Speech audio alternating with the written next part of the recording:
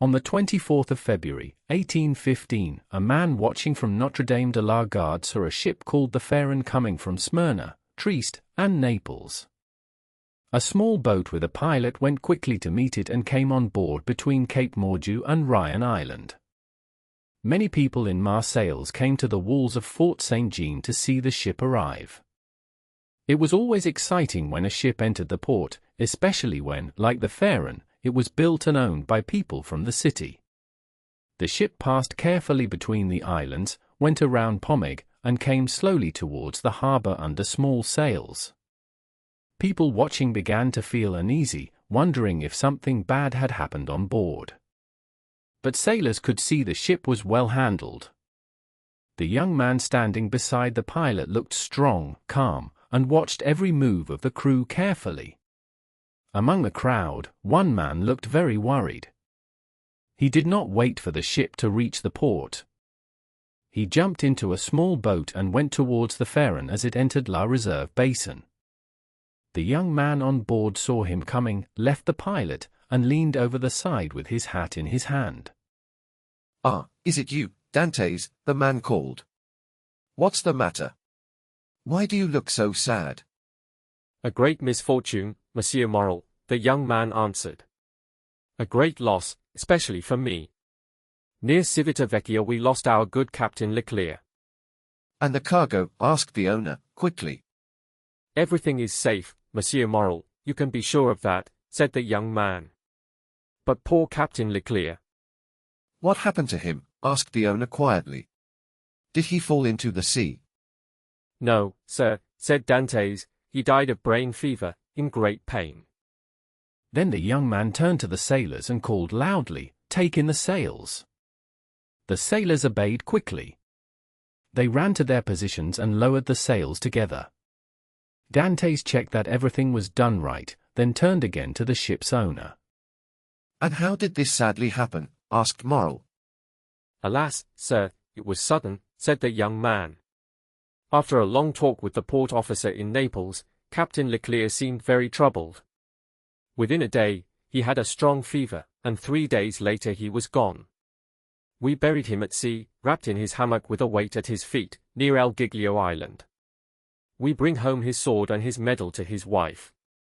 He smiled sadly and said, "He fought for 10 years in war, and in the end, he died quietly, like many others." "Yes, Edmond," said Morel more softly. "We are all mortal. The old sailors must give place to the young ones. And since the cargo is safe—" "It is safe and sound, Monsieur Morel," said Dantès. "You could make 25,000 francs profit from this trip, I believe." As they passed the round tower, Dantès shouted, "Lower the topsails and jib! Pull in the spanker!" The sailors worked fast, as if on a navy ship. Then came the final command, "Let go and tie up." All sails were lowered, and the ship moved forward very slowly. "Now, if you will come on board, M. Morel," said Dantès, noticing the owner's impatience, "here is your supercargo, M. Danglars, coming out of his cabin, who can tell you everything. As for me, I must look after the anchor and put the ship in mourning." The owner did not wait to be asked again. He caught the rope that Dantès threw to him and climbed up the side of the ship quickly, like a sailor. The young man went to his work, while Danglars came towards the owner. Danglars was about 26 years old, with an unfriendly face. He was polite to his bosses but rude to men under him, and because he was the ship's agent, the sailors disliked him as much as they loved Edmond Dantès. "Well, M. Morel," said Danglars, "you have heard of our sad news." Yes, poor Captain Leclerc. He was a brave and honest man," replied Morel. "And a very good sailor, who had long and honorable service, as was right for someone working for an important company like Morel and Son," said Danglars. "But," said the owner, looking at Dantès, who was busy with the anchor, "a sailor does not need to be old to know his work. Our friend Edmond seems to understand it perfectly and needs no one to teach him." "Yes," said Danglars, giving Dantès a hard look. "He is young, and young men always think they know everything. As soon as the captain died, he took command without asking anyone. Then he made us lose a day and a half at the island of Elba, instead of sailing straight to Marseilles. It was his duty as the captain's mate to take command, said Morel. But he was wrong to stay near Elba unless the ship needed fixing. The ship was fine, just like me and, I hope, you, Morel. We lost that time only because he wanted to go ashore, replied Danglars. Dantès, called the shipowner, come here. In a moment, sir, answered Dantès. Then he called to the crew, let go. The anchor dropped at once, and the chain ran quickly through the hole. Dantès stayed at his post until everything was done and said, half-mast the flag and straighten the yards. You see, said Danglars, he already thinks he is the captain. And really, he is, said Morel, he needs only your and your partner's signatures. And why should he not have them, the owner said. He is young, but he is a very good sailor and has much experience. Danglars frowned with anger. Your pardon, Morel, said Dantès, coming close. The ship is now anchored, and I am ready. You called for me. Danglars stepped back. I wanted to ask why you stopped at Elba. I do not know, sir. It was to follow the last order of Captain Leclerc, who gave me a letter for Marshal Bertrand before he died, said Dantès. Then you saw him, Edmond, asked Morel. Who? The Marshal. Yes. Morel looked around and then took Dantès a little aside. And how is the Emperor? He asked quietly.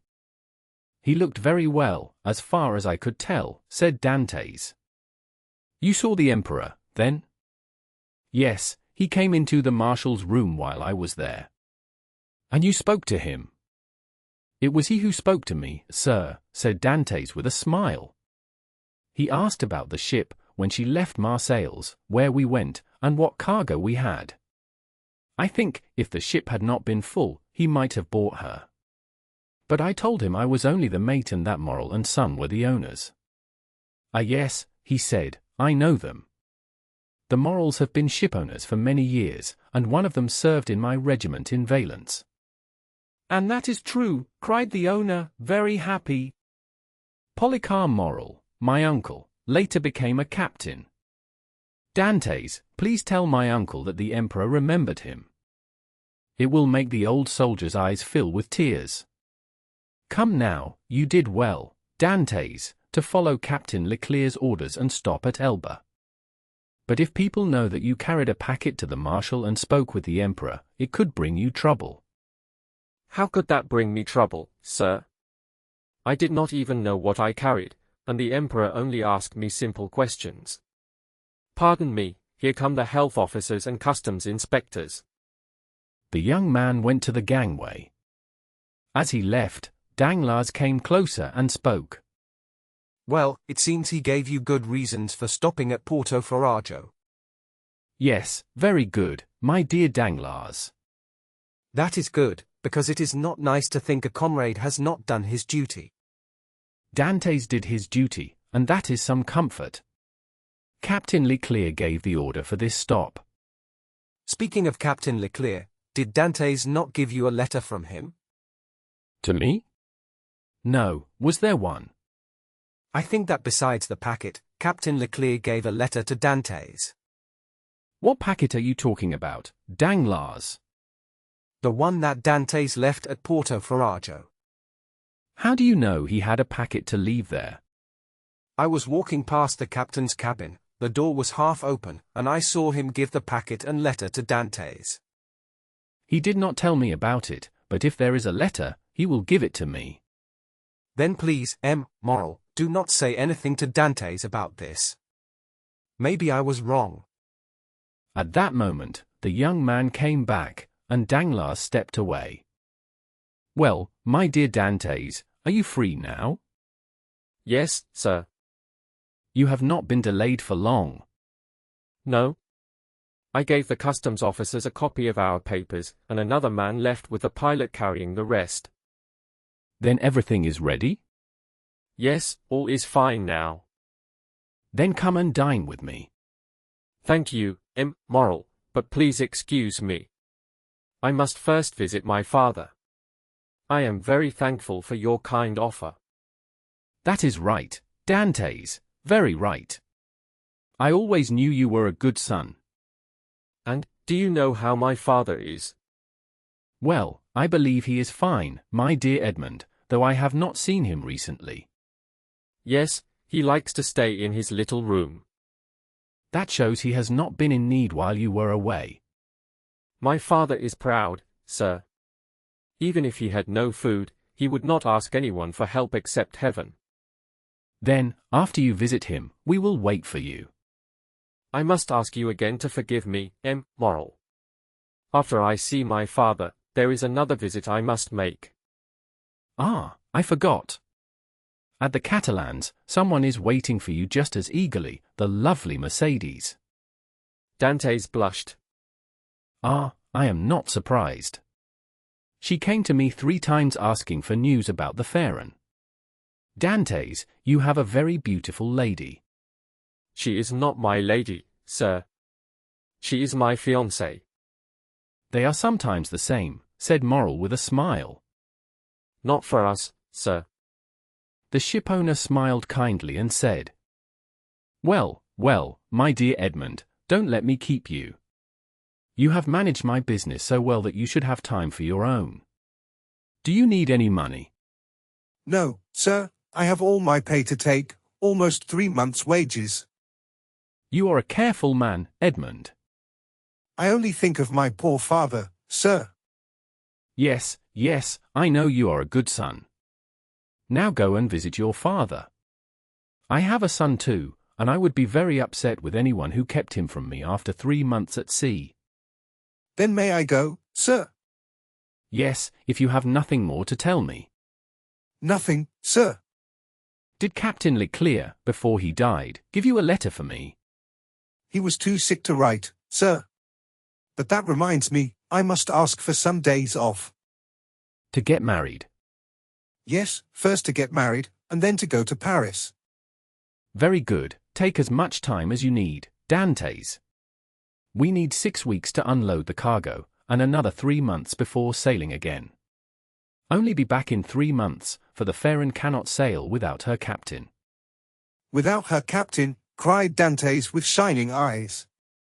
Please be careful, sir, you speak about my heart's greatest wish. Do you mean to make me captain of the Pharaon? If I were the only owner, we would shake hands on it right now, my dear Dantès. But I have a partner, and you know the Italian saying, he who has a partner has a master. Still, the matter is half done. You already have one of the 2 votes. Trust me to get you the other, I will try my best. Moral, said Dantès with tears in his eyes as he held the owner's hand. Thank you, sir, in the name of my father and Mercedes. That's all right, Edmond. Good people are always watched over by luck. Go now to your father, go to see Mercedes, and then come back to me. Shall I row you ashore, sir? No, thank you, I will stay and check the accounts with Danglars. Were you pleased with him on this voyage? That depends on what you mean, sir. If you ask if he is a good friend, no, I think not. He has not liked me since the day I foolishly asked him to stop at the island of Monte Cristo after a small argument, so we could end it there. I was wrong to suggest it, and he was right to refuse. If you ask about his work, I believe he did his duty well. Tell me, Dantès, if you were the captain of the Pharaon, would you want Danglars to stay? Captain or mate, sir, I will always respect those whom the owners trust. Good, good, Dantès. You are a fine young man. I see you are eager to go, so I will not keep you. Then I may leave. Go, I tell you. May I use your small boat? Of course. Then, for now, sir, goodbye and thank you very much. I hope to see you soon, my dear Edmond. Good luck to you. Dantès jumped into the small boat and sat at the back, giving the order to go to La Canebière. The 2 men began to row fast, and the little boat moved quickly through the busy water full of ships. The owner watched smiling until Edmond stepped on the quay and disappeared into the crowd of people who filled the famous street of La Canebière from morning until night. The people of Marseilles are proud of that street and often say seriously, if Paris had La Canebière, it would be another Marseilles. When the owner turned, he saw Danglars behind him, waiting for orders but also watching the young sailor. However, the two men had very different looks as they followed Edmond Dantès with their eyes.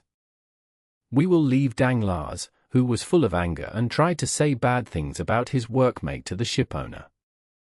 Let us follow Dantès instead. He walked through La Canebière, took Rue de Noailles, and entered a small house on the left side of Allées de Mailhan.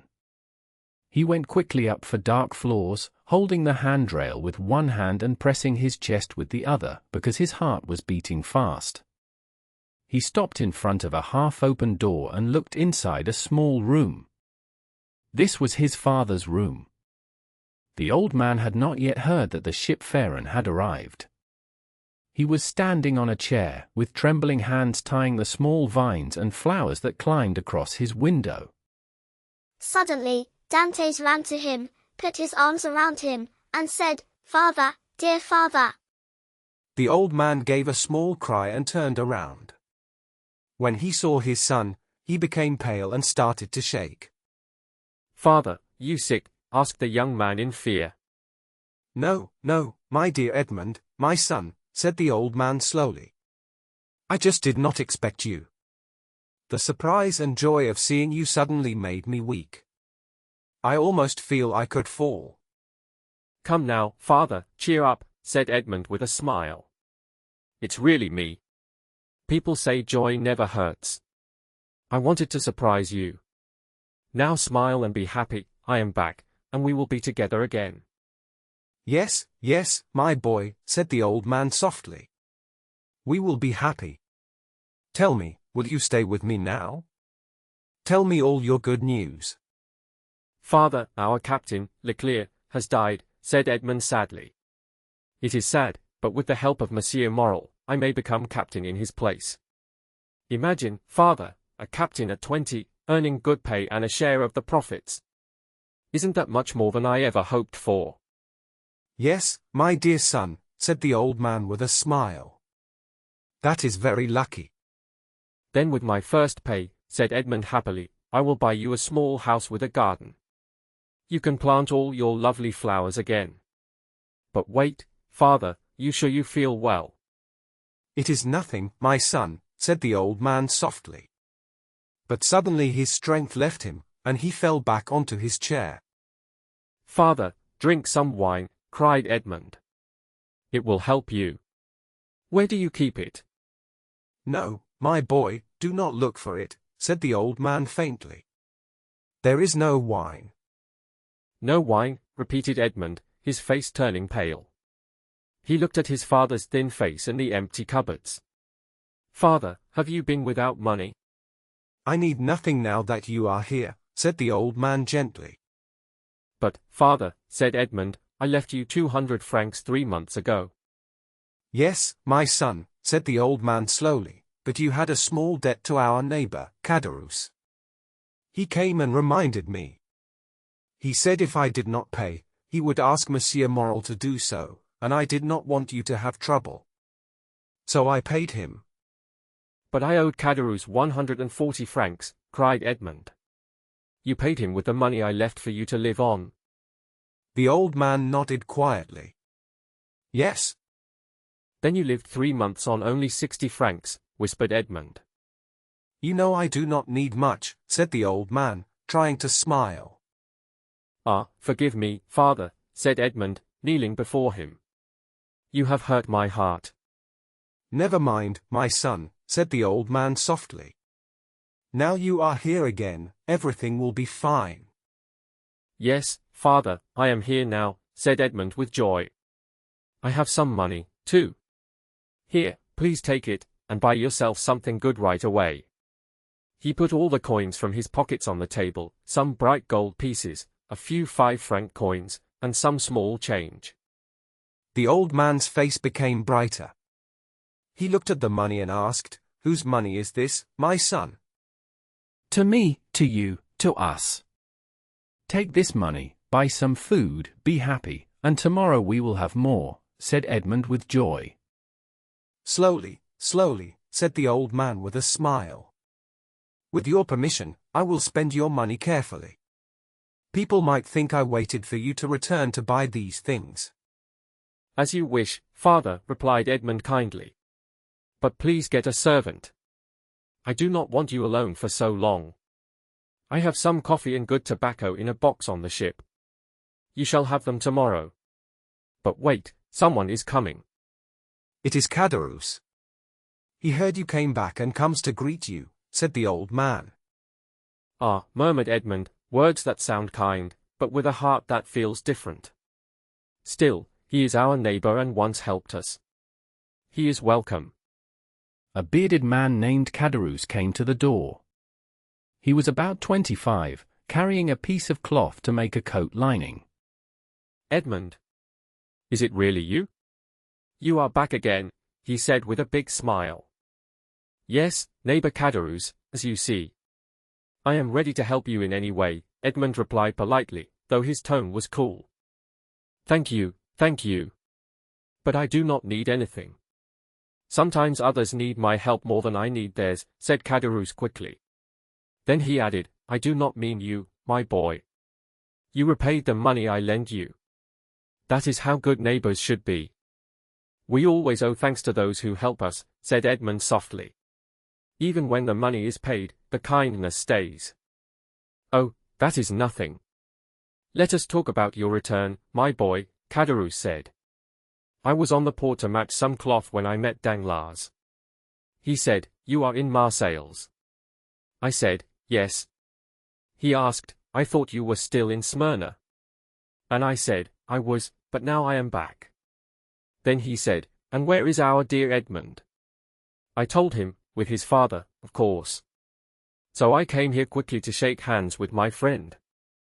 Good Caderousse, said the old man. He is truly kind to us. Yes, indeed. I care for honest people because they are rare. But it seems you came home rich, my boy, Caderousse said, looking at the gold and silver on the table with eager eyes. Edmond noticed the greedy look in his neighbor's eyes. Oh, this money is not mine, he said calmly. I told my father I feared he missed many things while I was gone, so he showed me his full purse. Father, please put it back, unless our neighbor needs something. In that case, he can take it. No, no, my boy, said Caderousse quickly. I thank you, but I have what I need. Keep your money. One never has too much. Still, I am thankful for your kind offer. It is offered with goodwill, said Edmond. Yes, yes. Well, I hear you are close with Mr. Morel, said Caderousse with a grin. Mr. Morel has always been very kind to me, replied Edmond. Then you were wrong not to eat dinner with him, said Caderousse. What? Did you refuse to dine with him? And did he invite you? Asked the old man, surprised. Yes, father, said Edmond with a smile. He was happy at his father's wonder about such an honor. And why did you refuse, my son? Asked the old man. Because I wanted to see you sooner, father. I was eager to see you again, replied Edmond warmly. But Mr. Morel is a good man. You might have upset him.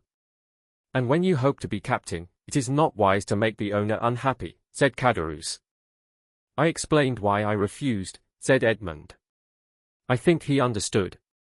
Still, to become captain, it helps to please your superiors, said Caderousse. I hope to become captain without that, said Edmond firmly. Even better, laughed Caderousse.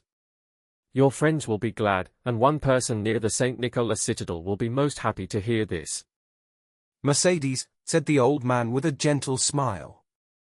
Yes, my dear father, now that I have seen you and know you are well, I would like to visit the Catalans, if you allow me.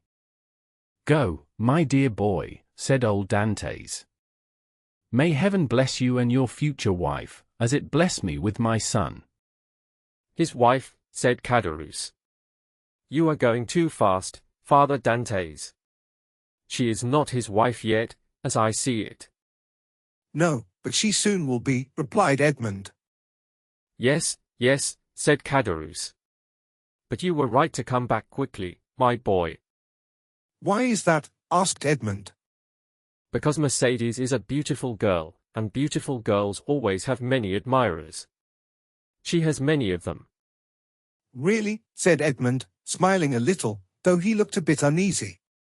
Oh yes, continued Caderousse. She has even had fine offers. But you know, when you are captain, no one will refuse you.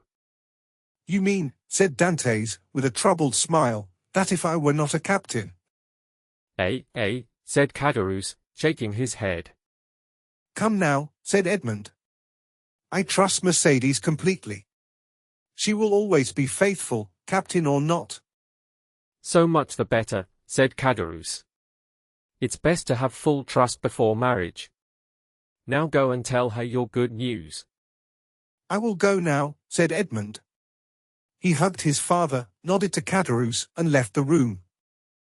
Caderousse stayed a moment longer, then said goodbye to old Dantès and went down to meet Danglars, who waited for him at the corner of the Rue Senac.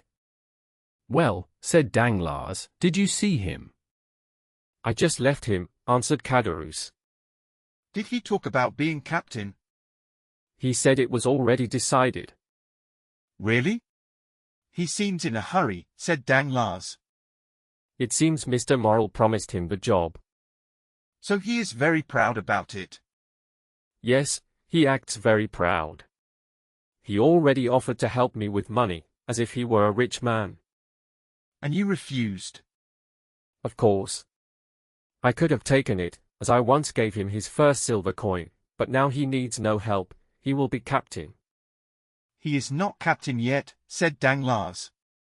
It might be better if he never is, said Caderousse. If he becomes captain, he will be unbearable.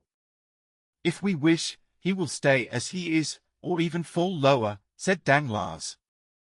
What do you mean? Nothing, said Danglars. And is he still in love with the Catalane? Very much, but I think there will be trouble there soon. Explain, said Danglars. Why should I? It might be more important than you think. You do not like Dantès. I do not like people who rise too fast, answered Caderousse. Then tell me what you know about the Catalane. I know nothing certain. But I have seen things that make me think the future captain may have a problem near the old infirmaries. What have you seen? Tell me. Every time I see Mercedes come into the city, she walks with a tall, strong, black-eyed Catalan with a red face and fierce look. She calls him her cousin. Do you think this cousin likes her? I think so. What else would a strong young man of 21 want with a pretty girl of 17? And you say Dantès has gone to the Catalans? Yes, before I came down. Let's go there too, said Danglars. We'll stop at La Reserve, drink some wine, and wait for news. All right, said Caderousse, but you pay. Of course, said Danglars. They hurried to La Reserve, ordered a bottle of wine, and 2 glasses. Père Pamphile had seen Dantès pass less than 10 minutes earlier and said he was now at the Catalans. So Danglars and Caderousse sat down under the budding trees, where the birds were singing to welcome one of the first days of spring. Beyond an old wall, about 100 steps from where the two men sat, was the village of the Catalans. Long ago, this small community came from Spain and made their home on that piece of land by the sea. No one knew their true origin, and they spoke their own language. One of the leaders of the group spoke Provençal and asked the town of Marseilles to give them a small piece of dry land by the sea. It was a bare hill by the coast where they had stopped their boats, just like the old sailors used to do. The town agreed, and 3 months later a small village was built around the 12 or 15 small boats that had brought these people of the sea. The little village looked unusual and pretty, with houses that seemed part Moorish and part Spanish. It still stands there today, lived in by the children of the first settlers. These people still speak the language of their ancestors and keep their customs and clothing as they were hundreds of years ago.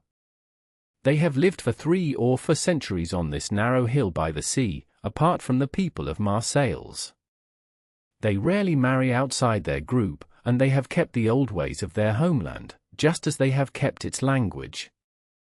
Now, dear listener, we will walk with you along the only street in this small village and enter one of its houses. The outside walls are sunburned to a soft brown color, and inside they shine white like a small Spanish inn. Inside, a young beautiful girl stood with her back touching the wooden wall. Her hair was black and shiny, and her eyes were large and soft like those of a gentle animal.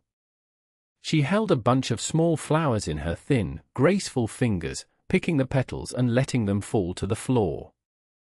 Her bare arms were brown and smooth, and she moved them with a quiet, nervous energy. She tapped her foot on the ground, showing the nice curve of her leg in a red and grey patterned stocking. Only a few steps from her, a tall young man of about 20 sat on a chair leaning back on 2 legs. He rested his elbow on an old wooden table and looked at her with a mix of worry and sadness. He wanted to speak, but her calm and firm eyes stopped him. The young man looked at Mercedes and spoke gently. You see, Mercedes, Easter has come again. Tell me, is this a good time for a wedding? I have told you many times, Fernand. You must be foolish to ask me again. Please, repeat it again, so I can believe it. Tell me again that you refuse my love, the love your mother once approved. Make me understand that my happiness, my life, or my death mean nothing to you.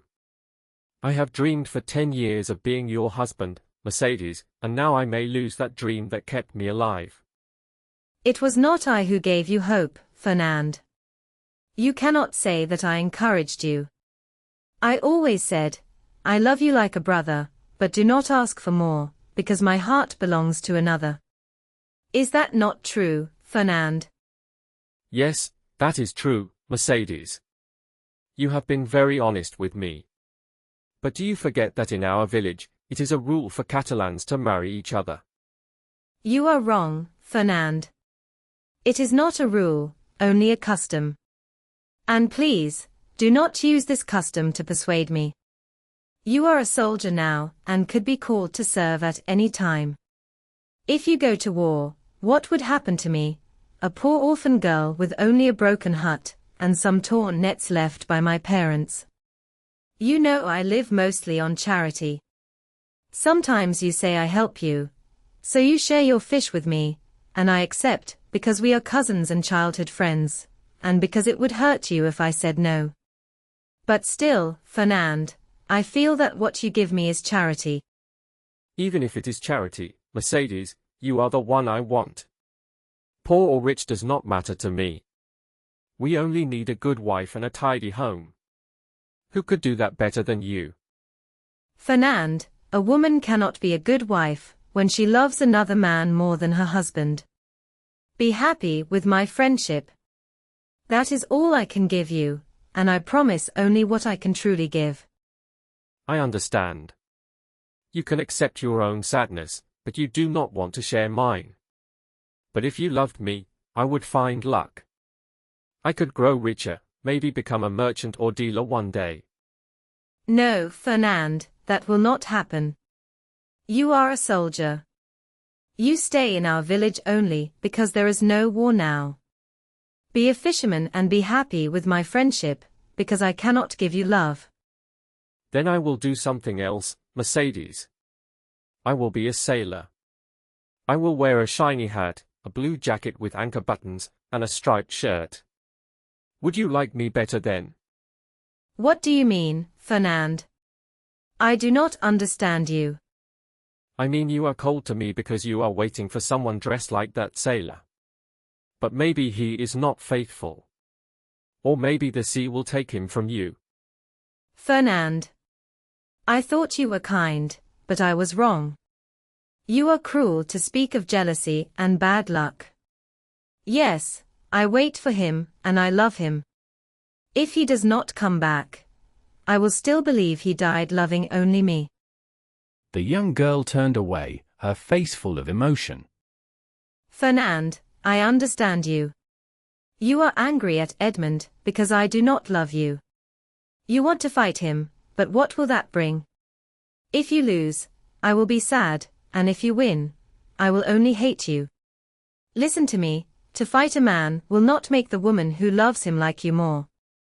No, Fernand, do not let bad thoughts win. You cannot have me as your wife, but you can still be my friend, my brother. And please wait, you said the sea is dangerous. He has been gone for 4 months, and there were strong storms during that time. Fernand said nothing. He did not stop the tears that ran down Mercedes' cheeks, though he would have given his blood for her tears.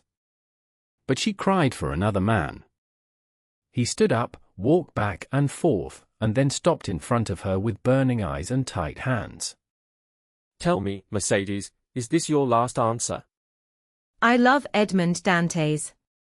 Only he will be my husband. And will you love him forever? As long as I live. Fernand lowered his head like a man who had lost, sighed deeply, and then looked at her again with hard eyes. But if he is dead? If he is dead, I will die too. If he has forgotten you? Mercedes. Mercedes. Ah, you see, he has not forgotten me, he is here. She ran to the door and opened it happily. Fernand turned pale and shook, then sat down heavily. Edmond and Mercedes held each other tightly. The sun from Marseille shone on them with bright light.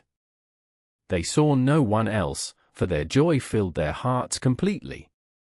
Then Edmond saw Fernand's dark and angry face in the shadow. Fernand's hand touched the knife at his belt.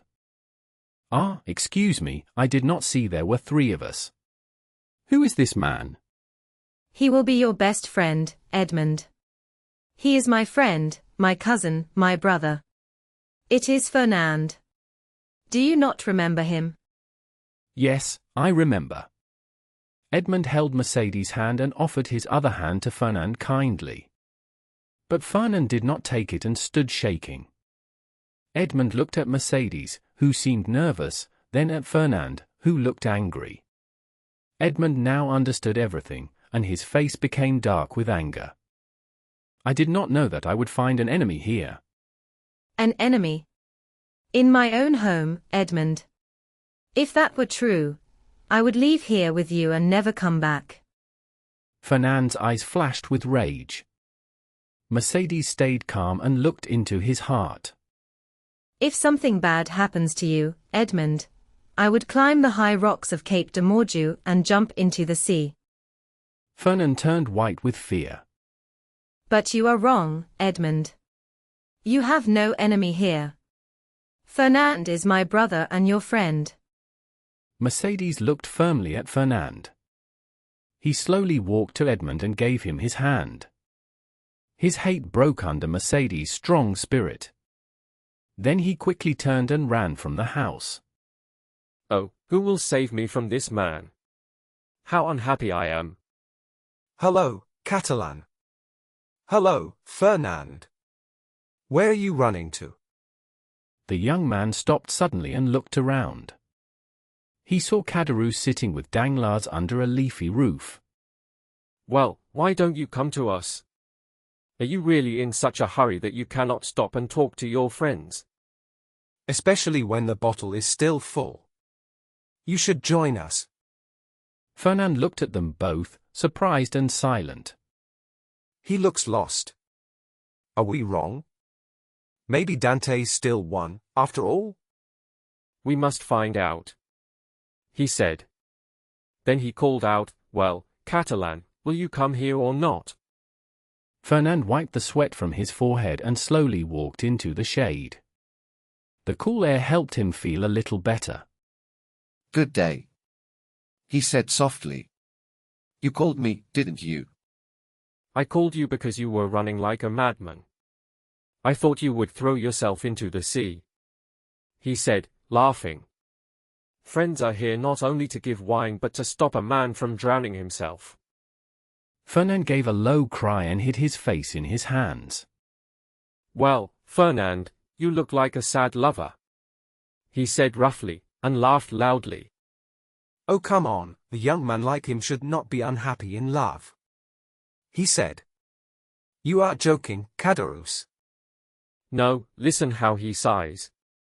Come on, Fernand, lift your head and answer us. It's not nice to ignore friends, he said. I am well enough, he said quietly, still not lifting his head.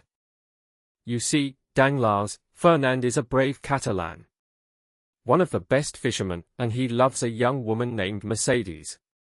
But she loves Dantès, the mate of the ship Pharaon.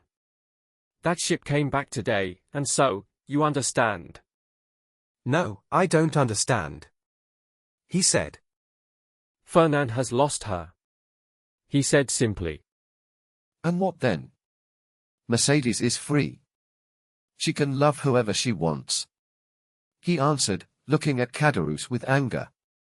Ah, if you say so, that is fine, he replied. I only thought Catalans never let a rival win so easily. And I heard Fernand could be a hard man when angry. A lover is never terrible, he whispered with a sad smile. Poor man, said Danglars, pretending to pity him. He did not expect Dantès to come back. He thought him dead or gone forever. That is why the pain is stronger. Yes, poor Fernand is not the only one unhappy about Dantès' return, he said, taking another drink. You are right. And luck may soon change, he said quietly. Never mind, he said, pouring wine for Fernand and himself, while Danglars only sipped his. Dantès will marry Mercedes soon, the lovely Mercedes, you will see. Danglars looked closely at Fernand, whose heart burned with pain at those words. When is the wedding? He asked calmly. It is not fixed yet, murmured Fernand. It soon will be. As sure as Dantès will be captain of the Pharaon, right, Danglars? Danglars trembled at that, thinking it was said on purpose. But he only saw jealousy in the drunk face of Caderousse. He lifted his glass and said, Let us drink to Captain Edmond Dantès, husband of the lovely Catalan. Caderousse drank too fast, and Fernand threw his glass to the ground. Caderousse tried to speak, his voice shaking. What do I see down there near the wall, toward the Catalans? Asked Caderousse, peering into the distance. Look, Fernand, your eyes are better than mine, he said. I think I see two people walking hand in hand. They must be lovers. Oh. They are embracing and do not know we can see them. Danglars saw every look of pain on Fernand's face and smiled to himself. Do you know them, Fernand? He asked quietly. Yes, Fernand said in a low voice. It is Edmond and Mercedes. Ah, now I see, said Caderousse. I did not know them before. Hello, Dantès. Hello, pretty lady. Come and tell us when the wedding will be. Fernand here will not say. Enough, keep quiet, said Danglars, pretending to stop him. Stand straight and let the lovers be alone. Look at Fernand, he is calm. Fernand was angry and ready to run at Edmond, but when Mercedes looked at them with her bright eyes, he stopped and sat back down, remembering her words that she would die if Edmond died. Danglars looked at Fernand and Caderousse. One was drunk, the other was full of love and pain. I will get nothing from these two, he whispered. A drunk man and a coward. One drinks when he should be angry, and the other cries because his love is taken. Edmond is lucky.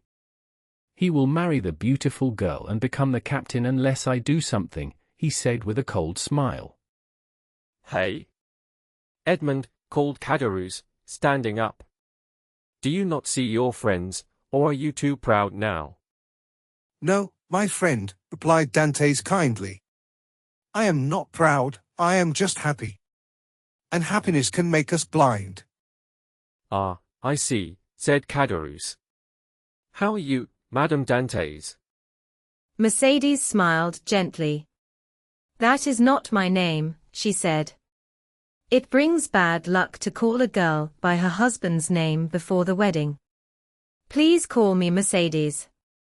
Do not mind our good neighbor Caderousse, said Dantès kindly. He makes mistakes easily. So the wedding will happen soon, Mr. Dantès? Asked Danglars, bowing slightly. Yes, very soon, said Edmond. Today we arrange everything at my father's house. Tomorrow, or the next day, will be the wedding feast here at La Réserve. You are both invited, Danglars and Caderousse. And Fernand too, said Caderousse with a laugh. He is invited as well. My fiancé's cousin is my brother, said Edmond. We would be unhappy if he did not come. Fernand opened his mouth to speak, but his voice failed, and no sound came. Today the plans, tomorrow the ceremony. You are in a hurry, Captain, said Danglars with a small smile. Do not call me Captain yet, said Edmond, smiling. That may bring me bad luck. Of course, I only meant you seem in a hurry. The Pharaon will not sail again for 3 months, said Danglars. We want to be happy as soon as we can, Mr. Danglars. After long trouble, it is hard to believe joy is real. But I must also go to Paris. Paris? Is it your first time there, Dantès? Yes, said Edmond. Have you business there? Asked Danglars, watching him closely. Not my own, Edmond answered. It is Captain Leclerc's last request. You know what I mean, Danglars. It is important, and I will go and return quickly. Ah, yes, said Danglars quietly. Then in a low voice, he added, to Paris, to take that letter from the Grand Marshal. That gives me a fine idea. Dantès, you are not captain yet. Turning toward Edmond, who was walking away, he called out, have a good trip. Thank you, said Edmond with a friendly nod. The two lovers walked away, calm and happy, as if they were blessed by heaven. Chapter 4. The plot. Danglars watched Edmond and Mercedes until they disappeared behind a corner of Fort St. Nicholas. Then he turned and saw Fernand sitting pale and shaking, while Caderousse mumbled words from a drinking song. Well, my friend, said Danglars to Fernand, this wedding does not make everyone happy. It makes me miserable, said Fernand. Do you love Mercedes? Asked Danglars. I love her deeply, said Fernand. For how long? As long as I have known her, always. And yet you sit here pulling your hair instead of trying to change your life, said Danglars. That does not look like the way of your people. What can I do? Asked Fernand. How do I know? Said Danglars calmly. It is not my problem. I am not in love with Mademoiselle Mercedes. But for you, as they say, seek and you shall find. I have found already, said Fernand. What have you found? I would harm the man, said Fernand, but she said that if anything bad happened to her fiancé, she would end her life. Nonsense, said Danglars. Women say such things, but they never do them. You do not know Mercedes, said Fernand. If she says it, she will do it. Fool, muttered Danglars. What does it matter if she lives or not, as long as Dantès is not captain? Before Mercedes should die, said Fernand with strong feeling, I would die myself. That is love, said Caderousse, drunker than before. That is love, or I do not know what love is. Come now, said Danglars, you seem like a good man, and I would like to help you, but... Yes, but how? Asked Caderousse. My friend, said Danglars, you are almost drunk. Finish your bottle and you will be fully drunk. Drink, and do not talk about what we are discussing. This needs clear thinking. Drunk? Me, said Caderousse. That is funny. I could drink for more of these bottles. Waiter, more wine. He hit his glass on the table. You were saying, sir, said Fernand anxiously. What was it? What was I saying? I forget. This drunk man made me lose my thought, said Danglars. Drunk, maybe, said Caderousse, but those who fear wine do so because they hide bad thoughts. And he sang 2 short lines from a common song that meant bad men drink only water. You said you would like to help me, but... Yes, replied Danglars, I said that it would be enough if Dantès did not marry the woman you love. The marriage can be stopped, and Dantès does not have to die. Only death can part them, said Fernand. You talk like a fool, said Caderousse. Danglars is clever and awake. He will show you why you are wrong. Say it, Danglars. I have answered for you. There is no need for Dantès to die. It would be a shame. Dantès is a good man. Dantès, your health. Fernand stood up quickly. Let him talk, said Danglars, stopping him. Even drunk, he is not far from the truth. Absence separates people like death. If the walls of a prison were between Edmond and Mercedes, they would be as far apart as if he were in his grave. Yes, but one can leave prison, said Caderousse, trying to think. And when that one is Edmond Dantès, he will want revenge. It does not matter, whispered Fernand. And why, continued Caderousse, should they put Dantès in prison? He has not robbed or killed anyone. Be quiet, said Danglars. I will not, said Caderousse. I want to know why they would put Dantès in prison. I like him. Dantès, your health. And he drank another glass of wine. Danglars saw from the tailor's confused look that he was getting drunk. He turned to Fernand and said there was no need to kill him. Of course not, if you can have Dantès arrested as you said before. Do you really have that way? It can be found if we look for it. But why should I get involved? This is not my problem. I don't know why you are involved, but I know you hate Dantès. When a man hates someone, he can easily see hate in others. Me?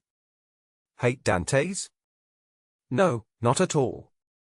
I only saw you were sad, and I felt sorry for you, that's all. But if you think I only act for myself, goodbye. Handle it as you wish. No, stay. I don't care if you hate Dantès or not. I hate him. I say it clearly. If you find a plan, I will do it, as long as it doesn't kill him. Mercedes said she would die if he were killed. Caderousse, who had dropped his head on the table, raised it and looked at Fernand. His eyes were dull and heavy. He said loudly that no one should kill Dantès, because he was his friend and had shared money with him that morning. He shouted again that he would not allow Dantès to be killed. No one said anything about killing him, foolish man. We are only joking. Drink to his health and don't disturb us. Yes, Dantès' health. Cheers. But what about the plan? Do you have one yet? No, I thought you would find one. True, but the French are better at inventing plans than the Spanish, who only think about things. Then invent one now. Waiter, bring pen, ink, and paper. Pen, ink, and paper? Yes, I am a supercargo, those are my tools. Without them, I can do nothing. Pen, ink, and paper then. The waiter said they were already on the table and brought them closer. Caderousse put his hand on the paper and said that these could hurt a man more surely than waiting to attack him with weapons. He always feared a pen, ink, and paper more than a sword or pistol. He's not as drunk as he looks, said Danglars. Give him more wine, Fernand. Fernand filled Caderousse's glass, and he quickly drank it. Fernand watched him until his head dropped again on the table. Well, I could say, for example, If after a voyage like Dantès has made, touching at the island of Elba, someone accused him of being a Bonapartist agent. I will accuse him. Yes, but they will make you sign and face him in court. I can give you facts to support it. But remember, Dantès will not stay in prison forever. When he comes out, it will be bad for the one who caused it. I wish he would come and fight me. Yes, and Mercedes will hate you if you even hurt her dear Edmond. True.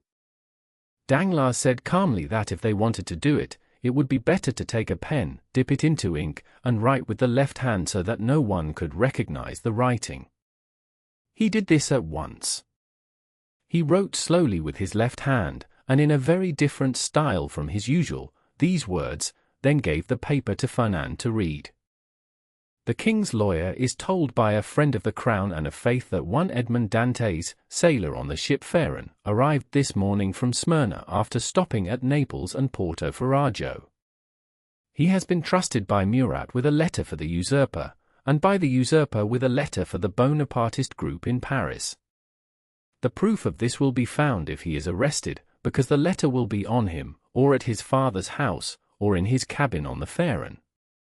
Very good, said Danglars. Now your idea makes sense. No one will think it came from us. I will fold this letter as I am doing now, write on it to the king's lawyer, and it is finished. Yes, and it is finished, said Caderousse softly, trying to think. He understood the pain such a letter would bring. Yes, it is finished, but it is a terrible thing, he said and reached for the letter. Yes, said Danglars, keeping it away from him. And as I was only joking, and I would be sad if something bad happened to Dantès, look. He crushed the letter in his hands and threw it into the corner. Good, said Caderousse. Dantès is my friend, and I do not want him hurt. And who wants to hurt him, said Danglars, standing up and looking at Fernand, who still sat quietly but watched the paper on the ground. In that case, said Caderousse, let's drink some more wine. I want to drink to Edmond and the kind Mercedes. You have already had too much, drunkard, said Danglars. If you keep drinking, you will have to sleep here because you won't be able to walk. I can walk, said Caderousse, standing up proudly though unsteady. I can even climb up to the belfry of the Écoles without falling. Done, said Danglars with a small smile. I'll bet you could, but tomorrow. Now it's time to go home. Come, give me your arm. Fine, let's go, said Caderousse. But I don't need your arm. Come, Fernand. Are you coming back to Marseilles with us? No, said Fernand quietly. I will go back to the Catalans. You are wrong. Come with us to Marseilles, come on. I will not, answered Fernand. What? You won't, said Caderousse. Do as you wish then, my prince. Everyone has freedom. Come, Danglars, let him go back to the Catalans if he likes. Danglars used Caderousse's mood to lead him away toward Marseilles by the Port Saint-Victor. Caderousse walked unsteadily beside him. After 20 steps, Danglars looked back and saw Fernand bend down, pick up the crushed paper, put it in his pocket, and then hurry out toward the city. Well, said Caderousse, he lied. He said he was going to the Catalans, but he is going to town. Hey, Fernand. Are you coming? You don't see clearly, said Danglars. He took the road to the old hospital. I thought he turned right, said Caderousse. Ah, wine tricks the eyes. Good, thought Danglars to himself. Now everything begins, and it will take care of itself. The next morning, the sun rose bright over the calm sea, making the waves shine like gold and red. The wedding feast was ready in the large upstairs room at La Réserve, the place the reader already knows. The room was big and full of light. Above each window was written in golden letters the name of a French city, and under the windows ran a wooden balcony along the whole house. Although the party was planned for 12 o'clock, the balcony was full an hour before. The guests were excited and waiting. They were the lucky friends from the crew of the Pharaon and other close friends of the groom. Everyone wore their best clothes to show respect for the happy event. Some people said that the owners of the Pharaon might come to the wedding meal, but most did not believe it. They thought such a visit would be too great an honor to expect. Then Danglars came, with Caderousse beside him. He told everyone that he had spoken with Mr. Morel, who said he would come to dine at La Réserve. A moment later, Mr. Morel arrived, and the crew cheered loudly. They were happy that the owner of the ship had come. They felt sure that Edmond Dantès would soon be captain of the Pharaon. Everyone on the ship loved him, and they shouted with joy. After greeting the guests, Mr. Morel sent Danglars and Caderousse to tell the groom that he had arrived and wanted him to hurry. The two men ran quickly. After a short distance, they saw a small group coming toward them. It was Edmond and Mercedes, walking happily with her friends and Dantès' father. Behind them came Fernand, who smiled in a strange and unfriendly way. Mercedes and Edmond did not see his strange face. They were too happy, thinking only of the bright day and each other. Danglars and Caderousse gave their message and shook Edmond's hand warmly. Then they joined Fernand and old Dantès, who caught everyone's eye. The old man wore shiny silk clothes with pretty steel buttons. His thin legs were in fine English stockings with embroidery, and from his hat hung white and blue ribbons. He walked with a carved stick, his old face full of joy, looking like an elegant gentleman from many years ago. Caderousse walked beside him, feeling friendly because of the good food and drink he expected at the wedding. Still, he remembered a little of what had happened the night before, though only like a fading dream. When Danglars looked at Fernand, he gave him a serious look full of meaning. Fernand followed the happy couple at a slow pace, pale and lost in thought. Sometimes his face turned red, his eyes restless, as he looked toward Marseilles, as if expecting something big to happen. Edmond Dantès wore a simple but smart outfit like other sailors who worked for merchants. He looked handsome and full of joy. Mercedes looked beautiful too. Her dark eyes shone brightly, and her red lips smiled. She moved with light steps like a dancer. She was not shy but looked at everyone with a smile, as if saying, "Be happy with me, because I am very happy." When the wedding group came near La Réserve, Mr. Morel came out to meet them. He was followed by sailors and soldiers. He again promised that Dantès would take the place of Captain Leclerc as the new captain.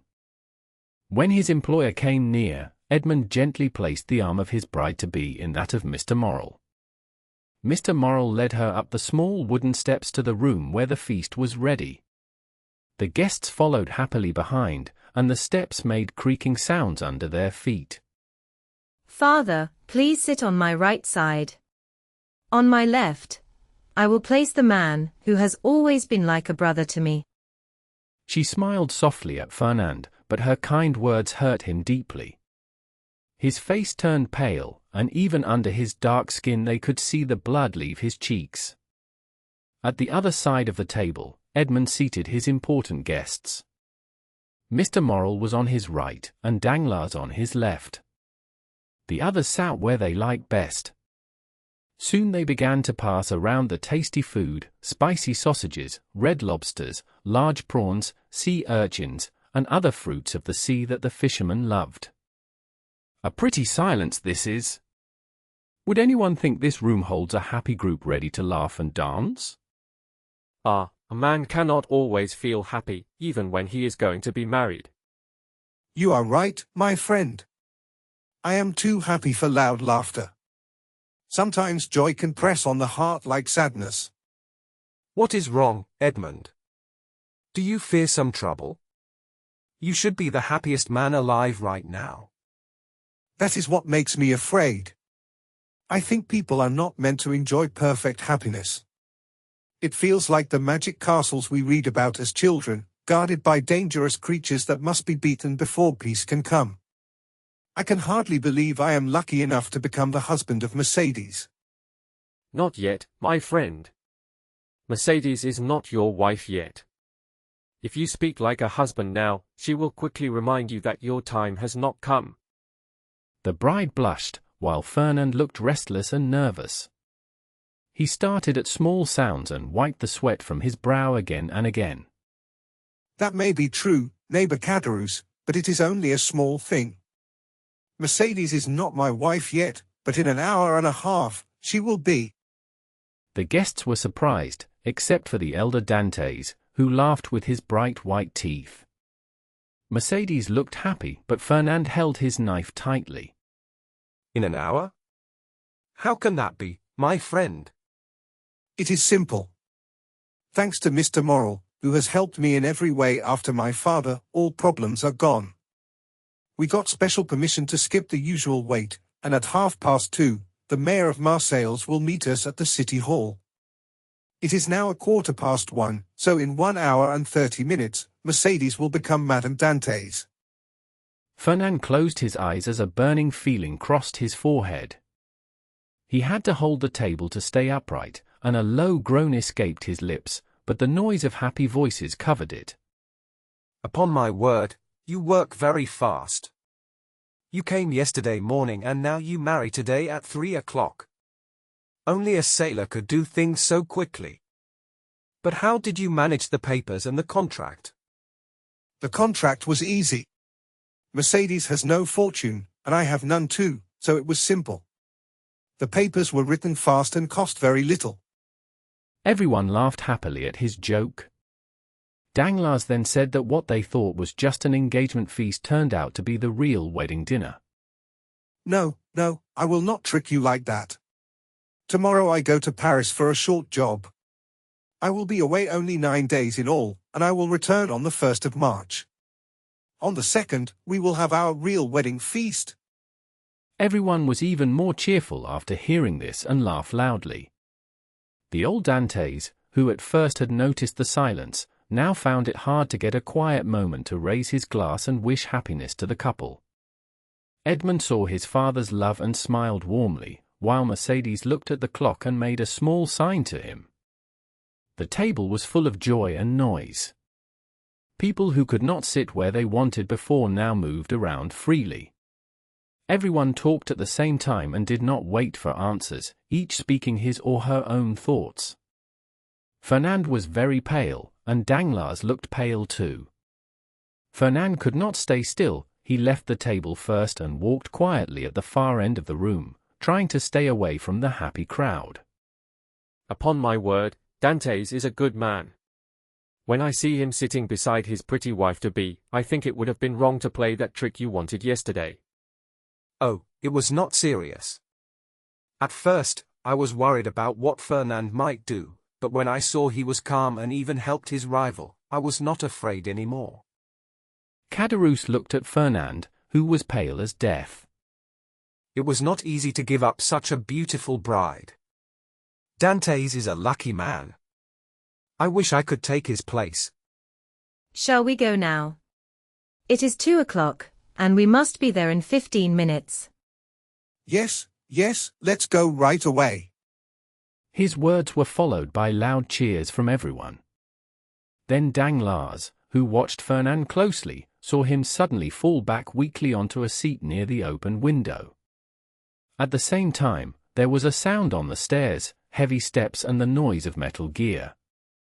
The loud happiness of the group stopped, and everyone grew quiet with fear and surprise. 3 knocks came on the door. The guests looked at one another, frightened. "I demand to come in the name of the law." The door opened, and a magistrate wearing his official scarf entered, followed by 4 soldiers and a corporal. The people in the room now felt great fear instead of uneasiness. Monsieur Morel, who knew the judge, said with worry, "May I ask why you have come here so suddenly? There must be some mistake that can be easily explained." The judge answered, "If that is true, everything will be made right. But I must tell you, I have an order to arrest someone. I do this duty with regret, but I must obey the law. Who here is called Edmond Dantès?" Everyone looked at the young man. Even though he was nervous, he walked forward with calm strength and said firmly, I am he. What do you want with me? Edmond Dantès, said the judge, I arrest you in the name of the law. Me? Edmond said, his face turning pale. Why, sir? I cannot tell you now, said the judge. You will soon learn the reasons when you are questioned. Monsieur Morel saw there was no use in resisting. He knew the judge had to follow the law and that asking for mercy would not help. But old Dantès, Edmond's father, ran forward with desperate hope. He begged so sadly that even the officer felt touched, though he stood firm in his duty. Sir, please, he cried, my son must be innocent. There must be some mistake. The officer said kindly, my good man, please calm yourself. Your son has probably forgotten some small rule about his ship's cargo. I am sure he will be free soon after he explains everything. What does this mean? Said Caderousse, frowning at Danglars, who looked surprised. How should I know? Replied Danglars. I am as surprised as you. I don't understand what is happening. Caderousse then looked for Fernand, but he was gone. The memories of the night before came back to him sharply. He now understood clearly what had happened. So this is part of the trick you planned yesterday, is it? He said in a rough voice to Danglars. If it is, it will bring bad luck to those who made it. That's nonsense, said Danglars. I told you I had nothing to do with it. I tore the paper to pieces. No, you didn't, said Caderousse. You just threw it away. I saw it in the corner. Be quiet, you fool. What do you know? You were drunk. Where is Fernand? Caderousse asked. How would I know? Replied Danglars. He has gone to take care of his own matters, I suppose. Let's think instead about what we can do to help our poor friend. While they spoke, Edmond shook hands with his friends cheerfully before giving himself up to the officer. Don't worry, my friends, he said. It's just a small mistake. I'll soon explain everything, and maybe I won't even need to go to prison. Of course, said Danglars, stepping closer. It's only a mistake, I'm sure. Edmond went down the stairs, followed by the soldiers and the judge. A carriage waited outside. He got inside with 2 soldiers and the judge, and they drove toward Marseilles. Goodbye, dear Edmond, cried Mercedes from the balcony, reaching her hands toward him. He heard her cry and called back as the carriage moved away, Goodbye, Mercedes. We will meet again soon. The carriage turned down the road near Fort St. Nicholas and disappeared. Monsieur Morel shouted to the others, Wait here. I will go to Marseilles and bring back news. Good, go quickly and come back fast, many people cried. After he left, a long and fearful silence fell over those who stayed behind. The old father and Mercedes stayed apart for some time, both full of sadness. Then they looked at each other and ran into each other's arms, crying together. At that moment Fernand came in. He took a glass of water with shaking hands, drank it quickly, and sat down. By chance, he sat next to Mercedes, who was still weak and pale after being hugged by old Dantès. He is the reason for all this trouble, I am sure of it, whispered Caderousse to Danglars, keeping his eyes on Fernand. I don't think so, replied Danglars. He is too simple to plan something like this. I only hope the real trouble falls on the one who caused it. You forget the people who helped him, said Caderousse. Surely one cannot be blamed for every random act, replied Danglars. Yes, you can, when someone gets hurt because of it, said Caderousse. People were talking everywhere about the arrest. Someone turned to Danglars and asked his opinion. I think maybe Dantès was found with some small object on the ship that was not allowed, he answered. But how could that happen without you knowing? You are the ship's supercargo, said one of the men. I only knew what they told me about the goods, replied Danglars. The ship carried cotton, some from Alexandria and some from Smyrna. I was not told more, and I do not wish to answer more questions. The old father suddenly spoke, remembering something. My poor boy told me yesterday he had a small box of coffee and another of tobacco for me, he said softly. There, you see, cried Danglars. This must be the reason. The customs men found his goods and thought he was hiding something illegal. But Mercedes did not care for these words. She could not stop her tears and began to sob loudly. The old man tried to comfort her. Be strong, my dear child, he said. There is still hope. Hope, repeated Danglars mockingly. Hope, whispered Fernand weakly. The word died on his lips, and his face tightened in pain. Just then, someone called from the balcony, "Good news! Monsieur Morel is coming back. Maybe Dantès is free." Mercedes and the old man ran to the door to meet him. Morel looked pale. "What news?" asked everyone at once. Morel shook his head sadly. "It is worse than I thought," he said quietly. "Oh, sir, he is innocent," cried Mercedes. "I believe that," said Morel. "But he is accused of something." "Accused of what?" asked the old father. "They say he works for the Bonapartist party," answered Morel. At that time, such a charge was very serious. Mercedes gave a loud cry, and the old man fell back into his chair in despair. "Ah, Danglars," whispered Caderousse, "you lied to me. You said it was only a trick, but I cannot watch them suffer like this. I will tell them everything." "Be quiet, fool," said Danglars, grabbing his arm. "You might put yourself in danger. How do we know if Dantès is innocent? He went to the island of Elba and stayed there a day. If they find any letters or papers on him, they will think we are his friends and helpers." Caderousse thought quickly and saw that Danglars might be right. His fear made him silent. "Maybe we should wait and see what happens," he said uncertainly. "Yes, let's wait," said Danglars. "If he is innocent, they will free him. If he is guilty, it is better to stay away." "Let's go." "I cannot stay here," said Caderousse. "As you wish," answered Danglars, happy that his friend agreed so easily. "Let us go for now and let events happen as they must." After they left, Fernand, who was again a friend and protector to Mercedes, took her home. Some friends of Dantès helped his weak and almost lifeless father to the Allées de Mailhan. The news that Edmond had been arrested as a Bonapartist agent spread through the city very fast. "Could you ever have believed such a thing, my dear Danglars?" asked M. Morel. He had gone back to the port to learn more news about Dantès from M. de Villefort, the assistant magistrate, and met his supercargo and Caderousse. "Could you think this possible?" he continued.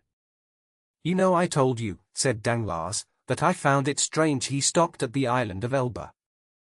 "And did you tell anyone else about your suspicions?" asked M. Morel.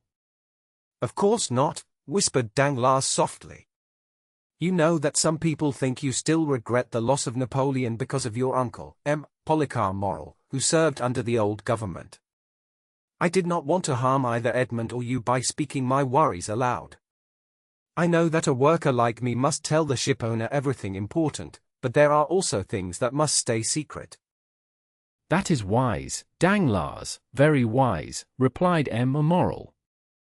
"You are a good man, and I was already thinking about your future if poor Edmond had become captain of the Pharaon." "Really? You are so kind," said Danglars. "Yes," said M. Morel.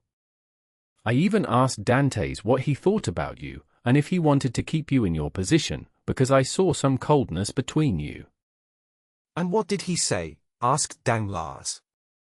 "He said he might have upset you about something, but he did not give details. He told me that anyone who had the owner's trust would have his trust too." "The hypocrite," murmured Danglars. "Poor Dantès," said Caderousse. "Everyone knows he is a good and noble young man." "But for now," said M. Morel, "we have no captain for the Pharaon." "We will not leave port for 3 months," replied Danglars. Let us hope Edmond will be free before that time ends. I hope so, said M. Morrel, but what shall we do until then? I am ready to help, sir, said Danglars. You know I can manage a ship well. If you let me command the Pharaon now, when Edmond returns everything can go back as before. Thank you, Danglars, said M. Morrel. That will make things easy. You may take command and look after the unloading. Business must continue even when we have troubles. Do not worry, sir, answered Danglars. But do you think we can see poor Edmond? I will tell you after I speak with M. de Villefort, said M. Morrel. I will try to help Edmond. Villefort is a strong royalist, but he is still a man, and not without kindness. Maybe, replied Danglars, but I hear he is very ambitious, and that might make him hard to trust. We will see, said M. Morrel. Go now to the ship, I will meet you there soon. Then the kind shipowner left his friends and walked toward the Palais de Justice. You see, said Danglars, talking to Caderousse, what has happened.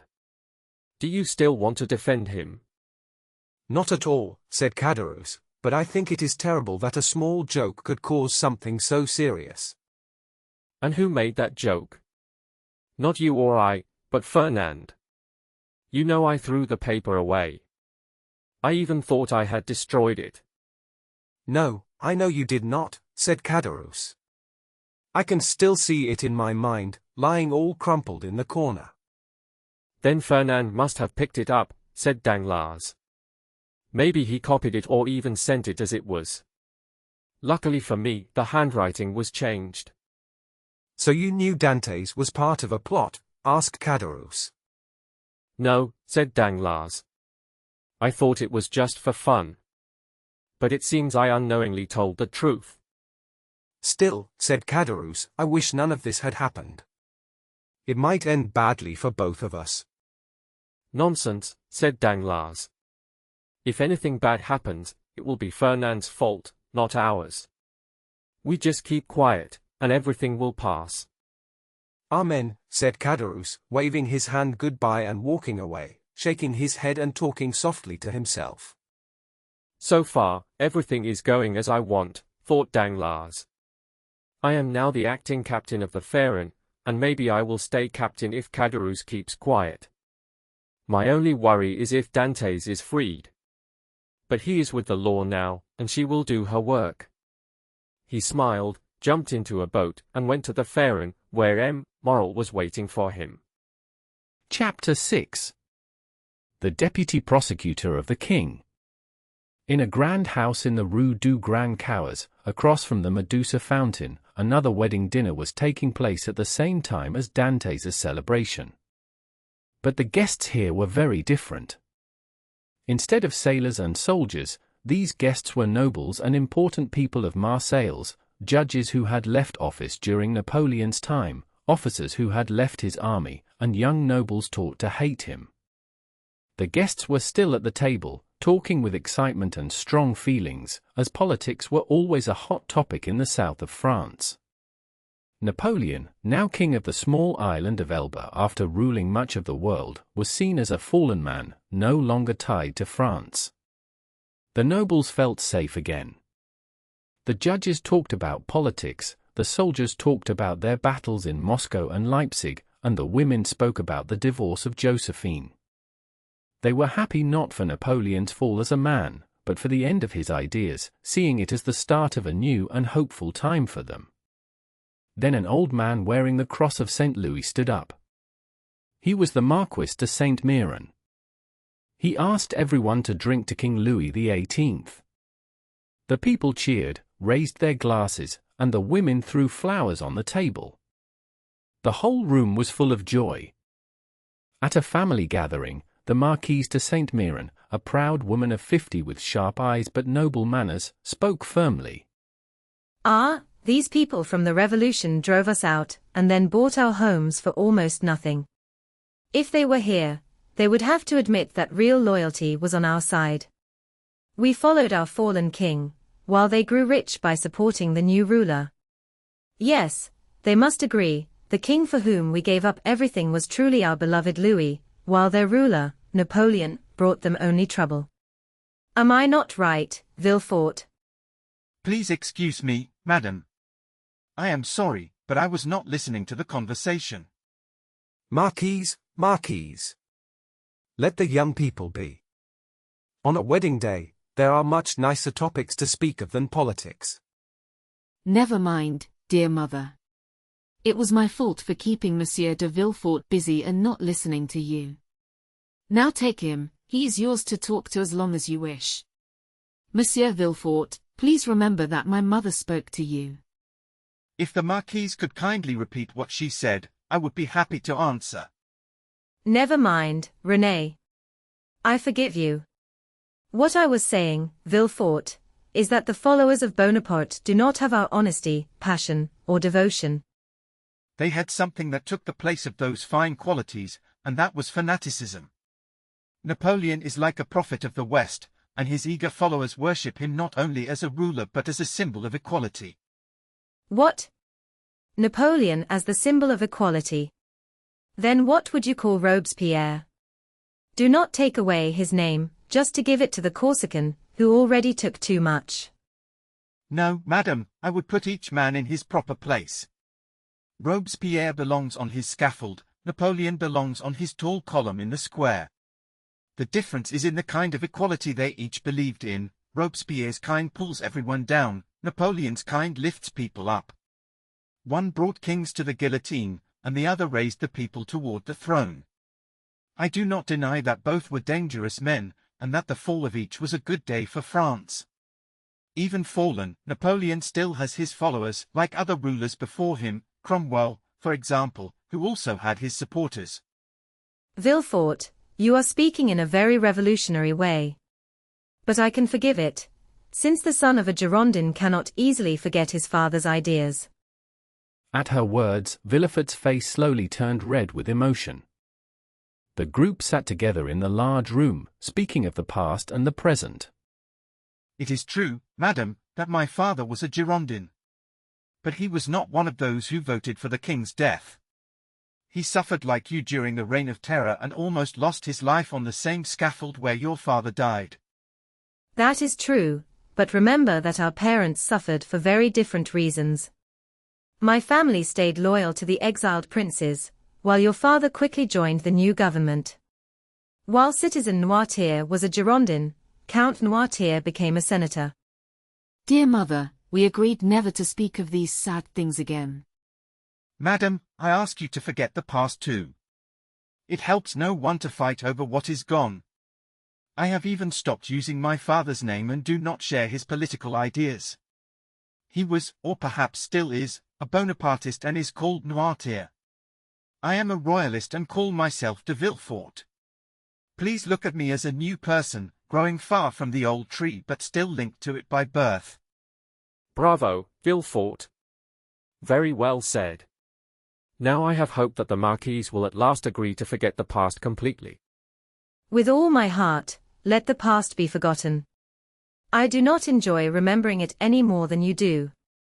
I only ask that Villefort stays firm in his loyalty to the king. Remember, Villefort, that we have promised the king your faithfulness. The king, trusting us, has chosen to forget your family's past, as I do now. But if you ever find someone plotting against the government, you must punish them strictly, because of your family's history. Alas, madam, my work and these troubled times force me to be strict. I have already led several trials and punished the guilty, but the danger is not gone yet. Do you really think so? Yes, madam. Napoleon, on the island of Elba, is too close to France. His presence gives hope to his followers. Marseilles is full of half-pay officers who keep fighting with the royalists for foolish reasons. This causes many duels and even murders. Have you heard that the Holy Alliance plans to remove him from there? Yes, they spoke about it when we left Paris. Do you know where they plan to send him? To St. Helena. Where is that place? It is an island on the other side of the equator, more than 2,000 leagues from here. Good, that is better. As Villefort says, It was a mistake to leave such a man so close to Corsica and Italy, where his family still holds power. Sadly, the treaties of 1814 do not allow us to touch him without breaking those agreements. Then we shall find another way. The group was speaking about laws and rulers. There were no problems with treaties when they decided to harm the poor Duke d'Enghien. Well, it seems that with the help of the Holy Alliance, we will finally be free of Napoleon. We must rely on Monsieur de Villefort to clear Marseilles of his followers. The king must be a real king. If he is accepted as the ruler of France, he should live in peace and safety. This will happen best if we use strong officers to stop any kind of plot or danger. Sadly, madam, the law can only act when something bad has already happened. Then he must try to fix the problem afterward. Often, madam, the law cannot fix it. All it can do is punish the person who did the wrong thing. Oh, Monsieur de Villefort, please try to start an interesting trial while we stay in Marseilles. I have never been inside a courtroom. I hear it is very exciting. Exciting, yes, but also very real. In a theatre, you cry for a story that is not true. In a courtroom, you see true sadness and fear. The prisoner you see is not an actor. He will not go home for dinner after the trial. He will go back to prison and maybe face execution. So think well if you can watch such things calmly. But if a chance comes, I will invite you to see one. Oh, Monsieur de Villefort, that is terrible. Do you not see that you are frightening us? What can I do? It is like a duel. I have already given sentence of death 5 or 6 times to men who tried to plot against the state. Who knows how many of them may want revenge? Heavens, Monsieur de Villefort, you cannot be serious. I am serious, mademoiselle. And in the trial that the young lady wishes to see, the case would be even worse. Think of a soldier who fought for Napoleon. He learned to fight and kill without fear. Do you think such a man would hesitate to strike at someone he considers his enemy? Sometimes, I need to feel their anger to give my own words strength in court. I want to see them pale and troubled by my arguments, not smiling as if to mock me. That is the pride of my work. René let out a quiet cry. One of the guests laughed and said with energy that Villefort spoke very well. Bravo! That is the way to speak. Yes, just the kind of man we need in times like these. The group spoke happily together at the dinner table. They talked about the latest case that Villefort had finished. What a great case your last one was, my dear Villefort. I mean the trial of the man who killed his own father. You made him guilty even before the officer could touch him. Oh, for such evil people, it does not matter what happens to them. But I feel sad for those poor people punished only for being part of political troubles. René, that is the worst crime of all. The king is like the father of his people. Anyone who plans harm against him is like one who hurts a parent of millions. I do not know about that. But de Villefort, you promised me you would be kind to those I ask mercy for, did you not? Do not worry, dear René. You and I will always talk before I make my decisions. My love, you should care for your doves and your embroidery. But you should not get involved in things you do not understand. Today the military is quiet, and the judge's robe is the true honor. There is a wise Latin saying about this. Sedent arma toga, said Villefort with a small bow. I cannot speak Latin, said the Marquise. Well, Villefort, I still wish you had chosen another job, like being a doctor. I always feel afraid when I think about someone who must destroy. Dear, kind René, whispered Villefort softly, looking at her with love in his eyes. Let us hope, my child, said the Marquis, that M. de Villefort will be the doctor for our province, healing it with good moral and political care. Then he will have done something great. And that may help people forget about his father's past, added the Marquise. Madam, said Villefort with a gentle, sad smile. I already said that my father has, I hope, left his old mistakes behind. Now he supports religion and order strongly, maybe even more than I do. Because he must make up for his past, while I act from natural belief and loyalty. Villefort looked around the table to see how people liked his speech, just as he might look at judges in court. Do you know, my dear Villefort, said Count de Salvieux, that is exactly what I told the king's man at the palace the other day. I said that your marriage with Mademoiselle de Saint-Méran was a smart way to join different politics. The king himself heard us and said, Villefort is a young man of good mind and will do well in his work. He said he was happy you were to marry the daughter of the Marquis and Marquise de Saint-Méran, and that he would have advised it himself if the Marquis had not already asked for his blessing. The king spoke kindly of me? Asked Villefort, full of joy. I give you his exact words. And if the Marquis is honest, he will tell you that the king said the same to him 6 months ago, when he came to talk about your marriage. That is true, said the Marquis. I owe much to this good king. There is nothing I would not do to show my thanks. That is how it should be, said the Marquise. I like to see you so happy.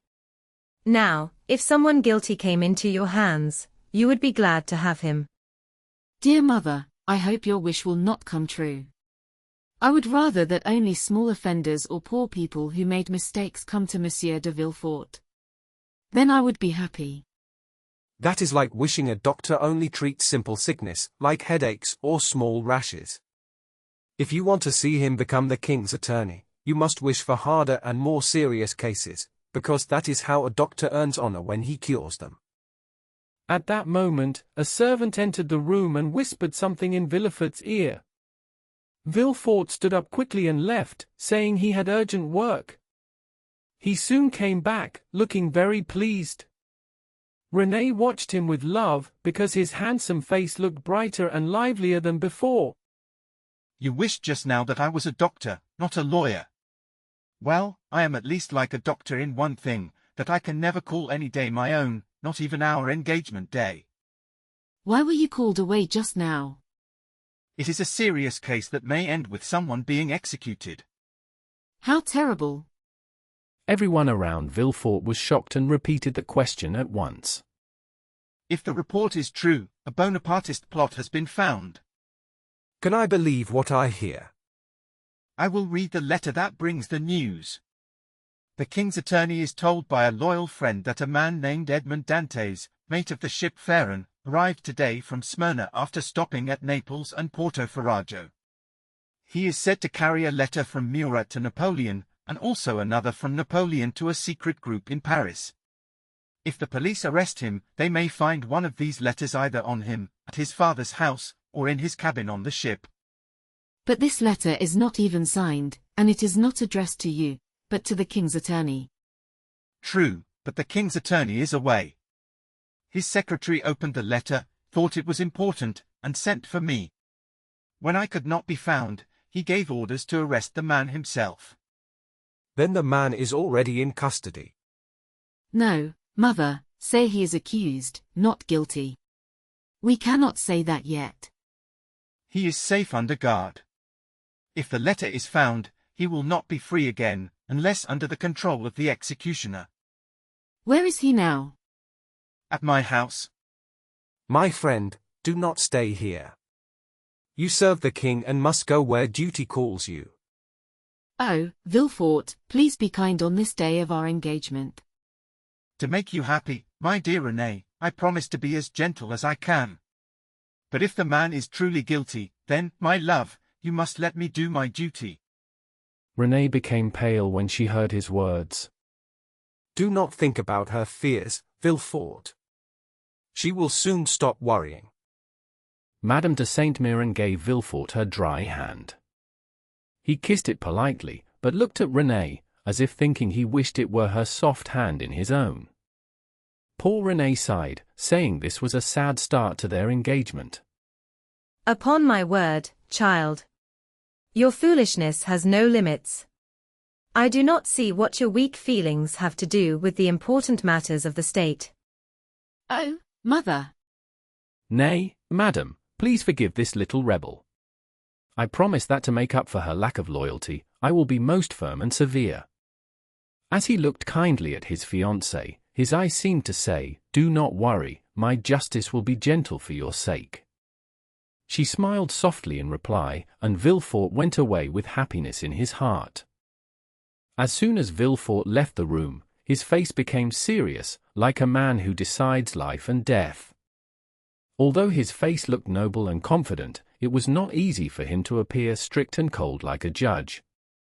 He remembered that his father's politics could harm his career if he was not very careful. Other than this worry, Gérard de Villefort felt very happy. He was already rich and had an important job even though he was only 27 years old. He was going to marry a young and charming woman whom he loved in a calm and reasonable way, as was proper for a lawyer of the king. Her family had great influence and could help his career. She would bring 50,000 crowns as a dowry, and later might inherit much more. Thinking of all this, Villefort felt very lucky, almost overwhelmed by his good fortune. At the door, he met the police officer who was waiting for him. Seeing the officer reminded him of his duty. He controlled his face again and said calmly, "I have read the letter, sir. You were right to arrest this man. Now tell me what you have learned about him and the conspiracy." We know nothing yet about the conspiracy, monsieur. All the papers we found are sealed and waiting on your desk. The prisoner's name is Edmond Dantès, the mate on the ship Pharaon, which trades cotton with Alexandria and Smyrna and belongs to Morel and son of Marseilles. Before he joined the merchant ships, did he serve in the navy? Oh no, monsieur, he is very young. How old is he? 19 or 20 at most. Just then, as Villefort reached the corner of the Rue d'Escancelles, a man came toward him. It was Monsieur Morel. Ah, Monsieur de Villefort, I am happy to see you. Your officers made a mistake, they arrested Edmond Dantès, the mate of my ship. I know it, monsieur. I am now going to question him. Oh, you do not know him as I do. He is honest, good, and the best sailor in the merchant service. Oh, Monsieur de Villefort, please be kind to him. Villefort belonged to the noble party of Marseilles, while Morel was from the common people. Villefort supported the king, Morel was suspected of favoring Napoleon. Villefort looked at him coldly and said, "You know, monsieur, a man may be good and honest in private life, and an excellent sailor, yet still be a political criminal, is that not true?" Villefort spoke with clear meaning, as if the words were aimed at Morel himself. His eyes seemed to read the heart of a man who asked help for another, but perhaps needed it for himself. Morel blushed, remembering his uncertain political beliefs and what Dantès had told him about meeting the marshal and the emperor. Still, he replied simply, with great feeling, "I beg you, Monsieur de Villefort, please be kind and fair as you always are, and let him return to us soon." The words "give him back to us" sounded somewhat rebellious to Villefort's ears. Villefort murmured to himself, wondering if Dantès was part of a secret group, since his protector spoke in the name of many people. He remembered that Dantès was arrested in a tavern with several others. Then he said that he would do his duty fairly, and if Dantès was innocent, justice would be served, but if he was guilty, an example must be made. Villefort reached the door of his home next to the Palais de Justice and entered. He gave a cold greeting to the ship owner Morel, who stood still in shock where Villefort had left him. Inside, many police and guards filled the room. In the middle stood Dantès, calm and smiling, though watched carefully. Villefort crossed the room, glanced at Dantès, took a packet from a guard, and said, "Bring in the prisoner." The short look gave Villefort an idea of Dantès. He saw intelligence in the young man's face, courage in his eyes, and honesty in his smile. Villefort's first thought was positive, but he reminded himself to be careful with first impressions. He hid his pity, made his face serious, and sat at his desk. Dantès then entered, pale but calm. He greeted Villefort politely and looked for a seat as if he were in his friend Morrel's house. Villefort watched him with a firm look that showed nothing of his own thoughts. "Who are you?" asked Villefort while turning over papers filled with reports about the prisoner. "My name is Edmond Dantès," answered the young man calmly. "I am the first mate of the ship Pharaon, which belongs to Messrs. Morrel and Son." "Your age?" asked Villefort. 19, replied Dantès. "What were you doing when you were arrested?" "I was at my wedding party, monsieur," said Dantès softly, his voice shaking a little because the memory of that happy day was so different from this moment. "At your wedding party?"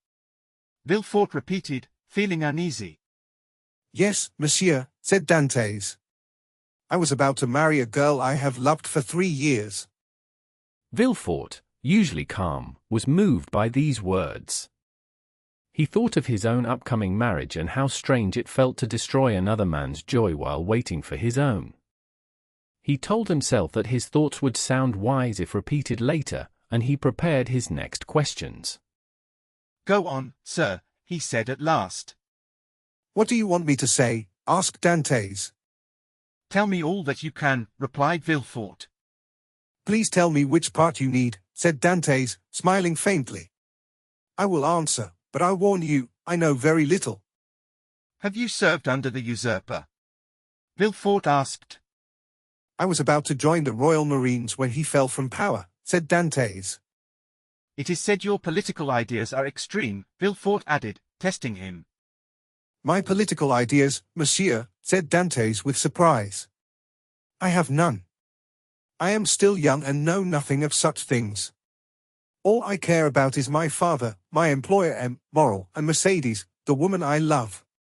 That is all I can tell you." Villefort watched Dantès' honest face and remembered the kind words his fiancée Renée had spoken, asking him to be gentle. He began to feel sure that the young man before him was truly innocent.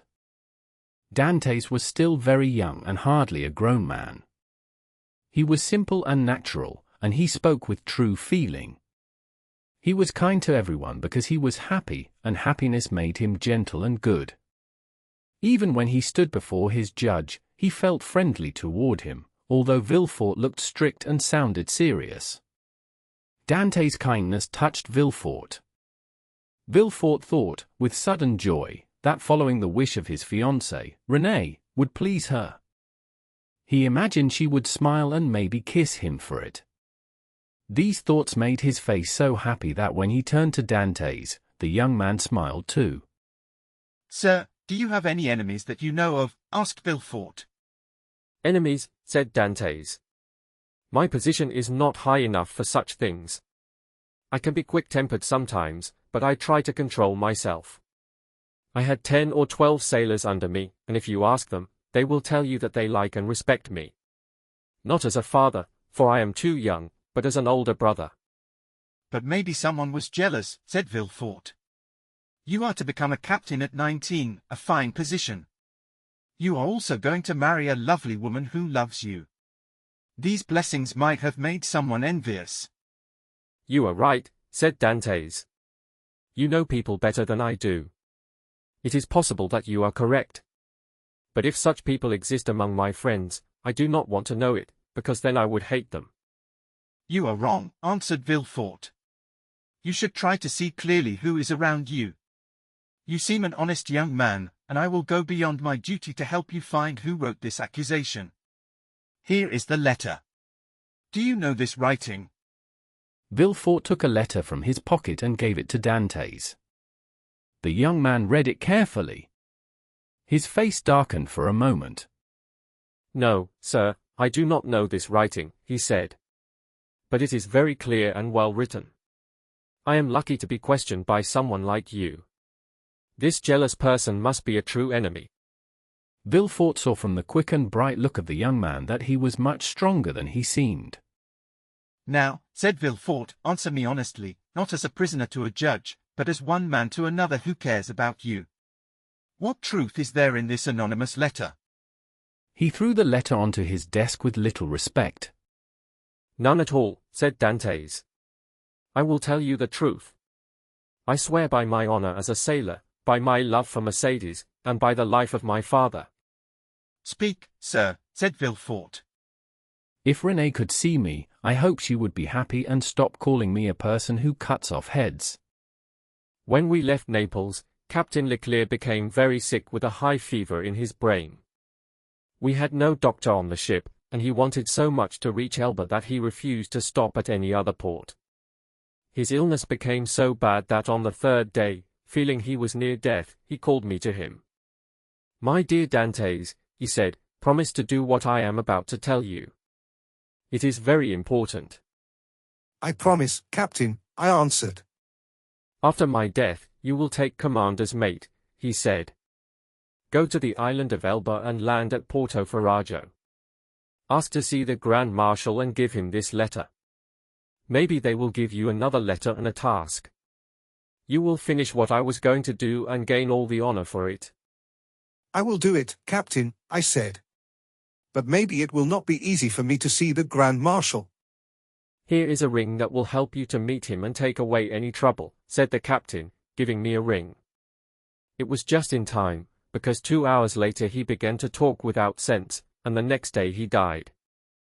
"And what did you do then?" asked the listener. "I did what I had to do and what anyone would do in my place," I said. "Everyone respects the last words of a dying person. For a sailor, the last words of his captain are orders. I sailed to the island of Elba and arrived the next day. I told my crew to stay on board, and I went on shore alone. It was hard to get to the Grand Marshal, but I sent him the ring from my captain, and I was let in at once. He asked me about Captain Leclerc's death. Then, as the captain said, he gave me a letter to carry to someone in Paris.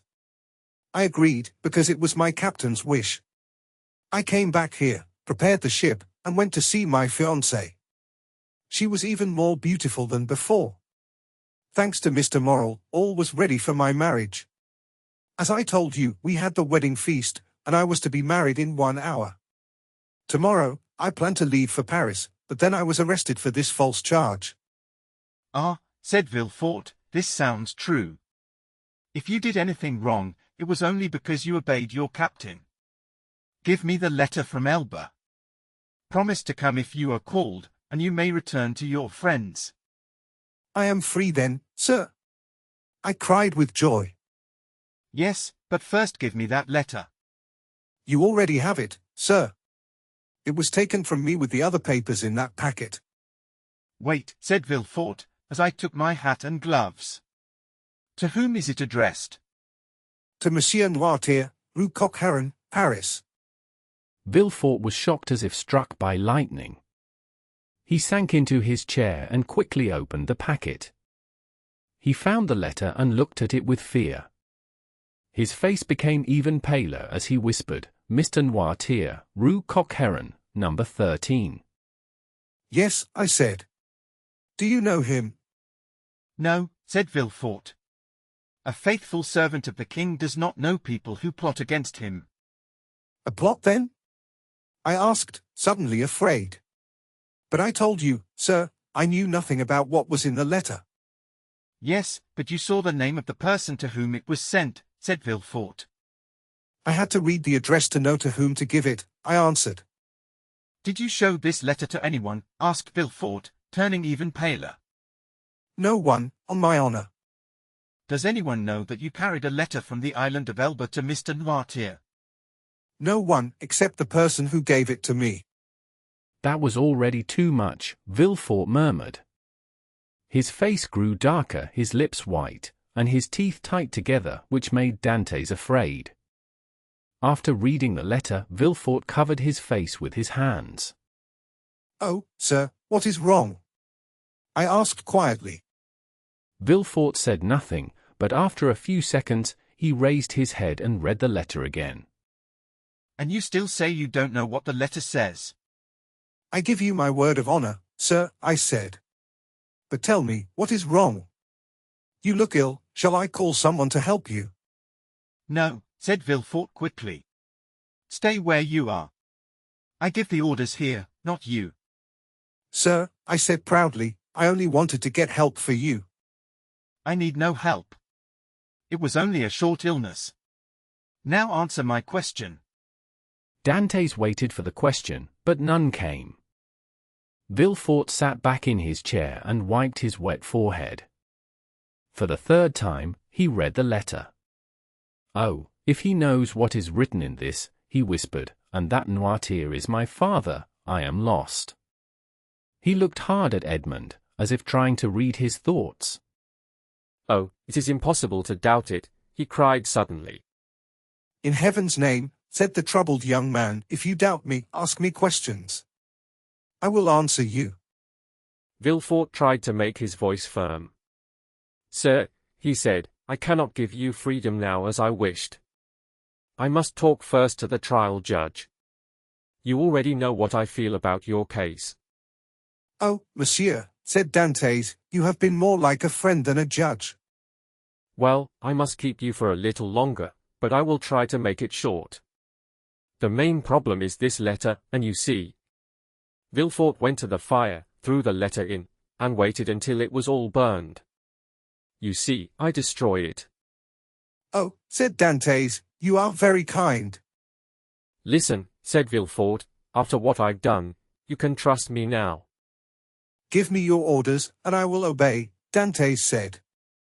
"This is not an order, but advice," said Villefort. Speak, and I will follow your advice, said Dantès.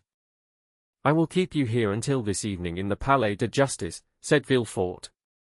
"If anyone else asks you questions, say what you said to me, but do not mention this letter." I promise, said Dantès. Villefort looked like the one asking for help, and Dantès was the one reassuring him. "You see," said Villefort, looking at the ashes of the letter, "only you and I know about it. If someone asks, deny it. Deny it without fear, and you will be safe." Do not worry. I will deny it, said Dantès. "It was the only letter you had." It was, said Dantès. "Swear it," said Villefort. I swear it, said Dantès. Villefort rang the bell. A police officer entered, and Villefort whispered to him. The man nodded. "Follow him," said Villefort. Dantès saluted Villefort and left. When the door closed, Villefort fell weakly into his chair. "Oh, if the main judge had been in Marseilles, I would have been destroyed," he said softly. "This terrible letter would have ended all my hopes. Father, why must your past always harm me?" Suddenly a light came into his eyes, and a small smile appeared on his lips. "This will work," he said. "The letter that could have ruined me will now make me successful. Now I must go and continue my duties." After checking that Dantès was gone, Villefort hurried to his fiancée's house. Chapter 8. The Château d'If. The police officer walked through the entry hall and signaled 2 guards. They took places on each side of Dantès. A door leading from the Palais de Justice opened, and they entered long, dark corridors.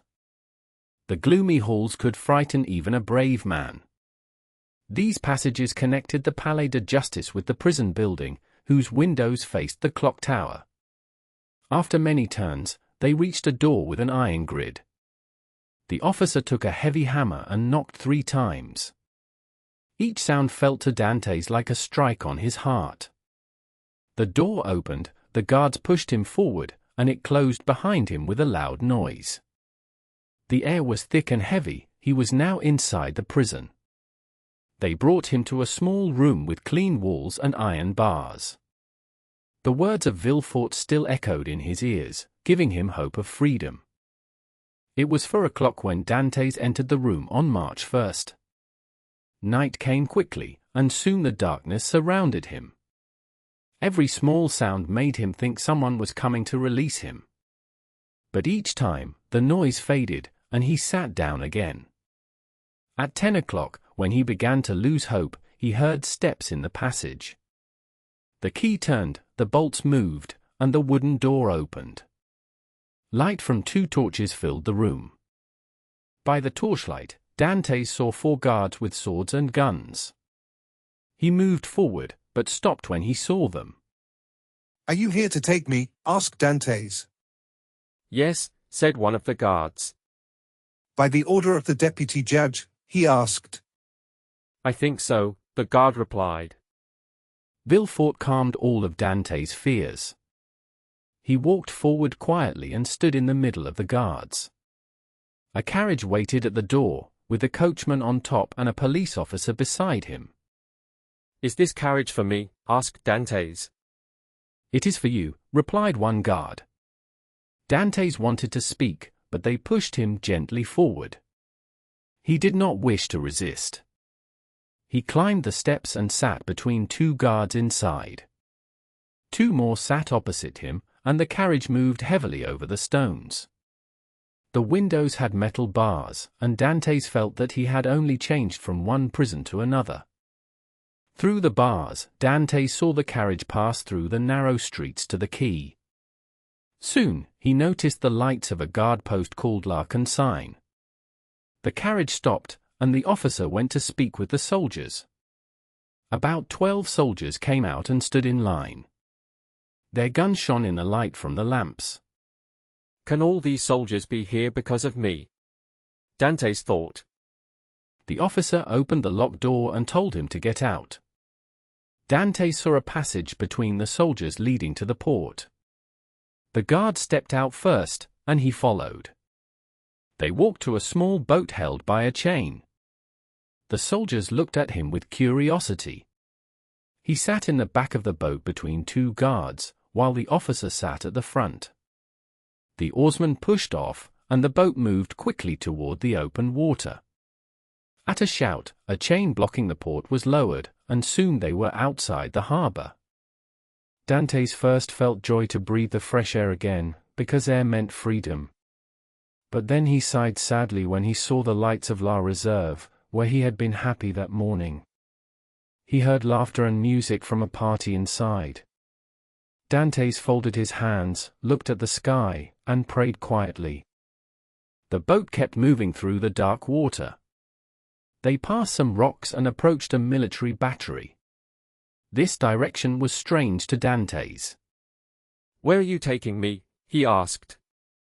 You will soon know, said one guard. But still. We cannot tell you anything, another answered.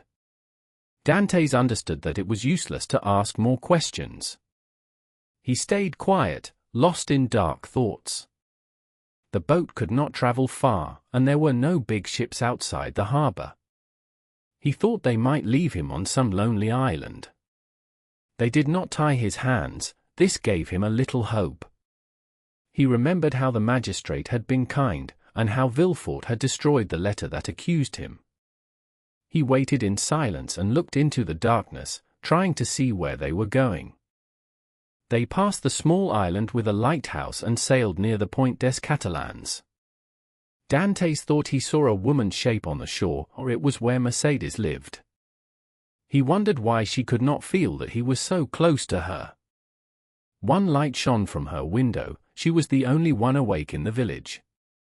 Dantès wanted to call out to her, but he stopped himself. He stayed silent and only looked at the light in her window. The boat moved on, and soon a small hill hid the light. Then Dantès saw that they were out at sea.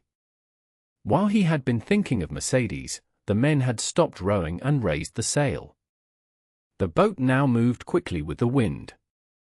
Dantès did not want to speak to the guards, but he turned to the one closest to him and took his hand. Comrade, I beg you as a Christian and a soldier, tell me where we are going. I am Captain Dantès, a loyal Frenchman, though they say I betrayed my country. Tell me where you are taking me, and I promise I will accept my fate. The guard looked at his companion, who nodded as if to say, it is no harm to tell him. You are from Marseilles and a sailor, and you do not know where we are going? On my honor, I have no idea. Have you really no idea? None at all. That is impossible. I swear it is true. Please tell me. But my orders. Your orders do not stop you from telling me what I will know soon anyway. You can see I cannot escape, even if I wanted to. If you are not blind, or if you have ever been outside the harbor, you should know. I do not know. Then look around you. Dante stood up and looked forward. He saw, very near, a dark rock that rose high from the sea. On top stood the Château d'If. The sight made him cold inside. It looked to him like a prison for the condemned. The Château d'If? Why are we going there? The guard smiled. I am not going there to be imprisoned. It is only for political prisoners. I have done nothing wrong. Are there judges at the Château d'If? There are only a governor, soldiers, turnkeys, and thick walls. Come now, do not look so shocked, or I will think you are making fun of me. Dante squeezed the guard's hand tightly. You think, then, that I am taken there to be a prisoner? It is likely, but do not press my hand so hard. Without any real trial? All the steps are done, the trial has already happened. And what about M. de Villefort's promises? I do not know what he promised you, but I know we must take you to the Château d'If. But what are you doing? Help, comrades, help. Dante suddenly jumped forward to try to throw himself into the sea. But for strong arms caught him before he could escape. He fell back, full of anger. Good. So this is how you keep your word as a sailor. Believe polite gentlemen again. Listen, I broke my first order, but I will not break the second. If you move again, I will shoot you. The guard pointed his gun at Dante's, who could feel the cold metal at his temple. For a moment Dantes thought about fighting back and ending it all, but he remembered Villefort's promise. Death here in the boat felt too terrible. He stayed still but clenched his teeth and fists in anger. The boat suddenly stopped hard against the shore. One sailor jumped out, and Dantes heard the sound of a rope pulling through a pulley. He knew their journey was finished and the boat was tied. The guards grabbed his arms and coat, pulled him up, and forced him to walk toward the steps leading to the gate of the fortress. A police officer with a gun followed behind. Dantes did not fight. He moved like a man in a dream. He saw soldiers standing on the path. He felt his feet going upstairs. He entered a doorway and heard it close behind him. All of this seemed distant, like through a thick mist. He did not even notice the huge sea behind him, the sea that would now keep him from freedom forever. They stopped for a short time. Dantes looked around. He was in a yard with high walls. He heard soldiers walking with heavy steps. Their guns shone when they passed the light. They waited about 10 minutes. When the guard saw he could not run, they let go of him. They stood waiting for orders. Soon a voice spoke. "Where is the prisoner?" "Here." "Let him follow me, I will take him to his cell." "Go." The guards pushed Dantes forward. The prisoner followed his guide down to a small room under the ground. The walls were bare and smelled damp, as if many people had cried there before. A weak lamp on a stool gave little light and showed Dantes the face of the man leading him, a poor and unfriendly jailer. "Here is your room for tonight. It is late, and the governor is asleep. Maybe tomorrow he will move you. For now, you have bread, water, and clean straw. That is all a prisoner can ask for. Good night." Before Dantes could say anything or even see where the jailer put the food or water, the man left, taking the lamp with him and closing the door. Only the dark image of the wet wall stayed in Dantes's mind. He was alone, in silence and darkness, the cold air touching his hot head. At dawn, the jailer came back with orders to leave Dantes where he was. He found Dantes in the same place, his eyes swollen from crying. He had stood all night without sleep. "Have you not slept?" I do not know. "Are you hungry?" I do not know. "Do you want anything?" I want to see the governor. The jailer shrugged and left. Dantes looked at the doorway and stretched his hands toward it, but it closed again. Then all his feelings broke out. He fell on the ground, crying hard, asking himself what crime he could have done to deserve this. The day passed like that. He ate almost nothing and walked again and again around the cell like a trapped animal. One thought hurt him most. On the way here, he had sat quietly, but he could have jumped into the sea many times and swum to the shore. He could have hidden until a ship from Genoa or Spain came and then escaped to Spain or Italy, where Mercedes and his father could have joined him. He was not afraid of life outside. Good sailors are welcome everywhere. He spoke Italian and Spanish well. He could have been free and happy with them, but now he was locked in the Chateau d'If, that strong prison, not knowing what would happen to his father or to Mercedes. And all this because he had trusted Villefort's promise. The thought made him wild, and he threw himself down hard on his straw bed. The next morning, at the same hour, the jailer came again. "Well, you calmer today?" I want to see the governor. "I told you, it is impossible." Why not? "Because it is against the prison rules, and prisoners must not even ask for it." What can a prisoner ask for, then? "Better food if you can pay, some books, and permission to walk a little." I do not want books. I am fine with my food, and I do not want to walk. I only wish to see the governor. "If you keep saying that, I will stop bringing you food." Then I will die of hunger. That is all. The jailer heard in his voice that Dantès did not care if he died.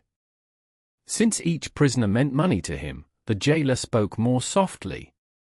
"What you ask is impossible, but if you behave well, you may walk a little, and maybe one day you will meet the governor.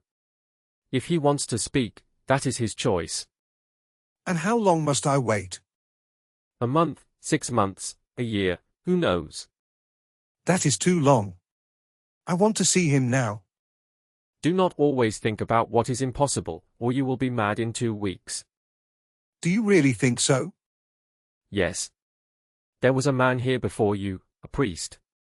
He always offered the governor 1,000,000 francs for his freedom, and he went mad." How long has he been gone? 2 years. Was he freed? "No, he was locked away in another cell, much worse." Listen. Dantès looked at the jailer and said he was not a priest and not crazy. He said he might become so, but for now he was not. He then said he had another offer to make. "What is that?" Dantès replied that he did not offer 1,000,000 because he did not have it. But he would give the jailer 100 crowns if, when he next went to Marseilles, he would find a young woman named Mercedes in the Catalans and give her 2 short lines from him. "If I did that and got caught, I would lose my job. It gives me 2,000 francs a year. I would be very foolish to risk that for 300. "Then listen to me," said Dantès. "If you refuse even to tell Mercedes that I am here, one day I will hide behind the door, and when you come in, I will strike you with this stool." "Threats? You are going crazy," cried the jailer, stepping back. "The abbé began like you. In 3 days, you will be like him, mad enough to tie up. But luckily, there are dungeons here." Dantès raised the stool above his head. All right," said the jailer. "I will send word to the governor."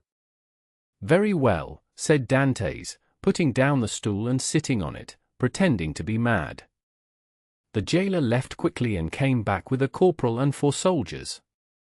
The jailer said it was by the governor's orders that they take the prisoner below. "To the dungeon," said the corporal.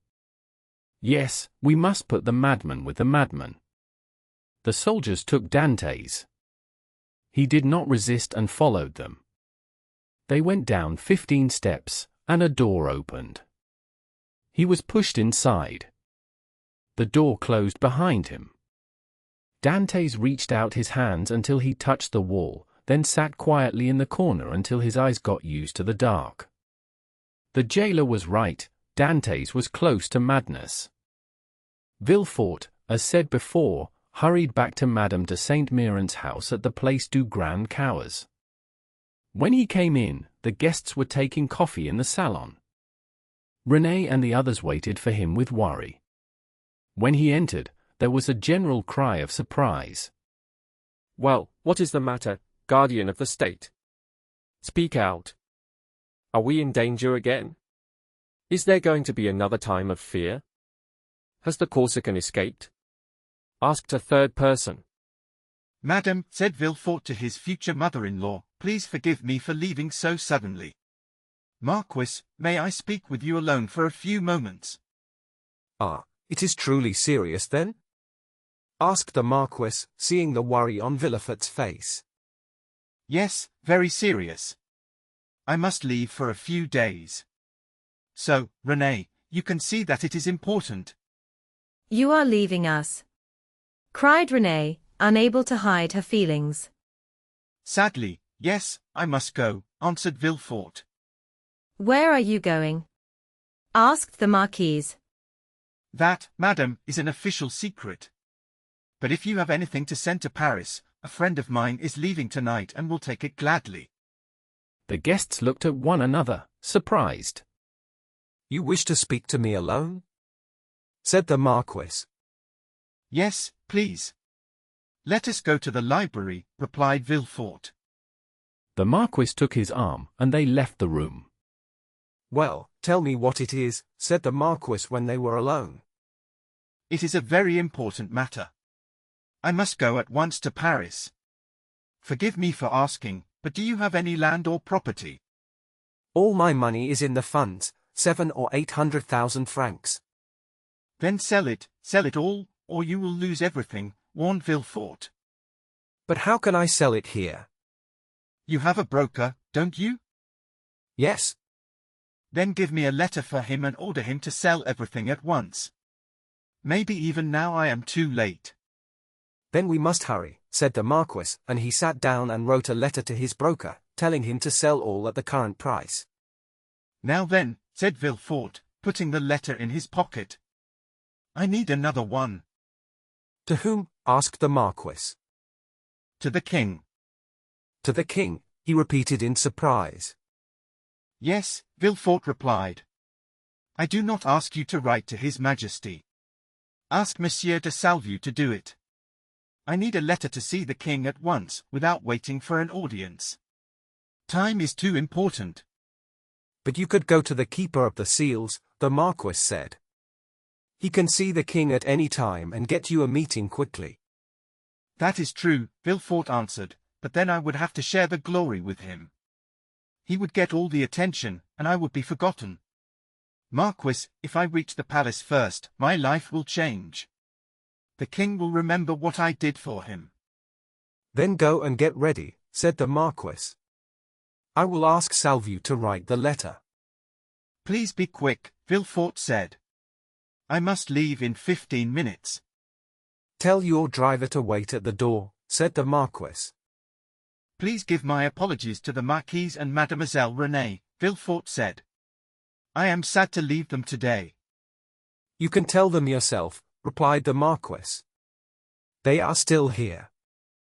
Thank you very much, Villefort said. Now, for the letter. The Marquis rang the bell. A servant came in. He said, Tell the Comte de Salvieux that I wish to see him. Now go, the Marquis said to Villefort. I will return in a few moments. Villefort left the room quickly, but soon slowed down. He thought that if people saw him running, they would think something strange was happening. When he reached his door, someone was waiting in the shadows. It was Mercedes. She had heard no news of her lover and came quietly to ask about him.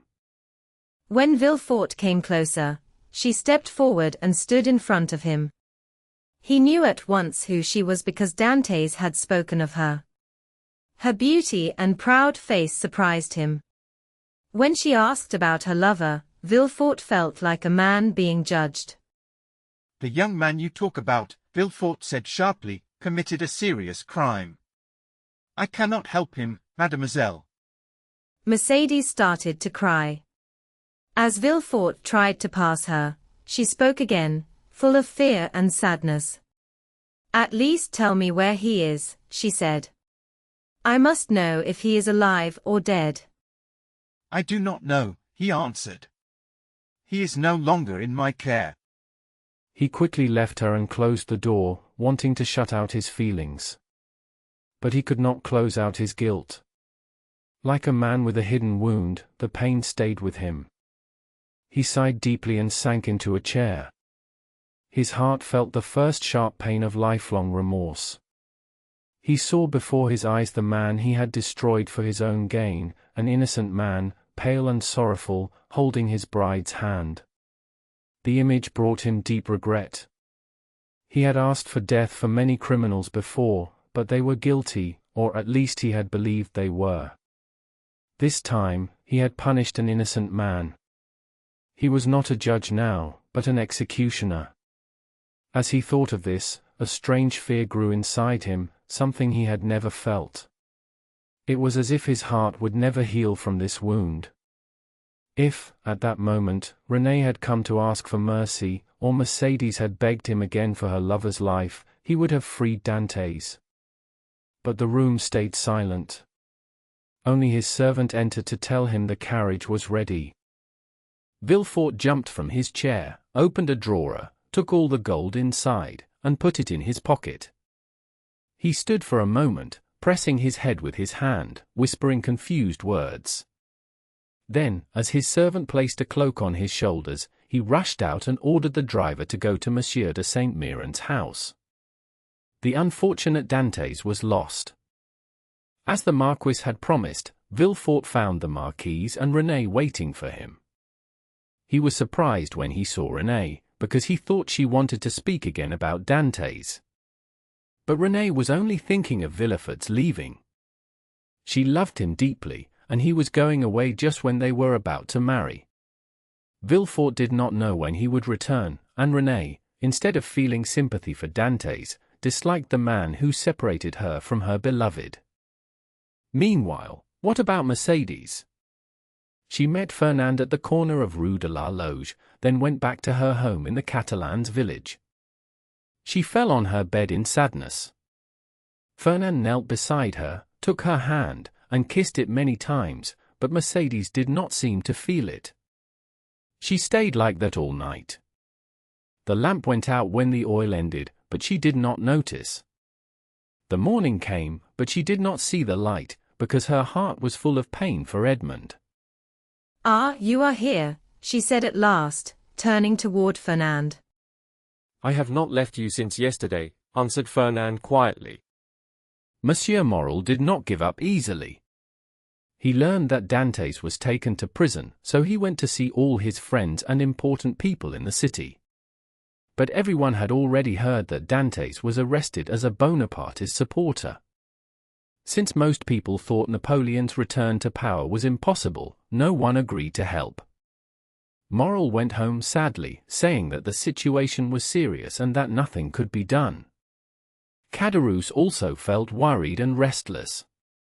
Yet, instead of helping Dantès, he sat alone with 2 bottles of black-currant brandy, trying to forget everything. He failed, became drunk, but not enough to forget completely.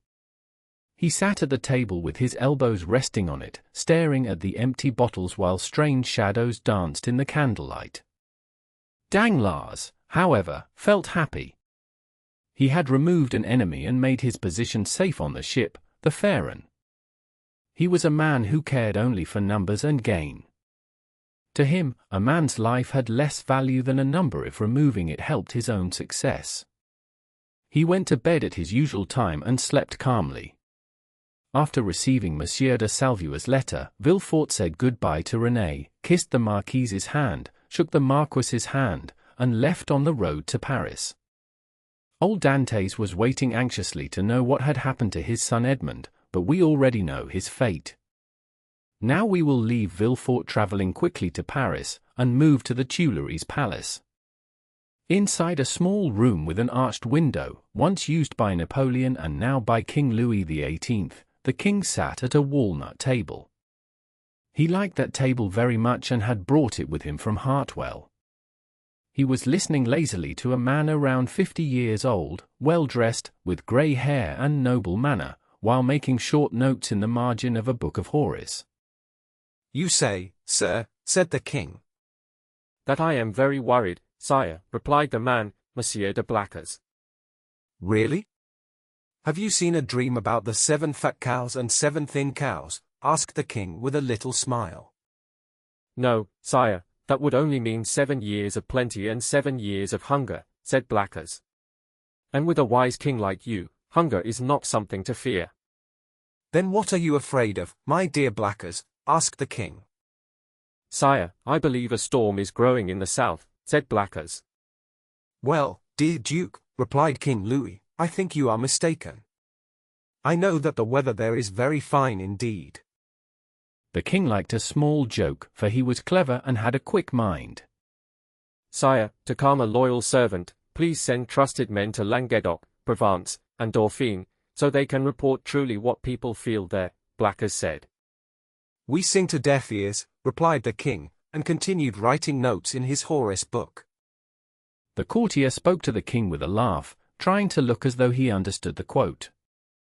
Your Majesty may be right to trust the good feelings of France, he said, but I am also right to fear a dangerous plan.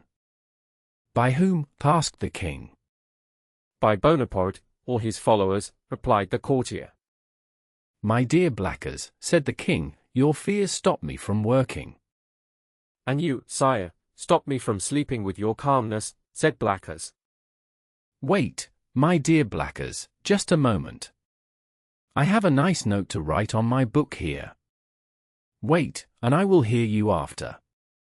The king paused, wrote a short note in the margin of his book, then looked at the Duke and said, Go on, my dear Duke, I am listening.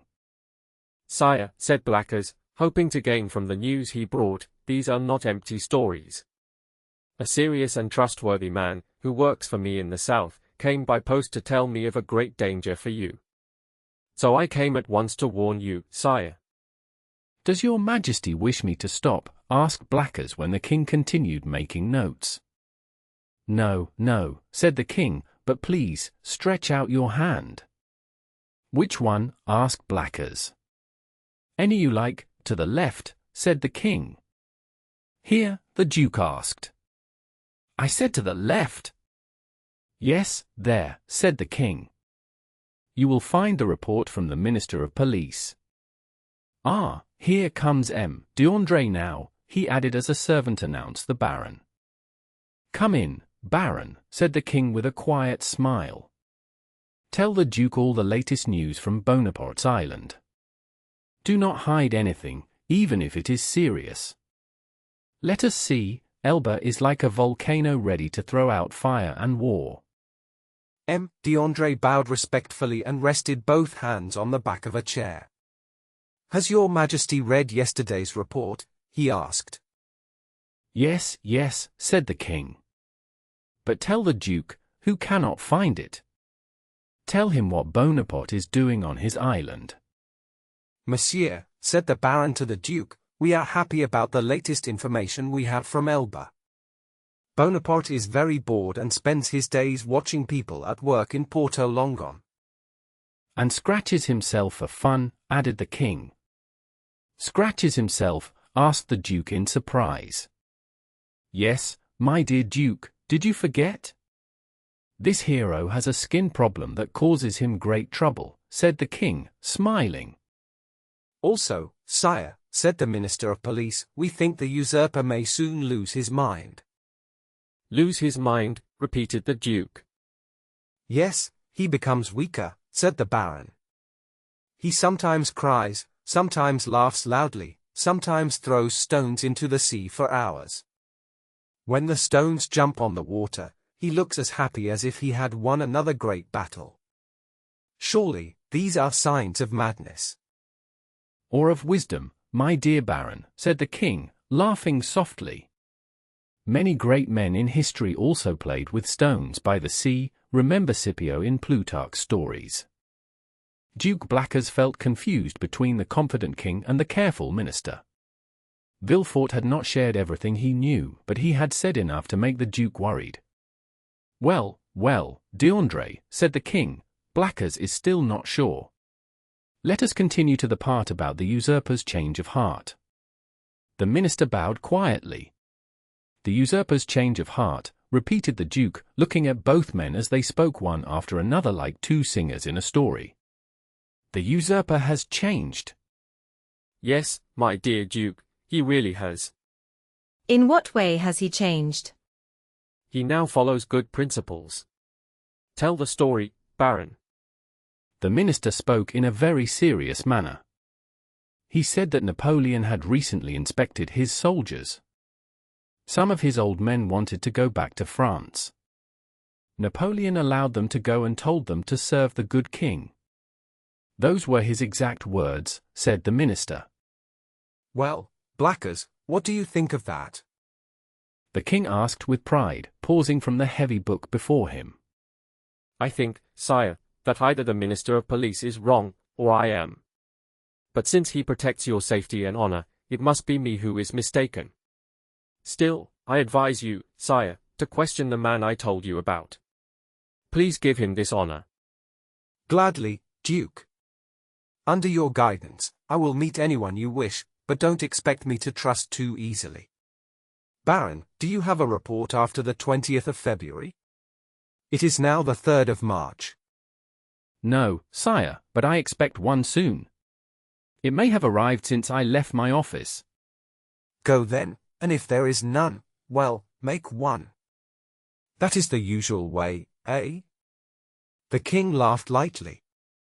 Oh, sire, we do not need to make up news. Every day we receive many detailed accusations from people hoping to gain rewards for services they have not done. They hope luck will make their guesses true. Very well.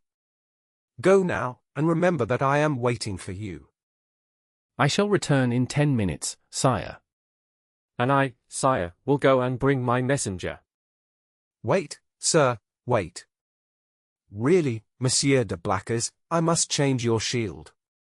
I will put on it an eagle holding a prey that tries to escape, with the word, tenax, meaning holding fast. Sire, I listen, said de Blackers impatiently. I want your help with this line about a deer escaping from a wolf. You are a hunter, you not? What do you think of it? It is fine, sire, but my messenger is like that poor deer.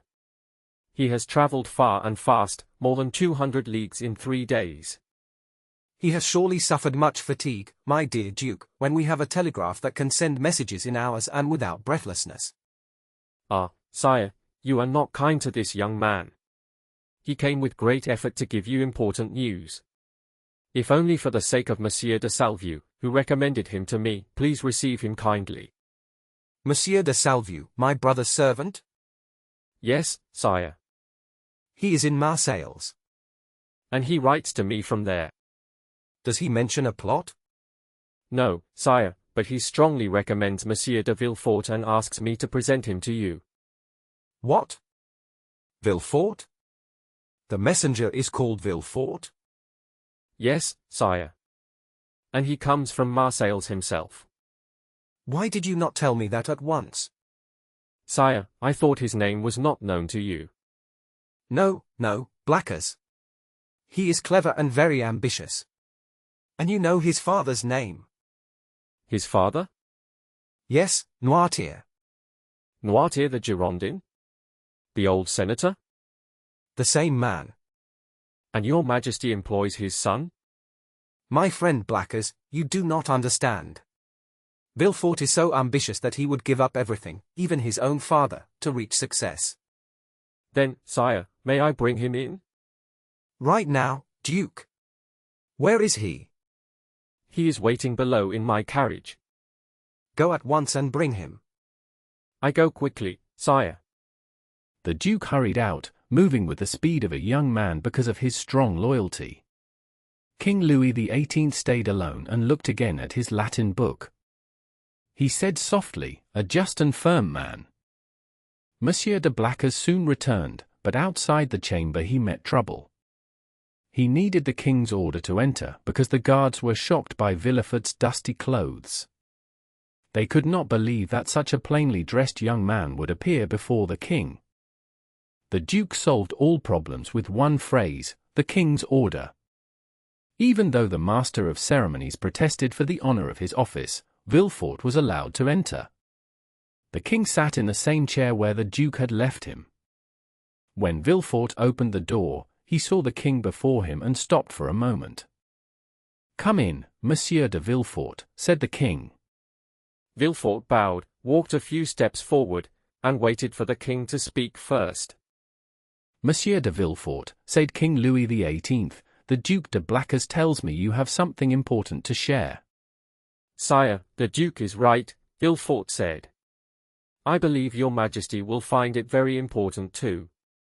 The king looked serious. First of all, he asked, "Do you think this news is as bad as people say?" "Sire, I think it is very urgent," said Villefort, "but I hope that because I acted quickly, it can still be stopped." "Speak freely," said the king.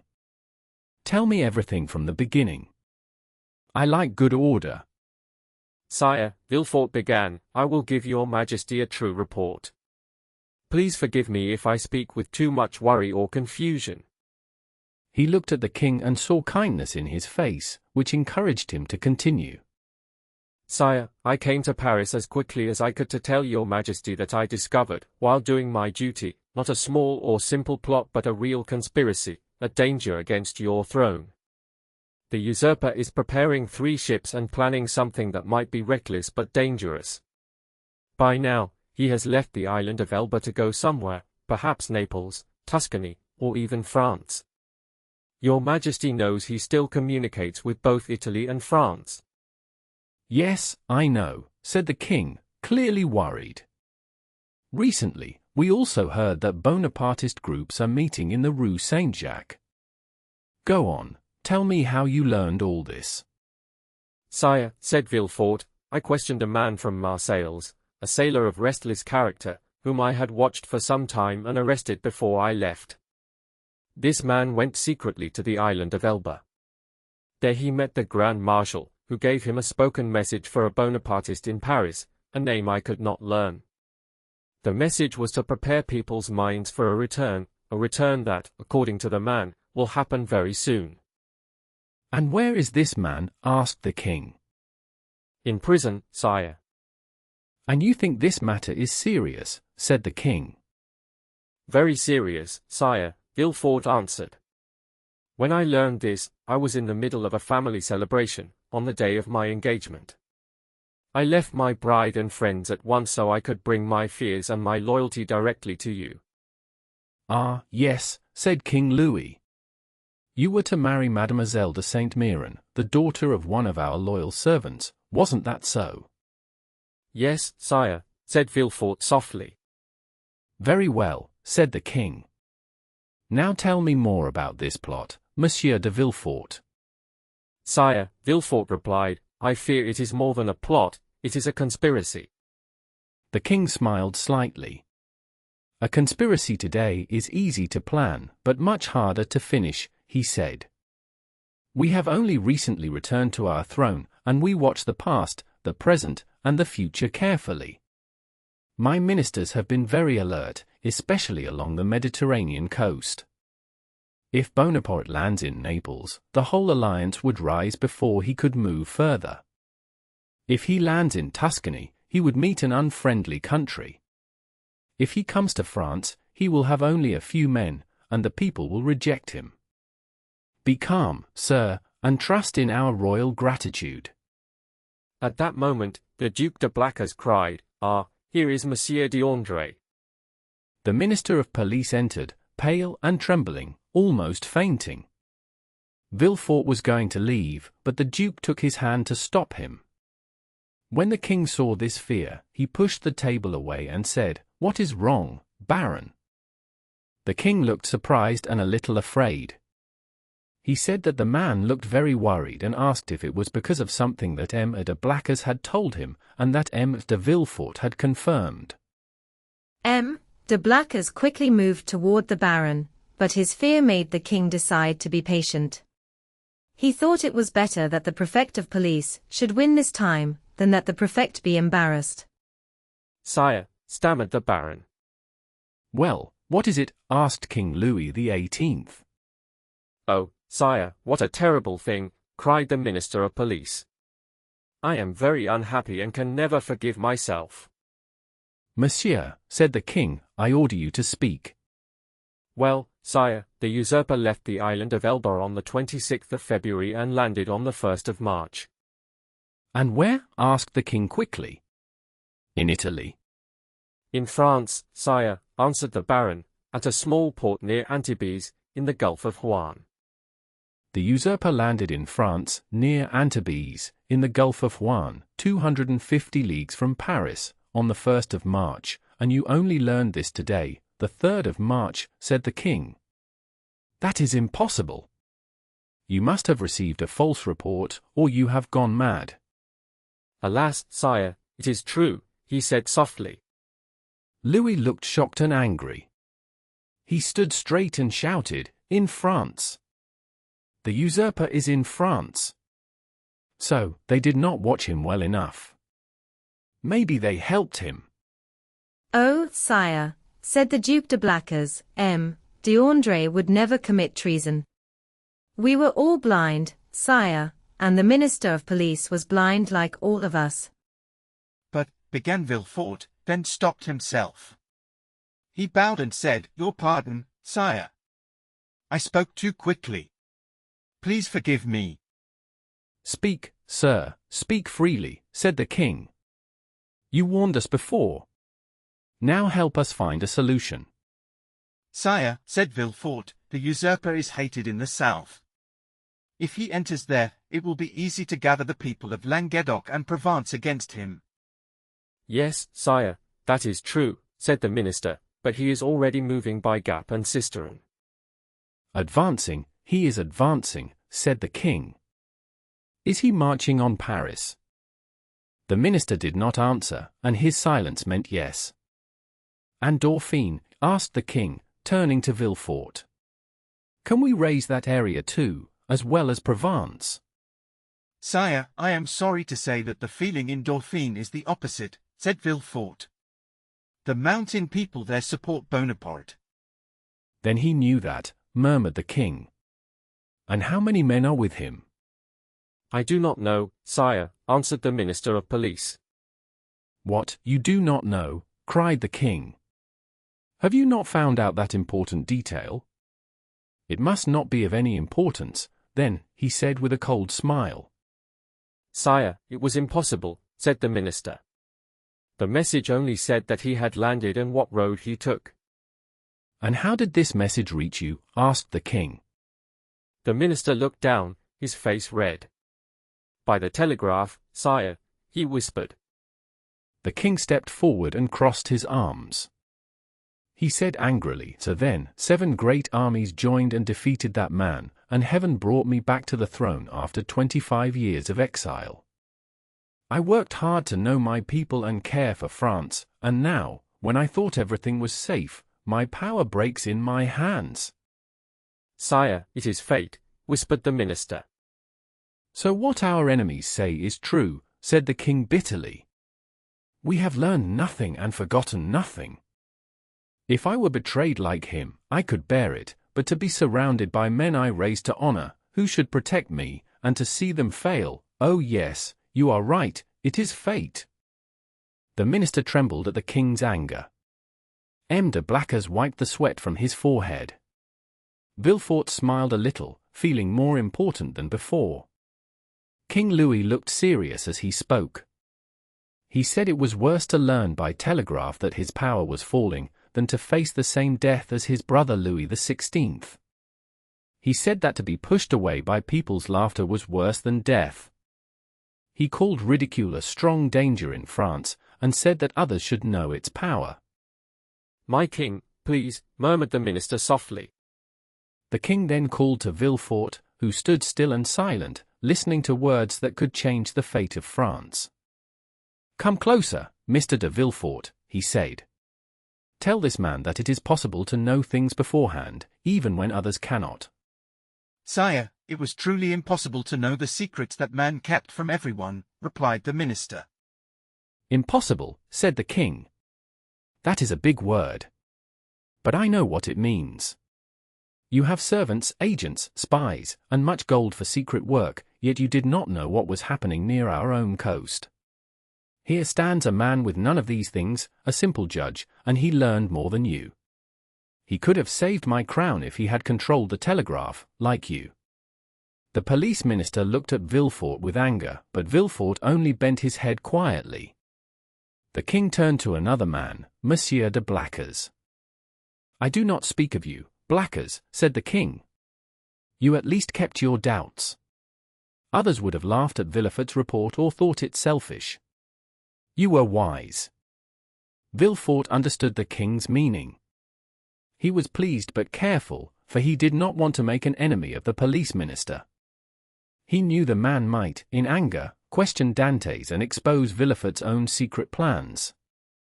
So Villefort decided to help the minister instead of hurting him further. Sire, Villefort said, this quick event shows that all is in the hands of fate. I was only lucky and tried to serve your majesty well. Please do not believe I am wiser than I am, so that you may never need to change your opinion of me. The minister of police gave a thankful look, and Villefort knew his plan had worked. He had the king's favor but also the minister as a new friend. Good, said the king. Now, gentlemen, Blacas and the minister, I need you no more. The next matter is for the minister of war. Sire, said Monsieur de Blacas, we can trust the army. All reports show they are loyal to you. Do not talk to me of reports, said the king. I now know what trust to give them. Still, speaking of reports, what news have you, Baron, about the matter in the Rue Saint-Jacques? The affair in the Rue Saint-Jacques, cried Villefort, surprised, then bowed. Pardon me, sire, my loyalty made me forget the rules of proper speech. Go on, sir, said the king. Today you have earned that right. Sire, said the minister of police, I came to report new facts about that case, but your attention was taken by the terrible event at the Gulf. Now these facts may no longer seem important. On the contrary, said King Louis. This matter connects to the one before it. The death of General Quesnel may lead us to the truth about a great plot within France. At the name of General Quesnel, Villefort began to tremble. The minister of police said, everything shows, sire, that the general's death was not a suicide, but a murder. He explained that General Quesnel had just left a Bonapartist club before he disappeared. That morning, an unknown man had met him and asked to see him again in the Rue Saint-Jacques. The valet, who was fixing the general's hair when the man came in, heard the name of the street but not the house number. While the minister spoke to the king, Villefort turned red and pale again and again, listening carefully to every word. The king looked at him. Do you not agree, Monsieur de Villefort, that General Quesnel, who seemed to support the usurper but was truly loyal to me, has died because of a Bonapartist attack? The king asked. It is possible, sire, Villefort said calmly. But is that all the information? They are looking for the man who set the meeting, said the minister. Looking for him? Asked Villefort in surprise. Yes, replied the minister. The servant described him as a man between 50 and 52, dark, with black eyes, thick eyebrows, and a large moustache. He wore a blue coat closed up to the neck and had a red badge at his buttonhole. Yesterday, someone who looked like him was followed, but officers lost him near the Rue de la Jussienne. Villefort leaned on a chair, because as the minister continued, his legs felt weak under him. When he heard that the man had escaped, he felt some relief. Continue searching for that man, said the king to the minister. If, as I believe, General Quesnel has been killed, those who did it will be severely punished. Villefort tried hard not to show his fear from those words. Then the king added with an annoyed tone, how strange it is that the police think their job done when they can only say, a murder happened, or, we are following the guilty. Sire, I hope your majesty will soon be satisfied with the results, said the minister politely. We shall see, said the king. I will not keep you, Monsieur de Villefort, because you must be tired after your long travel. Go and rest. Of course, you stayed with your father. Villefort felt faint but answered, No, sire, I went to the Hotel de Madrid in the Rue de Tournon. But have you seen him? Asked the king. Sire, I first went to the Duc de Blacas, said Villefort. But you will see him soon. I think not, sire. Ah, I forgot, said the king with a soft smile.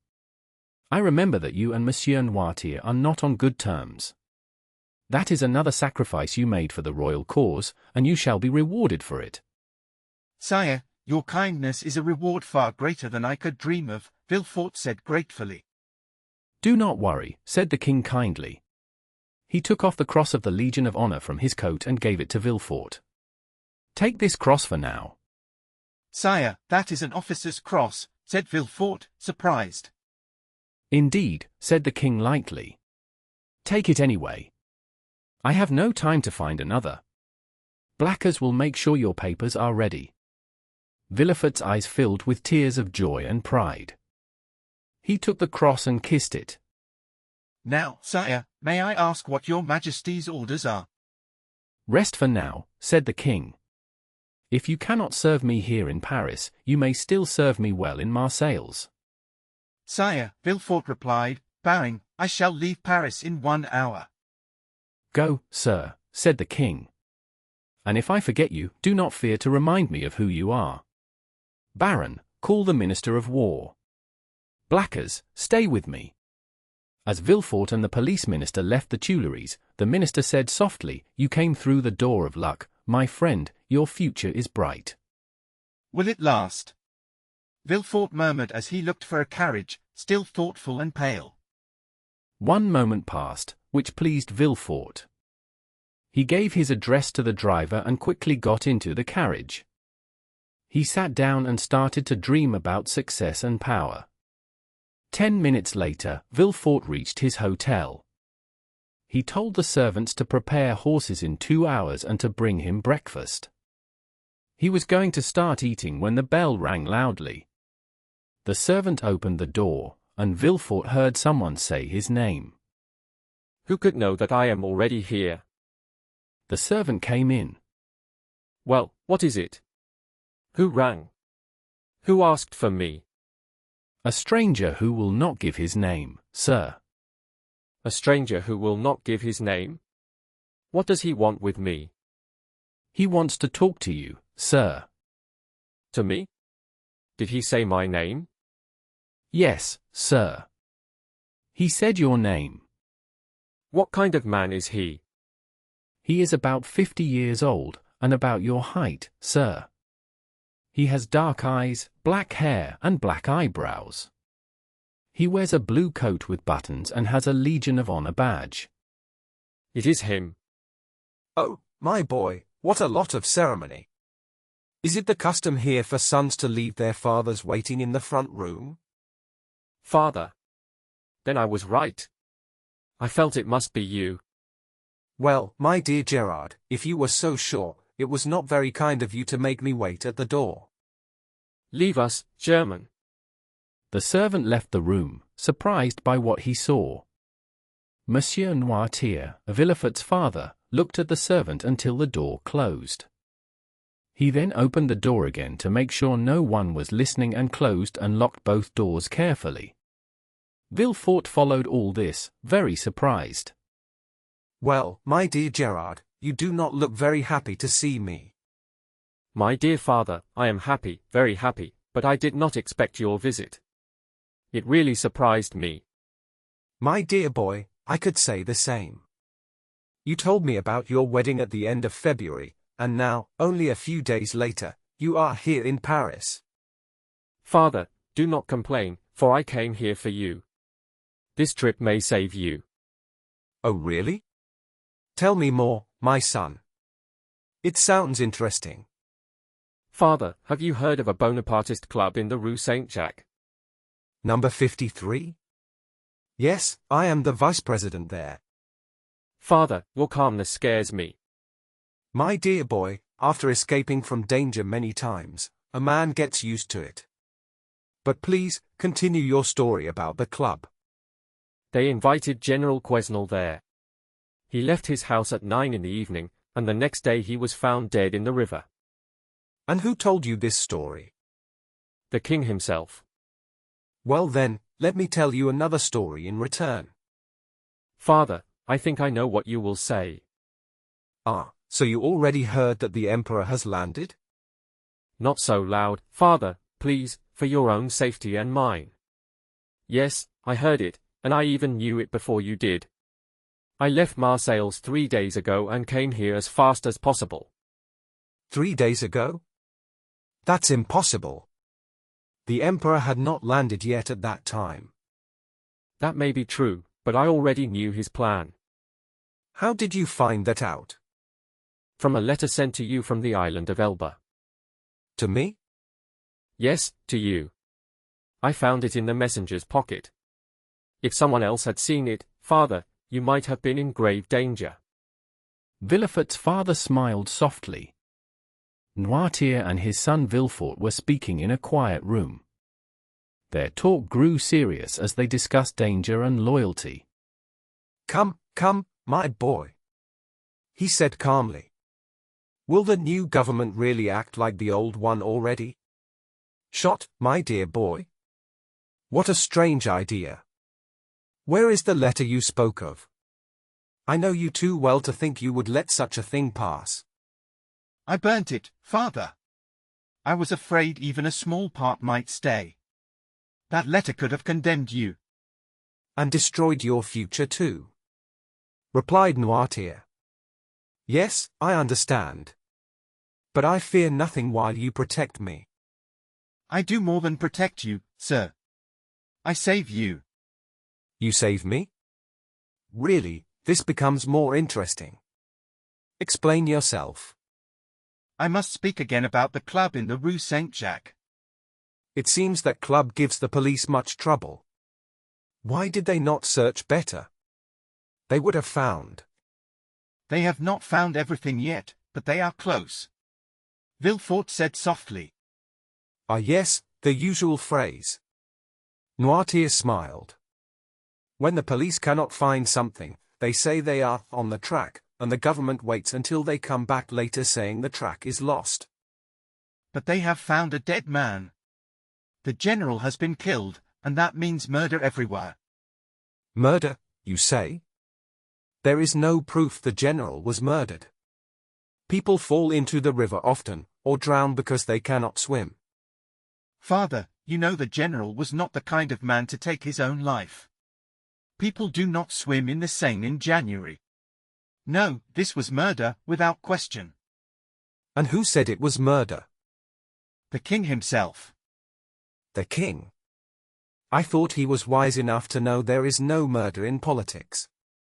In politics, there are no people, only ideas and interests. We do not kill, we remove problems. Let me tell you what happened. We trusted General Quesnel, who was recommended from the island of Elba. One of us invited him to the Rue Saint-Jacques, where he heard our plan to leave Elba and return. After hearing it all, he said he was a royalist. He took an oath, but without heart. Still, we let him go free. He never went home. What could that mean? He lost his way, that's all. Murder? My dear Villefort, I am surprised. You, a lawyer, making such a weak case. When you acted for the royalists and punished one of my friends, did I ever tell you, you have murdered? No. I said, you won today, perhaps tomorrow we will. But father, be careful. When our turn comes, we will strike hard. I do not understand you. You think the emperor will return to power? Yes, we do.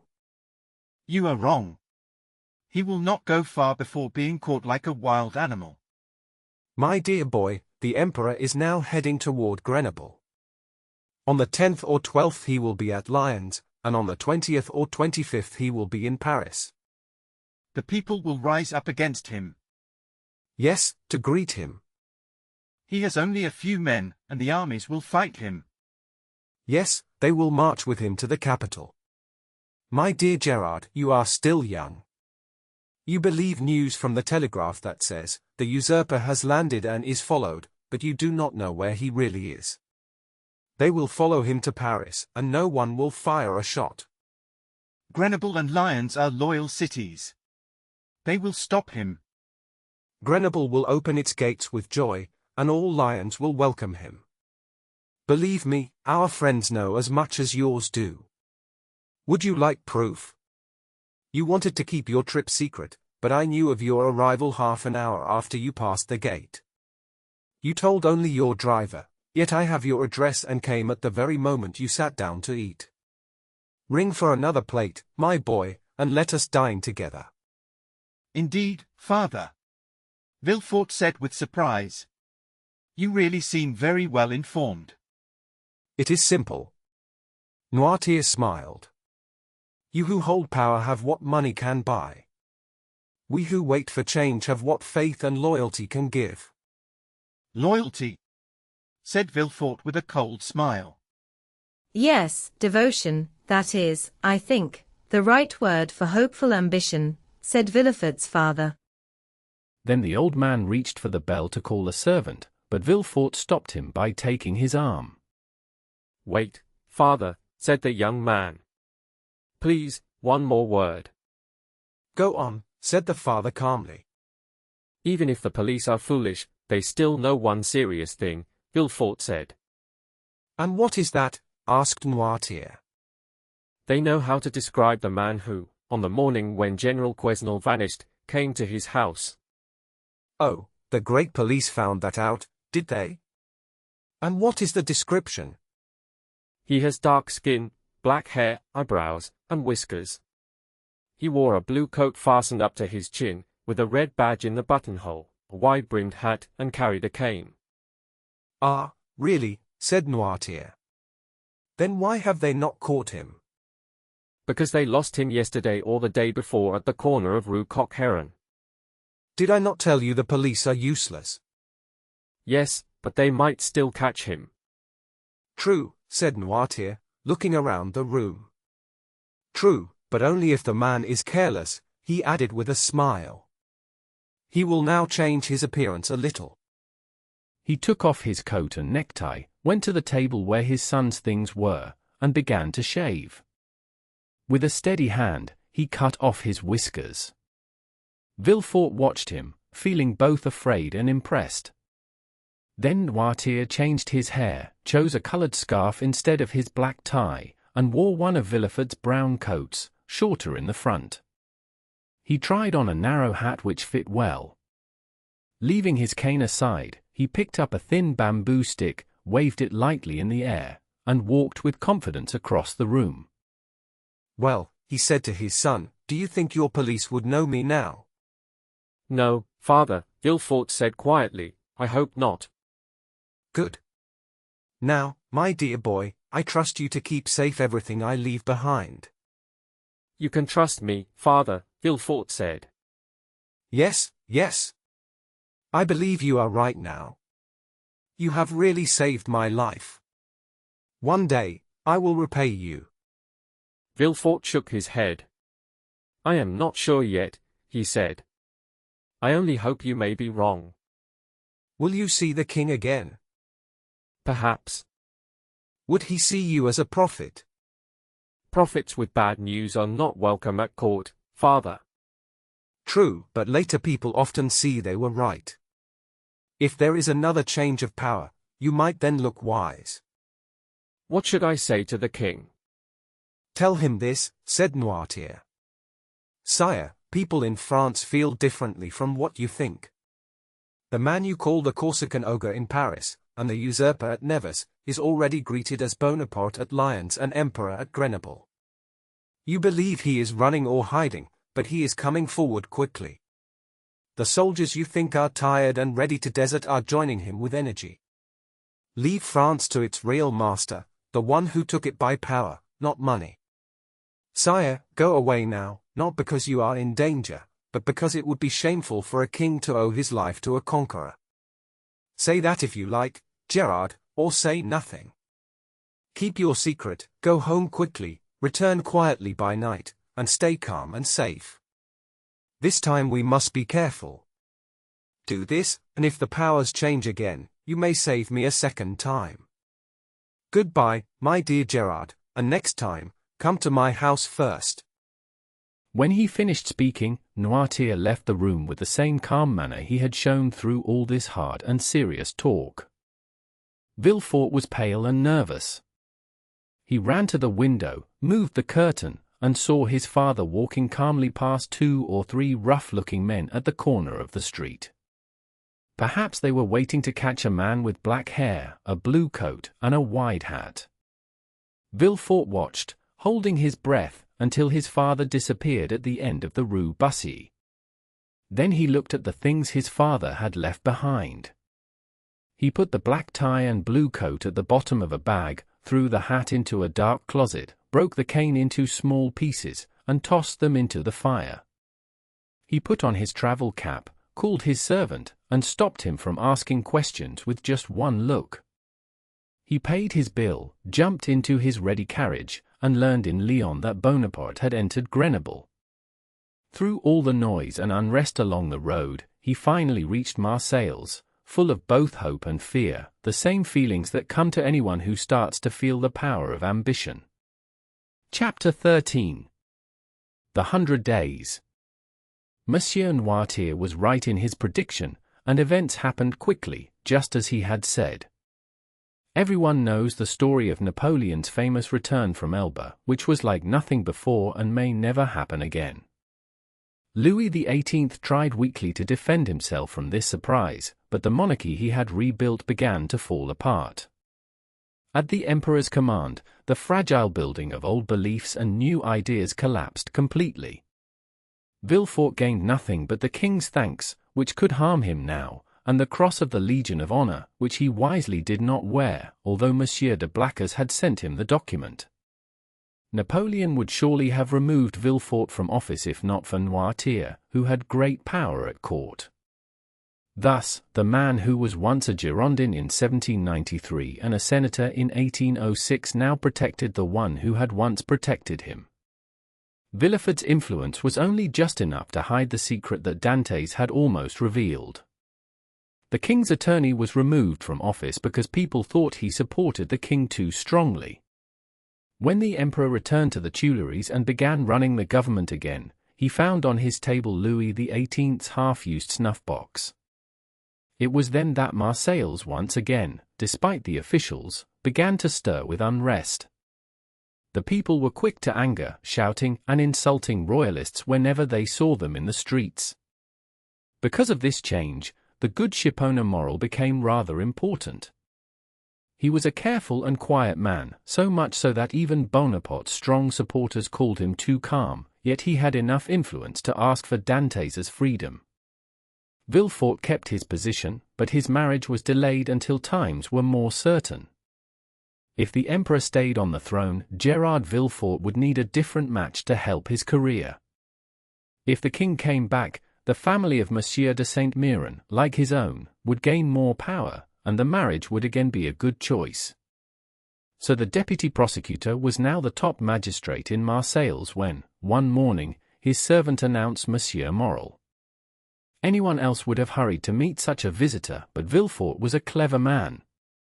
He knew that would make him look weak. He made Morel wait in the hall, even though no one else was there, simply because a royal prosecutor always makes people wait. After 15 minutes of reading the newspaper, he told his servant to let Morel in. Morel had thought Villefort would look sad or nervous, but he was just as before, calm, firm, and polite in a cold way that kept distance between him and others. Morel had expected Villefort to shake when seeing him. Instead, he himself felt a chill when he saw Villefort sitting with his elbow on his desk and his head resting on his hand. He stopped at the door while Villefort looked at him carefully, as if trying to remember who he was. Monsieur Morel, I believe, said Villefort. Yes, sir, replied Morel. Come closer, said the magistrate, making a small wave with his hand. Tell me why you have come to see me today. Can you not guess, sir? Asked Morel. Morel looked at Villefort with hope in his eyes. Villefort said, Not at all, but if I can help you, I will be glad to do so. Morel answered, Everything depends on you. Villefort asked calmly, please explain what you mean. Moral, now speaking with more confidence, said, Monsieur, do you remember that just before the Emperor's return I came to ask for mercy for a young man, the mate of my ship? He was accused of talking with people from the island of Elba. At that time, that was a crime. Today it is seen as loyalty. Then you worked for King Louis, and you did your duty. Now you serve Napoleon, and your duty is to protect.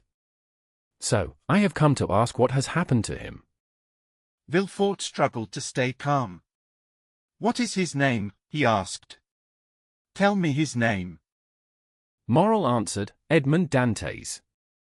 Villefort turned slightly pale but did not show it.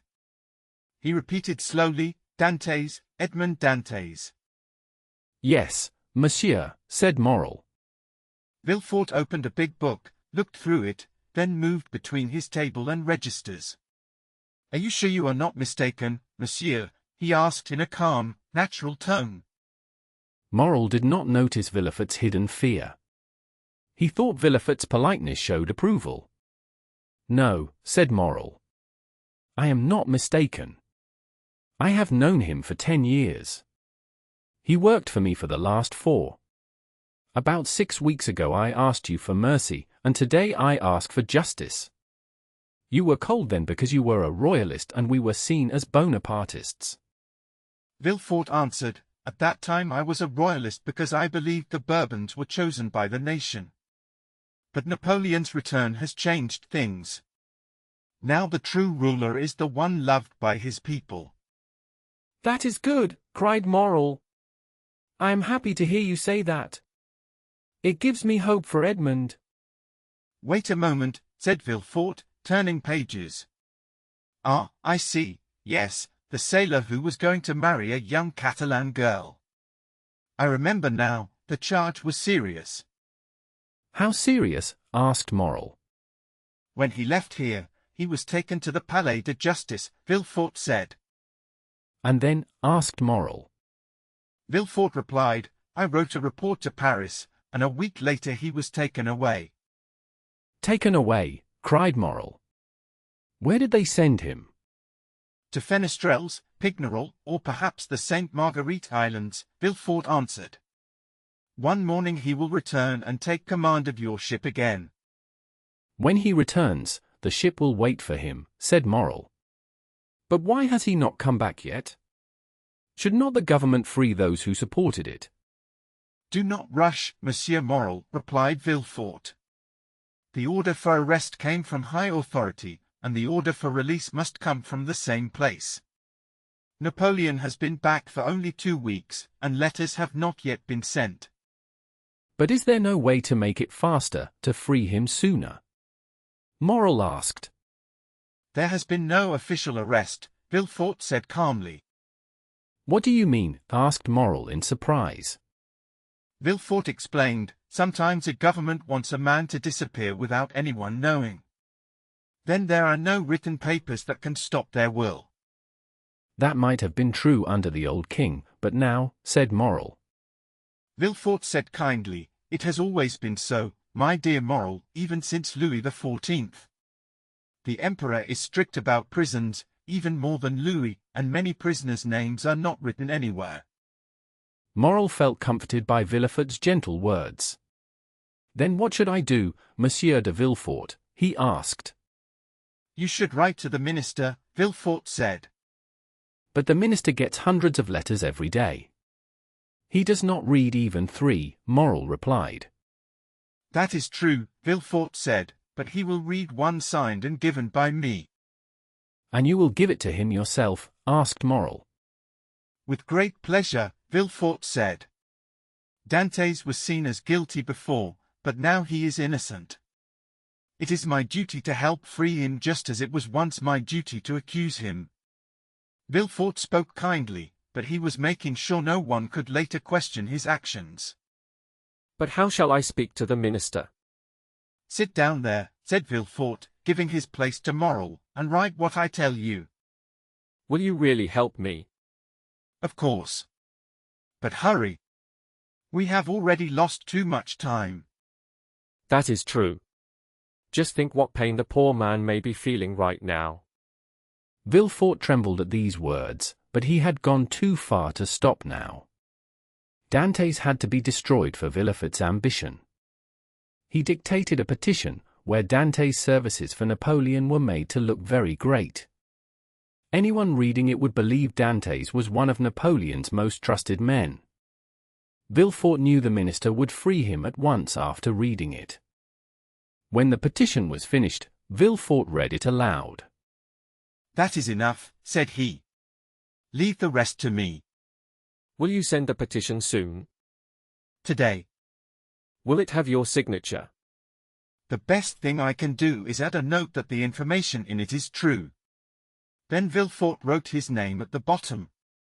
What else must we do? "I will take care of the rest." Morrel felt happy with this promise, said goodbye to Villefort, and hurried to tell old Dantès that his son would soon come home. Villefort, however, did not send the letter to Paris. He kept it hidden, hoping for a new change in power. And indeed, soon the king was defeated again, and then later there was the final fall of Napoleon. Dantès stayed in prison, hearing nothing of these events. Morrel asked for Dantès' freedom 2 more times during those months, and Villefort always told him pleasant lies. After the Battle of Waterloo, Morrel stopped asking. He had done all he could. When Louis XVIII came back as king, Villefort moved to Toulouse to forget his guilt and soon married Mademoiselle de Saint-Méran, whose father was again important at court. So Dantès stayed in his dark cell, forgotten by people and by heaven.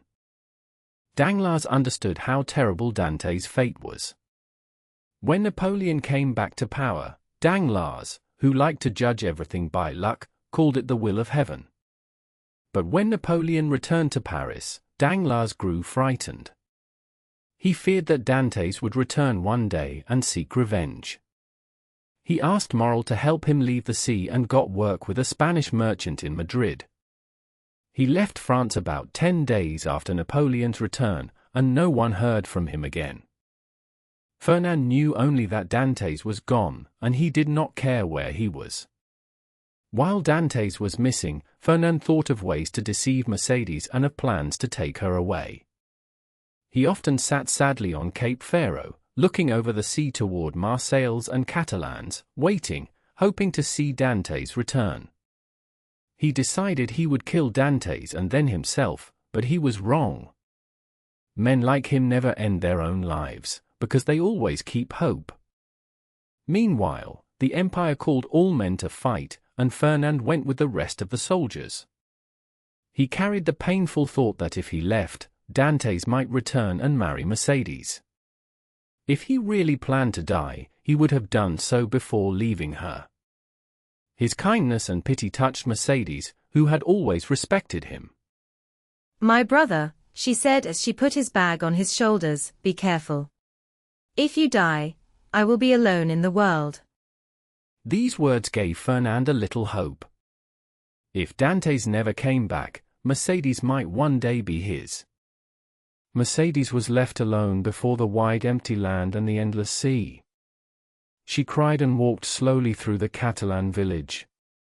Sometimes she stood still as a statue, looking toward Marseilles. Sometimes she watched the sea and wondered if it would be better to jump in and end her sorrow. It was not because she lacked courage that she stopped herself from acting on her decision. Her faith helped her and kept her safe. Caderousse, like Fernand, joined the army, but he was married and 8 years older, so he was only sent to the frontier. Old Dantès lived only on hope, but when Napoleon lost power, that hope was gone. 5 months after being separated from his son, almost at the same hour of his son's arrest, he died in Mercedes' arms. Morrel paid for his funeral and also paid a few small debts the old man had left. It was not only kindness, it also took courage. The South was full of unrest, and helping the father of a man called a dangerous Bonapartist was considered a crime. Chapter 14. The Two Prisoners. A year after the return of King Louis XVIII, the Inspector General of Prisons visited the jail. From his cell, Dantès heard sounds of movement. At that depth, those noises reached only a prisoner's careful ear, someone used to hearing even a single drop of water fall every hour from the roof. He guessed something unusual was happening, but he had been cut off from the world so long that he thought of himself as dead. The inspector went from cell to cell, seeing the prisoners whose good behavior or quietness made them trusted by the government. He asked how they were fed and if they wished for anything. All said the food was terrible and they wanted to be set free. The inspector asked if there was anything else they desired. They all shook their heads, nothing mattered to them but freedom. I do not know why the government sends me on these useless visits, said the inspector with a tired smile. When you see one prisoner, you have seen them all, always the same story, poor food and innocence. Are there any others? Yes, replied the governor, the dangerous and mad ones are in the deep cells.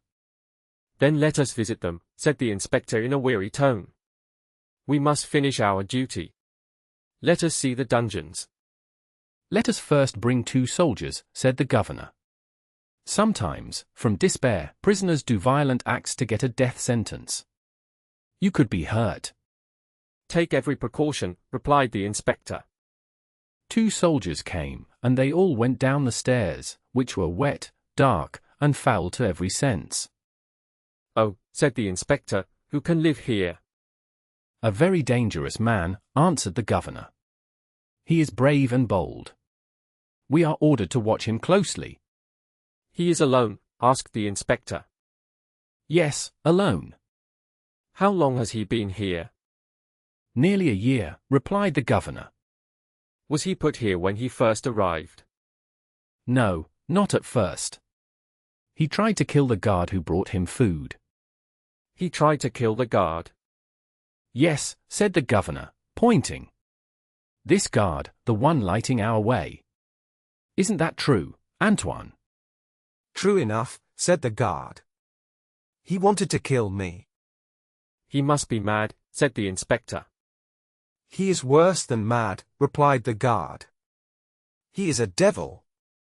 Should I report him? Asked the inspector.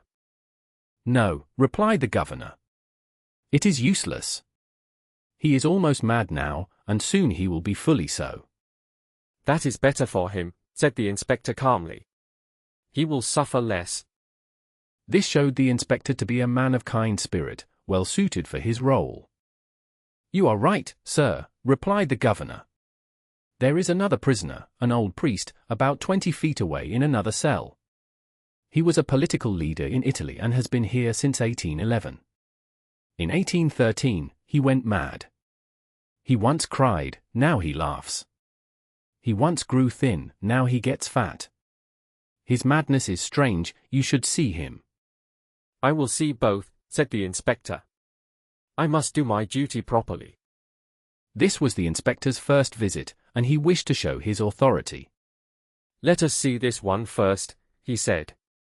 Of course, replied the governor, and he told the guard to open the door. When the key turned and the heavy door creaked open, Dantès, who was sitting in a dark corner, lifted his head. He could see a small ray of light coming through the narrow iron grate above. Seeing a stranger with 2 guards and 2 soldiers, and the governor standing bareheaded, Dantès guessed that an important official had come. He ran forward and joined his hands in front of him. The soldiers quickly raised their bayonets, thinking he meant to attack, and the inspector stepped back in alarm. Dantès saw that people thought he was dangerous. He tried to look humble and calm. He spoke softly to the inspector, hoping to make him feel pity. The inspector listened carefully. Then he turned to the governor and said, "He will become religious. He is already calmer and afraid. Madmen are not afraid of anything.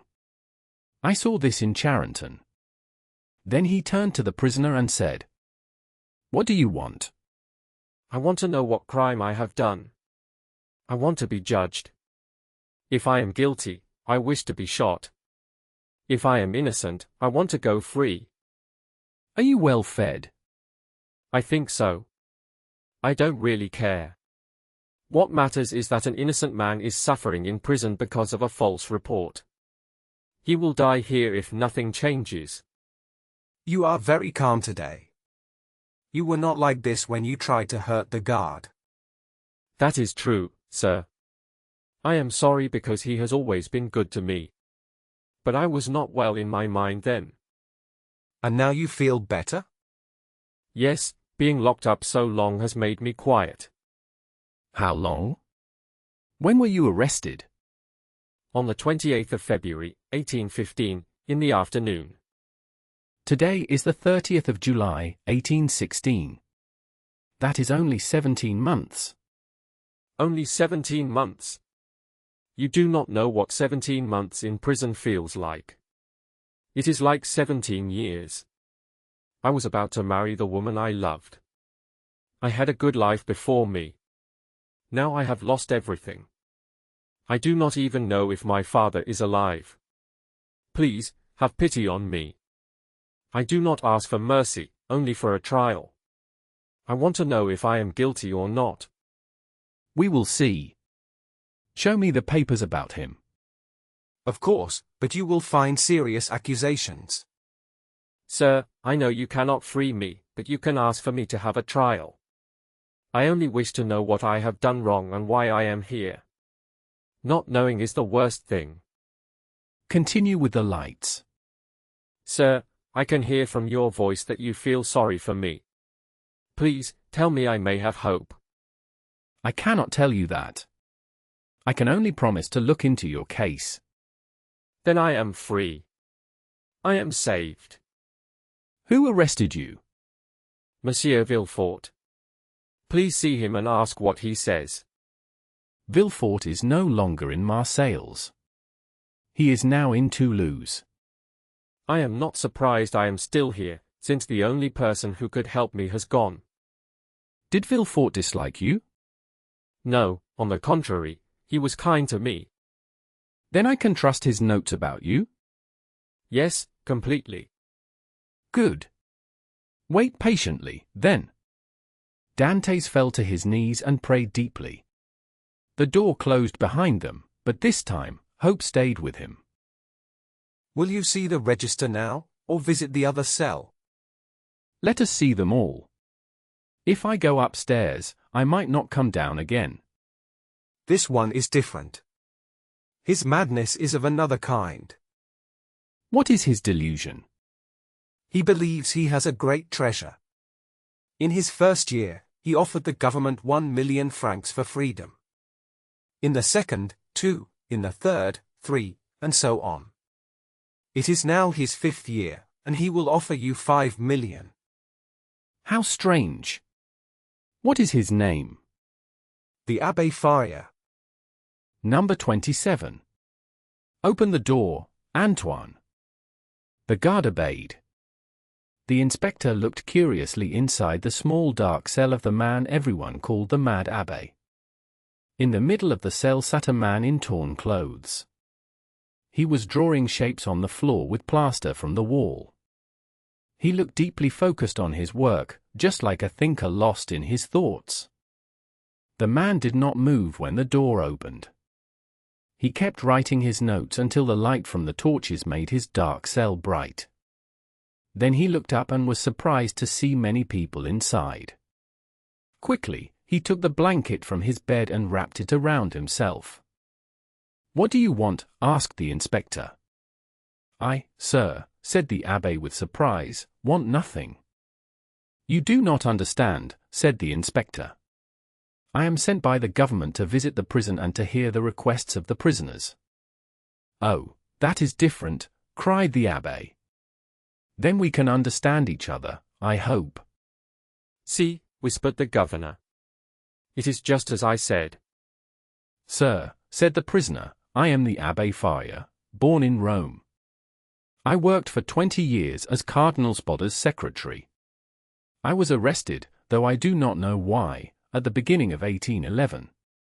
Since then I have asked both the Italian and French governments to free me." "Why ask the French government?" asked the inspector. "Because I was arrested at Piombino," said the abbé, and I think Piombino is under French control, like Milan and Florence. Ah, said the inspector, so you do not know the latest news from Italy? My news is only from the day I was arrested, answered the abbé. At that time, the emperor made the kingdom of Rome for his young son. I thought he wanted to make Italy one strong nation, like in the old dreams of Machiavelli and Cesare Borgia. Sir, said the inspector, Providence has changed this great plan you admire so much. It may sound great, he added, but I am not here to talk politics. I only ask if you have any request or complaint. The food is like in other prisons, very bad. The room is unhealthy, but fair for a dungeon. But I must speak of something more important, a secret of great value. Now we reach the main point, whispered the governor. That is why I am happy to see you, said the abbé, though you stopped me in an important calculation. If I finish it, it could change Newton's system. Could I speak to you alone for a few words? What did I say? Asked the governor. You knew him, said the inspector with a slight smile. What you ask is impossible, sir, he told Faria. But, said the abbé, I want to tell you about a large treasure, 5 million in value. The very same sum he said before, whispered the inspector. Seeing the inspector ready to leave, Faria added, it is not necessary to be alone, the governor may stay. Sadly, said the governor, I already know what you will say. It is about your treasure, yes? Faria looked at him with strong, clear eyes. Of course, he said. What else would I speak of? Mr. Inspector, said the governor, I can tell you his story myself. I have heard it for the last 5 years. That only shows, replied the abbé, that you are like those who have eyes but do not see, and ears but do not hear. My good sir, said the inspector, the government is rich and does not need your treasure. Keep it until you are free. The abbé's eyes shone. He held the inspector's hand. But what if I am never free, he cried. Then the treasure will be lost. The government could use it better. I will give 6 million and keep the rest if they let me go. Honestly, said the inspector softly, if I had not been told this man is mad, I might believe him. I am not mad, said Faria quickly. The treasure is real. I can sign a paper to lead you there. If I lie, bring me back here. I ask for nothing more. The governor laughed. And is the place far from here? 100 leagues, said Faria. It is clever, said the governor. If every prisoner wanted to travel that far and we went with them, they could all escape. We already know this story, said the inspector. The abbé's plan is not even new. He turned to Faria and asked, Are you well fed? Swear to free me if my words are true, said Faria, and I will stay here while you go to the place. Are you well fed? Repeated the inspector. Monsieur, you are not in danger, because I told you, I will stay here, so I cannot escape. You are not answering my question, said the inspector, sounding impatient. Nor you to mine, cried the abbé. You do not want my gold, then I will keep it myself. You refuse to give me freedom, but God will give it to me.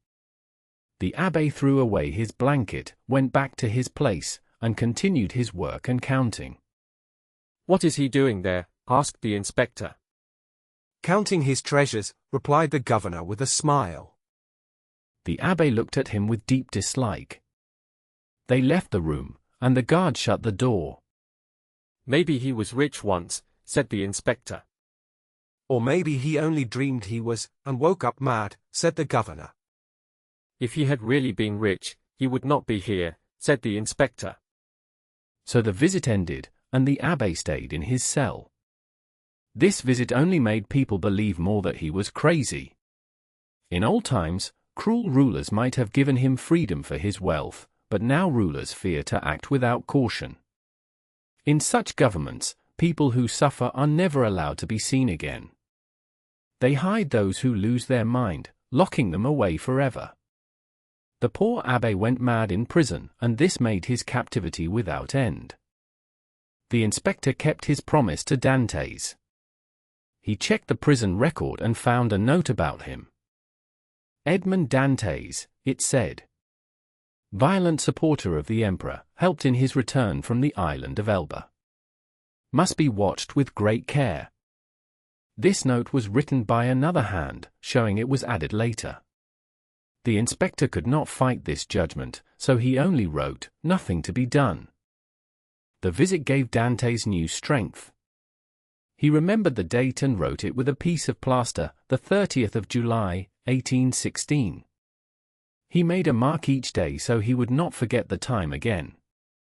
Days became weeks, then months. At first, he thought he would be free in 2 weeks, then guessed 3 months, then 6, and at last 10.5 months passed with no change. He started to believe the inspector's visit was only a dream. A year later, the governor was moved to another fortress and took some of his officers, including Dantès' guard. A new governor came and did not learn the names of prisoners, only their numbers. This prison had 50 cells, and Dantès became simply number 34. Dantès suffered all the pains of waiting. At first, he was strong because he knew he was innocent. Then he began to doubt himself, which made others think him mad. Finally, losing pride, he began to ask for help from people, not God. He asked to be moved to another cell, even a worse one, because change would give him something new to notice. He asked to walk outside, to breathe fresh air, to have books all right. His requests were refused, but he continued asking. He began to talk to his new guard, although this guard was even more silent than the last one. Still, it was something to speak, even to a quiet man. He spoke just to hear his own voice, because when he was silent too long, the sound of his voice frightened him. Before he was put in prison, Dantès had always feared the idea of being with criminals or thieves. Now he wanted to be with them, just to see another face besides that of his jailer. He even wished to be a galley slave, with the chains and the marks on his body, because those men could feel the sun and speak to each other. They seemed happy to him. One day he asked the jailer to give him a companion, even if it was the strange old abbé. The jailer, who was rough but still human, felt some pity for this sad young man. He spoke to the governor about Dantès' request. But the governor thought that Dantès wanted to plan an escape, so he said no. When Dantès saw that no person could help him, he turned to God. The prayers his mother had taught him came back to his mind, and every word now seemed full of meaning. In good times, prayer had been only words. Now, in pain, he understood them deeply. He prayed aloud and felt no fear of his voice anymore. His heart was full of strong feeling as he told God about every act of his life and made promises to do good things. At the end of each prayer he said the words, "Forgive us our sins as we forgive those who sin against us." But still, he stayed in prison. Then a deep sadness filled him. Dantès was not an educated man. He could not fill his lonely time with thoughts of history or imagination, like learned men might do. He could only think of his short past life, his sad present, and his dark future. 19 years of light to remember, and endless darkness around him. There was no distraction for his mind, which was strong but trapped like a bird in a cage. He kept thinking of one thing, his lost happiness, destroyed without clear reason. He thought about it again and again, until his heart burned with anger. Anger took the place of prayer. Dantès started to shout terrible words, hit the walls, and hurt himself in his rage. Even small things, a bit of dust, a noise, or a feeling, made him furious. He remembered the letter that Villefort had shown him. He imagined the words written in bright fire on the wall of his cell. Then he told himself that his pain came not from heaven but from cruel men. He wished those unknown men the worst punishments he could imagine. But when he thought about death, he saw it brought peace, not pain, so even those punishments felt too small. He began to think that real punishment must be something worse than death, and slowly he started to think about ending his life. Sad is the man who starts to dream of such thoughts. It is like standing before a quiet, beautiful sea that hides a monster below. Once it catches you, only God can save you. But even this terrible thought gave Dantès a strange kind of comfort. His pain and fear seemed to leave him when he thought of death. He looked calmly at his past, feared his future, and stayed between them, finding a little rest in that middle place. "Sometimes," said Edmond, "when I was young and travelled on the sea, I saw dark skies and angry waves. The storm looked like a great bird beating the horizon with its wings. Then I felt that my ship was small and weak before the power of the storm. I thought death was coming, and it frightened me. I used all my strength and knowledge to fight the sea, because I still loved life. I did not want to die or be food for birds. But now it is not the same. I have lost everything that made life dear. Death seems calm and kind, it invites me to rest. I will die in my own way, tired and sad, as if I fall asleep after walking many times around my cell, 30,000 steps, almost 10 leagues. When this thought came to him, Edmond became quiet. He made his bed as well as he could, ate only a little, and slept rarely. He felt life was almost bearable, because he could end it whenever he wished, like taking off old clothes. He saw 2 ways to end his life: he could hang himself with his scarf, or refuse to eat and die slowly. The first choice seemed hoary. For a week, Edmond Dantès had decided to die. For 4 days, he had stayed silent and spoke to no one. When the guard asked what was wrong, Edmond said nothing and turned his face to the wall. But now, a new sound gave him a small feeling of hope, and he did not want the guard to stop it. The jailer came with breakfast, and Edmond sat up. He began to complain about the bad food and the cold cell, speaking louder on purpose. He wanted an excuse to make noise and keep the guard busy. The jailer felt sorry for him and brought warm soup and white bread. He thought Edmond was sick in the mind, so he put the food on the shaky table and went away. Edmond listened carefully.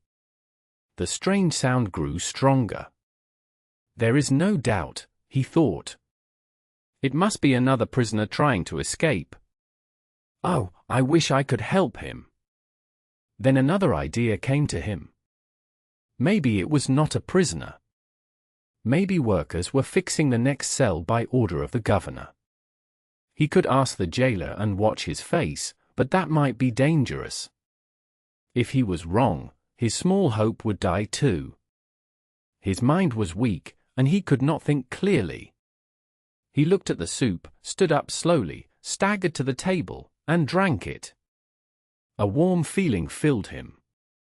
He stopped himself from eating too much because he remembered that people who eat greedily after hunger can die. He put down the bread and went back to bed. He did not want to die now. His thoughts became clear, he could think again. I must test this, he said to himself. If it is a worker, I will knock, and he will pause and listen, then work again. If it is a prisoner, he will stop and wait until it is safe. Edmond stood without shaking. His eyes were bright and focused. He went to the corner of his cell, took a small stone, and knocked 3 times on the wall. At the first sound, the noise stopped completely. He waited and listened for hours, but there was no more sound. Everything was quiet again. Hope filled his heart. He ate a little bread and drank some water.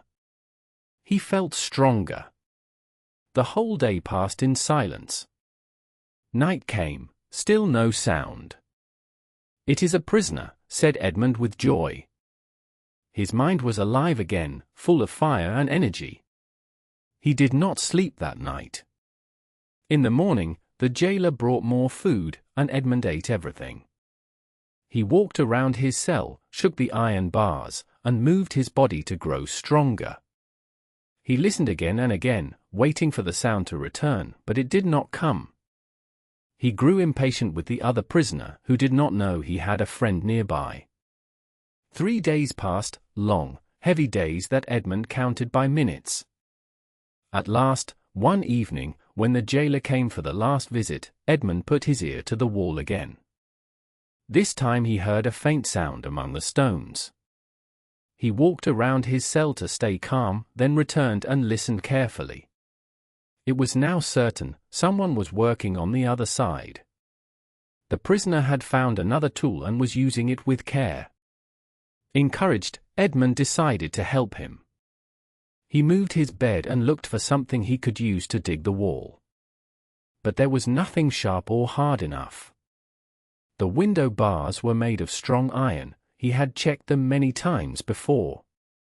All his furniture was only a bed, a chair, a table, a bucket, and a jug. The bed had iron clamps, but they were fixed to the wood, and he would need a screwdriver to take them off. The table and chair were simple, and the bucket had lost its handle long ago. Dantès had one idea. He decided to break the jug and use the sharp pieces to dig through the wall. He let the jug fall and break into pieces. He hid some of the sharp parts in his bed and left the rest on the floor. It looked like an accident, so no one would be suspicious. That night, he worked in the dark, but it was hard to see. He felt he was hitting something very solid. He pushed his bed back and waited for morning. All night he could hear the man below still working under the ground.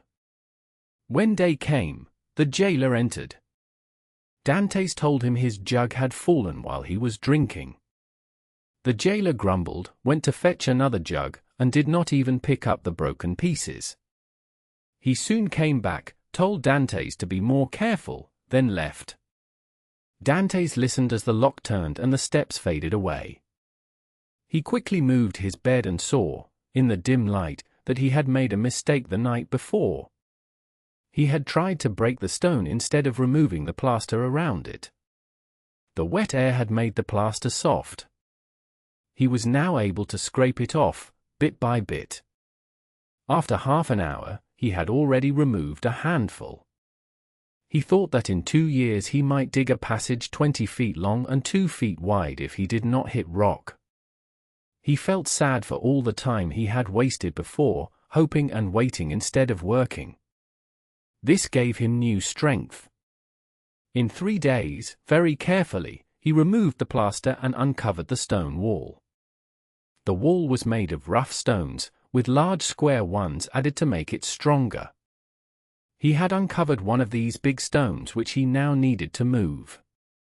He tried to pull it with his nails, but they were too weak. The jug pieces broke easily. After an hour he stopped, tired and upset. Was he going to stop here and wait until the other prisoner finished his tunnel? Then he had an idea. He smiled and dried the sweat on his face. The jailer brought his soup every day in a metal saucepan. That same saucepan was used for both prisoners, as Dantès had noticed it was full or half empty depending on who was served first. The handle of the saucepan was iron. Dantès would have given many years of life to have it. The jailer usually poured the soup into Dantès' plate, and Dantès ate it with a wooden spoon. When evening came, he placed his plate near the cell door. When the jailer entered, he stepped on it by accident and broke it. This time, no one could really be blamed. The jailer looked around for something else to pour the soup into. Dantès had only that one plate. "Leave the saucepan," said Dantès. "You can take it away when you bring me my breakfast." The jailer liked the idea, as it saved him another trip, and he left the saucepan. Dantès was filled with joy. He ate quickly, waited an hour in case the jailer returned, and then began to work. He took the handle of the saucepan and pushed it between the large and small stones. He used it like a lever, and slowly the stone moved. After about an hour, the stone came loose and left a hole 1.5 feet wide.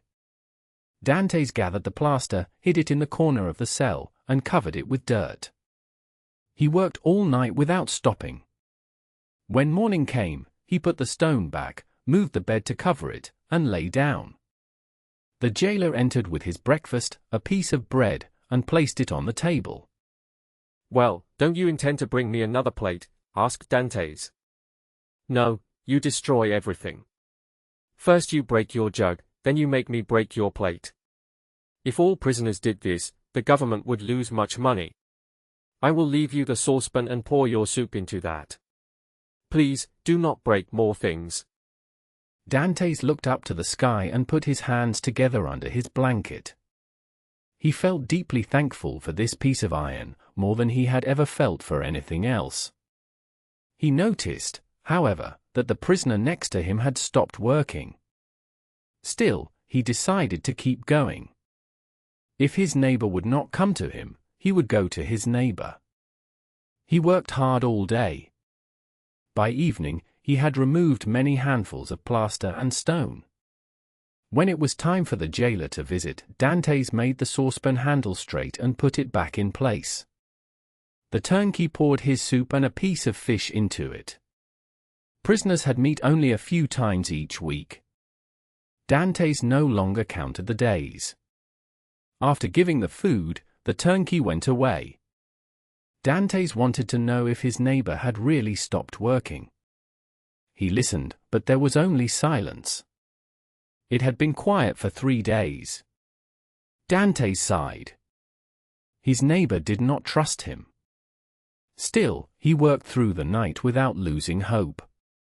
After some hours, his iron hit something hard and smooth. It was a beam of wood blocking his hole. He would need to dig above or below it.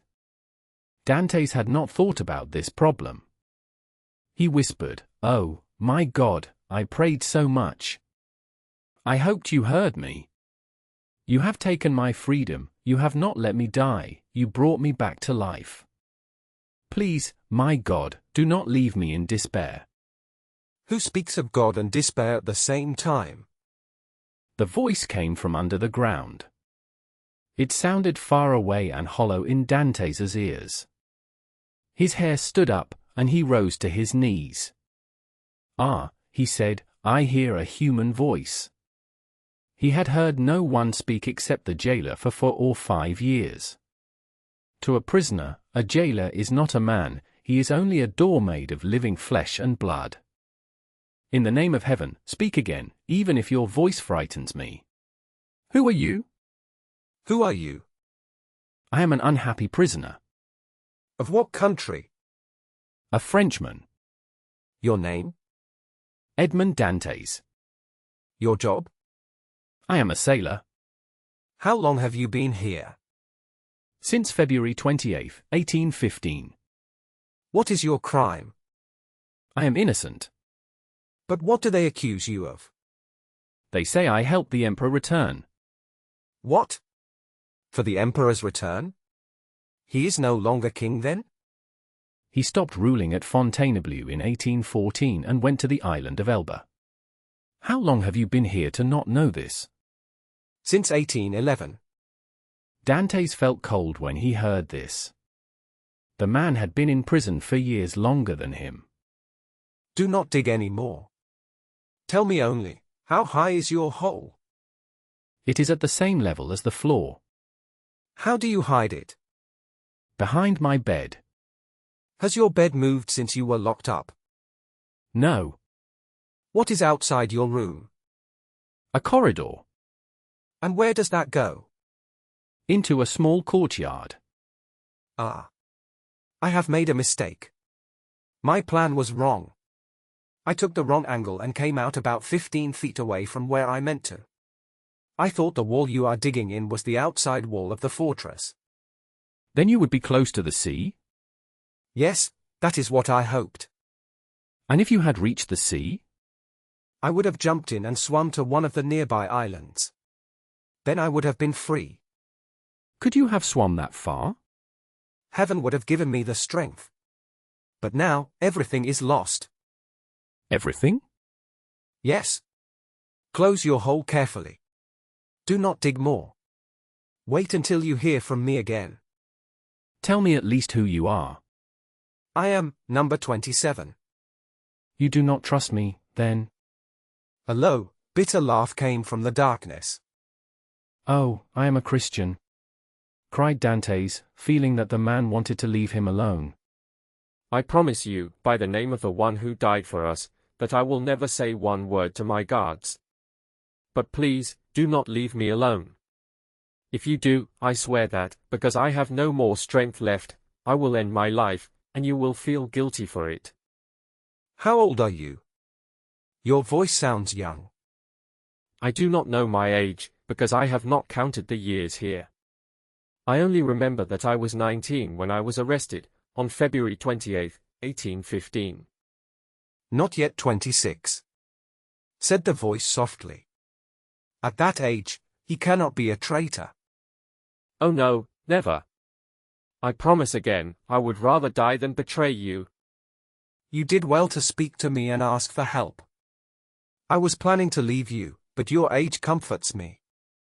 I will not forget you. Wait a little. How long must I wait? I must think. I will tell you when I am ready. But you will not leave me. We will escape together, and if not, we will still talk about the people we love. You must love someone? No, I am alone in this world. Then you will love me. If you are young, I will be your friend. If you are old, I will be like your son.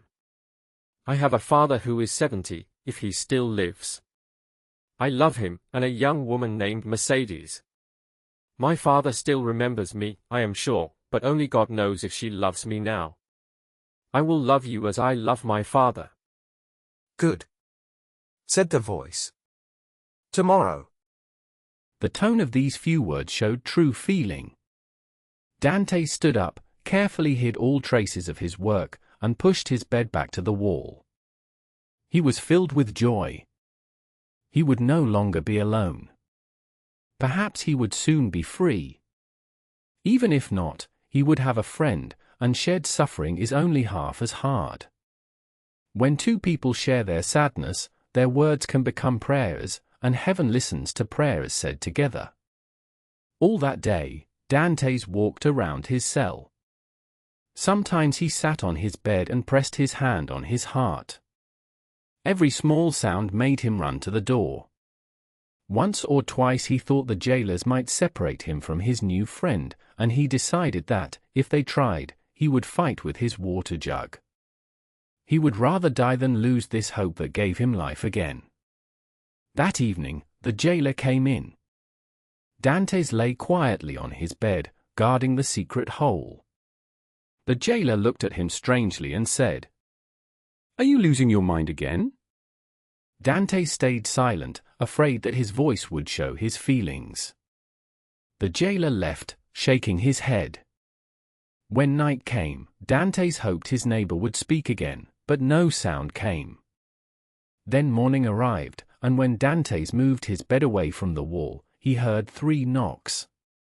He fell to his knees. Is it you?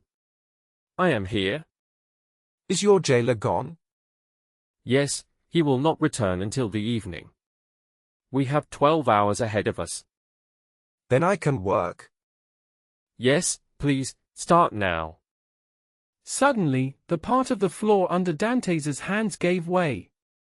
He jumped back quickly as a pile of stones and dirt fell into a deep hole below. From the darkness, he saw a head appear, then shoulders, and then a man climbed lightly into his cell. The old man looked about 60 or 65 years old, but he moved quickly and seemed strong.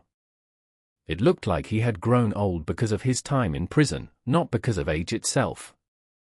He was clearly happy to meet the young prisoner, as if warmth and hope had returned to his heart. He thanked him kindly for his friendly welcome, even though he must have felt sad to find another prison cell instead of freedom. Let us first see if we can hide any signs of my coming here. Our safety depends on the guards not knowing about it. The old man went to the hole and lifted the heavy stone easily. He put it back in place and said, You did not replace this stone very carefully, but I understand you had no tools. Do you have any tools? I made some myself. Except for a file, I have all I need, a chisel, pincers, and a lever. Oh, I would love to see what you made. Well, here is my chisel. He showed a sharp blade with a handle made from beechwood. How did you make it? I used one of the clamps from my bed. This tool helped me dig a tunnel about 50 feet long to reach you. 50 feet. Do not speak so loud, young man. In prisons like this, people often listen outside the doors to hear what prisoners say.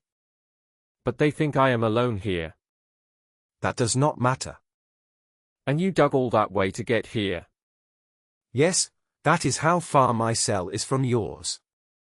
But I did not dig in the right direction because I did not have tools to measure correctly. I wanted to reach the outer wall and get to the sea, but instead I ended up near the corridor outside your room. It leads only to a yard full of soldiers, so my work was useless. That is true, but the corridor is only on one side of my cell. Do you know what is behind the other sides? One side is solid rock, even 10 miners with tools would need years to go through it. Another wall is next to the governor's rooms, and we would be caught immediately. The last wall, wait, where does it face? The wall he spoke about had a small window for light. It grew narrower toward the outside, ending in an opening too small for a child to pass through. 3 iron bars safely blocked it. The old man pulled the table under the window and said, Climb up. Dantès climbed up, pressed his back to the wall, and held out his hands. The old man jumped up lightly, climbed to his shoulders, and bent down under the low ceiling. He pushed his head between the bars to look outside. After a moment, he quickly pulled back and said, I thought so. With agility, he slid down from Dantès' shoulders and jumped to the floor. What did you see? The old prisoner thought for a moment, deep in thought about what he had just seen. The elder man finally said, Yes, it is true. This side of your room looks toward an open gallery. Guards walk there all the time, and soldiers watch both day and night. Are you sure about that? Yes, I am sure. I saw the shape of a soldier and the top of his gun. I moved my head back quickly because I was afraid he might see me too. Then, you see that escape through your room is impossible? Then what can we do? Then, may God's will be done. As he said this, his old face looked calm and full of quiet acceptance. Dantès looked at the man with surprise and respect. He could not understand how someone could let go of his hopes so peacefully. Please tell me who you are. I have never met anyone like you. I will tell you, if you really want to know about someone who, sadly, can no longer help you. Do not say that. You can still give me strength with your wise mind. Please, tell me who you really are. The man gave a small, sad smile. Then listen. I am Abbé Faria. I have been in this prison, the Château d'If, since the year 1811. Before that, I was locked up for 3 years in the fortress of Fenestrelle. In 1811, they moved me to France. At that time, I heard that Napoleon had a son, called the King of Rome. I never thought that only 4 years later, this great ruler would lose everything. Who rules France now? Is it Napoleon's son? No, it is Louis XVIII. The brother of Louis XVI. The ways of heaven are strange. Why has life taken power from one man and given it to another? Dantès watched the old man, amazed that he could forget his own sadness while thinking about the fate of others. Yes, yes. It will be the same as in England. After one king, there came a leader, after him, another king, and then again a change. First Charles I, then Cromwell, then Charles II, then James II, then some family member or another, maybe a prince who becomes king. Then people ask for more rights, a constitution, and freedom. Ah, my young friend, you will see this happen one day. Perhaps, if I ever leave this prison. True, we are prisoners. But sometimes I forget it. There are moments when I feel, in my mind, that I am free again. But why are you here? Because in 1807 I dreamed of a plan that Napoleon later tried to make real. I wanted to change Italy. I hoped to make it one strong country, not many small ones ruled by weak or cruel princes. I thought I had found a leader who would help me, but he lied and betrayed me. Others failed before me, and Napoleon also failed.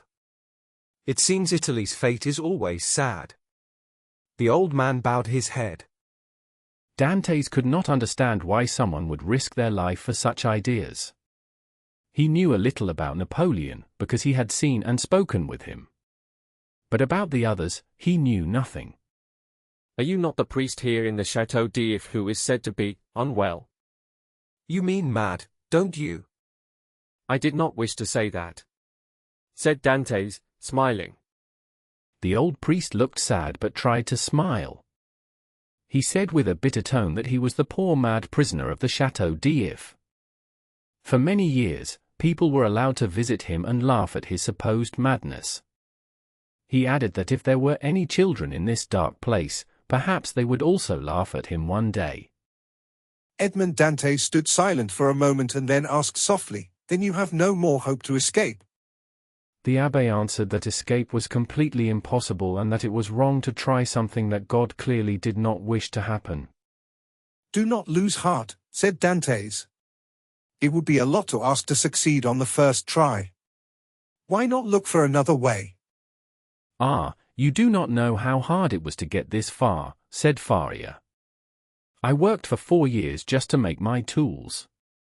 Then I spent 2 more years cutting and scraping the stone floor, hard as rock. I moved huge stones with my bare hands and felt lucky if by night I had removed only a small piece. I hid all the dirt and stones by breaking part of a staircase, but now the place is so full that I cannot hide even a little more dust. I thought I was almost done, and I had saved all my strength for the final work. But now that I have failed, my dream is lost. No, I will not try again. I believe that such efforts go against the will of God." Dantès lowered his head so that the abbé would not see his feelings. He felt both sorry for the priest and strangely happy to have found a friend. The old man sat on Dantès' bed, tired, while Dantès stayed standing. Escape had never crossed his mind before. It seemed impossible. To dig through the ground for 50 feet, to work for years only to reach a cliff above the sea, to jump from such a height and risk death on the rocks if not shot by guards, these thoughts were too terrible. And even if all that was survived, he would still have to swim 3 miles to reach the land. It was beyond belief. But when he saw this old man still trying to live with such strong courage, Dantès began to think differently. If a man older and weaker than he could have tried all that, and failed only by mistake, why could he not try too? Faria had built tools with his own hands and worked for years. If he could do it, Dantès thought, I can do even more. Faria had dug 50 feet, then I will dig 100. Faria had worked 3 years, then I will give 6. Faria had planned to swim to one of the islands, though he was no sailor, then why should I, a strong sailor and good swimmer, be afraid? Many times I have dived for coral for fun, I can swim for hours. I will not fear what he faced with such strength. At that moment Dantès made his decision. He would follow the brave example of his new companion. What one man had done before, another man could do again. After thinking deeply for a long time, the young man suddenly said that he had found what Faria was looking for. Have you really found it? Tell me, what have you discovered? The young man asked if the tunnel that Faria had made under his cell went in the same direction as the outer corridor. Yes, it does. And is it not more than 15 feet away? About that, yes. Then we must make a side hole in the middle of your tunnel, like the upper arm of a cross. This time, we will plan better and break into the outer corridor. We can overpower the guard and escape. All we need is courage and strength, which we both have, and patience, which you have already shown me. Now you will see mine. Wait, my dear friend. You do not understand what kind of courage I have, or how I wish to use my strength. As for patience, I have shown much of it by starting again each morning and each night. But then I thought I was doing no wrong to try to set an innocent man free. Have your ideas changed? Do you feel guilty now that you have met me? No, I do not want guilt. Until now, I thought I was fighting against circumstances, not people. Breaking a wall or a stair was no sin, but hurting someone or taking a life is different. The young man looked surprised and asked if Faria could really let fear stop him from finding freedom. Tell me, what stopped you from hitting your guard, taking his clothes, and trying to escape? The young man answered that the thought had never come to his mind. Exactly, because your heart stopped you. Our nature keeps us away from doing wrong. A wild animal follows its instincts to attack, but a man does not like to harm others. Dantès felt quiet and thoughtful after hearing this, because it explained what he had felt inside without knowing. Since I came here, I have studied many escape stories. Most of them failed. Only those carefully planned, like the escape of the Duke of Beaufort from the Château de Vincennes or that of Latude from the Bastille, worked well. Others happened by chance, and those were the best. So, let us wait for the right moment and use it wisely when it comes. You could wait more easily than I can, because you were busy working and had hope to encourage you. No, I did not comfort myself with hope. I wrote and studied instead. Were you allowed to have pens, ink, and paper? Oh, no, I made them all myself. You made them yourself? Dantès looked at him with great surprise, though he found it hard to believe. Faria noticed his doubt. When you visit me in my cell, my young friend, I will show you a full work, the result of all my life's thoughts and ideas. I thought about these things while in Rome near the Colosseum, in Venice near St. Mark's Column, and in Florence beside the Arno River. I never imagined that one day these ideas would take shape here in the Château d'If. The work is called A Treatise on the Possibility of a General Monarchy in Italy, and it would fill a large book. And on what did you write it? On 2 of my shirts. I made a special liquid that made the cloth smooth and easy to write on, like paper. You are a chemist then? In some way, yes. I knew Lavoisier, and I was a close friend of Cabanis. But to write such a work, you must have needed books. Did you have any? I once had almost 5,000 books in my library in Rome. But after reading them many times, I learned that a person can know enough with 150 good books. I spent 3 years reading and studying them until I knew them nearly by heart. So, now that I am in prison, I can remember them easily, as if the books were still open before me. I could tell you all of Thucydides, Xenophon, Plutarch, Livy, Tacitus, Strada, Journans, Dante, Montaigne, Shakespeare, Spinoza, Machiavelli, and Bossuet. These are the most important ones. You must know many languages to read all these books? Yes, I speak 5 modern ones: German, French, Italian, English, and Spanish. From ancient Greek, I learned modern Greek too. I do not speak it as well as I wish, but I am still learning. Learning? How can you learn here? I made a list of the words I know and arranged them in order. I can use them to share my thoughts. I know about 1,000 words, which is enough to say what I need. I may not speak fast, but I can say what I want clearly. Dantès was amazed.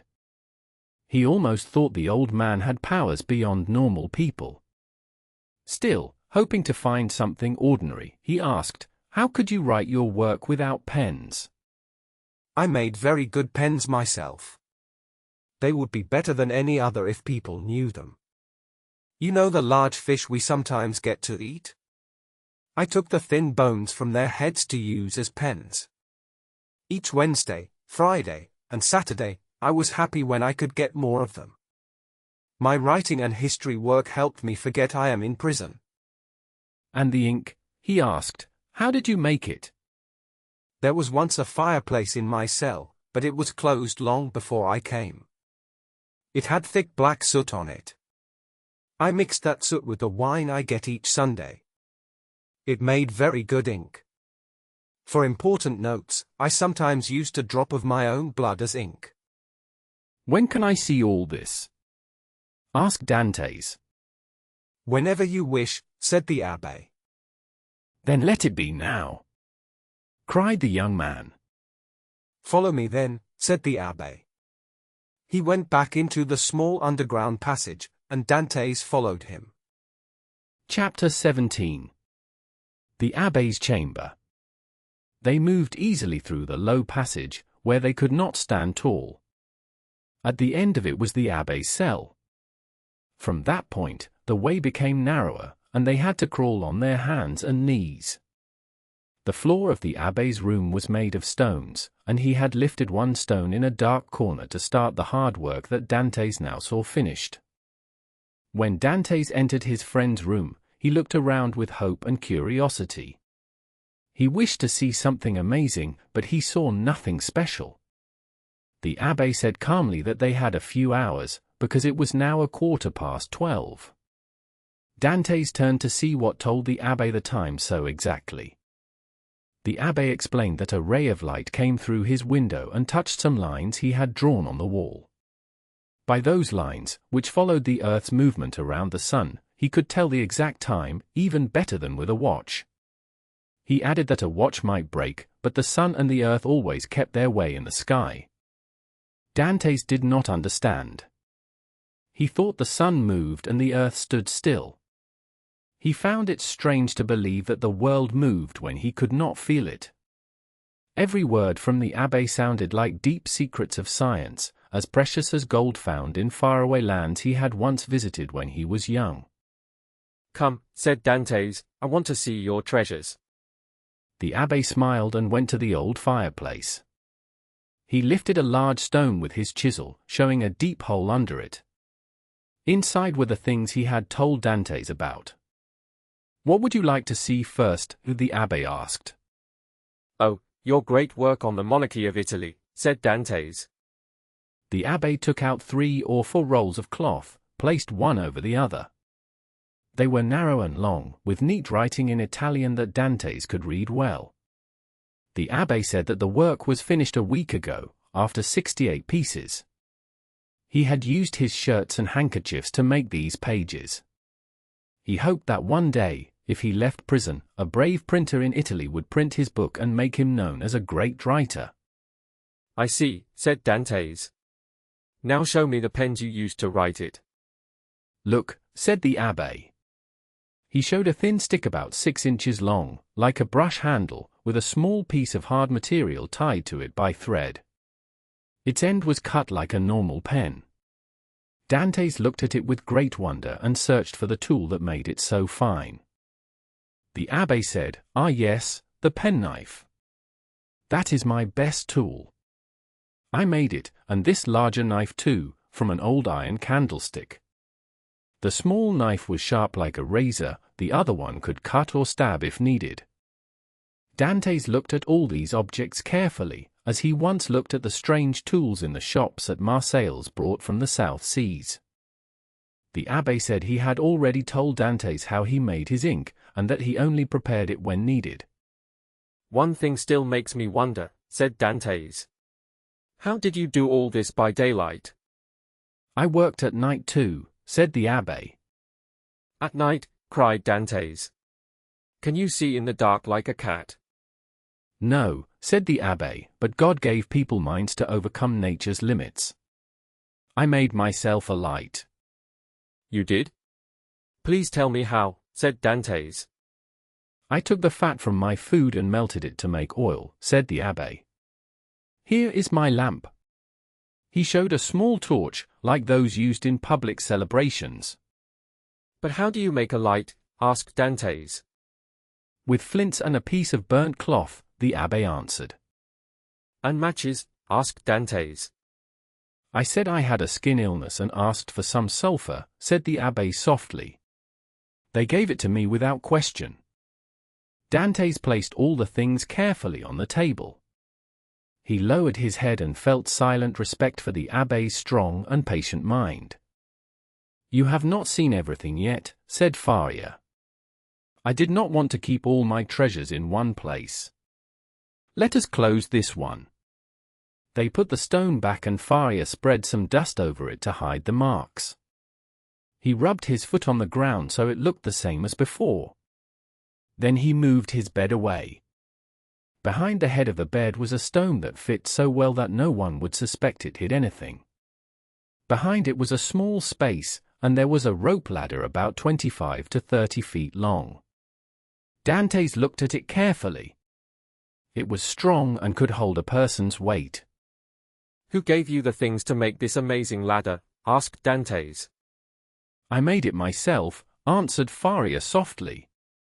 I tore my shirts and took threads from my bed sheets when I was in prison at Fenestrelle for 3 years.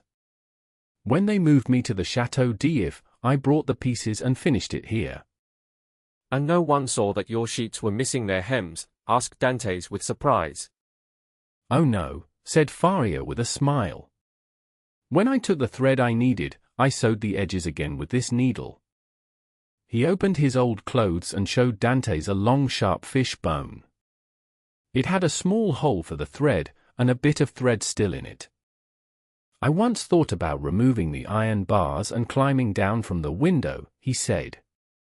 You see, my window is a bit wider than yours. I would have made it even bigger to escape. But I found that I would only fall into another small yard inside the prison. So I gave up that plan because it was too dangerous.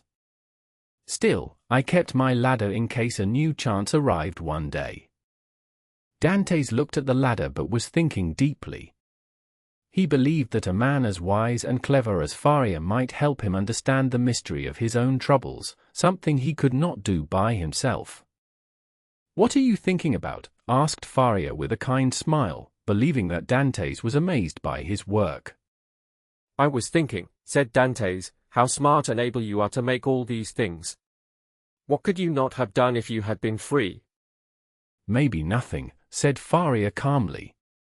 If I were free, my mind might have wasted its strength on many foolish things.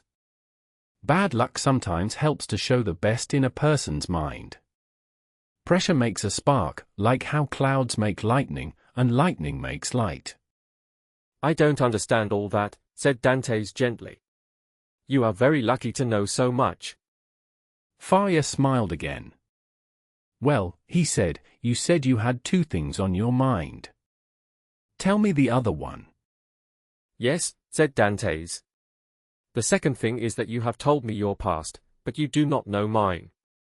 My young friend, said the abbé slowly, your life has not been very long yet, so I think you have not had many great events.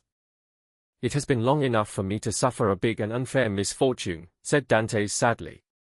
I wish to know who caused it, so I will not blame heaven any more.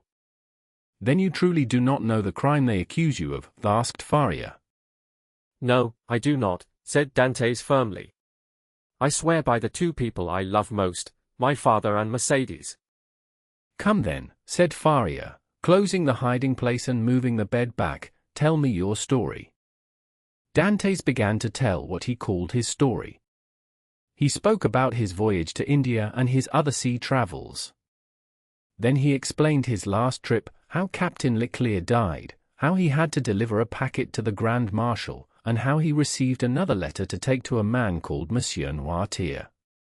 He told of his return to Marseilles, of seeing his father and Mercedes, their wedding feast, and then his arrest, questioning, and at last his prison in the Château d'If. From this moment, everything was dark for Dantès. He did not know anything more, not even how long he had been in prison.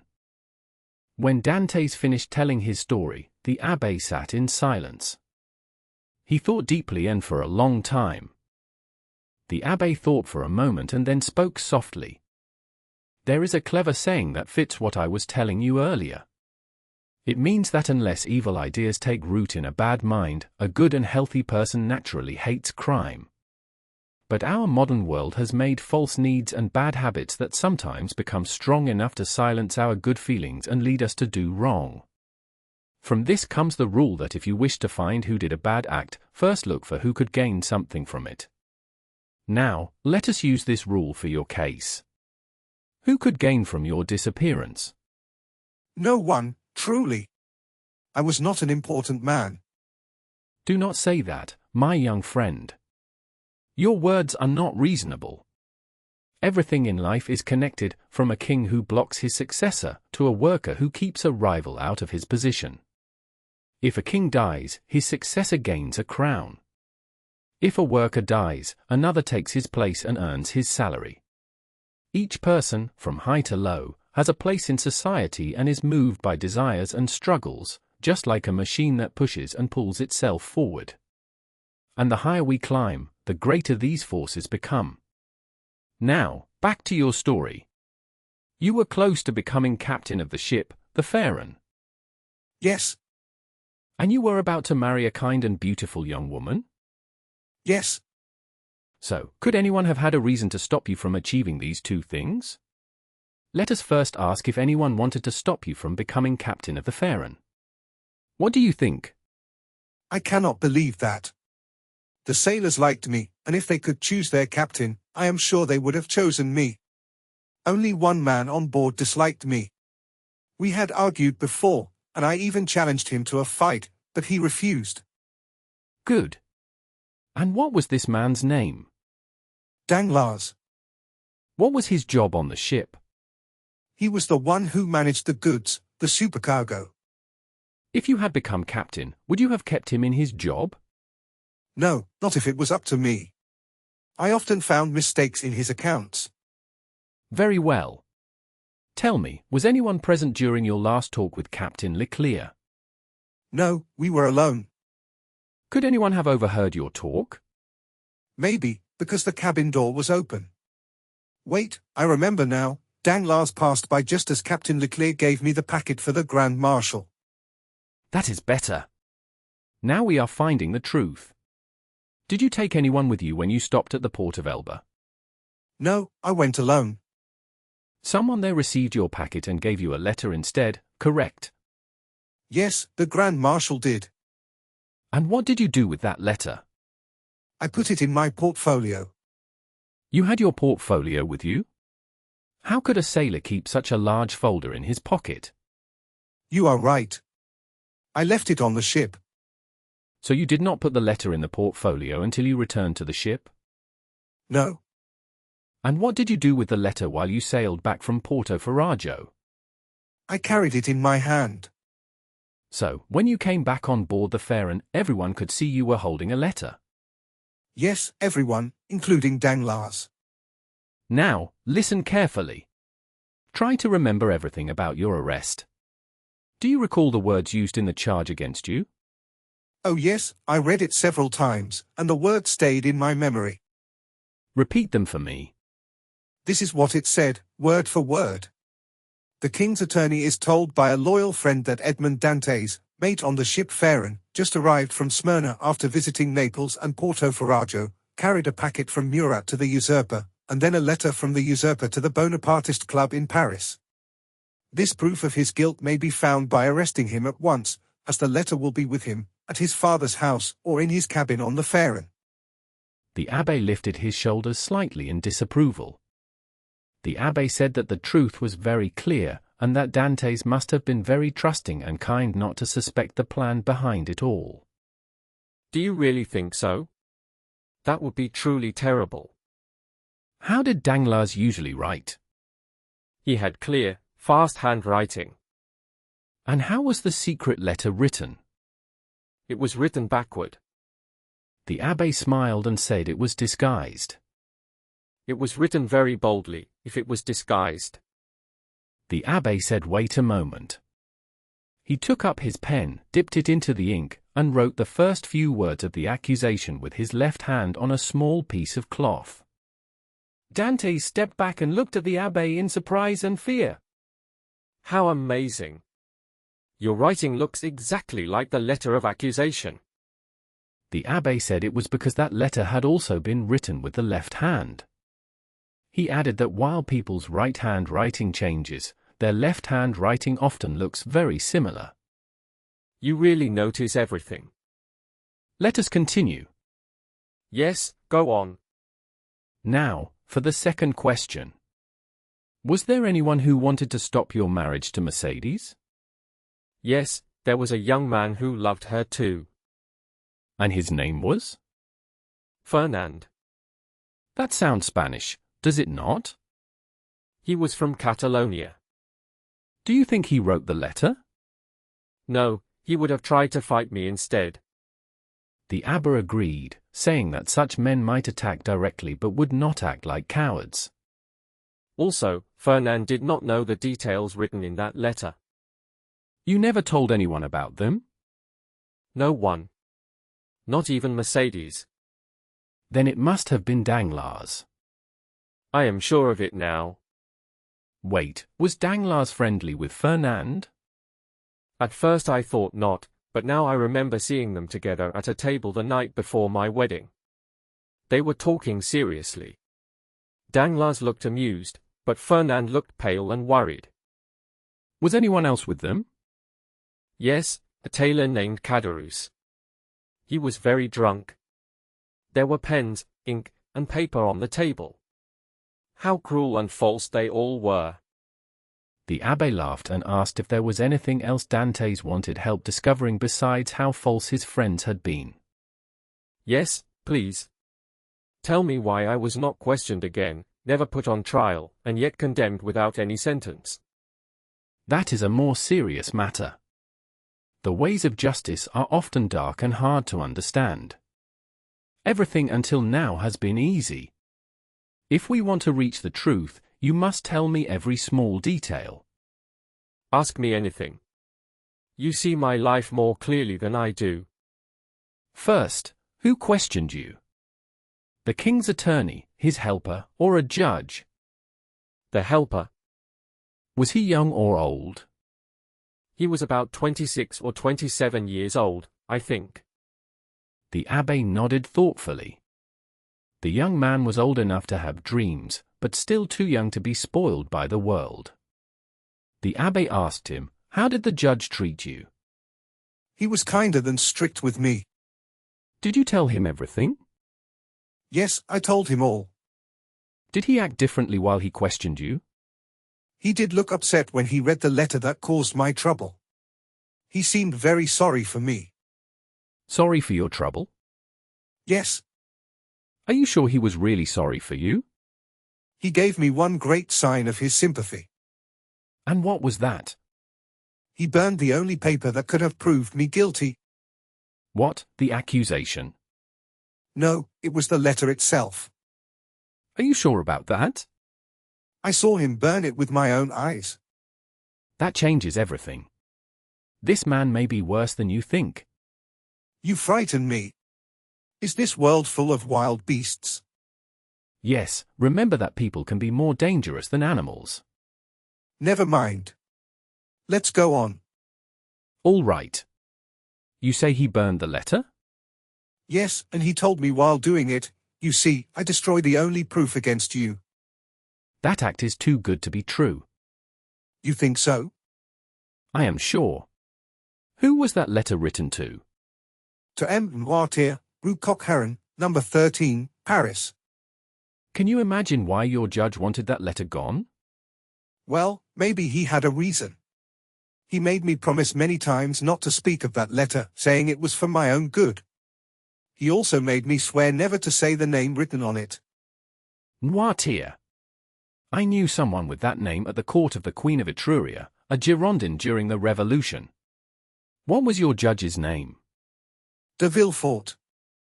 The abbé suddenly laughed, and Dantès stared in surprise. He asked what was wrong. Do you see that ray of sunlight? Yes, I do. Everything is now clear to me, even clearer than that ray. Poor young man. And you tell me this judge felt pity for you and burned your letter? Yes, he did. And then he made you swear not to speak the name Noirtier? Yes. You foolish man, do you not understand? This Noirtier was his father. Dantès was shocked, as if thunder had struck beside him. He held his head in his hands and cried, "His father! His father!" Yes, his real name was Noirtier de Villefort. A light came into Dantès' mind, making all the strange things clear. He remembered the judge's sudden change, the burning letter, the oath, and the pleading tone of Villefort's voice. He felt dizzy and ran to his own cell crying, "I must be alone to think." When he returned to his cell, he sat on his bed, still and silent as a statue. During those long hours he made a dark and firm decision and swore to follow it. The voice of the abbé later woke him. Faria had come to invite him to supper. The abbé was thought to be a little mad, but he was kind, and because of that he enjoyed small comforts. He had white bread and some wine, especially on Sundays. It was Sunday, and he wanted to share them. Dantès followed him. His face looked calm again, but something in his eyes showed strong resolve. Faria looked at him closely and said he now regretted helping him with his search for truth. Why do you say that? Because it has put a new feeling in your heart, the wish for revenge. Dantès gave a small smile. Let us speak about something else, he said. The abbé looked at him again and sadly shook his head. Then, because Dantès wished it, he began to talk about other things. The old prisoner had lived through many hard experiences. His talk was full of useful ideas and true knowledge, but never about his own pain. Dantès listened with great interest. Some of what the abbé said matched things he already knew from his life at sea. Other things were difficult for him to understand, yet they opened new paths in his mind and gave him bright images of unknown worlds. He began to feel how wonderful it must be to learn beside a man like Faria, who lived on the high mountains of truth and knowledge. You must teach me a little of what you know, said Dantès. It will keep you from being bored with me. You are so wise, and I am simple. If you agree, I promise I will not speak about escaping again. The abbé smiled gently. My boy, human knowledge has limits. When I have taught you maths, physics, history, and the few languages I know, you will know as much as I do. It will not take more than 2 years. 2 years? Do you really think I can learn all that so fast? Not to use it all, but yes, to understand the main ideas. To learn is not the same as to know. The one who remembers is only a learner, but the one who reasons becomes wise. But can someone learn wisdom? Wisdom cannot be taught, my friend. It comes when you use knowledge to find truth. It is like a bright cloud that leads us upward. Then what will you teach me first? I am ready. I want to start now. Everything, said the abbé. That evening, the two men planned their lessons for the next day. Dantès had a strong memory and a fast, curious mind. He was quick with numbers and found beauty even in difficult study. He already spoke Italian and a little of another Eastern language, so soon he could also learn Spanish, English, and German. In 6 months, he spoke them all quite well. He kept his word to the abbé and said nothing more about escaping. Perhaps his happiness in learning left no room for such thoughts, or maybe his promise of honor kept him silent. Time passed quickly. After a year, Dantès was a changed man. But he noticed that Faria looked sadder each day. The abbé often seemed deep in thought, walking back and forth, sighing, and worrying about something. One day he stopped suddenly and said aloud, Ah, if only there were no guard watching us. Then there shall not be one, not for long, said Dantès. He could see exactly what the abbé was thinking. I have already told you, I hate the idea of bloodshed. But it might only be a way to save our own lives. No matter, I could never do it. But you have thought about it? All the time, alas, cried the abbé. And you have found a way for us to escape, have you not? I have, if only we could have a guard who could not see or hear. Then he shall be blind and deaf, said Dantès firmly, and the abbé shivered at his tone. No, no, cried the abbé. Impossible. Dantès tried to continue the talk, but the abbé shook his head and said nothing more. 3 months passed in silence. Are you strong? The abbé asked one day. Dantès took the chisel, bent it into the shape of a horseshoe, and then straightened it again with ease. And will you promise not to hurt the guard unless you have no other choice? I promise on my honor, said Dantès. Then, said the abbé, we may start our plan soon. How long will it take to finish the work? Asked Dantès. At least a year, replied the abbé. Shall we begin now? Asked Dantès again. Yes, at once, answered the abbé. Then we lost a whole year for nothing, cried Dantès. Do you think those 12 months were wasted? Asked the abbé gently. Forgive me, said Edmond softly, his face turning red. Tut, tut, said the abbé. A man is only human. You are one of the best I have met. Now, let me show you my plan. The abbé showed Dantès a drawing of how they could escape. It had the plan of both their cells and the passage connecting them. He explained how he wanted to dig a path, like miners do, under the floor of the guards' gallery. There they would make a hole, loosen one of the stones, and when the soldier passed above, he would fall through it. Stunned by the fall, he would be tied and silenced by Dantès before he could react. Then they would go through one of the gallery windows and climb down the outside wall with a rope ladder the abbé had made. Dantès' eyes shone with joy, and he rubbed his hands, excited by the clever plan. That same day, they began their hard work with strong hope and energy. Only the guard's visit stopped them sometimes, but they always heard his quiet steps and were ready before he arrived. The dirt from the tunnel was carefully thrown out the window at night, a little at a time, so that no trace remained. More than a year passed in this work. The only tools they had were a chisel, a knife, and a wooden stick. While working, the abbé continued to teach Dantès about languages, history, and famous people. The abbé was a wise man who once lived among important people. He carried himself with quiet respect, and Dantès learned from him how to act with the same calm manners and polite ways. After 15 months, they finished the tunnel and could hear the soldier walking above them. They waited for a dark night to escape, fearing only that the stone might break too soon. To prevent this, they supported it with a small wooden beam they found in the wall.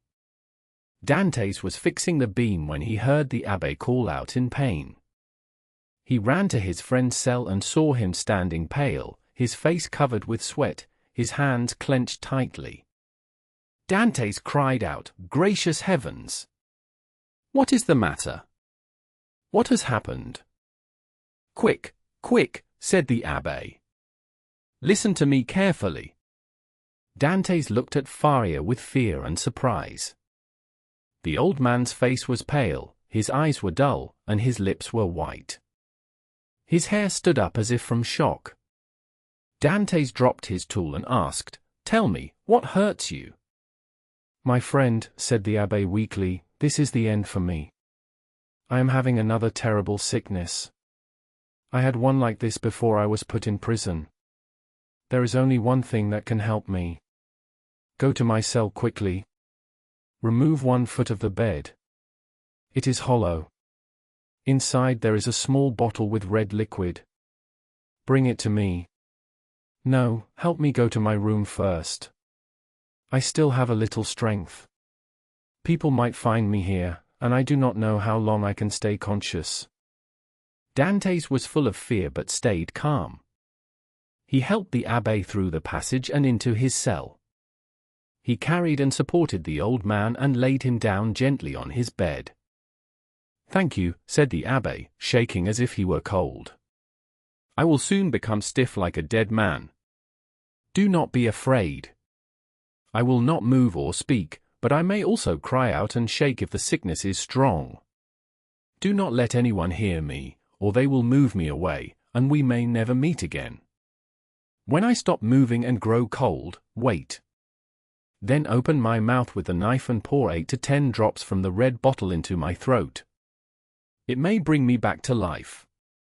Perhaps, cried Dante. Did you think you were dying? No, I did not think that. But because everything was ready for our escape, I thought you might have gone without me. Dantès felt his face grow red with anger. "Without you? Do you really think I would ever do that? At least now I see how wrong such a thought would have been. Alas, I am so weak and tired after this attack." "Be brave," said Dantès. "Your strength will come back soon." Faria shook his head. "The last time, it lasted only half an hour, and then I was able to eat and walk again. Now, I cannot move my right arm or leg, and my head feels heavy. This means blood has gone into the brain. The next time, I will either die or be unable to move for life." "No, no, you are wrong," cried Dantès. "You will not die. If you have another attack, you will be free by then. We will escape again and plan better this time to make sure you live. My good Edmond, do not hope for that. This attack shows I must stay in prison forever. No one can escape if he cannot walk. Then we will wait, a wee." Edmond looked at the paper carefully. He said it looked like a half-burnt sheet with some old Gothic letters written in strange ink. This paper, my friend, is my treasure. Now I can tell you the truth, because I know you are faithful. Half of this treasure will be yours from today." Edmond began to sweat. He had always avoided speaking about the treasure that made people call the old man mad. He thought silence on this painful subject was best, and Faria had also stayed silent. Edmond believed that silence meant the old man's mind was now sound. But hearing those words again made Edmond fear Faria's mind was unwell once more. "Your treasure?" "Yes, Edmond. You are good and kind. I can see by your pale face and shaking hands what you feel right now. But no, I am not mad.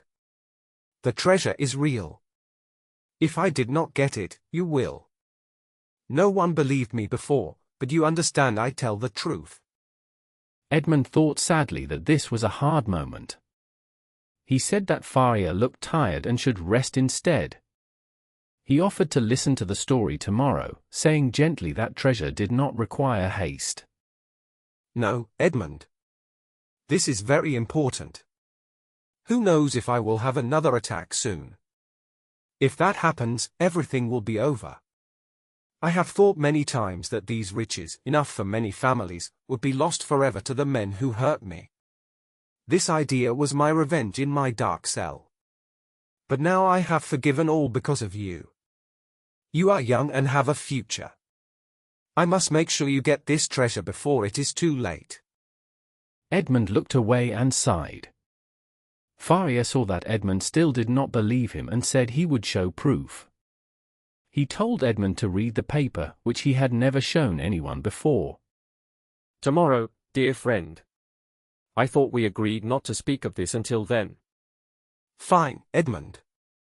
We will not talk until tomorrow, but please read the paper today."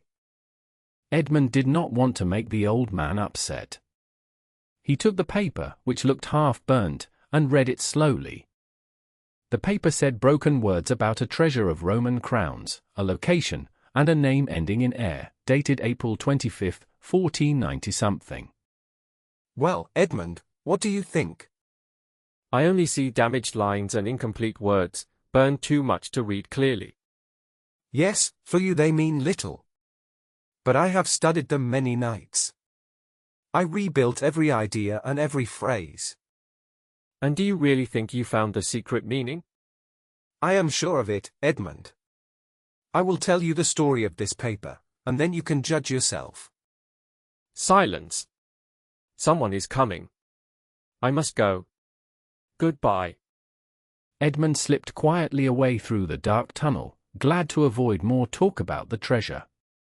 Faria pushed a stone back into place with his foot and covered it with a mat to hide it. It was the governor coming to see him after hearing he was ill. Faria sat up straight, hiding his weak body so the governor would not notice. He feared being moved to a new cell and losing Edmond's company. But fortunately, the governor left, thinking the poor old prisoner was only slightly unwell. During this time, Edmond sat on his bed with his head in his hands, trying to think clearly.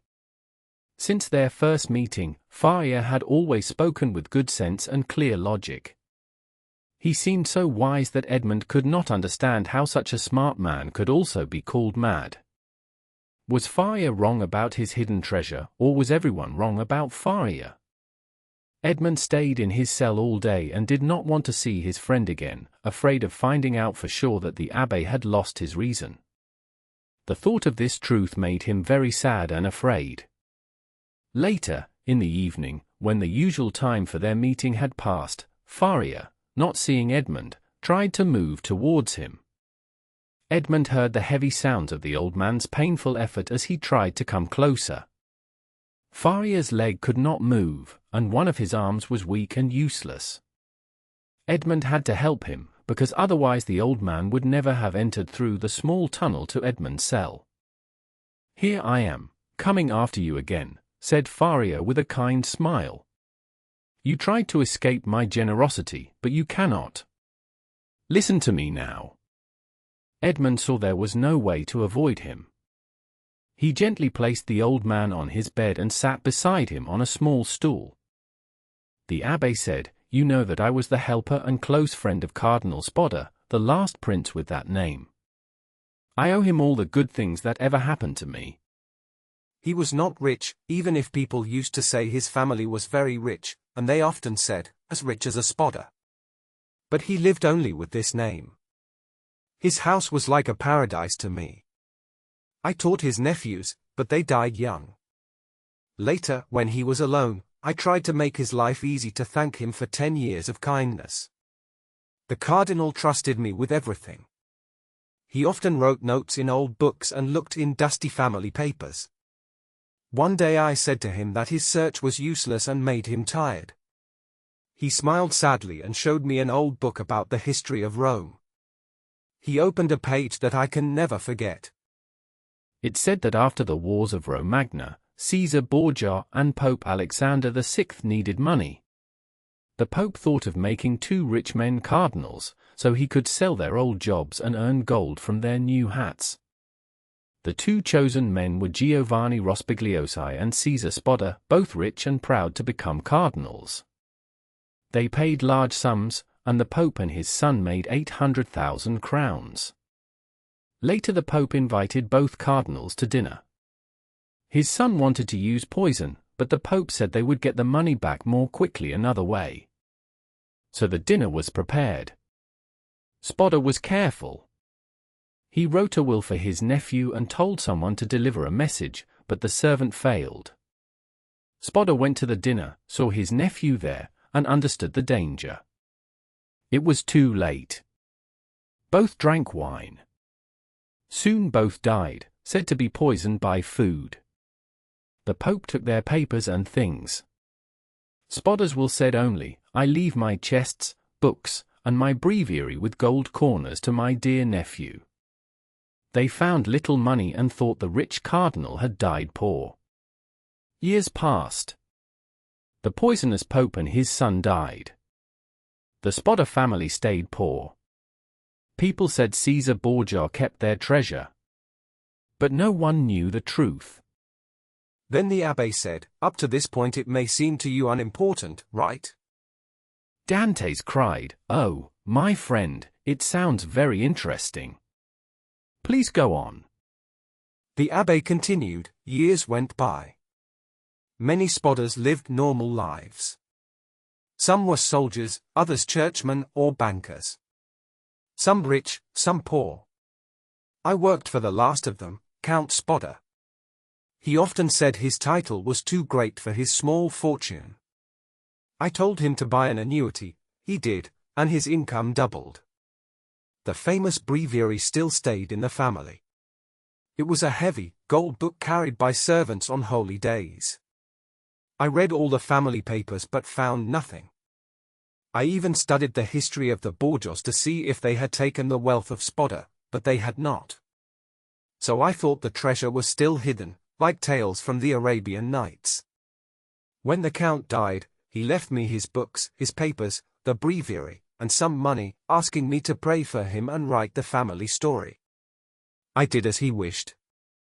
In the year 1807, he said, a month before I was arrested, I was reading the Count's papers again.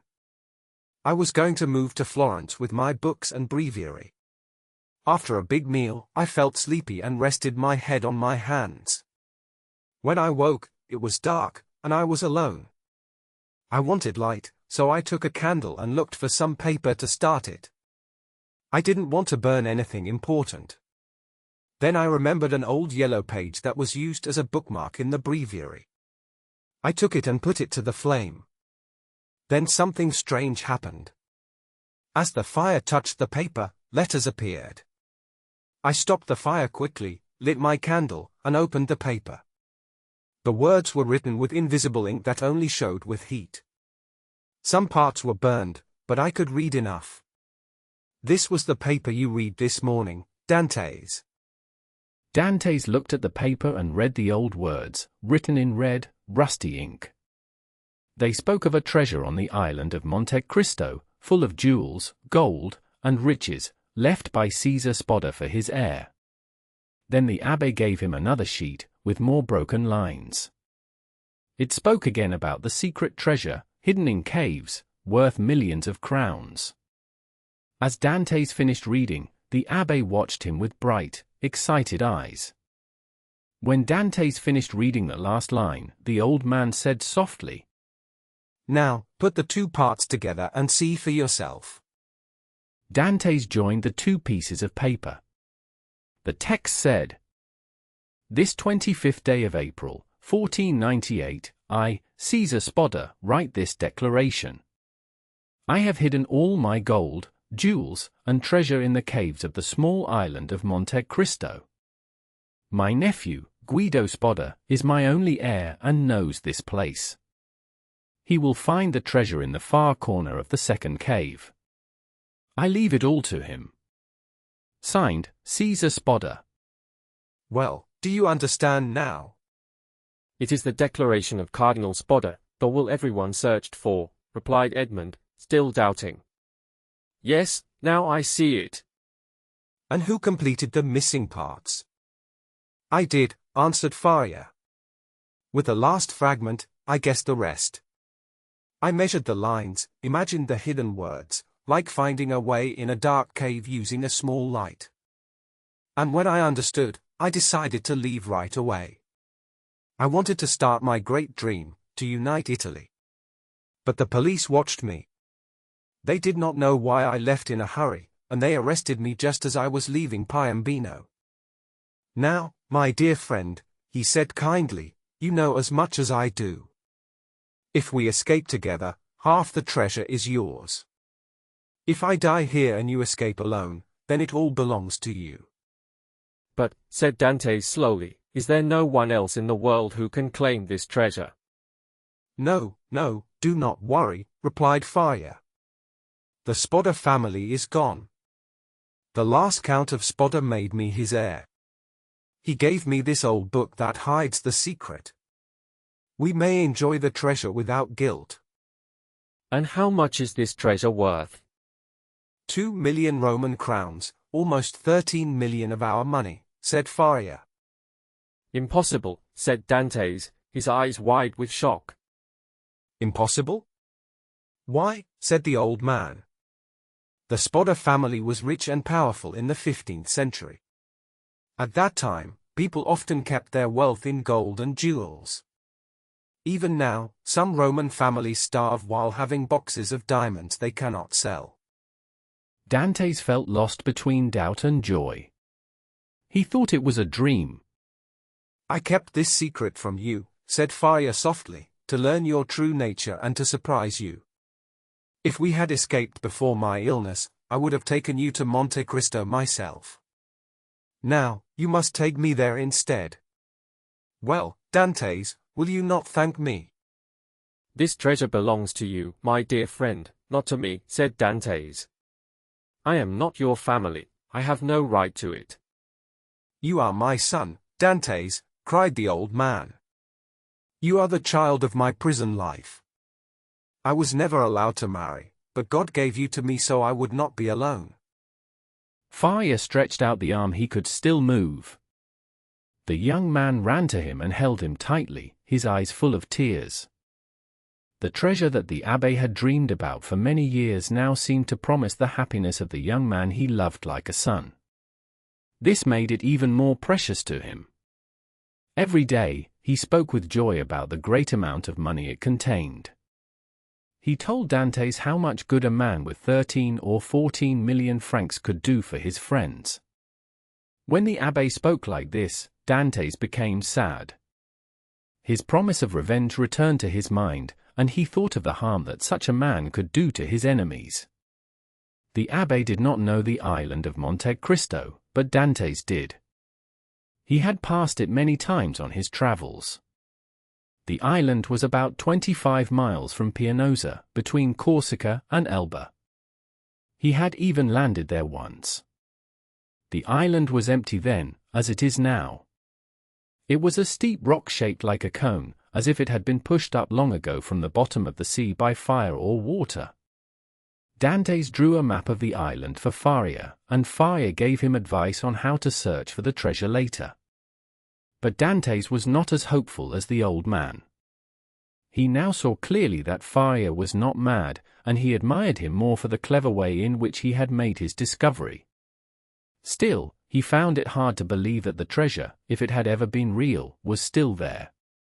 Then misfortune came again. It seemed that fate wanted to take away their last hope of escape and remind them they were prisoners forever. The old ruined tunnel by the sea was being rebuilt. The workers filled the opening with heavy stones, closing the hole Dantès had started repairing. If the abbé had not warned him about it earlier, their secret work might have been found out and they would have been separated. This new wall became a stronger and crueler barrier between them and freedom. You see, my dear friend, said the young man to Faria, now I could not leave you even if I wanted to. I promised to stay with you forever, and it seems that promise cannot be broken. The treasure will belong to neither of us, and we will stay here together. But the real treasure for me is not gold hidden under the rocks of Monte Cristo. It is your company, our hours together every day in this prison. It is what I have learned from you. You have opened my mind and taught me new languages and knowledge. This learning is my wealth, my happiness. Believe me, this is worth more than gold and diamonds, which can disappear like clouds over the sea. To stay with you, to hear your wise words that make me stronger, gives meaning to my life. When I first met you, I almost lost hope, but now despair has no power over me.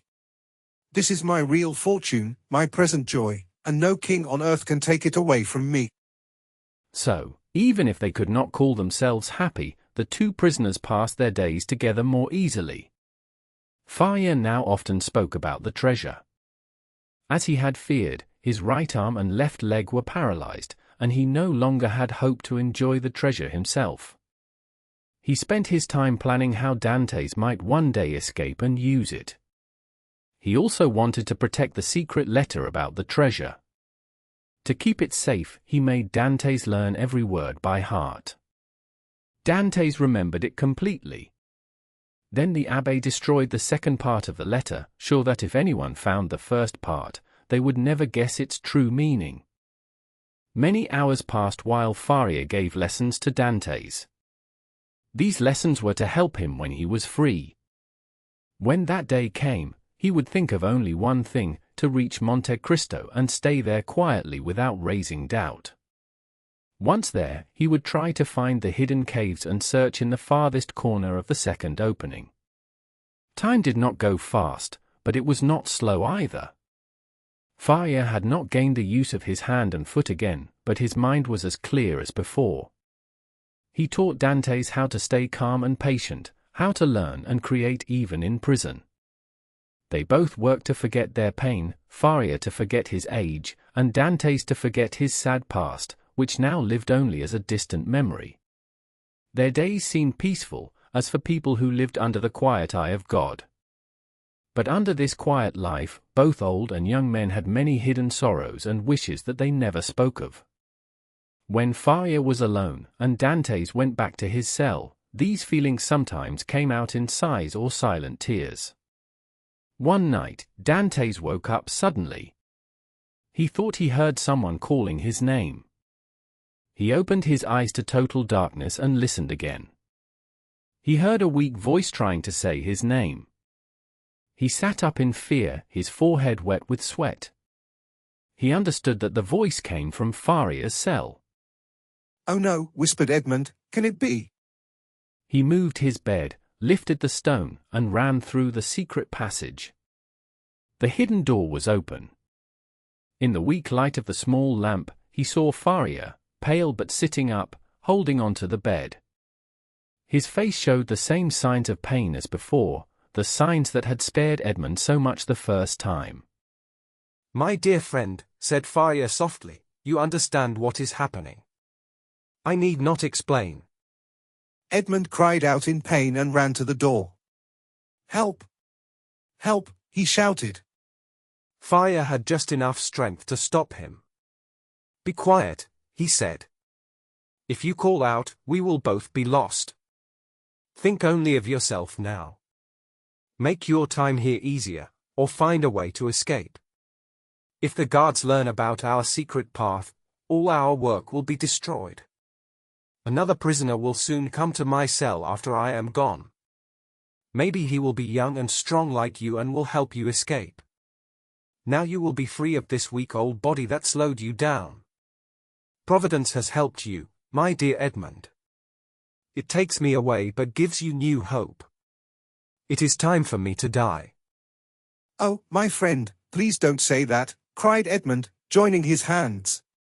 He tried to stay calm. "I saved you once, and I will save you again." He took out the small bottle from under the bed, which was still 1/3 full of red liquid. "Look," he said. "There is still some of the magic drink left. Quick, tell me what to do. What must I do this time?" "There is no hope," Faria answered, shaking his head. "But still, we must try. God has given people a strong wish to live, even when life is full of pain. So we must do what we can to stay alive." Yes, yes," said Dantès quickly. "I will save you yet." "Try then," Faria said quietly. "The cold is spreading inside me. I feel my blood moving to my head. My teeth shake, and pain runs through my bones.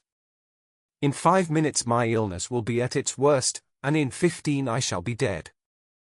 "Oh," cried Dantès, his heart full of sorrow. He put out the lamp, hid it carefully, and closed the secret passage with a large stone as he went down.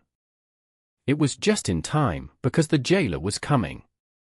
This day, the jailer began his rounds at Dantès' cell, then went to Faria's cell with breakfast and clean clothes. Nothing showed that he knew anything strange had happened. He left quietly. Dantès then felt a strong wish to know what was happening to his poor friend. He went back through the secret tunnel and heard the jailer calling loudly for help. Other jailers came, then the quick steps of soldiers, and finally the governor arrived. Edmond heard the bed creak as they moved the body, and he heard the governor ask them to throw water on the man's face. When the prisoner did not move, they called for the doctor. The governor left after this, and Dantès could hear people speaking words of pity mixed with cruel laughter. "Well, well," said one, "the madman has gone to find his treasure. Good journey to him." With all his gold, he cannot buy his burial cloth, said another. Ah, said a third, the cloths here at the Chateau d'If are cheap. Maybe, said one of the others, because he was a priest, they will spend a little more for him. They may give him the honor of the sack, came the answer. Dantès listened to everything but understood little. After a while, the voices stopped, and it seemed everyone had left the cell. He did not dare to go in, thinking maybe someone was left to watch the body. He stayed still and silent, trying not to breathe loudly. After an hour, he heard a small noise that grew louder. The governor had returned with the doctor and some helpers. There was a short silence while the doctor looked at the body. Then they started asking questions about the man's illness and finally said he was dead. Dantès felt very angry because they spoke without care about the abbé, whom he loved and respected deeply. "I am sorry to hear the old man is really dead," said the governor. "He was quiet and harmless, happy in his dreams, and needed no watching." "Yes," said the jailer, "he would have stayed here 50 years without trying to escape." "Still," said the governor, "we must be sure that the prisoner is really dead, not that I doubt you, doctor, but it is my duty." After another silent moment, the doctor said, "You can be sure. He is dead. I give my word." "But you know," said the governor, "in these cases, we must do more than just look.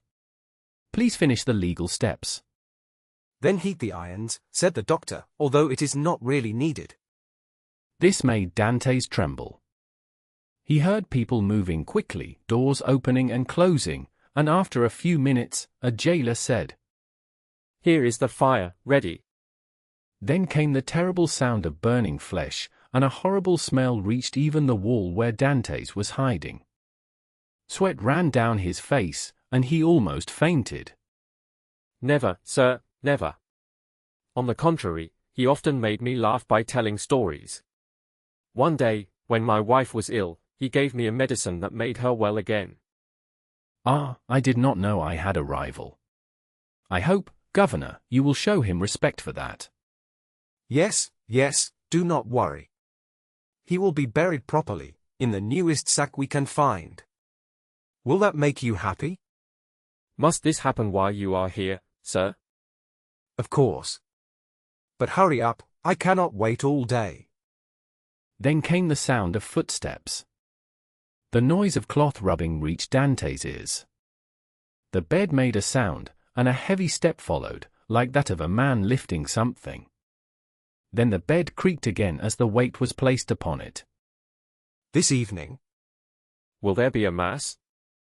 "That is not possible. The priest left yesterday for a week's trip to Hyères. I told him I would take care of the prisoners while he was away. If the poor abbé had waited, he might have had his mass." "Pooh, he was a churchman. God will respect that and not give the devil the joy of sending him a priest." A loud laugh followed this harsh joke. The men finished putting the body in the sack. The governor said, "This evening." "At what time?" someone asked. "About 10 or 11 o'clock, he replied. "Shall we stay with the body?" "What is the use?" said the governor. "Lock the room as if he were alive, that is enough." The steps went away, and the voices became silent.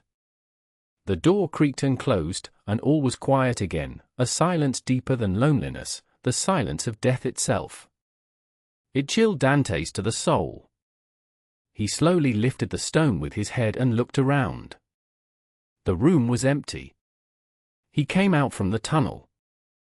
On the bed lay a sack of cloth, under which rested a long, stiff body. It was Faria's last covering, one that cost so little, as the turnkey said. Everything was ready. Now a barrier stood between Dantès and his old friend. He could no longer look into Faria's kind eyes, or hold the hand that had given him hope. Faria, his good and cheerful friend, no longer breathed. Dantès sat on the edge of the bed and felt deep sadness. He was alone again, condemned to silence, and face to face with nothingness. Never again would he see that face or hear that voice, the only one that had connected him to the world. Was Faria's end better, after all?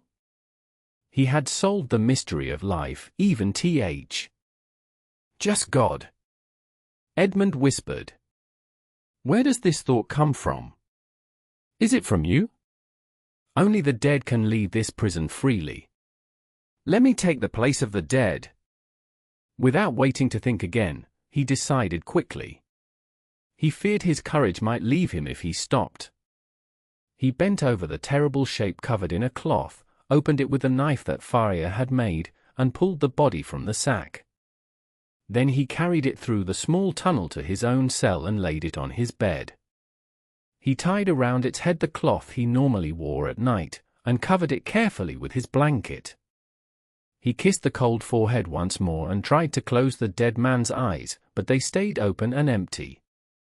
He turned the head to the wall so that the guard, when he brought the meal, would think he was asleep as usual. Then Edmond went back through the tunnel, pushed the bed against the wall, and returned to the other cell. He took the needle and thread from their hiding place, took off his clothes so that only his skin would touch the rough canvas, and slid into the same sack where the body had been. He lay in the same position and sewed the bag shut from the inside. If the guards came in at that moment, they would have heard his beating heart. Dantès could have waited until the guards finished their evening visit, but he feared the governor might change his mind and order the body to be removed sooner. Then his only chance would be gone. He had already decided what to do next. If the men carrying him found out he was alive, he would cut open the sack quickly with his knife and run away while they were frightened. If they tried to catch him, he would defend himself. If they carried him to the graveyard and put him in a grave, he would wait until they left, then dig his way out through the loose earth in the dark. He hoped the weight of the soil would not be too heavy. If he could not move and the earth crushed him, he thought it would not matter, everything would simply end. He had eaten nothing since the evening before, but he did not feel hungry. His mind could only think of the risk he was taking. The first danger was that the jailer, bringing supper at 7 o'clock, might notice what had happened. But many times before, tired or depressed, Edmond had stayed in bed and said nothing when the jailer brought food, so the man might not think it strange. This time, however, the jailer might speak to him, and if he got no answer, he might go to the bed and see the truth. When 7 o'clock came, Edmond's fear grew very strong. He pressed his hand against his chest but could not calm his fast-beating heart. With the other hand he wiped the sweat from his face. Cold chills passed through his body, and he felt close to death. But the hours went by quietly, and Edmond understood that he had passed the first danger. This gave him new hope. Later, when the time chosen by the governor arrived, he heard footsteps on the stairs. Edmond felt the moment had come. He gathered his courage, held his breath, and wished even his blood would stop moving. There were 2 sets of footsteps. He knew they must be the men coming for the body. The sound of a wooden frame touching the floor confirmed his guess. The door opened, and a weak light shone through the rough fabric of the sack. He saw 2 dark shapes come near the bed, another stayed by the door holding a torch. The 2 men took hold of the sack, one at the head and the other at the feet. "He is heavy for an old thin man," said one, lifting the head end. "They say every year adds some weight to the bones," said the other, lifting the feet. "Did you tie the knot?" asked the first man. "Why carry more weight now?" answered the second. "I can do it when we get there." "Yes, you are right," the first replied. What not, thought Dantès. The 2 men placed the sack carefully on the wooden board. Edmond kept his body stiff, pretending to be a dead man. Then, led by the man with the torch, they lifted the bier and walked slowly up the stairs. Suddenly, Edmond Dantès felt the cold night air, and he knew that the Mistral wind was blowing. It was both pleasant and painful at the same time. The men carried him for 20 steps and then stopped, placing the stretcher on the ground. One man walked away, and Dantès heard his shoes hitting the stones. Really, he is not light at all, said one of the men as he sat on the side of the stretcher. Dantès wanted to try to escape, but luckily he did not move. Give us some light, said the man. I cannot find what I am looking for. The man with the torch helped, even though the order was not polite. Dantès thought, what is he trying to find? Maybe a shovel. Ah, here it is at last, said the man happily, though it took some time to find. Yes, answered the other, but it has waited well. As he spoke, Dantès heard the sound of metal near him, and suddenly a rope was tied tightly around his feet. Have you tied the knot? Asked the older man watching them. Yes, and very tight too, said the other. Let's move on. The stretcher was lifted again, and they walked farther. After 50 more steps, they stopped to open a door and then continued. Dantès could now hear the waves crashing against the rocks under the old fortress. Bad weather tonight, said one man. Not a good night for a swim in the sea. Yes, the abbé will get very wet tonight, said the other, laughing roughly. Dantès did not understand the joke, but he felt sudden fear. Here we are at last, said one man. A few steps more, answered the other. You remember, the last one hit the rocks, and the governor called us careless the next day. They climbed a few steps, then took Dantès by the head and feet and swung him. 1, 2, 3, they shouted, and he was thrown through the air. He fell quickly, and the cold sea closed over him. A heavy weight tied to his feet pulled him down deep into the dark water. The sea was the final resting place for those from the Château d'If. Dantès, shocked and short of breath, managed to stay calm. He kept his mouth closed and, using the knife he had ready in his hand, quickly cut the sack open. He freed his arm, then his body, but the heavy weight still pulled him down. With great effort he bent and cut the rope on his legs just as he felt he could no longer breathe. He jumped upward and broke the surface of the sea, gasping for air while the sack sank with the metal weight deep below. He breathed for a moment, then dived again to avoid being seen. The second time he came up, he was 50 steps away from the place he had fallen. Above him was a black and stormy sky, the wind blowing fast clouds across it, sometimes letting a small star shine through.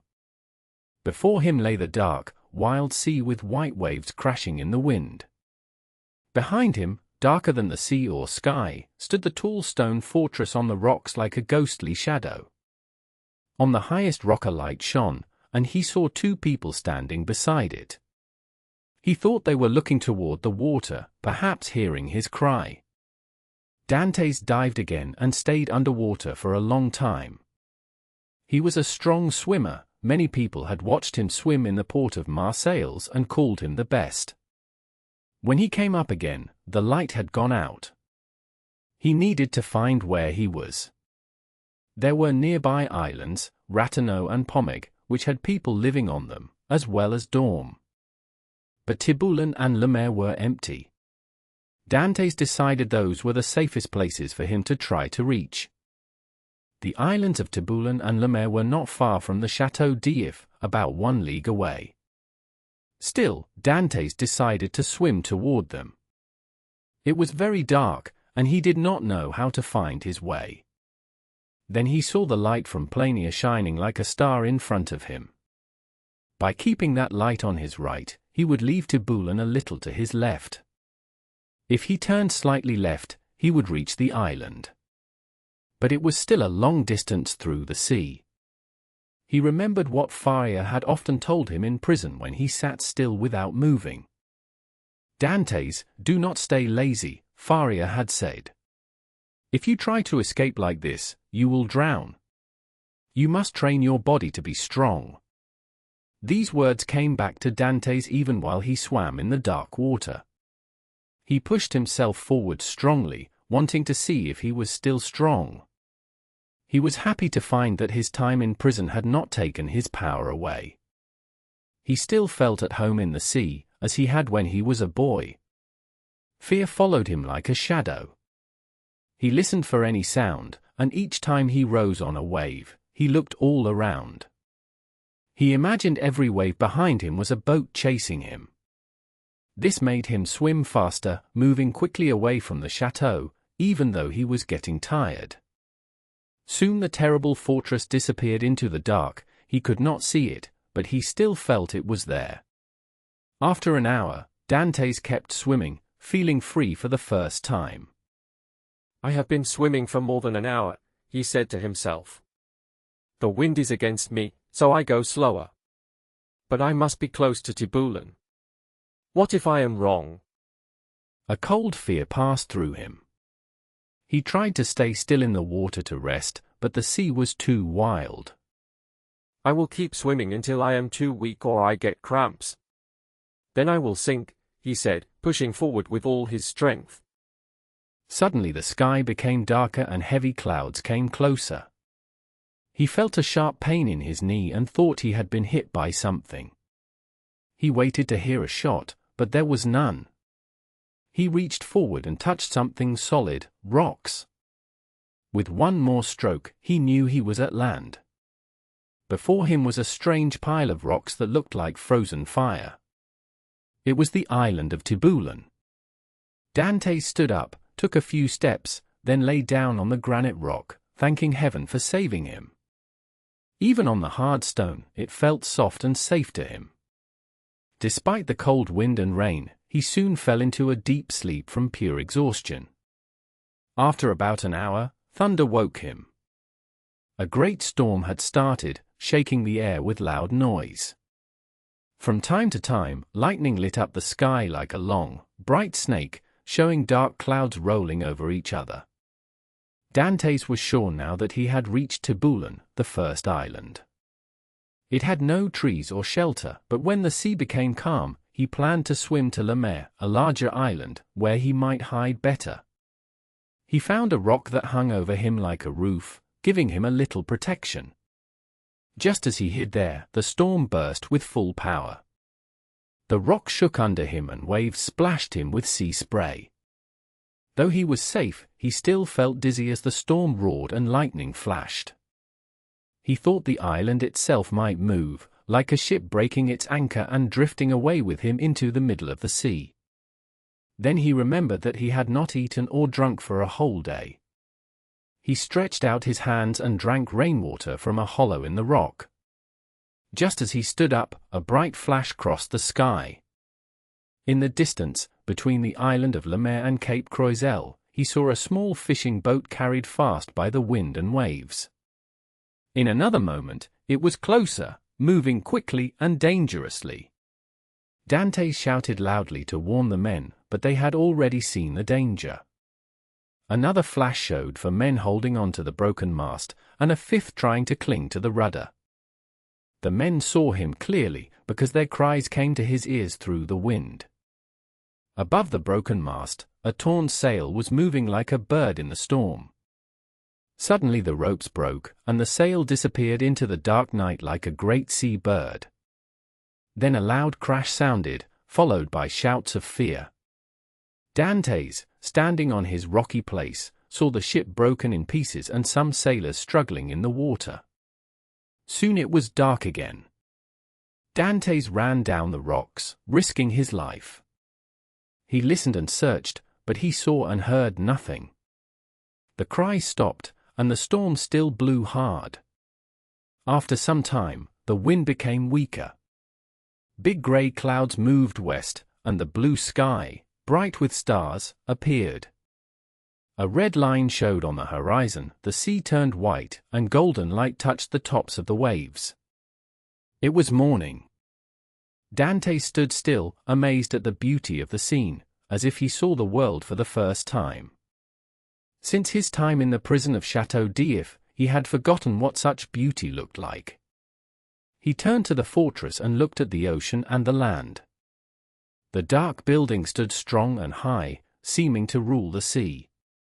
It was around 5 o'clock, and the sea continued to calm. In 2 or 3 hours, the guard will enter my cell, thought Dantès. He will find the body of my poor friend and search for me in vain. Then they will find the tunnel, and the men who threw me into the sea will be questioned. Soldiers in boats will chase me. The cannon will warn everyone not to help a man lost and hungry. The police will watch the land, while the governor hunts me on the sea. I am cold and hungry. I have lost even the knife that saved my life. My God, I have suffered enough. Please, help me now, because I cannot help myself. As he said this prayer and looked toward the Chateau d'If, he saw a small ship moving fast near the island of Pomègue. It had a lateen sail and looked like a seagull searching for food. He knew it was a Genos tartan, coming from Marseilles and sailing out to sea with speed. Oh, if only I could reach it in half an hour. But they might question me, find out who I am, and send me back to prison. What can I do? What story can I tell? They are smugglers, they might sell me instead of helping me. I must wait. But I am so hungry. Maybe they have not discovered my escape yet. I could say I was one of the sailors from the shipwreck last night. No one could deny it, since no one survived.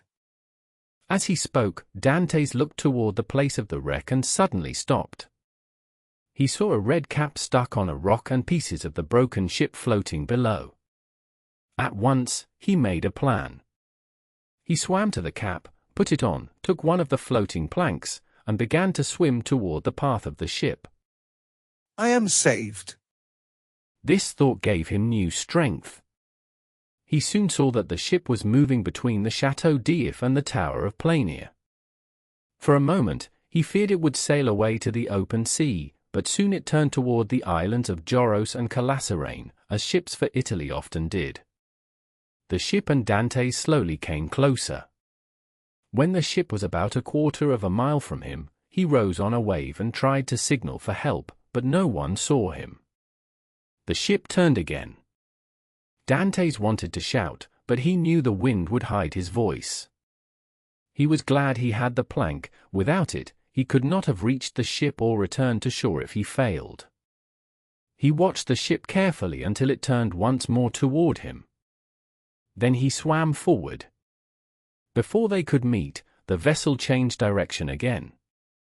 He rose from the water, waved his cap, and gave a shout sailors use at sea. This time, they saw and heard him, and the ship sailed straight toward him. He saw that the crew were lowering a boat.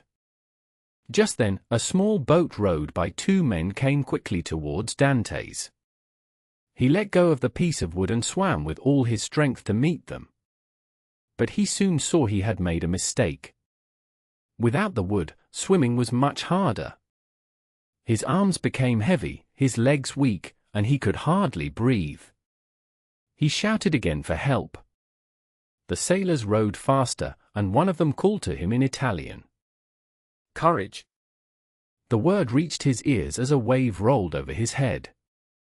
He came up again, trying one last time with all his strength. He shouted once more, then started to sink. The water closed above him, and the sky turned grey. He moved again and rose to the surface, feeling someone pull his hair. Then he saw and heard nothing more. He had fainted.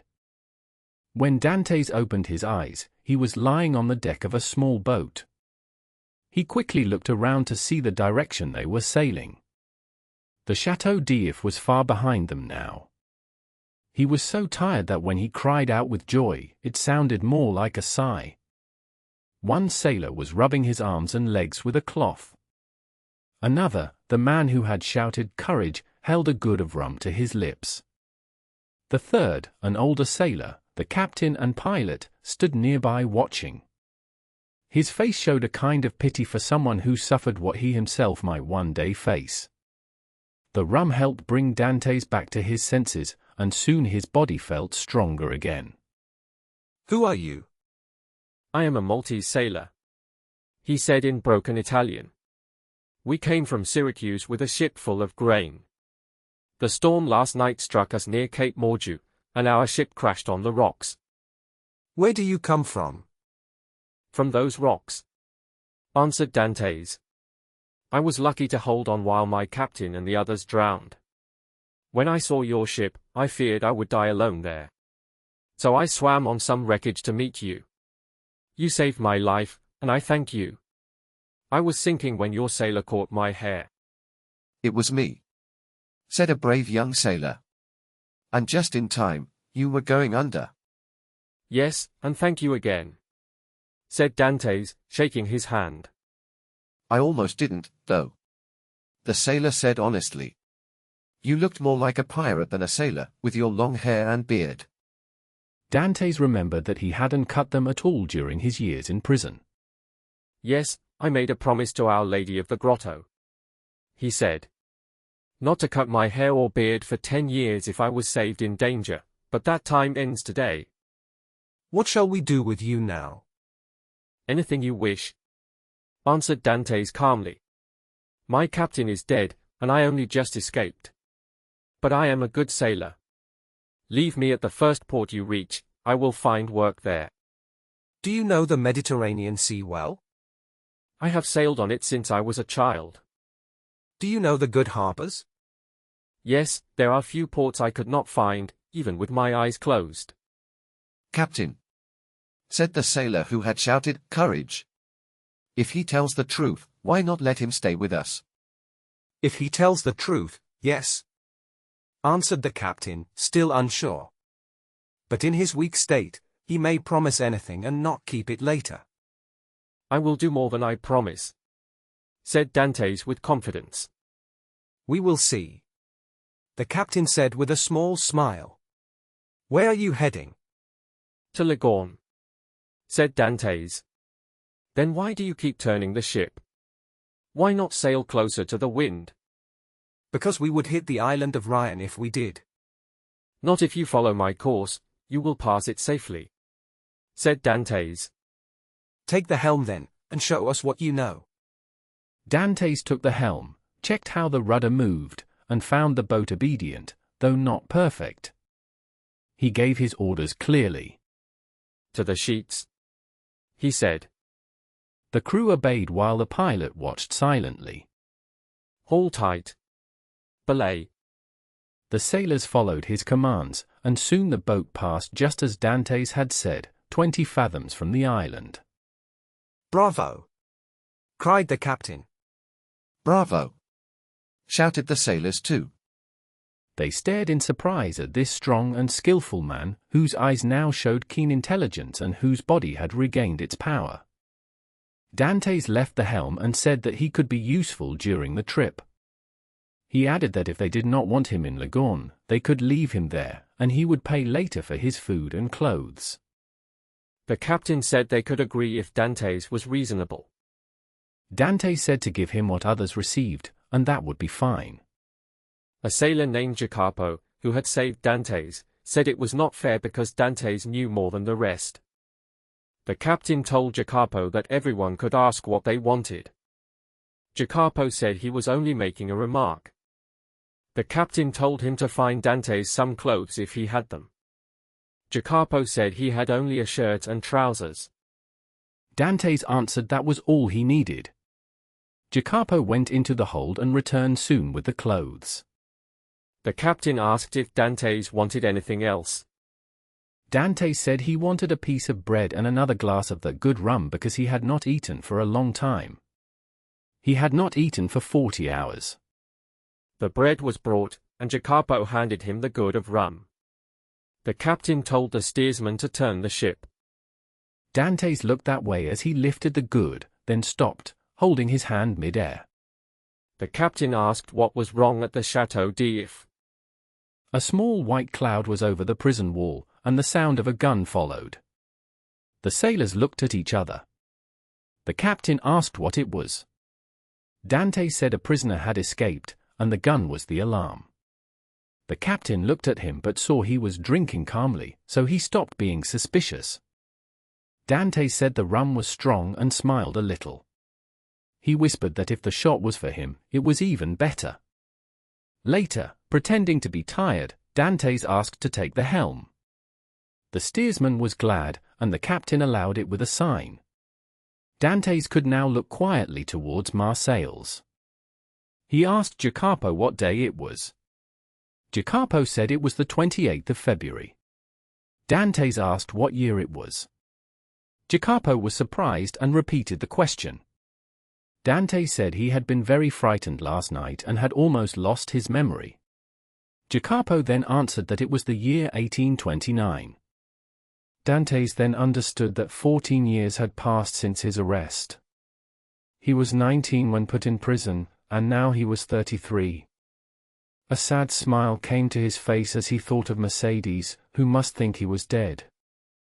Then anger lit his eyes when he thought of the men who had caused his pain. He swore again to take revenge on Danglars, Fernand, and Villefort. This time, his promise was real as the small ship ran fast before the wind toward Leghorn. The next day, Dantès already knew well what kind of men were on the ship with him. The captain of La Jeune Homélie spoke many languages of the Mediterranean. This helped him talk with all kinds of people without needing others to translate. So Dantès was now on board a smuggler ship. At first, the captain did not trust Dantès much. He was well known by the coast guards and always fought to trick them. He feared that Dantès could be a spy sent to discover his secret work. The way Dantès handled the small ship made the captain feel calm again. Then he saw a thin cloud of smoke above the fort of the Château d'If and heard the distant sound of a cannon. He thought that such a salute must be for someone very important, maybe a man treated like a king. This idea made him less worried than if the stranger had been a customs officer. But when he looked at Edmond's calm face, even that thought went away. Edmond knew who the captain was, but the captain did not know who Edmond was. No matter how much the old sailor and his crew tried to question him, he told them nothing new. He gave correct details about Naples and Malta, which he knew as well as Marseilles, and he kept to the same story. The Genoese captain, clever as he was, believed every word. Edmond's kind manner, skill at sea, and calm nature helped him seem honest. The captain, perhaps, was also a man who only knew what he needed to know and did not want to believe more than necessary.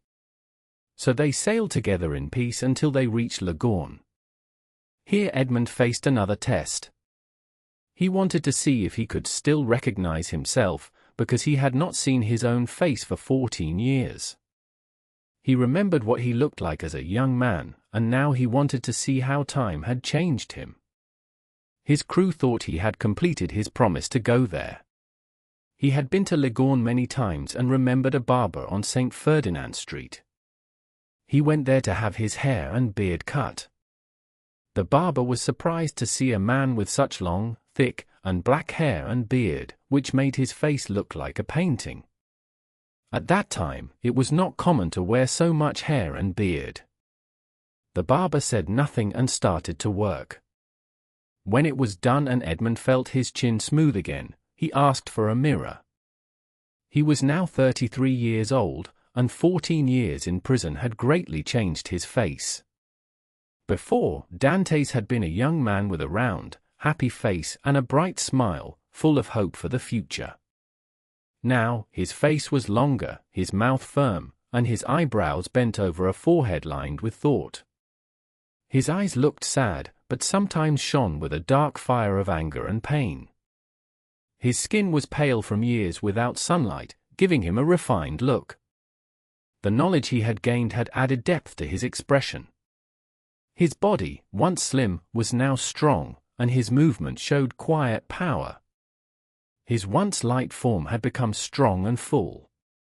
His voice had changed too, sometimes soft and sweet, sometimes rough and deep. After so long in darkness, his eyes could see well even at night. When Edmond looked at himself, he smiled. Even his best friend would not have known him, even he hardly knew himself. The captain of La Jeune Homélie wanted very much to keep Edmond on his crew. He offered him money from future profits and Edmond accepted. After leaving the barber, he went to a shop and bought simple sailor clothes, white trousers, a striped shirt, and a cap. Dressed like this, he returned to Jacopo and gave back the clothes that had been lent to him. When the captain saw him, he made Edmond tell his story again and again before he believed that this neat sailor was the same man he had saved from the sea, dirty, tired, and almost dead. The captain liked Edmond Dantès because he looked strong and intelligent, so he asked him again to stay longer on his ship. But Dantès had his own plans and agreed to work only for 3 months. La Jeune Amélie had a very active crew who obeyed their captain well. He wasted no time and soon filled his ship with printed cloth, illegal cotton, English gunpowder, and tobacco without the tax mark. The captain planned to take these goods secretly from Ligourne and sell them in Corsica, where other traders would send them on to France. They sailed away, and Edmond once more crossed the bright blue sea that had been part of his youth and his dreams in prison. He passed Gorgone on one side and La Pianosa on the other, going toward the land of Paoli and Napoleon. One morning, as the sun rose, the captain went on deck and found Dantès leaning on the railing, staring at a group of rocks made pink by the light. It was the island of Monte Cristo. La Jeune Amélie passed close to it on the left and continued to Corsica. Dantès thought that if he jumped into the sea, he could reach the island in half an hour. But he had no tools to find the treasure and no weapons to protect himself. Also, what would the sailors say? What would the captain think? He knew he must wait. He had waited 14 years for his freedom, so he could wait 6 months or a year for wealth. He said to himself that he would have accepted freedom without riches if someone had offered it earlier. And maybe the treasure did not even exist, perhaps it was just born in the imagination of poor Abbé Faria. Still, the letter from Cardinal Spada had many clear details, and Dantès repeated its words to himself again and again, not forgetting a single line. In the evening, Dantès saw the island in the red light of sunset and then fading into the dark. He had the sharp eyes of a man used to the gloom of prison, so he could see it long after others had gone below. The next morning, they were near the coast of Illyria. All day they sailed along the land, and when night came, they saw fires lit on the shore. These fires were signals for landing. The ship raised a lantern instead of its flag and moved closer to the coast. Dantès saw the captain place 2 small guns on deck, ready to protect the ship, though they were not needed, because everything went quietly and politely. For small boats came from the shore and met the ship's boat. By 2 o'clock, all the goods were safely on land. That same night, the captain shared the profits. Each man received 100 Tuscan livres, about 80 francs. But the journey was not finished. They turned the ship toward Sardinia to load a new cargo to replace the old one. This second trip was also lucky. The new shipment went to the Duchy of Lucca and carried cigars from Havana and wines from Spain. This time, they had trouble avoiding the customs men. The tax officers were always enemies of the captain of La Jeune Amélie. One officer was badly hurt, and 2 sailors were wounded, one of them Dantès, hit in the left shoulder. He was almost glad of this fight and of being wounded because it taught him he could face danger calmly and bear pain bravely. He smiled at danger and thought to himself that pain was not truly evil. He also saw the wounded customs officer on the ground, and the sight did not move him much, whether because of the heat of battle or his heart growing colder, he did not know. Dantès was now walking the path he had chosen, and his heart was slowly turning to stone. When Jacopo saw him fall, he thought Edmond was dead, ran to him, lifted him, and cared for him kindly like a true friend. The world was not as good as Dr. Pangloss said, but it was not as evil as Dantès thought. This man, who could only gain money from his friend's death, showed real sadness when he saw him fall. Luckily, Edmond was only hurt. With some herbs that old Sardinian women sold to smugglers, his wound soon healed. Edmond wanted to test Jacopo's honesty. He offered Jacopo part of his prize money for his help, but Jacopo refused strongly. Edmond felt moved by the sailor's loyalty and began to like him. Jacopo felt happy just to see that kindness from Edmond, whom he knew was better educated than most men. That simple friendship was enough for him. During long calm days at sea, when the ship moved fast with the wind and needed only the helmsman, Edmond took a chart and became Jacopo's teacher, like Abbé Faria had once been his. He showed Jacopo how to find directions from the coast and explained how the compass worked.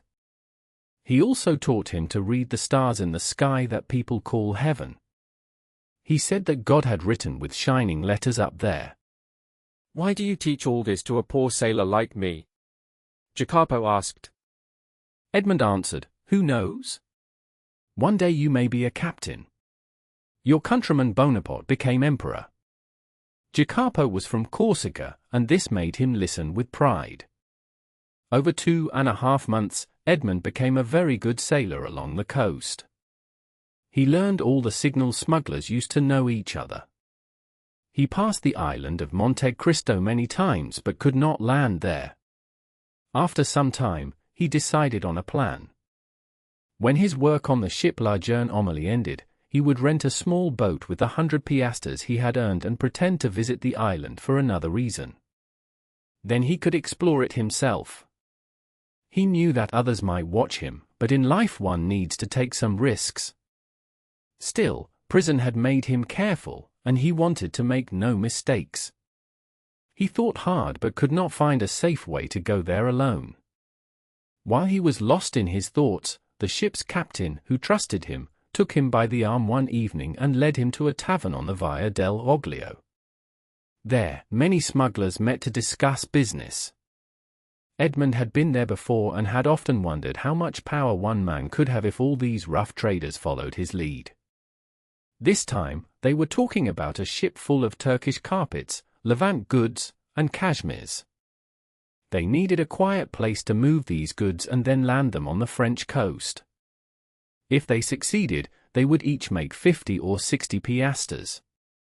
The captain of La Jeune Homme suggested landing on the island of Monte Cristo. The island had no soldiers or officers and was empty, a perfect place for their secret trade. When Edmond heard Monte Cristo, he felt sudden joy. He stood up quickly, hiding his feelings, and walked around the smoky tavern where people spoke many languages mixed together. When he returned, the men had agreed to stop at Monte Cristo and to leave the next night. They asked for Edmond's opinion, and he said the island was very safe and that great plan should be done quickly. Nothing was changed in the plan. Orders were given to leave the next night, and, if the wind and weather were good, to reach the neutral island the following day. At last, by one of the strange turns of fate, Edmond Dantès found the chance he had long waited for. He could now land on the island in a simple way, without anyone suspecting his reason. Only one more night, and he would be on his journey. The night was full of restless thoughts. Many images, good and bad, passed through his mind. When he closed his eyes, he saw the letter of Cardinal Spada, as if written on fire upon a wall. If he slept for a moment, strange dreams filled his head. He walked through caves made of shining emeralds and red rubies, with roofs of bright diamonds.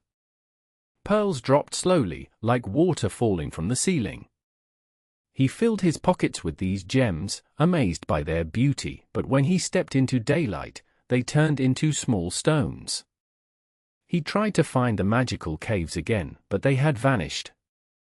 He searched his memory for the secret word that could open the gates again, but it was useless. The treasure was gone, and he could only dream of it once more. When day came, his mind was still restless, but now reason returned to help his imagination. He started to form the plan he had only imagined before.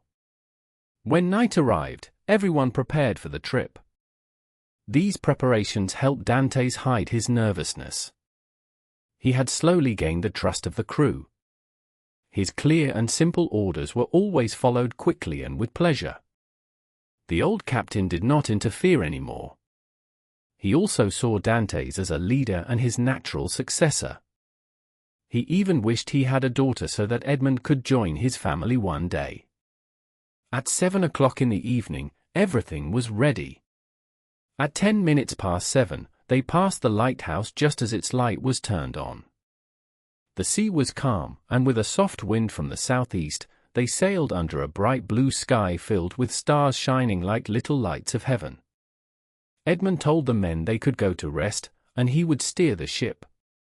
They trusted him completely, and soon everyone went to their bunks peacefully. This often happened. After his long time alone, Dantès sometimes felt a deep wish to be alone again. And what could be more peaceful than being alone on a ship in the wide sea, in the silence of the night, under the sky? That night, he was not truly alone, for his thoughts were with him. The darkness was brightened by his hopes, and the silence was filled with his dreams. When the captain woke up, the ship was moving fast, the sails full of wind. They were going almost 10 knots an hour. The island of Monte Cristo could now be seen far on the horizon. Dantès handed control back to the captain and lay in his hammock, but even though he had not slept all night, he still could not close his eyes. 2 hours later, he came back to the deck. The boat was near the island of Elba, beside the small green island called La Pianosa. The sun made the top of Monte Cristo glow red against the clear blue sky. Dantès told the helmsman to turn slightly so they passed La Pianosa on the right. It would make the trip shorter. By 5 o'clock in the evening, the island could be seen clearly. The air was so clean that every rock shone with a different color, from soft pink to deep blue. Dantès stared at it seriously. His heart beat fast, and his face changed between hope and fear. He felt like a gambler risking everything on one final throw. Night came again, and at 10 o'clock they threw anchor. Their ship, La Jeune Homme, arrived first. Even though he usually stayed calm, Dantès could not hide his strong excitement this time. He was the first to jump on the shore. If he had dared, he would have kissed the ground with joy. It was dark, but at 11 o'clock the moon rose over the sea and made the water shine like silver. The light touched the high rocky hills of the island and made them bright and pale. The crew of La Jeune Homme knew this island well. They had often stopped near it before. But for Dantès, this place was new. He had seen it from his ship, but never landed there. He turned to Jacopo and asked where they would sleep that night. "We will sleep on the boat," said the sailor. "Would it not be better to sleep in the caves?" asked Dantès. "What caves?" Jacopo asked. "I do not know about any caves here." Dantès felt a cold sweat on his face. "Are there no caves on Monte Cristo?" he said quickly. "None," replied Jacopo. Dantès said nothing for a moment. Then he remembered that the caves might have been closed by time or by someone long ago. Perhaps Cardinal Spotter had closed them for safety. He decided to look for the hidden entrance later when it was light. It was no use searching at night. Just then, a signal flashed from the sea. The ship answered, and they knew it was time for work. A small boat came closer. It was white and quiet like a ghost. It dropped its anchor close to the shore, and they began to unload. As Dantès helped, he thought about how one word could make all the men around him cheer with joy. He held a great secret inside him, but he stayed silent. Sometimes he feared that his questions and restlessness might make others suspicious. But his face, marked with sadness, hid all signs of hope or excitement. No one doubted him. The next day, he took a gun and said he wanted to hunt the wild goats that jumped between the rocks. The sailors thought he just wanted some sport or quiet time alone. Jacopo wanted to go with him, and Dantès let him. He did not wish to make anyone suspicious by refusing. Soon after they started walking, Dantès shot a small goat. He asked Jacopo to take it back to the others and tell them to cook it. When the food was ready, they could fire a gun as a signal. They had some dried fruit and wine too. Dantès left and walked alone, often looking behind him. He climbed to the top of a large rock and saw far below, his friends were preparing the meal. He smiled a little, a quiet and sad smile, as he watched them. He thought how soon they would each get 50 piastres for their work, and then go back to risk their lives for more. To them, that money was a fortune, to him, it meant nothing. Hope makes me despise this small wealth, he said softly to himself. But maybe tomorrow I will feel that even this poor treasure is happiness. He spoke again, stronger. No, that will not happen, said Edmond. The wise farrier could not be wrong. It is better to die than to live this poor life forever. Only 3 months before, Dantès had wanted nothing but freedom. Now that he was free, it was not enough. He wanted wealth as well. It was not his fault, he thought, but the will of Providence, which gave men great desires. He walked through a narrow space between 2 high rocks, where water had once carved a path. It seemed no one had ever walked there before. He believed the caves might be near. He followed the shore closely, studying every stone with care. On some rocks, he thought he saw marks made by hands long ago. Time had covered everything else with moss and age, but the marks still showed clearly. They looked as if they had been made with purpose, maybe to hide something important. Sometimes the marks were under small bushes of myrtle with flowers, or under soft green moss.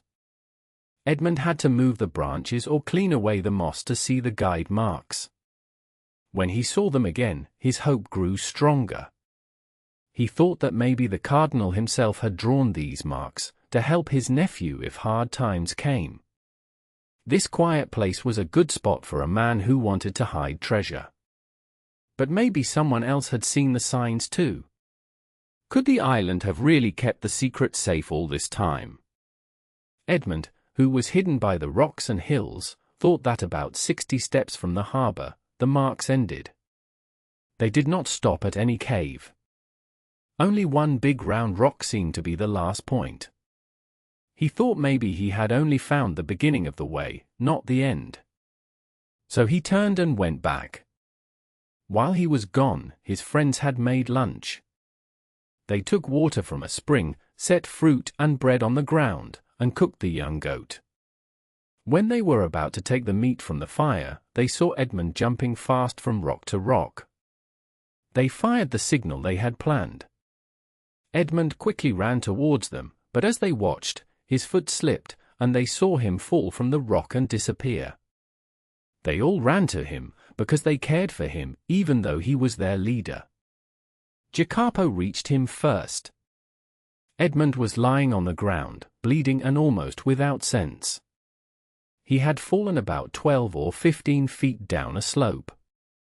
They gave him a little rum, which helped him as it had before.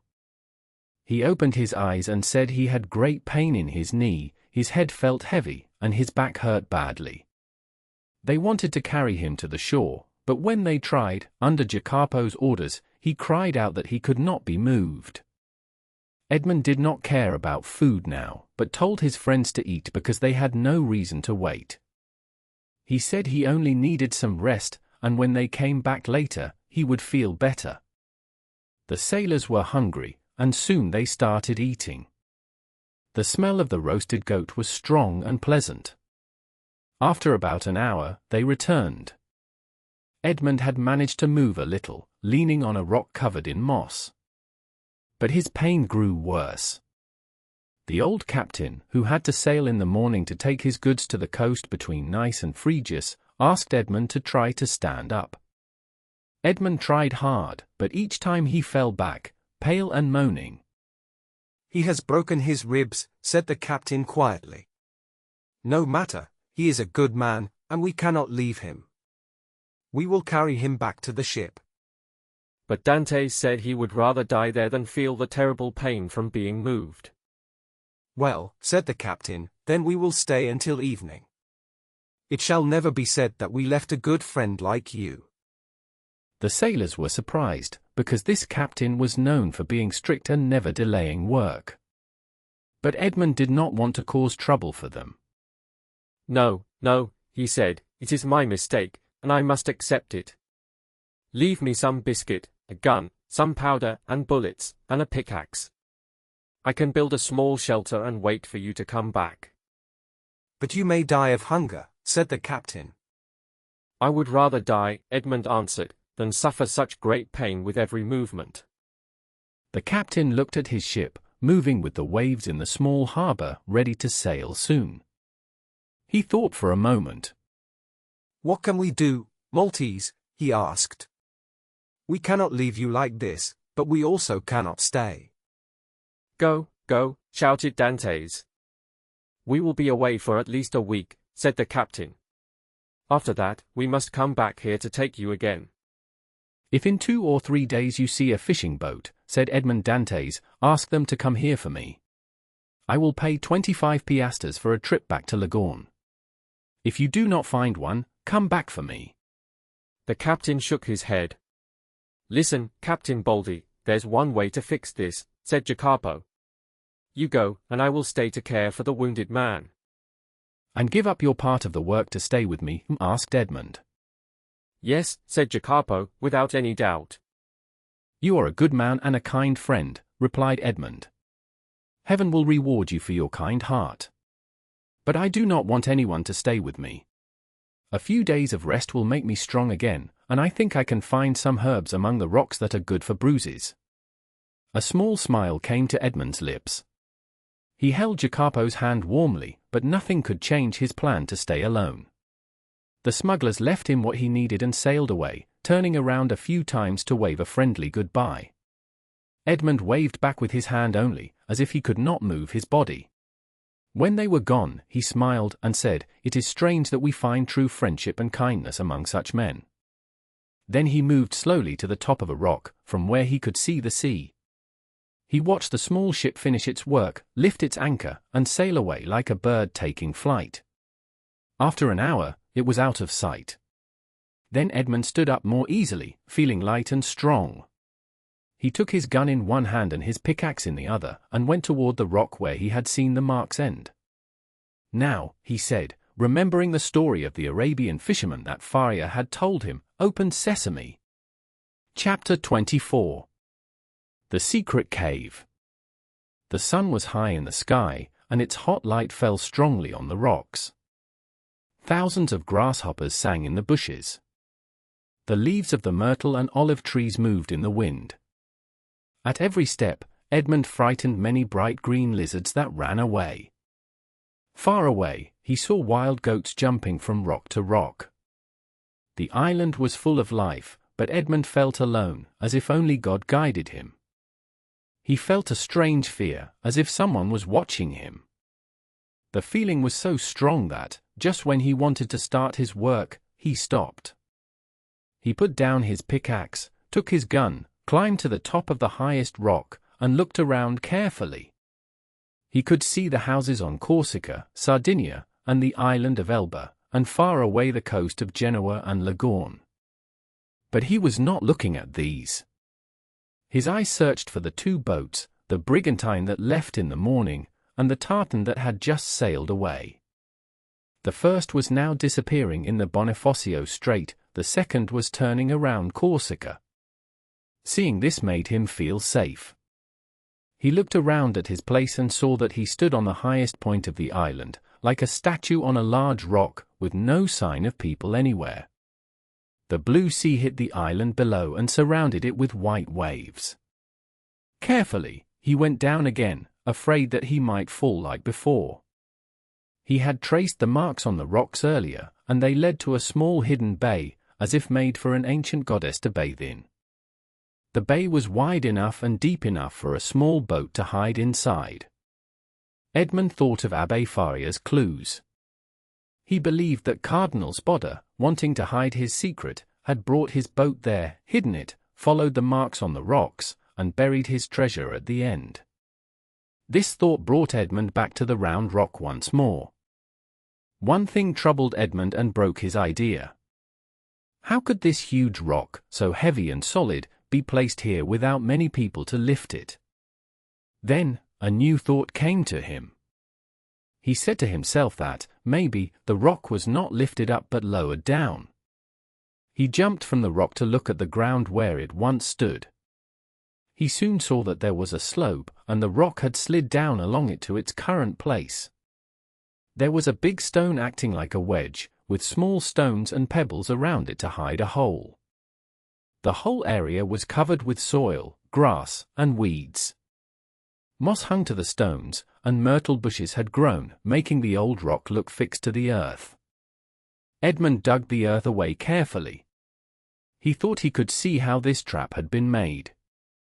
He used his pickaxe to break the old wall that time had made strong. After 10 minutes of work, the wall broke open, and a hole wide enough for an arm appeared. He cut down the strongest olive tree he could find, took off the branches, put it in the hole, and used it like a lever. But the rock was too heavy. Not even a very strong man could move it. Then Edmond decided he must break the wedge that held it. He looked around and saw a horn full of gunpowder from his friend Jacopo. He smiled, knowing that this would help him. Using his pickaxe, he dug a small mine between the upper and lower rocks and filled it with powder. Then he made a fuse from his handkerchief and saltpeter, lit it, and stepped back. The explosion came quickly. The top rock jumped from its place, and the lower rock broke apart. Many insects flew out of the opening, and a large snake uncoiled and disappeared into the shadows. Edmond went close to the upper rock, which now leaned toward the sea. He walked around it, found a weak point, and forced his lever deep into a crack. He used all his power to move it. The rock shook from the earlier blast but stayed balanced for a moment. Edmond worked harder, as if he were one of the giants from old stories. Finally, the rock moved, rolled over, and fell into the sea with a loud crash. Where the rock had been, Edmond saw a round space with an iron ring set in a square flagstone. He shouted with joy and surprise, for his first try had worked perfectly. But soon his knees felt weak, his heart beat fast, and his sight blurred, so he had to stop for a short time. Then he gathered his strength again, put the lever into the ring, and pulled. The stone lifted and showed steps going down into a dark cave below. Most people would have run down with excitement, but Edmond turned pale and hesitated. He thought quietly to himself. "Come," he said to himself, "be brave. I have faced hard times before, I must not lose heart now. If I have been fooled, I must still go on, or all my suffering would mean nothing. Maybe Faria only dreamed of this treasure. Maybe the Cardinal Spada never hid anything here. Or perhaps someone like Caesar Borgia came here first, found the place, opened it, and took everything away." Edmond stood still, looking into the dark hole at his feet. He thought again, now calm and without hope. He told himself that the end of this story was only a matter of curiosity now. He imagined that this cave was part of some great adventure of the famous man Borgia. He saw in his mind that Borgia had been there, holding a torch and a sword, while guards waited outside watching the land and sea. Borgia had gone down the same way, pushing back the darkness with his light. "But what happened to the guards who knew his secret?" asked Edmond quietly. He smiled and said it was like the men who buried King Alaric, and who were also buried with him. Dantès thought that if the man had come, he would have found the treasure. Borgia, who once said Italy was like a vegetable he could eat piece by piece, knew that time was valuable and would not have wasted it fixing this rock. Dantès decided to go down. He went down with a smile and whispered softly, "Perhaps." But instead of dark air like he expected, he saw a soft blue light. It came in through small cracks in the rock where he could also see the sky, oak branches, and vines. The air was warm and not too wet. After a short time, his eyes used to the light. He could now see every part of the cave. The walls were of shiny granite that looked like little stars. "Ah," said Edmond with a small smile, "these must be the only treasures the cardinal left." The good priest dreamed of these bright walls and thought they were real gold. He then remembered the words of the paper he knew by heart. It said the treasure was in the farthest part of the second cave. He had found only the first one. Now he had to look for the second. Dantès thought the second cave must go further inside the island. He looked carefully at the stones and knocked on the wall where he believed an opening might be hidden.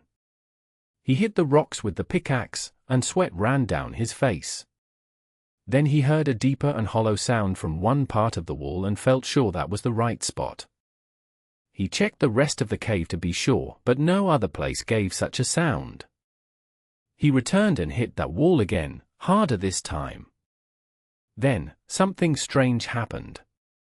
Some plaster broke off the wall and fell in small pieces, showing a big white stone under it. The rock had been closed with stones and covered with painted plaster that looked like granite. With the sharp end of the pickaxe, he began to dig between the cracks. But as he found more proof that the priest had spoken the truth, his heart became weak. His hope made him afraid. The pickaxe slipped from his hands. He passed his hand over his face and went up the stairs, pretending he only wished to see if anyone was watching. In truth, he felt faint and weak. The island was empty under the hot sun. Far away, a few fishing boats rested on the blue sea. He had eaten nothing but did not think of hunger. He drank a little rum and went back into the cave. The tool now felt light in his hands. He struck the wall again and saw that the stones were not fixed but only placed together with plaster. He pushed with the pickaxe handle and one stone turned like a door and fell down. He pulled the other stones out one by one until the hole was big enough for him to enter. He waited for a moment, afraid to hope too much, then went inside. The second cave was lower and darker. The air smelled bad at first, so he waited for fresh air to flow in. Then he went forward slowly. He looked around but saw only emptiness. The treasure, if it was real, must be hidden in the far corner. The time had finally come. 2 feet of earth were gone, and Dantès' fate was near to be decided. He went to the corner of the cave, gathered all his courage, and began to dig with the pickaxe. After his 5th or 6th strike, the pickaxe hit something made of iron. The sound shocked him deeply, like the loud bell of danger or a funeral bell. If Dantès had found nothing, he could not have turned more pale. He struck again and felt the same hard thing, but the sound was not the same.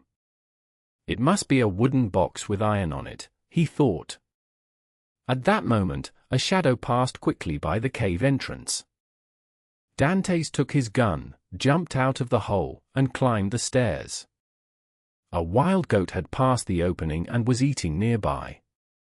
It could have been a good chance for dinner, but Dantès feared the gunshot might bring attention. He waited a moment, cut a branch from a tree that had sticky sap, lit it in the fire left by the smugglers, and went down again holding the burning stick as a torch. He wanted to see everything clearly. He looked into the hole and saw with the light that his pickaxe had really hit both iron and wood. He fixed the torch in the ground and began to dig again. Very soon, he had opened a space 3 feet long and 2 feet wide. Now he could see an oak chest with metal bands around it. On the lid was a shiny silver plate showing the Spada family's coat of arms, a sword on an oval shield under a cardinal's hat. Dantès knew it well because Faria had drawn it for him many times.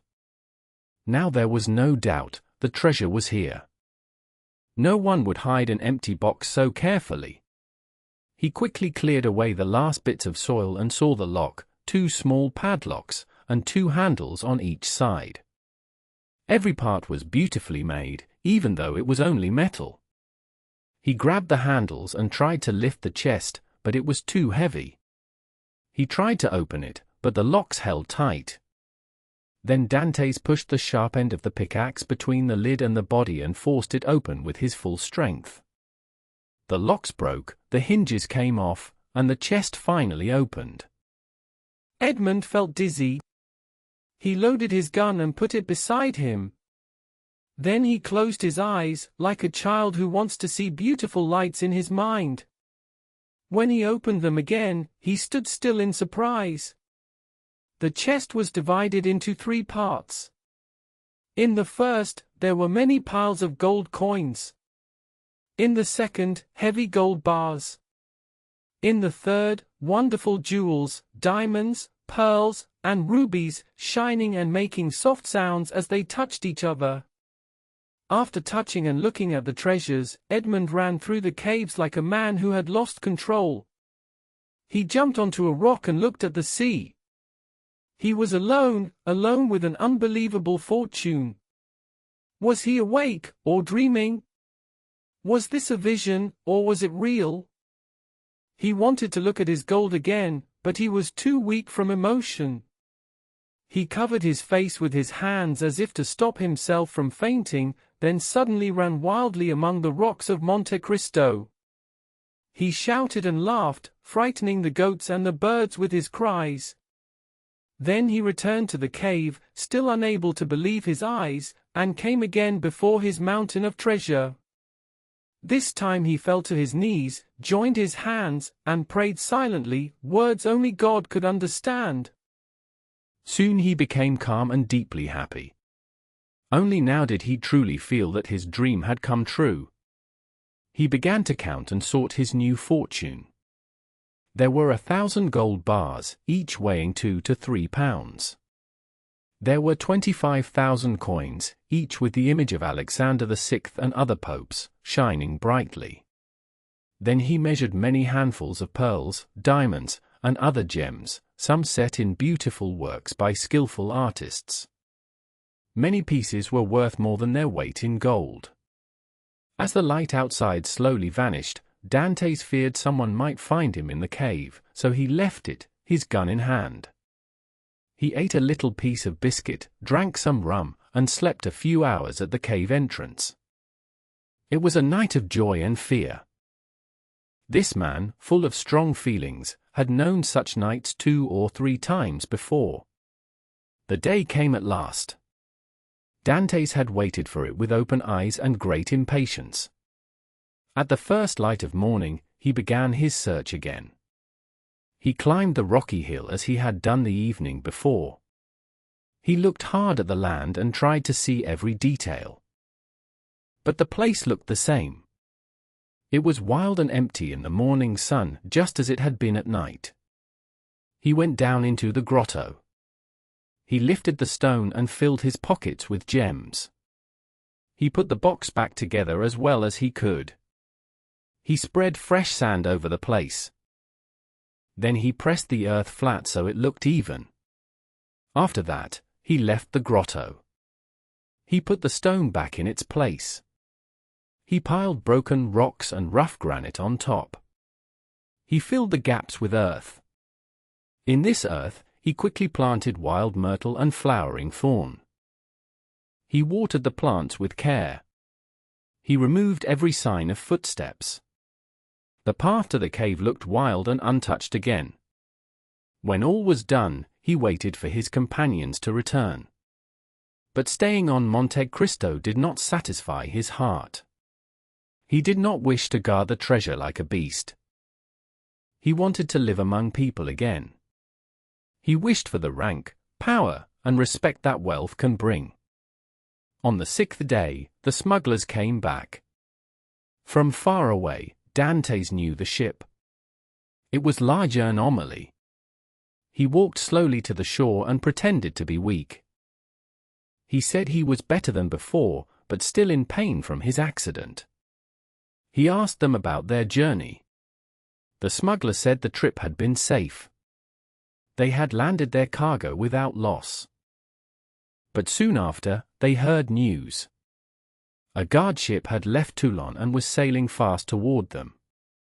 They had to escape as quickly as possible. They were sorry Dantès was not with them. his great skill with ships would have helped them a lot. The guard ship almost caught them. But night came. In the dark, they passed Cape Corsica and got away. In the end, the trip pleased everyone. The crew had earned good money. Each man received 50 piastres.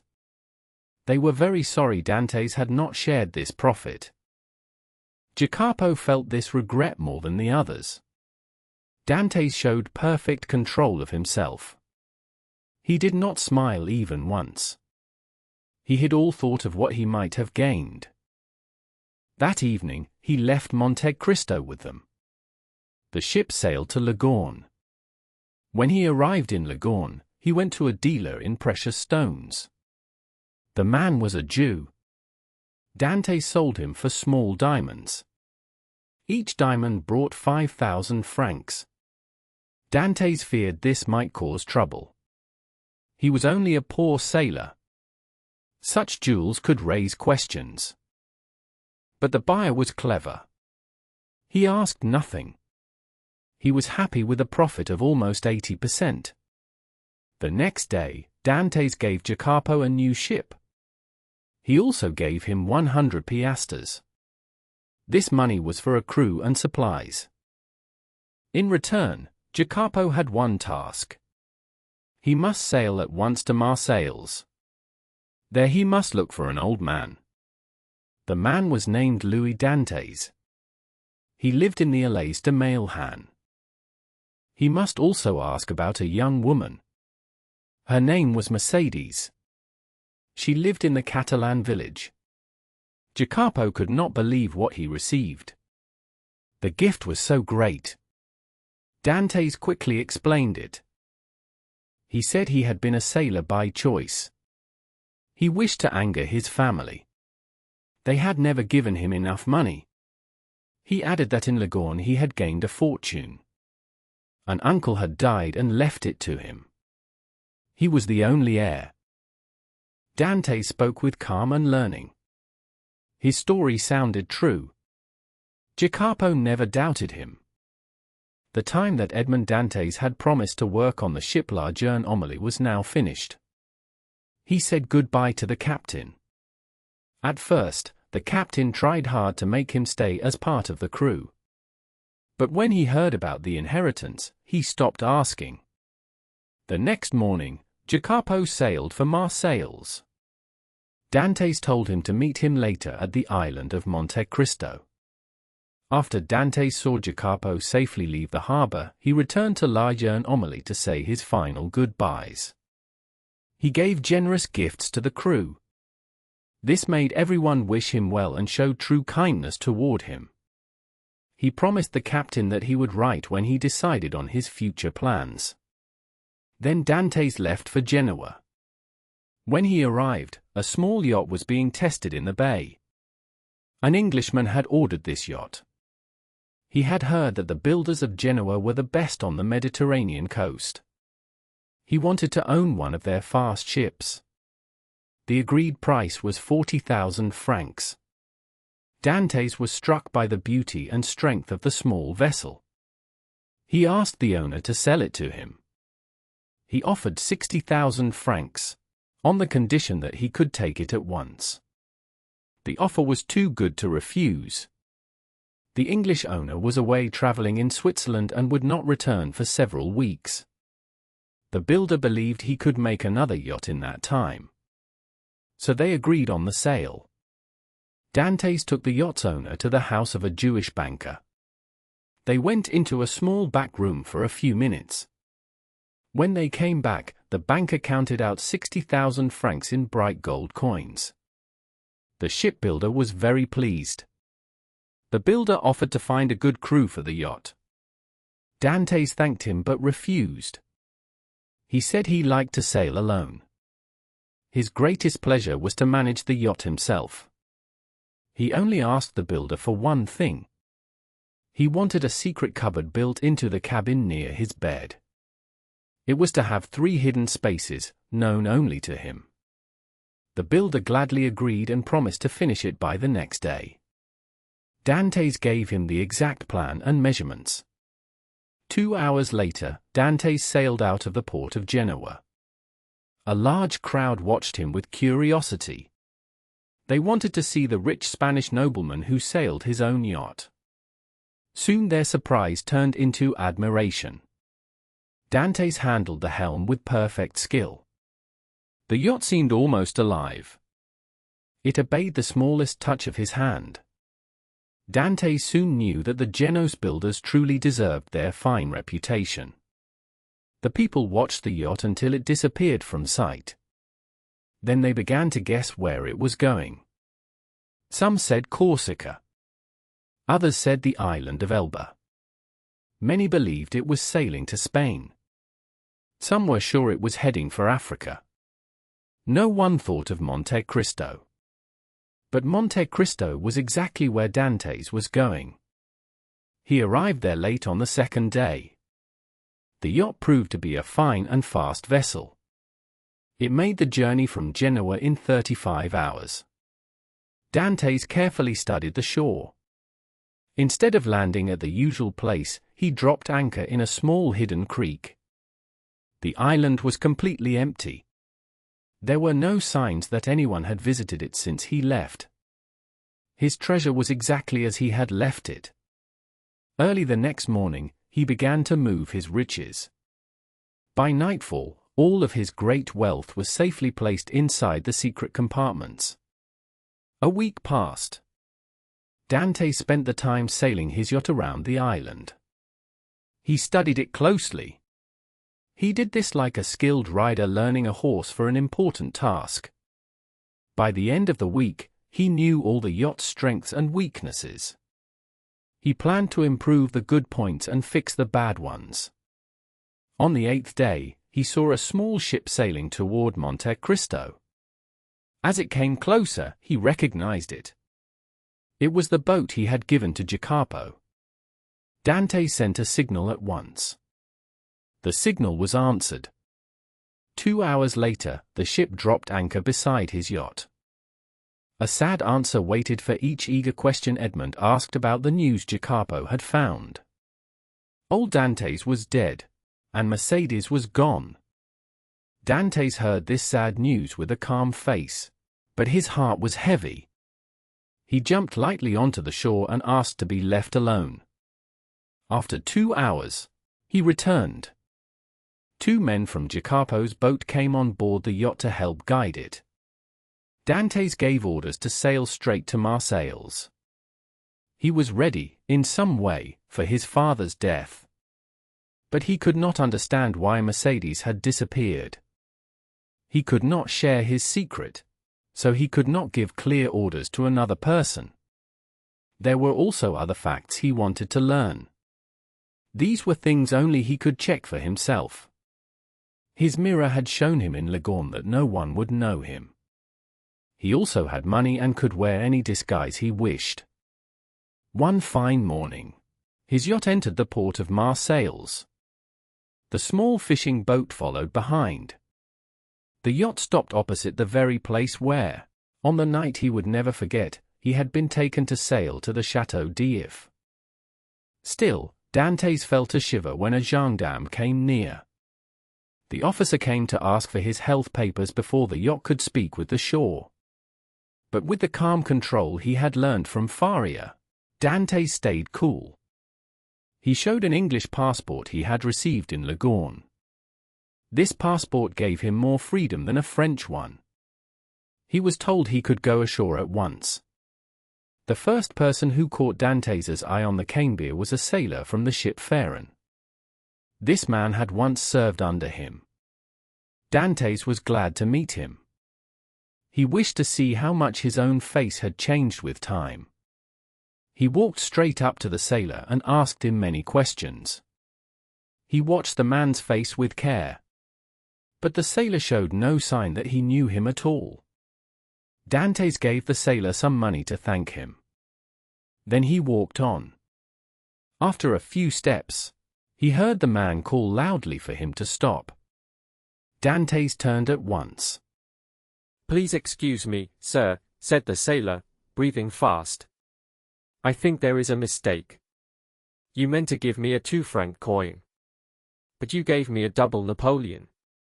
Thank you, my friend, said Dantès. You are right. I made a small mistake. To reward your honesty, I give you another double Napoleon. Drink to my health, and share it with your friends. The sailor was so surprised that he could not even say thank you. He stood still and stared at Dantès as he walked away. Some rich man from India, he muttered. Dantès went on his path. Each step made his heart feel heavier. Every street and every tree brought back strong memories. They were dear memories from his early life. He walked until he reached the end of the Rue de Noailles. From there, he could see the Allées de Mailhan. This place was full of love and family memories. His heart beat very fast. His legs shook. A mist came over his eyes. If he had not held a tree, he would have fallen into the busy road. After a moment, he recovered. He wiped sweat from his face. He did not stop again until he stood before the house where his father had lived. The flowers and plants his father had loved to grow near the window were gone. He leaned against a tree and looked up at the poor old house. He stood there in silence for some time. At last, he went to the door. He asked if there were any rooms to rent. The answer was no. Still, he begged to see the rooms on the 5th floor. After much asking, the caretaker agreed to speak to the people who lived there. The rooms were home to a young couple. They had been married for only 1 week. When Dantès saw them, he sighed deeply. Nothing in the 2 small rooms was the same as in the time of the old Dantès. Even the wallpaper was different. The old furniture that had filled the rooms in Edmond's youth was gone. Only the 4 walls were still the same. The bed of the new people stood in the same place as before. Edmond tried to control himself, but tears filled his eyes. He remembered that his father had died on that very spot. The old man had called for his son, but in vain. The young couple watched Edmond with surprise. They saw large tears fall down his strong and serious face. They did not understand his pain. Still, they felt it was deep and private. They did not ask him any questions. With quiet kindness, they left him alone with his sorrow. When Edmond left the room of his sad memories, they walked with him downstairs. They asked him to come again whenever he wished. They said their poor home would always be open to him. As Edmond passed the door on the 4th floor, he stopped. He asked if Caderousse the tailor still lived there. He was told that Caderousse had fallen into trouble. Now he kept a small inn on the road from Bellegarde to Beaucaire. Edmond then found the owner of the house in the Allées de Mailhan. Under the name of Lord Wilmore, the name on his passport, he bought the house. He paid 25,000 francs. This was at least 10,000 more than the house was worth. If the owner had asked much more, Edmond would still have paid. That same day, the people living on the 5th floor were informed by the notary. The notary explained that the house now had a new owner. The new landlord allowed them to choose any rooms in the house. The rent would not be higher. They only had to leave the 2 small rooms they lived in at once. This strange event caused great surprise in the Allées de Mailhan. Many people shared guesses and stories. None of them were true. Public wonder grew even greater. People learned that the same stranger had been seen that morning in the Allées de Mailhan. That evening, he was seen walking in the small village of the Catalans. Later, he entered a poor fisherman's hut. He stayed there for more than an hour. He asked about people who had died or left the area 15 or 16 years before. The next day, the family he had questioned received a fine gift. They were given a new fishing boat. They also received 2 nets and a small tender boat. The happy family wished to thank their generous visitor. But they had not spoken to him. When he left the hut, he only gave some orders to a sailor. Then he quickly mounted his horse. He left Marseilles by the Port d'Anix. Chapter 26. The Pont du Gardin. Some readers may have walked in the south of France. Between the town of Beaucaire and the village of Bellegarde, there stands a small roadside inn. It is a little closer to Beaucaire. From the front of the inn hangs a sheet of tin. It creaks and moves in the wind.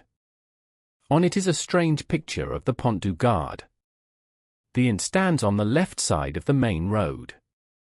Behind it flows the river Rhône. The inn also has what people in Languedoc call a garden. It is a small piece of land opposite the entrance. Guests are meant to use it. A few poor olive trees and small fig trees grow there. They struggle to live. Their dry and dusty leaves show how hard the fight is. Between these weak trees grow some garlic, tomatoes, and onions.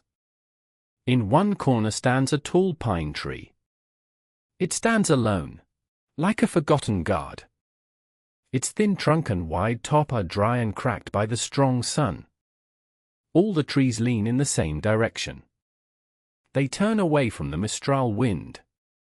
The Mistral is one of the three great troubles of Provence.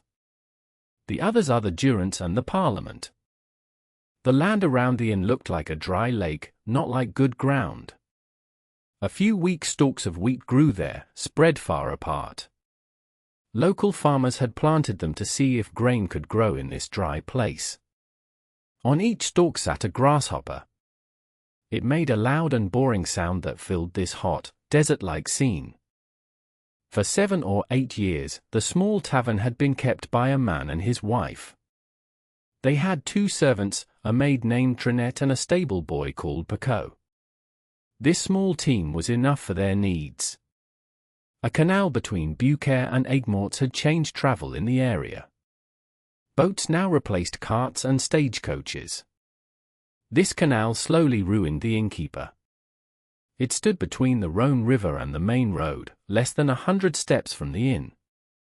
It took away both his guests and his money. The innkeeper was between 40 and 55 years old. He was tall, strong, and thin. He was a clear example of men from the south. He had dark, bright eyes and a curved nose. His teeth were very white.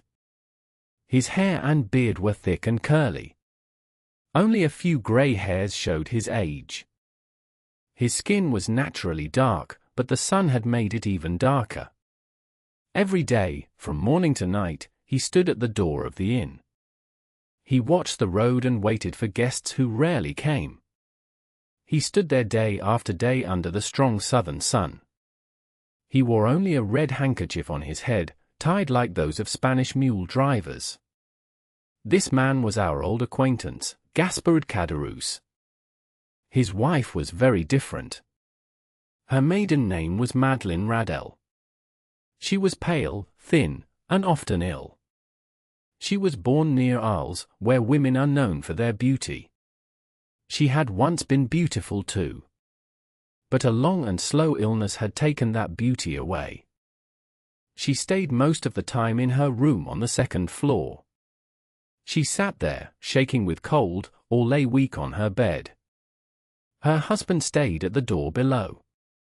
This pleased him, because it saved him from hearing her long complaints. Whenever she saw him, she spoke with anger about her bad fate. He always gave the same calm answer.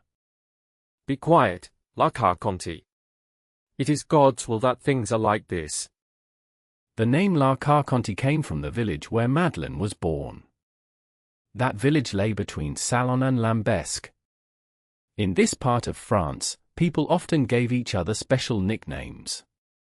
So her husband called her La Carconte instead of Madeleine. Perhaps he found her real name hard to say. Do not think that the innkeeper felt no pain. Inside, he suffered deeply. The canal took away his customers and his income. At the same time, he had to bear his wife's daily sadness and anger. Like many men of the South, he lived simply and wanted little. But he liked fine clothes and public display. He was proud and enjoyed being seen. In his better days, he and his wife went to every festival. He wore the bright traditional clothes of the South on special days. His wife wore the beautiful style of women from Arles. This fashion showed influences from Greece and Arabia. Little by little, fine chains, necklaces, bright scarves, and rich clothes were gone. Velvet vests, neat stockings, and silver shoe buckles also disappeared. Gaspard Caderousse could no longer go outside in his old fine clothes. He stopped joining in shows and proud displays for himself and for his wife. Still, his heart was full of bitter envy. He heard happy music and laughter from joyful people far away, even as it reached his poor inn. He stayed there more for shelter than for money. As usual, Caderousse stood before the door and watched. His tired eyes moved from a small patch of short grass, where chickens searched for food and found none. Then he looked at the empty road that ran north and south. Suddenly, his wife called him in a sharp voice. He grumbled to himself and went upstairs to her room. Before he went, he opened the front door wide. He did this to invite any traveler who might pass by. When Caderousse left his post at the door, the road was empty. It lay long and dusty, like a desert at midday. Tall, thin trees stood along its sides. The place looked so harsh that no traveler would choose to walk there by choice. If Caderousse had stayed a few minutes longer, he would have seen something coming. From the road near Bellegarde, a shape moved closer. Soon, he could have seen a man and a horse. They moved together in calm understanding. The horse was Hungarian and walked at an easy pace. The rider was a priest dressed in black, with a three-cornered hat. Even under the hot midday sun, they moved on without delay. When they reached the Pont du Gard, the horse stopped. No one could tell if this was the wish of the horse or the rider. The priest got down and led the horse by the reins. He tied it to a handle on a broken door. Then he took a red cotton cloth from his pocket. He wiped the sweat from his face. He walked to the inn door and knocked 3 times with his stick. At this strange sound, a large black dog rushed forward. It growled and showed its white teeth. It was clear the dog was not used to strangers. At once, heavy steps came down the wooden stairs inside. The host of the Pont du Gard appeared. With many bows and polite smiles, he asked the guest to enter. "You are welcome, sir, very welcome. Now then, Margotin, be quiet. Please do not mind him, sir. He only barks, he never bites. A glass of good wine would help on such a hot day. Oh, forgive me. I did not see who I was greeting. What would the abbé like? What can I offer you? All I have is at your service." The priest looked at the innkeeper for a long moment. His eyes searched his face closely. It seemed he wished to be studied in return. At last, he saw only surprise and polite concern. So he chose to speak and end the silence. "You are, I believe, Monsieur Caderousse." "Yes, sir. I am Gaspard Caderousse, at your service." Gaspard Caderousse. Yes, your first name and last name are the same. You lived before in the Allées de Mailhan, on the 4th floor, did you not? I did. And you worked as a tailor? Yes, I was a tailor, until the work became scarce. It is so hot in Marseilles that, one day, people may stop wearing clothes. But speaking of heat, would you like something to drink? Yes. Please bring me a bottle of your best wine. Then we can continue our talk. Caderousse agreed at once. He did not want to miss a chance to sell one of his last bottles of wine. He quickly lifted a small door in the floor. This room was both his kitchen and his sitting room. 5 minutes later, he came back. The abbé sat on a wooden stool and leaned on the table. The dog, Margotin, now calm, sat between the abbé's knees. Its thin neck rested on his lap, and it looked closely at the traveller's face. Are you quite alone? Yes, quite alone. My wife is here, but she is ill. She cannot help me at all, poor woman. You are married, then? The priest looked around at the poor furniture in the room. Ah, sir, he said with a sigh. You can see that I am not rich. But in this world, an honest man does not always do well. The abbé looked at him closely and searched his face. Yes, honest. I can truly say that about myself. That is more than many people can say today. That is good for you, if it is true. Because I believe that, one day, good people will be rewarded. And bad people will be punished. Those words fit your work. And you are right to say them. But each man can choose if he believes them or not. You should not speak like that. And maybe I can show you that you are wrong. What do you mean? First, I must be sure you are the man I seek. What proof do you want? Did you know a young sailor named Dantès in 1814 or 1815? Dantès? Poor Edmond? Of course I knew him.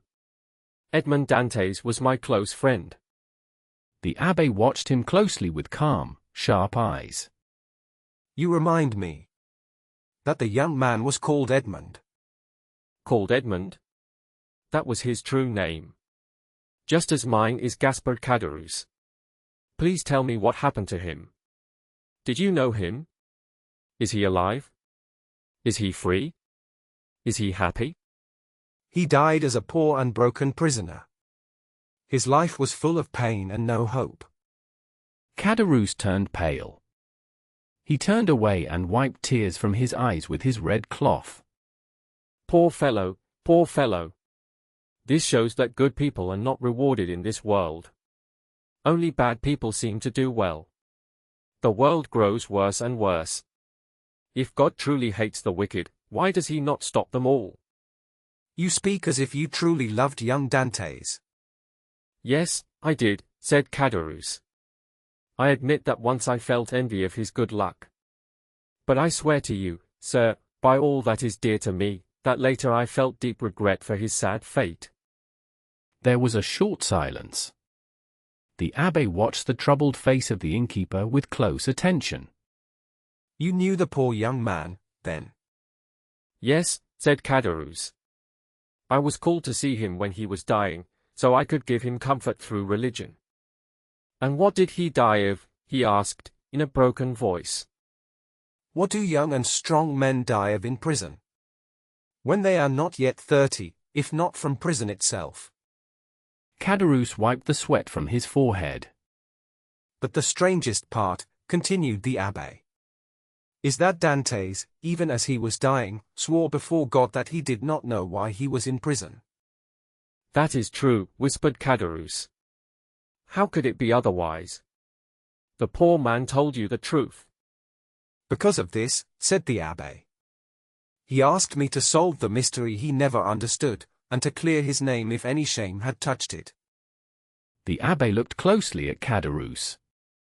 He seemed pleased as he saw fear and sadness grow on the man's face. A rich Englishman, he continued, was in prison with Dantès, but was later set free. This man owned a diamond of great value. When he left prison, he gave it to Dantès as thanks. Dantès had cared for him like a brother during a long illness. Dantès did not try to use the diamond to bribe the guards. He feared they would take it and still betray him. So he kept it, hoping to use it one day if he was free. The sale of such a diamond would have been enough to give him a good life. Then the stone must have been very valuable, said Caderousse eagerly. Value depends on the person, replied the abbé. For Edmond, it was very valuable. It was worth 50,000 francs. 50,000 francs, cried Caderousse. The diamond must have been very large to be worth that much. No, said the abbé. It was not so large. But you can judge for yourself. I have it with me. Caderousse looked quickly at the priest's clothes, trying to see where the treasure was hidden. The abbé calmly took a small black box from his pocket. He opened it and showed a bright diamond set in a fine ring.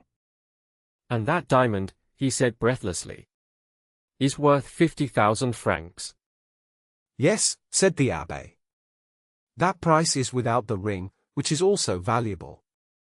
He closed the box and put it away. But how do you have the diamond, sir? Did Edmond leave it to you? No, replied the abbé. He only asked me to carry out his last wishes.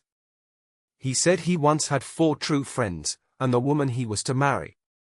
He believed they all felt real sorrow for him. One of those friends was named Caderousse. Caderousse trembled. Another was named Danglars, continued the abbé. The third, though he was my rival, loved me deeply.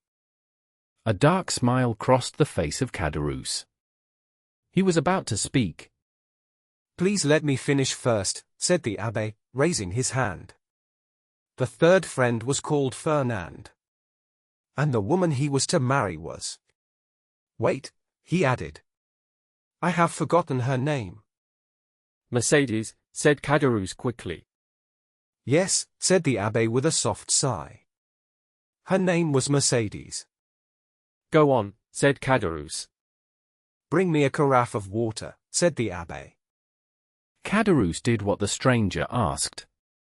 He poured some drink into a glass and drank it slowly. The abbé then became calm again. He put the empty glass on the table. Where did we stop? The name of Edmond's promised wife was Mercedes. Yes, that is right. Dantès said, you will go to Marseilles. I repeat his words exactly as he said them. Do you understand? Yes, I understand well. You will sell this diamond. You will divide the money into 5 equal parts. You will give 1 part to each of these good friends. They are the only people who loved me on this earth. But why 5 parts? You named only 4 people. Because the 5th person is dead, as I hear. The 5th share was for Edmond's father. Yes, it is true. The poor old man did die. The abbé said that he learned this in Marseilles. He tried hard to sound calm. So much time had passed that he could not learn how the old man died. He asked Caderousse to explain. I can tell you. I lived almost on the same floor as the poor old man. About 1 year after his son disappeared, the old man died. What did he die from? The doctors said it was a stomach illness. Other people said he died from sadness. But I saw him at the end. I say he died from... Caderousse stopped. The priest asked again, with worry and need. From what? He died from hunger. From hunger? Even animals are not left to die like that. Dogs in the streets find someone to give them bread. And a man, a Christian, was allowed to die from hunger. This is too terrible to believe. It cannot be true. I have said what I know. You are a fool to speak of this. Why talk about things that do not concern you? The 2 men turned quickly. They saw La Carconte at the top of the stairs. She looked sick and weak. She had come down slowly and sat on the step. She had listened to everything. Mind your own business, wife. This gentleman asks me questions. It would be rude not to answer. Rude, you fool. When did you care about manners? You should care about being careful. You do not know why this man asks so much. Madam, I promise you my reasons are good. Your husband is in no danger if he speaks honestly. That is easy to say. People promise safety at first. Later, trouble comes. Then poor people suffer, and do not know why. Please be calm. Any bad things that happen will not come from me. I give you my word. La Carconte whispered unclear words. She put her head on her knees. She began to shake with cold. The two men continued to speak. She stayed to hear every word. The abbé drank some water to calm himself. When he felt better, he spoke again. So the poor old man was left alone. If people had helped him, he would not have died like that. He was not fully alone. Mercedes and Monsieur Morel were kind to him. But the old man hated Fernand. This is strange, because you named him as a close friend of Dantès. Was he not such a friend? Gaspard, the woman said softly from her seat on the stairs. Be careful what you say. Caderousse did not answer her. He looked annoyed by her words. Then he turned to the abbé. Can a man stay loyal to another man if he wants his wife for himself? Dantès was honest and kind. He believed that everyone who spoke kindly was a true friend. Poor Edmond. He was badly fooled. It was better that he never knew the truth. If he had known, it would have been harder for him to forgive his enemies when he was dying. And whatever people say, I fear the curse of the dead more than the anger of the living. Fool. Do you know how Fernand harmed Dantès? Do I? No one knows better than me. Then speak. Tell me what he did. Gaspard, she cried, do what you want. You are the master. But if you listen to me, you will stay silent. Well, wife, said Caderousse. Perhaps you are right. So you will say nothing? Why should I? What good would it do? If the poor young man were alive and asked me to tell him who were true friends and who were false, I might speak. But you tell me he is dead. He can no longer hate or seek revenge. So let these feelings die with him. So you prefer that I give Edmond's gift to men you call false and dishonest? Yes, that is true, said Caderousse. This gift was not meant for traitors like Fernand and Danglars. And even if they got it, it would mean little to them. It would be like a drop of water in the sea. Remember, said the woman, those two men could destroy you very easily. How is that? Are they so rich and powerful? Do you not know their story? I do not. Please tell me. Caderousse thought for a short time. Then he shook his head. No, he said. It would take too long. Very well, my friend, said the abbé calmly. You may speak or stay silent. I respect your feelings. I will do my duty and keep my promise to the dying man. My first task is to sell this diamond. The abbé took a small box from his pocket. He opened it. A bright light flashed from the stone. Caderousse stared at it in shock. Wife, he cried. Come here. A diamond. She stood up and came down the stairs. What diamond are you talking about? Did you not hear us? It is a beautiful diamond left by poor Edmond Dantès. It must be sold. The money is to be shared between his father, Mercedes, his promised wife, Fernand, Danglars, and me. The stone is worth at least 50,000 francs. Oh, what a wonderful jewel. So a fifth of the money is ours, is it not? Yes, said the abbé. And I will also divide equally the share meant for Edmond's father among the 4 living friends. Why among the 4 of us? Because Edmond believed these friends were the most loyal to him. I do not call traitors friends, she muttered. Of course not, said Caderousse quickly. I said the same to this gentleman. It is wrong to reward betrayal, or even crime. Remember, said the abbé calmly, as he put the diamond away. This is your choice, not mine. Please give me the addresses of Fernand and Danglars. I must carry out Edmond's last wish. Caderousse became very uneasy. Large drops of sweat ran down his face. When the abbé stood up and walked toward the door to check on his horse, Caderousse and his wife looked at each other. Their looks were full of meaning. "There, you see, wife," said the man, "this fine diamond could be ours, if we wanted it." Do you really believe that?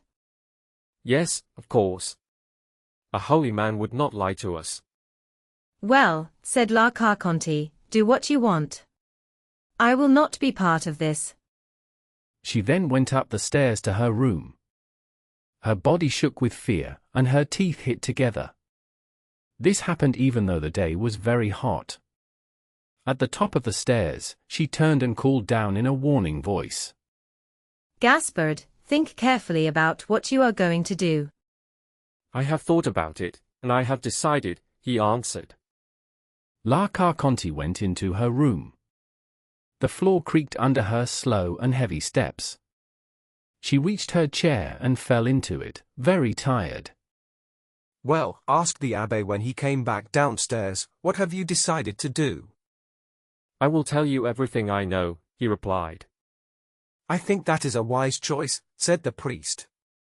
I do not want to force you to tell me anything. But if your help lets me share the gift as the dead man wished, that is good. I hope so, said Caderousse. His face was red with desire. I am listening, said the abbé. Wait a moment, said Caderousse. Someone could interrupt us, and that would be bad. It is better if no one knows you are here. He quietly went to the door and closed it. To be safer, he locked and barred it, as he did at night. The abbé chose a quiet place to sit. He moved into a dark corner. The light fell only on the man who would speak. He bent his head and held his hands together. He was ready to listen closely. Caderousse sat on a small stool in front of him. Remember, this is not my matter, said La Carconte. Her voice came from upstairs and sounded afraid. Enough, said Caderousse. Say no more. I will take all the results myself. Then he began his story. Chapter 27. The story. First, sir, said Caderousse, you must promise me something. What is it? Asked the abbé.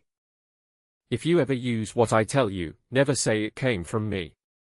The people I will speak about are rich and strong. If they touch me, I would be destroyed like glass. Do not worry, my friend, replied the abbé. I am a priest, and secrets stay with me. We only wish to follow the last wish of our friend. Speak freely and without hate. I do not know these people, and I never will. I am Italian, not French. I belong to God, not to men. Soon I will return to my convent. I came only to do the wish of a dying man. This clear promise gave Caderousse a little courage. Then, said Caderousse, I will tell you the truth. I must correct your idea about the friends Edmond trusted so much. Please start with his father, said the abbé. Edmond spoke to me often about the old man he loved deeply. It is a sad story, said Caderousse. Do you already know the first part? Yes, answered the abbé. Edmond told me everything until the day he was arrested. It happened in a small inn near Marseilles.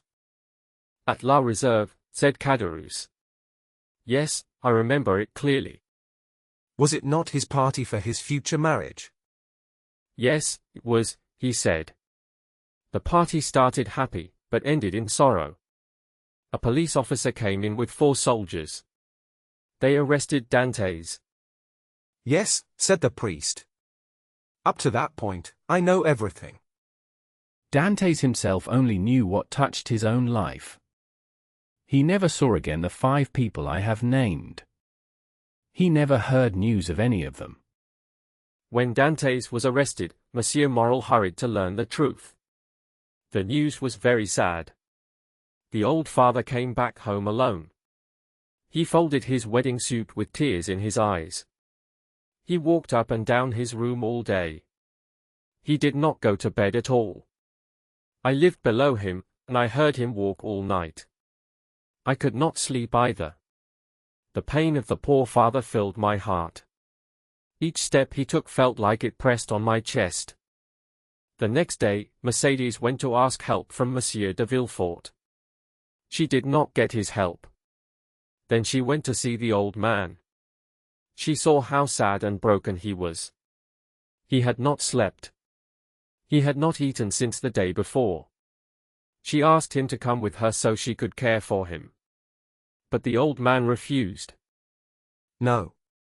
I will not leave this house. My dear boy loves me more than anything. If he leaves the prison, he will come here first. What would he think if I was not waiting for him? I heard all this from my window. I hoped Mercedes would persuade him. His steps over my head day and night gave me no rest. Did you not go upstairs and try to comfort the poor old man? Sir, we cannot comfort those who do not wish it. He was such a man. For some reason, he did not like to see me. One night I heard him crying. I could not stop myself and went up. But when I reached his door, he was no longer crying. He was praying. I cannot repeat his words.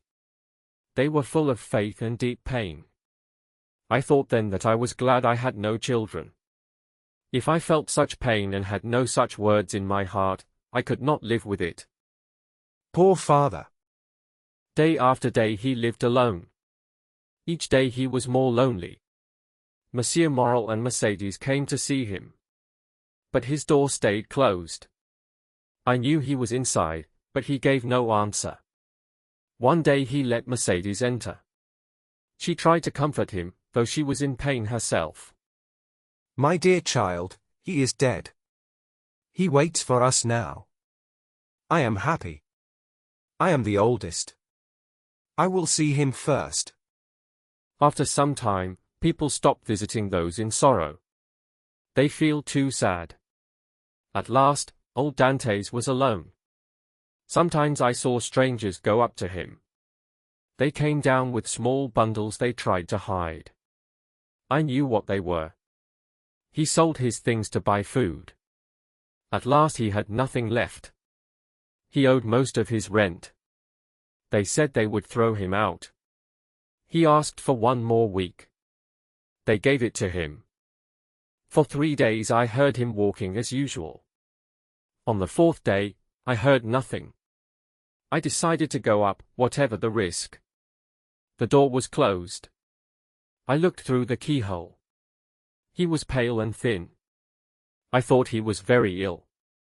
I ran to Monsieur Morel, then to Mercedes. They came at once. Monsieur Morel brought a doctor. The doctor said he had a serious illness. He ordered him to eat very little. I was there. I will never forget the old man's smile when he heard this. After that, he received everyone. He had a reason not to eat. The doctor had ordered a diet. The story touches you, does it not, sir? Yes, replied the abbé, it is very moving. Mercedes came again. She found him very changed. He looked weaker and closer to death. She felt more afraid than before. She wished to take him to her own home. This was also the wish of Monsieur Morel. He wanted to move the old man even without his consent. But the old man refused. He cried so loudly that they were afraid. So Mercedes stayed by his bed. Monsieur Morel went away. He made a sign to the Catalan. He showed that he had left his purse on the chimney. But the doctor ordered the old man not to eat. He refused all food. After 9 days of despair and hunger, the old man died. He spoke in anger against those who caused his pain. He said to Mercedes, "If you ever see my Edmond again, tell him I die blessing him." The abbé stood up. He walked around the room twice. He pressed his shaking hand to his dry throat. And you believe he died? Of hunger, sir, of hunger, said Caderousse. I am as sure of it as that we are Christians. The abbé took a glass of water. His hand shook. He drank it all at once. He sat down again. His eyes were red. His face was pale. This was a terrible thing, he said. It is worse because men did it, not God. Tell me about these men, said the abbé. Remember, you promised to tell me everything. Who are the men who killed the son with despair, and the father with hunger? 2 men were jealous of him, sir. One was jealous because of love. The other because of ambition. They were Fernand and Danglars. How did they show this jealousy? Go on. They accused Edmond. They said he worked for Bonaparte. Which of them wrote the accusation? Who was truly guilty? Both, sir. One wrote the letter. The other posted it. Where was this letter written? At La Réserve. The day before the engagement feast. So it is true, murmured the abbé. Oh, fire, you judged men well. What did you say, sir? Nothing. Go on. Danglars wrote the letter. He used his left hand so no one would know his writing. Fernand posted it. But you were there yourself. I, said Caderousse. Who told you that? No one, said the abbé quickly. But you knew everything so well. You must have seen it yourself. Yes, said Caderousse. I was there. Did you protest against this evil act? If not, you were part of it. Sir, they made me drink too much. I could hardly understand what was happening. I said what I could.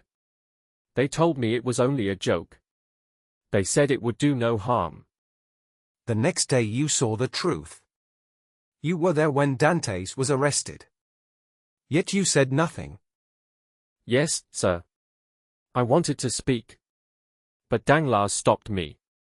He said that if Edmond was guilty, we would also be accused. I was afraid. The times were dangerous. So I stayed silent. It was cowardly, but not meant as a crime.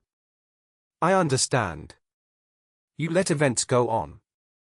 Yes, sir. Guilt follows me day and night.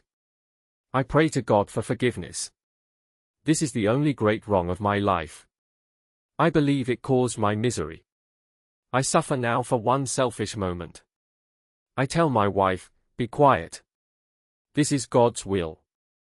Caderousse lowered his head. He showed true regret. You have spoken openly, said the abbé. To confess is to deserve forgiveness. But Edmond is dead. He has not forgiven me. He did not know, said the abbé. But now he knows everything. People say the dead know all. There was a short silence. The abbé walked slowly. Then he sat down again. You spoke of Monsieur Morel, he said. Who was he? He owned the ship Pharaon. He was Dantès' protector. What part did he play in this sad story? He was an honest man, brave, and full of true care for others. He spoke for Edmond many times. When the emperor returned, he wrote letters. He begged, warned, and even made threats. He did this with great strength. After the second return of the king, people punished him because they thought he supported Bonaparte. As I told you, he went 10 times to see Dantès' father. He asked the old man to live in his own house. A night or two before his death, he left his purse on the mantel. With that money, they paid the old man's debts. They gave him a simple and decent burial. So Edmond's father died as he had lived. He never harmed anyone. I still have the purse with me. It is large and made of red silk. And is Monsieur Morel still alive? Yes. Then he should be a man blessed by God. He should be rich and happy. Caderousse smiled with pain. Yes, happy like me. What? Is Monsieur Morel unhappy? He is almost at the end of his strength. He is close to shame. How? Yes, it is true. After 25 years of hard work, he earned an honest name in Marseille. Now he has lost everything. He lost 5 ships in 2 years. 3 large firms failed and caused him more loss. His only hope is the ship Pharaon. Poor Dantès once commanded it. The ship is coming from India. It carries red dye and blue dye. If this ship sinks like the others, he will be ruined. Does this poor man have a wife or children? Yes. He has a wife. Through all this, she has been kind and strong. He has a daughter. She was going to marry the man she loved. Now his family will not allow the marriage. They do not want their son to marry the daughter of a ruined man. He also has a son. The son is an officer in the army. As you can imagine, this makes his pain even worse. If he were alone in the world, he might end his own life. Then everything would be over. This is terrible. This is how heaven rewards good people. You see, I never did a bad thing, except what I already told you. Now I am very poor. My poor wife is dying of a fever before my eyes. I cannot help her in any way. I will die of hunger, like old Dantès did. But Fernand and Danglars live in great wealth. How is that? Because their actions brought them good luck. But honest men were pushed into misery. What happened to Danglars? He planned everything, so he is the most guilty. What happened to him? He left Marseilles. Mr. Morel, who did not know his crime, helped him. Danglars became a cashier in a Spanish bank. During the war with Spain, he worked for the French army. He made a large fortune. Then he used his money in business and grew even richer. He first married his banker's daughter. She died and left him alone. Then he married again. His second wife was Madame de Nargon. She was the daughter of a man close to the king. Danglars became a millionaire. They gave him the title of Baron. Now he is Baron Danglars. He lives in a fine house. He has many horses and many servants. He has more money than I can count. Ah, he is happy. Happy? No one can be sure of that. Only a person knows if they are happy or not. Walls hear everything, but they never speak. Still, if money brings happiness, then Danglars is happy. And Fernand? Fernand? His story is much the same. But how could a poor fisherman from Catalonia make a fortune? He had no education and no money. This surprises me. It surprised everyone. There must be a strange secret in his life. No one knows it. But how did he reach such wealth and rank? He has both wealth and rank. He has both. This seems impossible. It seems so, but listen. You will understand. Some days before the emperor returned, Fernand was called to serve. Before that, the rulers left him in peace. When Napoleon returned, everything changed. Fernand had to join the army. I also went. I was older and had just married my wife. So they sent me only to guard the coast. Fernand went to fight at the border. He was at the Battle of Ligny. The next night, he guarded a general. This general secretly worked with the enemy. That same night, the general planned to leave. He asked Fernand to go with him. Fernand agreed. He left his post and followed the general. If Napoleon had stayed in power, Fernand would have been punished. But the new rulers rewarded him. He returned to France as a young officer. The general protected him. Later, during the war in Spain, he became a captain. This was when Danglars also grew rich. Fernand knew Spain well. He was sent there. He met Danglars again. They became close. Fernand helped the royal supporters. He guided his soldiers through secret mountain paths.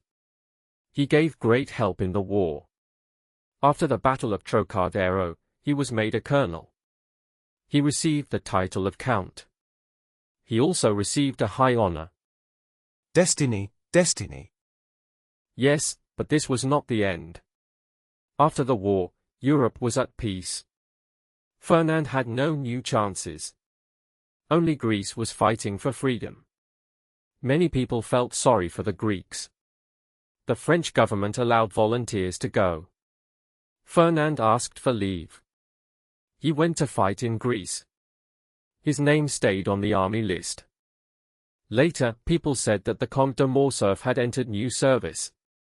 This was Fernand's new name. He worked for Ali Pasha as a high officer.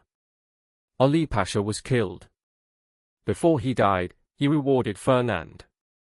He gave him a large sum of money. Fernand returned to France. He was made a general. So now, continued Caderousse, he owns a fine house. It is number 27, Rue du Helder, in Paris. The abbé opened his mouth and stopped. After a short moment, he spoke with effort. And Mercedes, he said, they tell me she has disappeared. Disappeared, said Caderousse. Yes, like the sun. It goes down, but it rises again the next day with more light. Has she become rich too? Asked the abbé with a cold smile. Mercedes is now one of the greatest ladies in Paris, replied Caderousse. Go on, said the abbé. It feels like a dream. But I have seen strange things, so your story does not surprise me as much as it should. At first, Mercedes was in deep sorrow after she lost Edmond. I told you how she tried to move Monsieur de Villefort.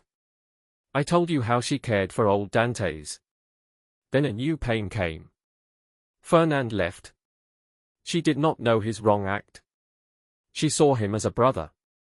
Fernand went away, and Mercedes stayed alone. 3 months passed. She still cried. No news of Edmond. No news of Fernand. Her only company was an old man dying from sorrow. One evening, after her usual wait at the road near the Catalans, she came home more sad than ever. Suddenly she heard a step she knew. She turned. The door opened. Fernand stood before her. He wore the uniform of a young officer. He was not the one she wanted most. But it felt as if part of her old life had come back. Mercedes held Fernand's hands with great feeling. He thought it was love. But it was only joy. She was no longer alone. She saw a friend at last, after long hours of lonely pain. Fernand was never hated. But he was not truly loved. Another man had all her heart. That man was gone. He had disappeared. Perhaps he was dead. At this thought, Mercedes cried deeply and twisted her hands. The idea she once pushed away now filled her mind. Old Dantès often said to her, "Our Edmond is dead. If he were alive, he would come back. The old man died, as I told you. If he had lived, Mercedes might not have married another. He would have stopped her." Fernand understood this. When the old man died, Fernand returned. He was now a lieutenant. At his first visit, he spoke no words of love. At the second, he told her he loved her. Mercedes asked for 6 more months. She wanted time to wait and to mourn for Edmond. So, said the abbé with a hard smile, that makes 18 months. What more could a faithful lover ask for? He spoke softly, quoting words about human weakness. 6 months later, continued Caderousse, the wedding took place. It was in the church of Écoles. The same church where she was to marry Edmond, murmured the priest. Only the man had changed. Yes, Mercedes married, said Caderousse. To the world, she looked calm. But when she passed La Reserve, she almost fell. 18 months before, her promise to Edmond was celebrated there. She still loved him, though she did not know it fully. Fernand was happier. But he was not at peace. I saw his fear. He feared Edmond's return. He wanted to leave at once. The Catalans held too many dark thoughts. 8 days after the wedding, they left Marseilles. Did you ever see Mercedes again? Asked the priest. Yes, said Caderousse. During the war in Spain, at Perpignan. Fernand had left her there. She was caring for the education of her son. The abbé moved in shock. Her son, he said. Yes, he replied, little Albert. But to teach her child, he said, she must have learned herself. Edmond told me she was the daughter of a poor fisherman. He said she was beautiful, but not educated. Oh, he answered, did he know so little about his lovely future wife? Mercedes could have been a queen, sir. She was very beautiful and very clever. Fernand became rich, and she grew with his success. She learned to draw and to play music. She learned many things. I think she studied to keep her mind busy. She wanted to forget her pain. She filled her head to make her heart feel lighter. Now her place in life is safe. Money and honors have comforted her. She is rich and a countess. And yet... Caderousse stopped speaking. And yet what? Asked the abbé. Yet I am sure she is not happy, he said. Why do you think that? When I became very poor, I thought my old friends would help me. I went to Danglars, but he would not see me. I went to Fernand. He sent me 100 francs by his servant.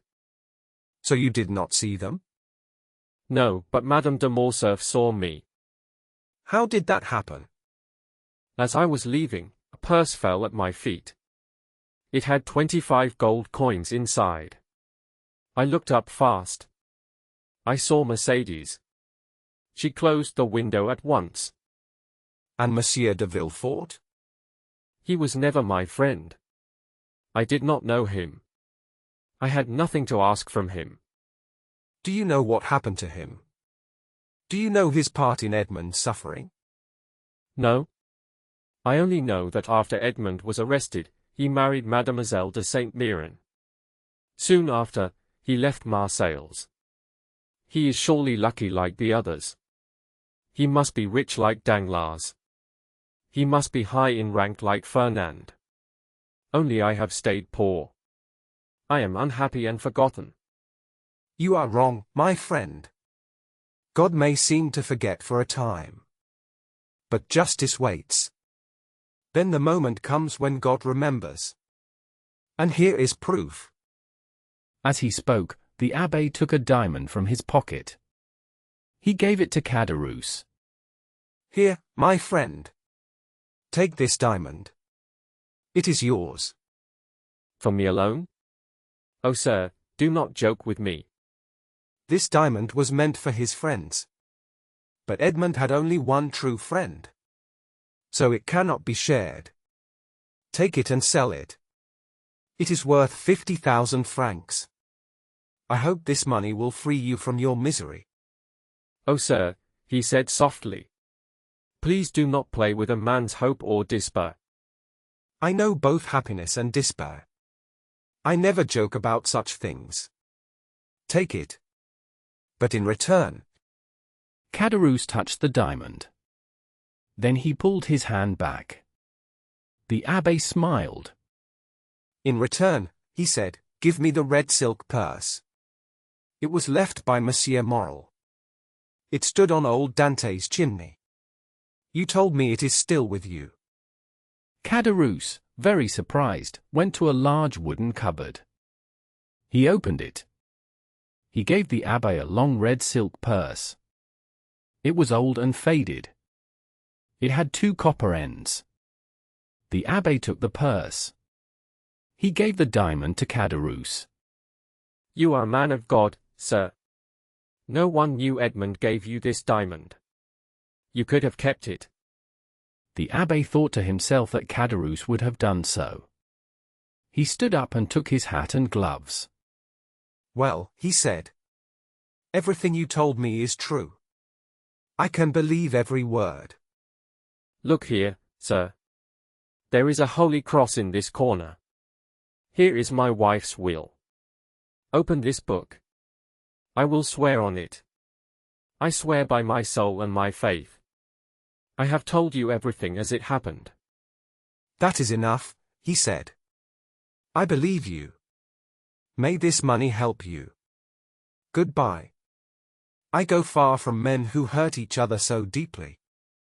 The abbé left with difficulty. Caderousse thanked him again and again.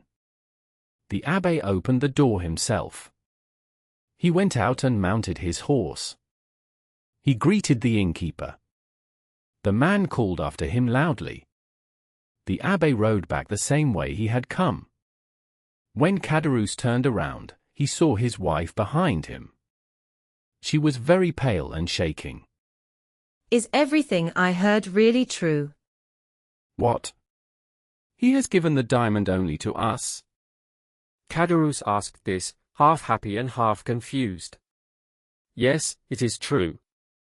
Look, here it is. The woman looked at the diamond for a moment. Then she spoke in a dark voice. What if it is false? Caderousse jumped and turned pale. False. He said softly. False? Why would that man give me a false diamond? To learn your secret without paying for it, she said. Caderousse stood still for a moment. The idea shocked him. Oh? He said. He took his hat and put it on his head. We will soon know the truth. How? The fair is open at Beaucaire. He said. Jewelers from Paris are always there. I will show the diamond to them. Stay here and watch the house. I will return in 2 hours. Caderousse left the house in great haste. He ran fast in the opposite direction from the priest.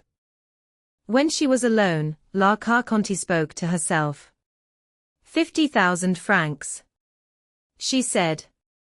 It is a large sum. But it is not a great fortune. The next day, after these events on the road between Bellegarde and Beaucaire, a man came to see the mayor of Marseilles. The man was about 30 years old.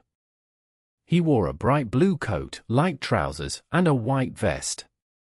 He spoke like an Englishman. Sir, he said, I am the chief clerk of Thomson and French in Rome. For 10 years, we have worked with Morel and Son in Marseilles. We have lent them about 100,000 francs. We hear they may be in trouble. I have come from Rome to ask for news. Sir, the mayor replied, for some years, misfortune has followed Monsieur Morel. He has lost ships and money. I am also his creditor. But I cannot speak about his finances. As mayor, I can say only this. He is an honest man. He has always kept his promises. If you wish to know more, go to Monsieur de Beauville. He is inspector of prisons. He has more money with Morel than I do. He may know more. The Englishman bowed politely. He left and walked quickly to the street the mayor named. Monsieur de Beauville was in his private room. The Englishman seemed to know him already.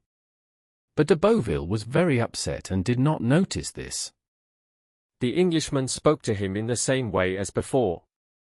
Sir, said Monsieur de Beauville, your fears are true. I am a desperate man. I placed 200,000 francs with Morel and Son. This money was my daughter's marriage gift. She is to be married in 2 weeks. Half the money is due this month. The rest is due next month. Monsieur Morel came here today.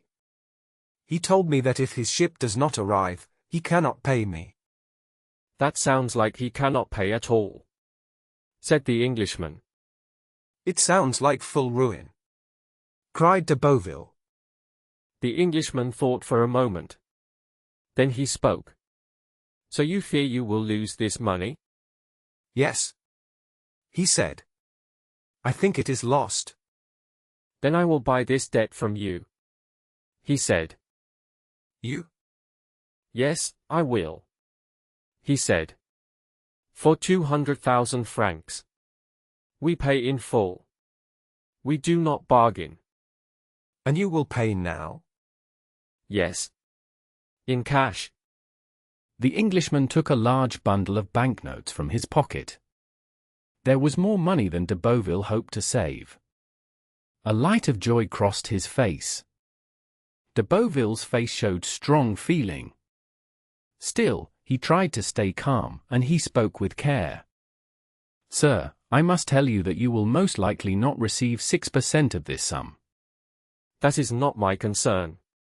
I act for the House of Thomson and French. They may wish to harm a rival business. All I know is this. I am ready to give you this money if you transfer the debt. I only ask for a small fee. That is quite fair. The usual fee is 1.5%. Will you take 2, 3, 5, or even more? Name any sum you like. Sir, I am like my firm. We do not work in that way. The fee I ask is different. Please tell me what you want. You are the inspector of prisons. I have been for 14 years. You keep records of who enters and leaves? I do. And there are notes about each prisoner? Yes. There are special reports for every one. I studied in Rome with a poor abbé. He disappeared one day. I later learned he was held in the Château d'If. I wish to know how he died. What was his name? The Abbé Fire. I remember him well. He was not well in his mind. That is what people said. Yes. That was true. What kind of illness was it? He spoke of a great treasure. He promised large sums to the state if they freed him. Poor man. He is dead, then? Yes. He died 5 or 6 months ago. It was last February. You remember dates very well. I remember because his death was strange. What happened? His cell was far from another prisoner. That man had worked for Bonaparte. He was brave and very dangerous. Indeed. I saw that man in 1816 or 1817. We needed many soldiers to enter his cell. I will never forget his face. The Englishman smiled a little. And the two cells were far apart? About 50 feet. But this Edmond Dantès found tools. He made a tunnel. The prisoners spoke through it. The tunnel was for escape? Yes. But the abbé became very ill and died. So the escape plan ended? For the dead man, yes. But not for the other. Dantès used the death to escape. He believed the dead were buried. He took the abbé's place in the sack. That was brave. He was dangerous. By his own act, he removed the state's fear. How? The prison has no graveyard. The dead are thrown into the sea. A heavy weight is tied to them. I see. They tied the weight to him. They threw him into the sea. Truly? You can imagine his shock. He was thrown over the rocks. I wish I had seen his face. That would be hard. No matter. I can imagine it. And he laughed loudly. So can I, said the Englishman. He laughed too, but his laugh was cold and tight. And so, he said again, after he became calm, he was drowned. Without doubt. So the governor removed a dangerous man, and a mad prisoner at the same time. Exactly. But there must be some official paper about this, I think. Yes, the death report. You understand, if Dantès had family, they would want to know if he was dead or alive. So now, if there is anything to inherit, they may do it without doubt. He is dead, with no mistake. Yes, and the fact can be proven at any time. Very well, said the Englishman. Now let us return to the records. True. This story has taken our attention. Please excuse me. Excuse you?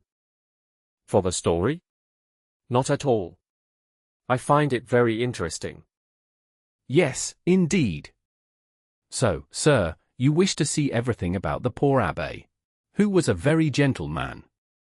Yes, I would be very thankful. Come into my study, and I will show you. They both entered Monsieur de Beauville's study. Everything was in perfect order. Each book had a number, and each file had its place. The inspector asked the Englishman to sit in an armchair. He placed before him the register and papers about the Chateau d'If. He gave him all the time he needed. Then de Beauville sat in a corner and read his newspaper. The Englishman easily found the papers about Abbé Faria. But the story he had heard interested him deeply. After reading the first pages, he turned more pages. He stopped at the report about Edmond Dantès. Everything was in clear order. There was the charge, the questioning, Morel's request, and Villefort's notes.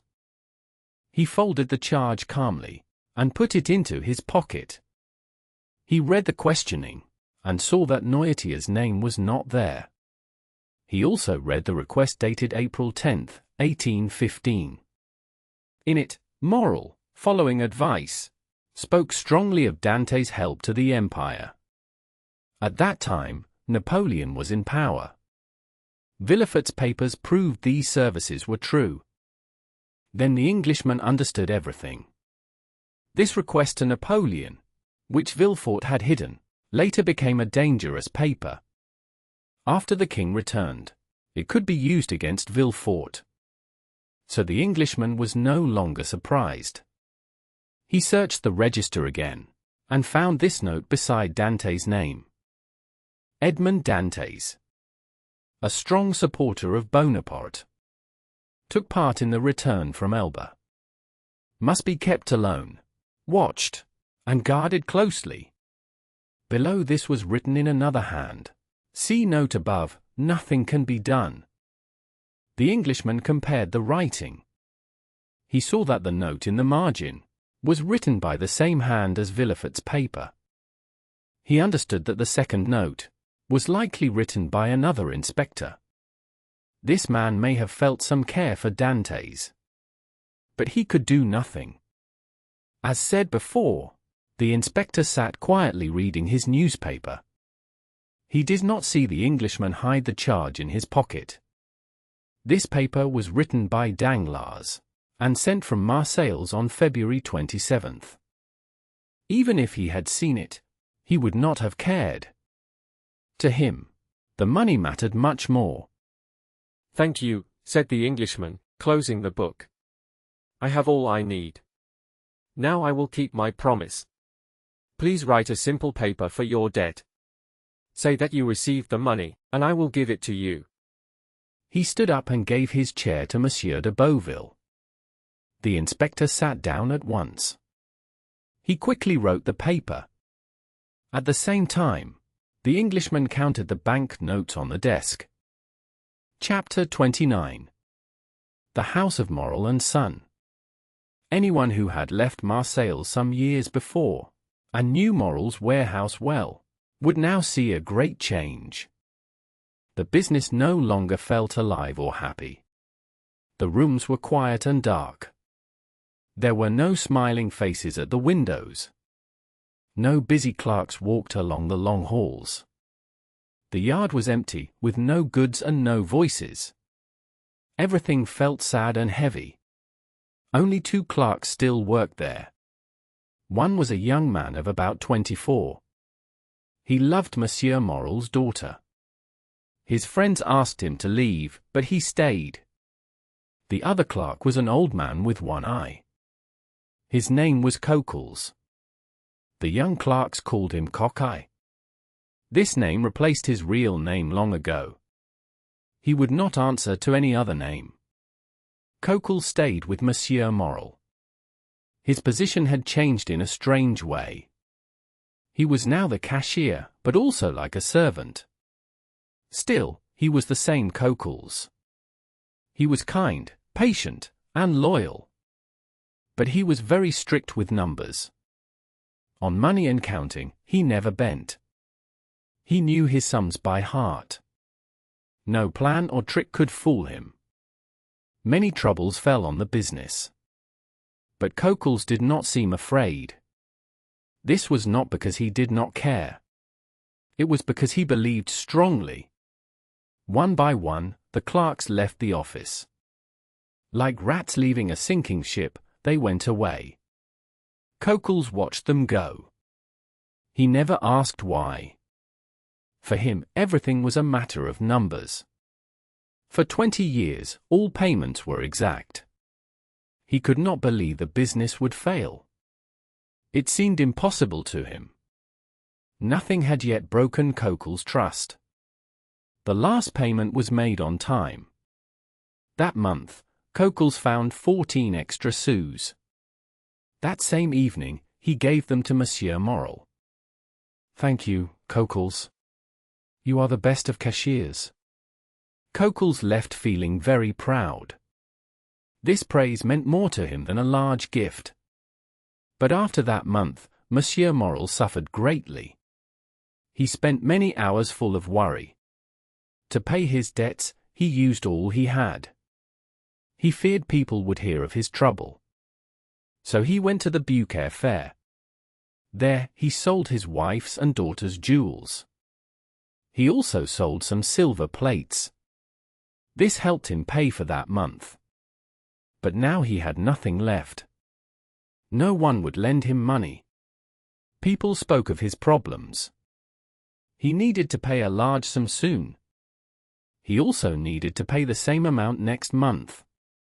These debts were to Monsieur de Beauville. His only hope was the return of the ship Pharaon.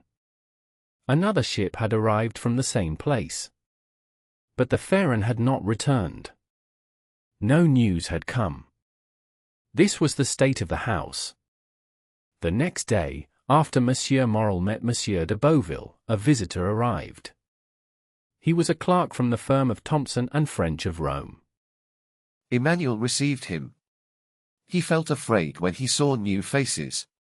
Each stranger might be a new creditor. He wanted to protect his employer. So he spoke to the man first. The stranger said he would not speak to Emmanuel. He said his business was with Monsieur Morel. Emmanuel sighed. He called for Coquel's. Coquel's came at once. Emmanuel asked him to lead the stranger upstairs. Coquel's went first. The stranger followed. On the stairs, they met a young girl. She was 16 or 17. She looked at the stranger with worry. "Monsieur Morel is in his room, is he not, Mademoiselle Julie?" Yes, I think so, she said softly. Go and see, Coquel's. If my father is there, tell him this gentleman is here. There is no need to announce me, mademoiselle, said the Englishman.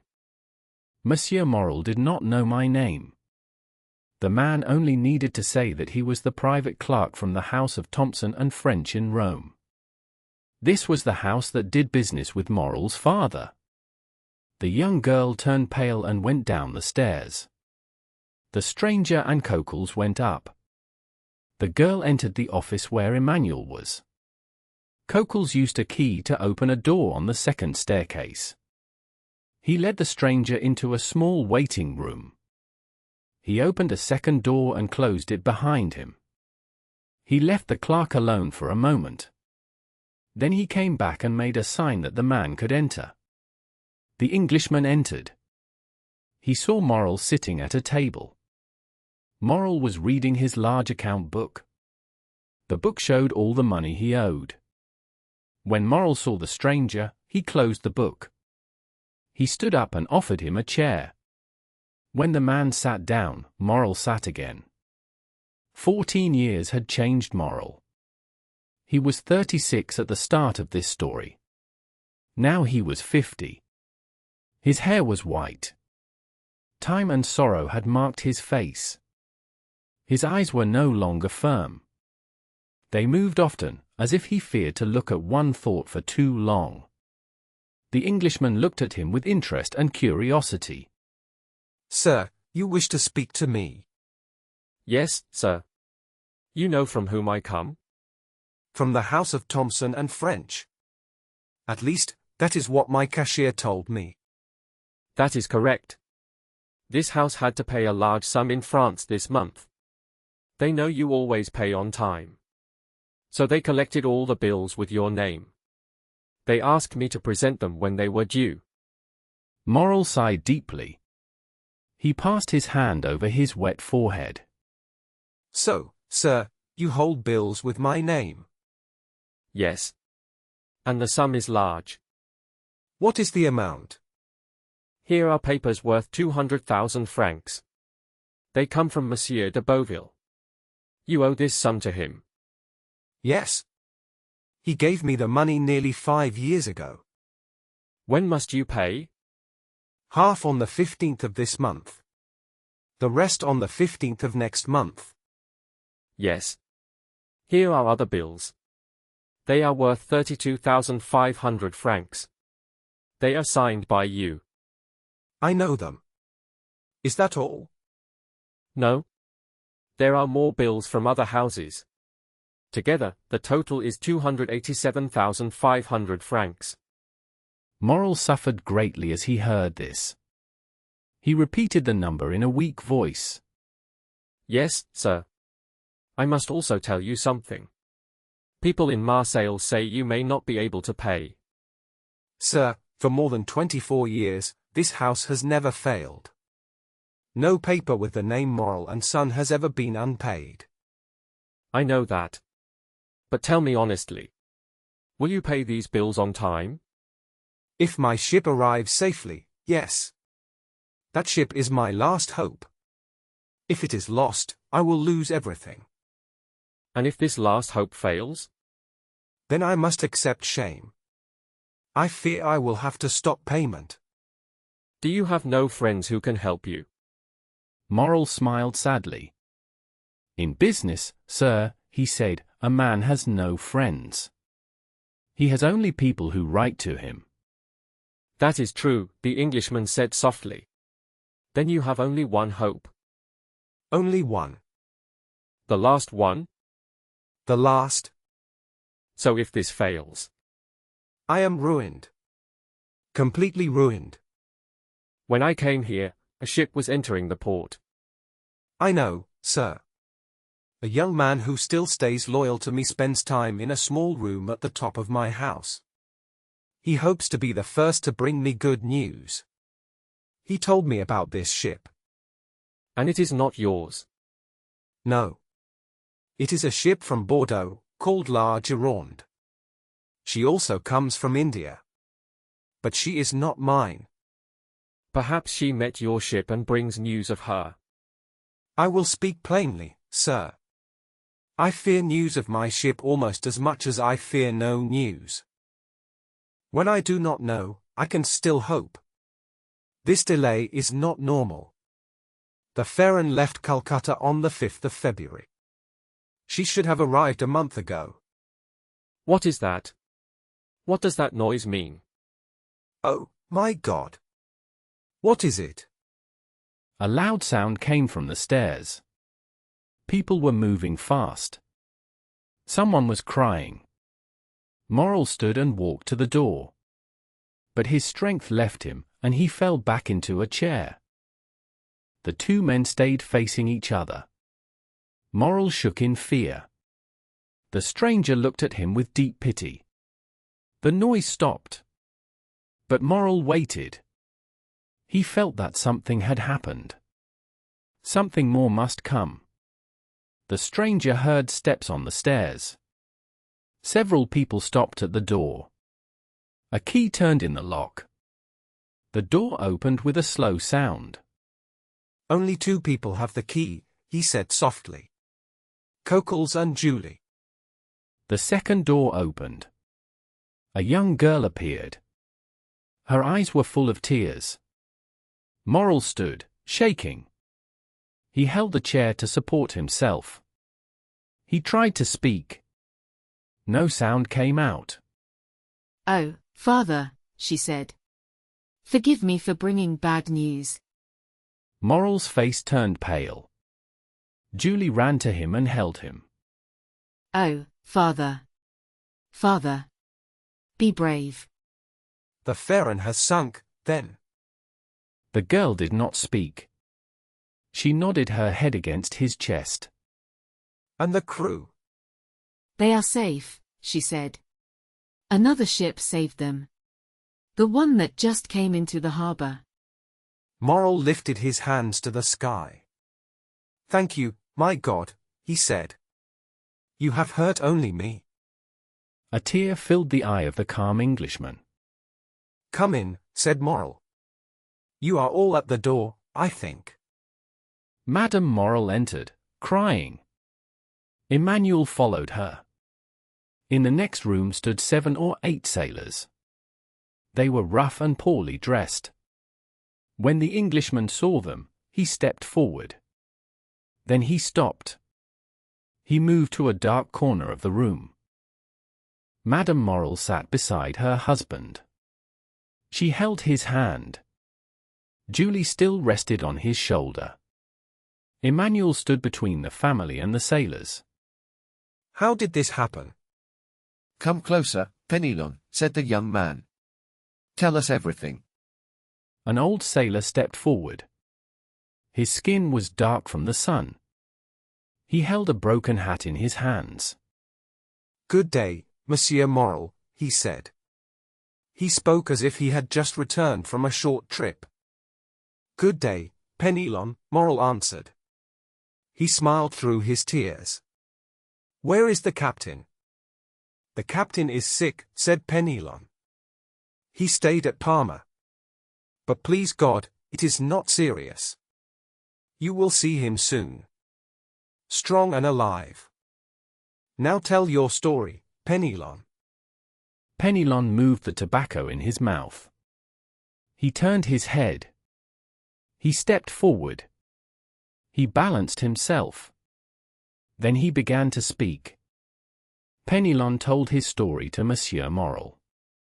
"You see, Monsieur Morel, we were between Cape Blanc and Cape Boyarda. We sailed south-southwest after 1 week with no wind. The breeze was fair. I was at the helm when Captain Gourmand came to me. He asked what I thought about the clouds ahead. I was already watching them. I said they were rising too fast and were too black. I said they meant trouble. The captain agreed. He said we carried too much sail. He called all hands and told them to take in some sails. It was just in time. The storm hit us, and the ship leaned hard. The captain said we still had too much sail. He told the crew to lower the mainsail. After 5 minutes, it was down. We sailed with only small sails. The captain asked why I shook my head. I said we still had too much sail. He agreed and said a strong gale was coming. I said it would be worse, a real storm. You could see the wind coming like dust in the distance. The captain knew his work. He gave many quick orders to reduce sail. That was not enough for those seas. I would have taken more sail in. The strong and sudden voice surprised everyone. Penelon shaded his eyes and looked at the man. We did even more than that, sir. We turned the ship to run before the storm. 10 minutes later we took down all sails. We let the ship run with no sails at all. The ship was very old to risk that. Yes, sir, and that was the problem. After 12 hours of hard movement, the ship leaked. The captain told me he thought we were sinking. He took the helm and sent me to the hold. I went down and found 3 feet of water. I called all hands to the pumps. But it was too late. The more we pumped, the more water came in. After 4 hours I said we could only die once. The captain asked if that was my example. He went to his cabin and came back with pistols. He said he would stop any man who left the pump. Well done. Strong reasons give strong courage. The wind became weaker, and the sea grew calmer. But the water still rose. Only 2 inches each hour. That sounds small, but it adds up. We already had 3 feet. Soon we had 5. The captain said we had done all we could. He said we should now save ourselves. He told us to go to the boats. Sailors love their ships, but they love life more. We did not wait. The ship sank under our feet. We launched the boat and all 8 got in. The captain stayed last. He did not want to leave. I held him and threw him into the boat. I jumped in after him. Just then the deck broke with a loud crash. Soon the ship spun and sank. That was the end of the Pharaon. We had no food or drink for 3 days. We were very weak. Then we saw another ship. We made distress signals. She saw us and took us on board. That is the whole truth. Is it not true, my friends? The crew agreed with a low sound. They showed that the story was true. I know no one is to blame. This was fate. What pay do I owe you? Please, let us not speak of money. We will speak of it. Then 3 months of pay. Coquels paid 200 francs to each man. At another time, he added, I would have said, give them 200 francs as a gift. But times have changed. The little money I have is not mine. Please do not think I am unkind. Penelon turned to the other sailors and spoke to them in a low voice. As for that, Monsieur Morel, he said, as for that. As for what? The money. Well. We all agree that 50 francs is enough for now. We will wait for the rest. Thank you, my friends, thank you, Morel said. Take it. If you find another employer, you are free to go. These words shocked the sailors. Penelon almost swallowed his tobacco. What, Monsieur Morel, he said softly. You send us away. Are you angry with us? No, no, Morel replied. I am not angry. I have no ships. So I do not need sailors. No ships, said Penelon. Then you will build more. We will wait. I have no money to build ships, Morel said sadly. Then do not pay us, said Penelon. We can live with very little. Enough, cried Morel. Leave me now. We will meet again in better days. Emmanuel, go with them. We will see you again, Monsieur Morel, asked Penelon. Yes, I hope so. Now go. The sailors left. Morel then spoke to his wife and daughter. Leave me. I wish to speak with this gentleman. He looked at the English clerk, who stood silent in the corner. The women left the room. Julie looked at the stranger with hope. He answered her with a small smile.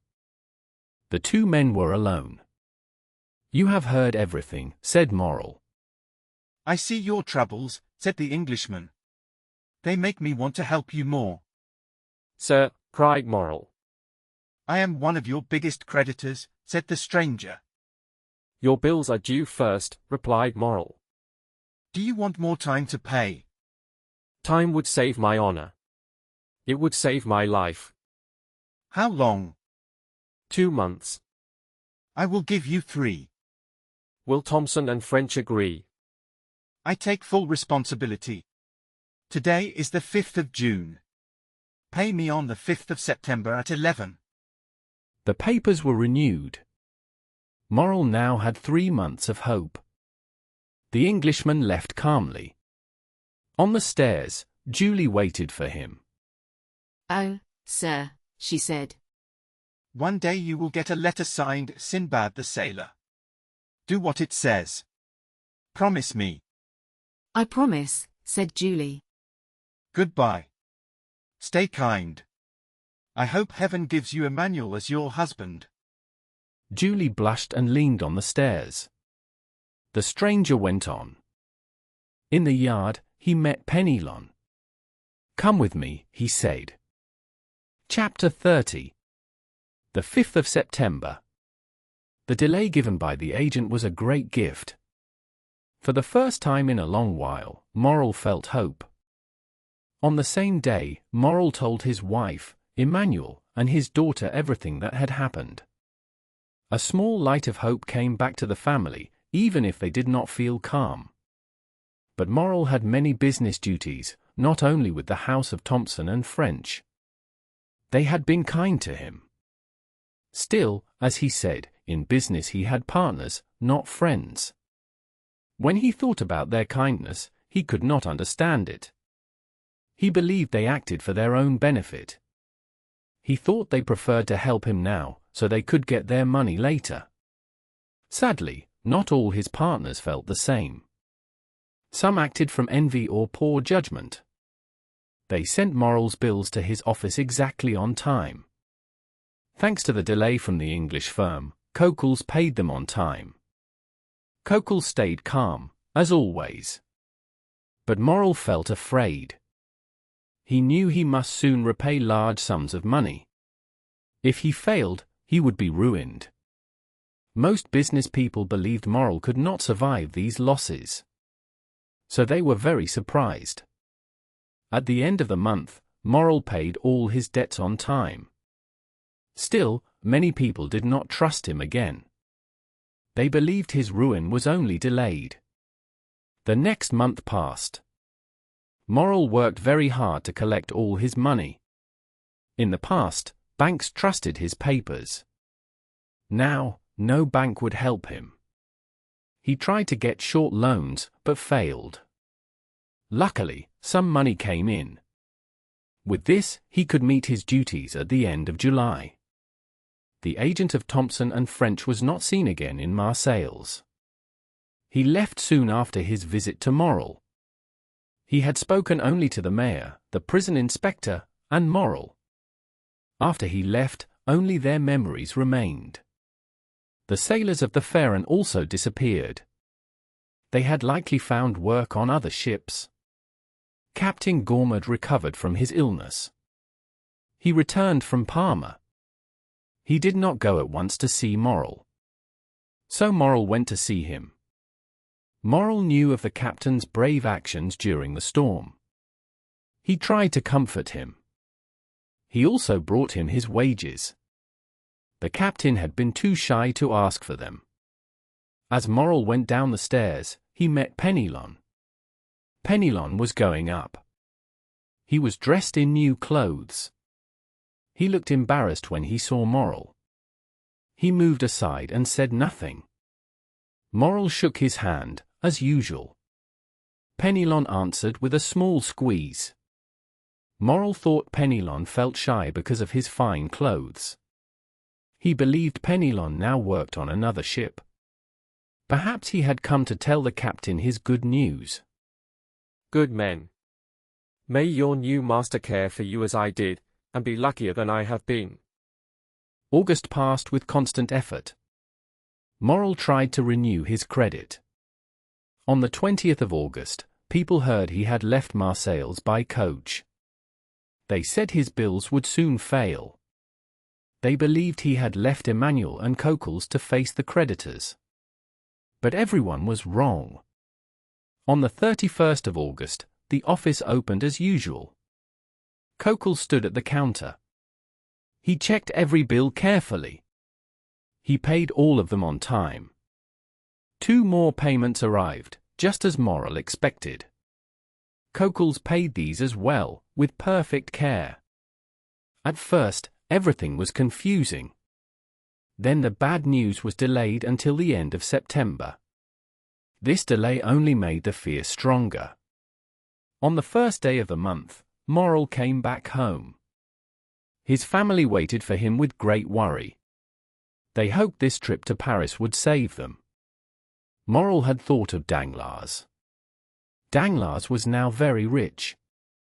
Long ago, Danglars owed much to Morel. Morel had helped him get important work. This work helped Danglars build his great wealth. People said Danglars was worth many millions of francs. They said he had endless credit. Without paying any money himself, he could save Morel. He only needed to promise a loan. Morel had thought of asking Danglars for a long time. But something inside him held him back. He waited as long as he could. This was his last hope. Morel was right to fear this meeting. He came home crushed by shame. Danglars had refused him. Still, Morel said nothing unkind. He did not complain. He held his crying wife and daughter. He shook Emmanuel's hand with warmth. Then he went to his private room on the second floor. He sent for Coquels. Then we are truly ruined. The two women said this softly to Emmanuel. They soon made a quick plan. Julie would write to her brother. He was a soldier in the town of Nimes. They asked him to come as fast as possible. The women felt they needed all their strength. A hard time was coming. Maximilian Morel was only 21. But he had great influence over his father. He was a strong and honest young man. When he chose his work, his father let him decide. Maximilian chose a life in the army. He studied very hard. He passed the great military school with success. He became a young officer in the army. He had held this rank for a year. He hoped for promotion soon. In his regiment, people respected him. He followed the rules of a soldier. He also followed the duties of a good man. Because of this, they called him the Stoic. Many repeated this name without knowing its meaning. This was the son and brother they called for help. They knew a serious trial was close. They were not wrong. Just after Morel entered his office with Coquels, Julie saw Coquels leave the room. He was pale and shaking. His face showed deep fear. Oh, mademoiselle, mademoiselle. What a terrible disaster. Who could ever have believed this? A moment later, Julie saw him go upstairs again. He carried heavy books, a folder, and a bag of money. Morel checked the books. He opened the folder. He counted the money. All his money together was very small. Even with money owed to him, it was not enough. His debts were huge. There was no way to pay even part of them. Yet, when Morel came down to dinner, he looked calm. This calm scared the two women. It frightened them more than tears would have. After dinner, Morel usually went out. He drank coffee at his club and read the news. This evening, he stayed at home. He went back to his office. Coquels seemed lost and confused. For a long time, he sat in the yard. The sun burned above his bare head. Emmanuel tried to comfort the women. But his words were weak. He knew the business well. He felt a great disaster was near. Night came. The two women stayed awake. They hoped Morel would come to them. Instead, they heard his quiet steps. He passed their door. He went into his bedroom. He locked the door from inside.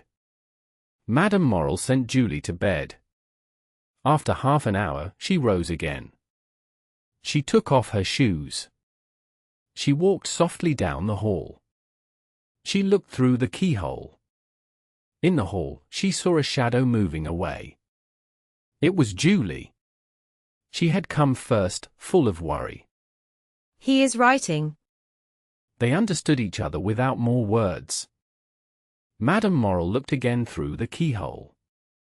Morel was writing. But Madame Morel saw something her daughter did not see. Her husband was writing on stamped paper. A terrible thought came to her. She feared he was writing his will. She shook with fear, but she had no strength to speak. The next day, Monsieur Morel seemed calm. He went to his office as usual. He came to breakfast on time. After dinner, he sat with his daughter. He took her head in his arms. He held her close to his chest for a long time. That evening, Julie spoke to her mother. She said her father looked calm. But she felt his heart beat very fast. The next 2 days passed in the same way. On the evening of the 4th of September, Monsieur Morel asked Julie for the key to his study. Julie shook with fear.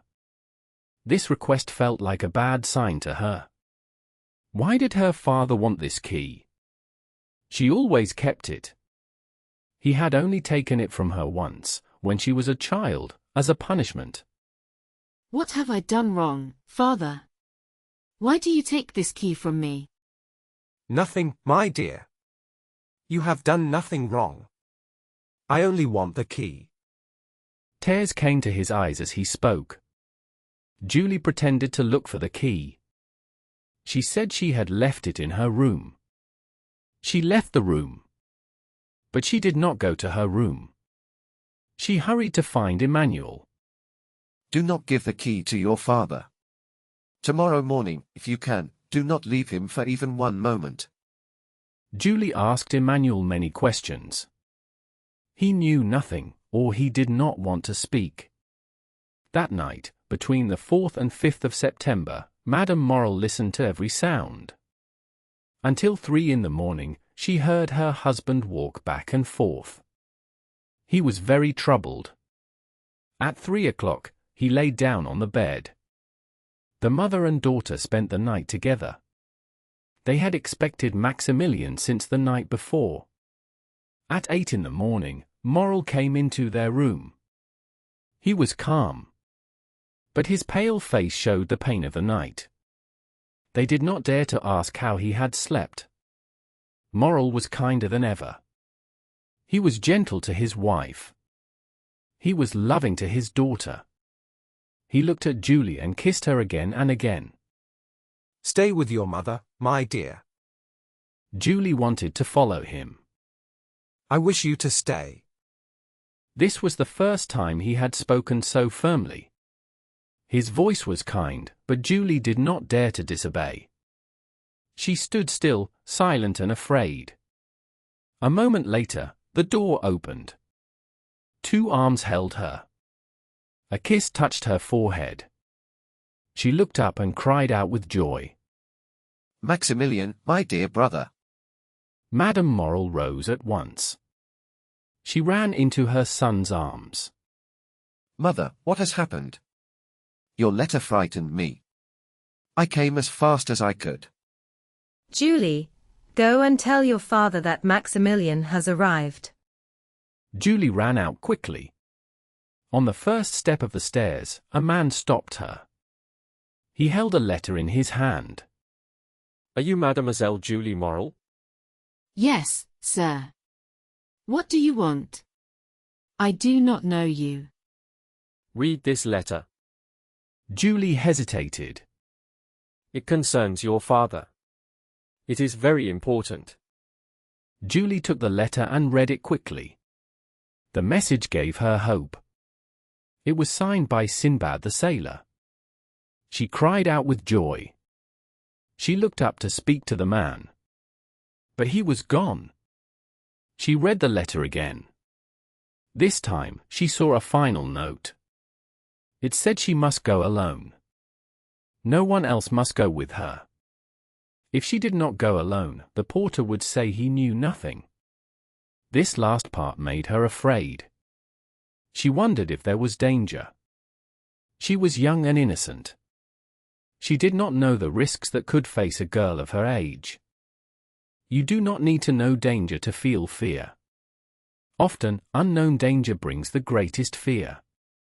Julie stopped and felt unsure. She decided to ask for advice. But in a strange way, she did not go to her mother or her brother. She went to Emmanuel instead. She hurried downstairs and told him what had happened. She spoke about the day when the agent from Thompson and French came to her father's house. She told him about the meeting on the stairs. She repeated the promise she had made. Then she showed him the letter. Then you must go, mademoiselle. Go there. Yes. I will go with you. But did you not read that I must be alone? And you will be alone. I will wait for you at the corner of the Rue du Musée. If you are away too long, and I begin to worry, I will come to you. And if anyone hurts you, I will deal with him. Then, Emmanuel, she said slowly. Do you think I should accept this invitation? Yes. Did the messenger not say your father's safety depends on it? But what danger is my father in, Emmanuel? Emmanuel paused for a moment. He wanted Julie to decide at once. Listen. Today is the 5th of September, is it not? Yes. Today, at 11 o'clock, your father must pay almost 300,000 francs. Yes, we know that. But we do not even have 15,000 francs in the house. What will happen then? If your father does not find help before 11. Then at 12 he must say he is bankrupt. Oh, then come. Come at once. She hurried away with Emmanuel. At the same time, Madame Morel told her son everything. He knew that his father's life had changed after many losses. But he did not know it was this bad. He was shocked. He ran out of the room and went upstairs. He thought his father would be in the study. He knocked, but there was no answer. Then he heard a door open behind him. He turned and saw his father. Instead of going to his study, Monsieur Morel had gone back to his bedroom. He was just leaving it now. He cried out in surprise when he saw his son. He did not know his son had returned. He stood still and held something hidden under his coat. Maximilian ran down the stairs and held his father. Suddenly he pulled back. He put his hand on his father's chest. "Father," he cried. "What are you going to do with those pistols under your coat?" This is what I feared, said Morel. "Father, please. What are these weapons for?" Maximilian, you are a man of honor. Come. I will explain everything. With a firm step, Morel went to his study. Maximilian followed him, shaking with fear. Morel closed the door. He put the pistols on the desk. He pointed to an open book. The book showed all his accounts. In half an hour, Morel had to pay 287,000 francs. He only had a little more than 15,000 francs. Read, he said. The young man read and felt crushed. Morel said nothing. The numbers said enough. "Father, have you done everything possible to stop this?" I have. "Is there no money coming in?" None. "Have you tried every way?" All of them. "Then in half an hour. Our family name is lost." Only blood can wash away shame. "I understand you, father." He reached for a pistol. "One for you and one for me." Morel stopped his hand. Your mother. Your sister. Who will care for them? The young man trembled. "Father," he said. "Do you ask me to live?" Yes. It is your duty. You are strong and calm. Think as if this were your own life. Then decide. The young man thought for a moment. Then a calm sadness filled his eyes. Slowly, he took off the signs of his rank.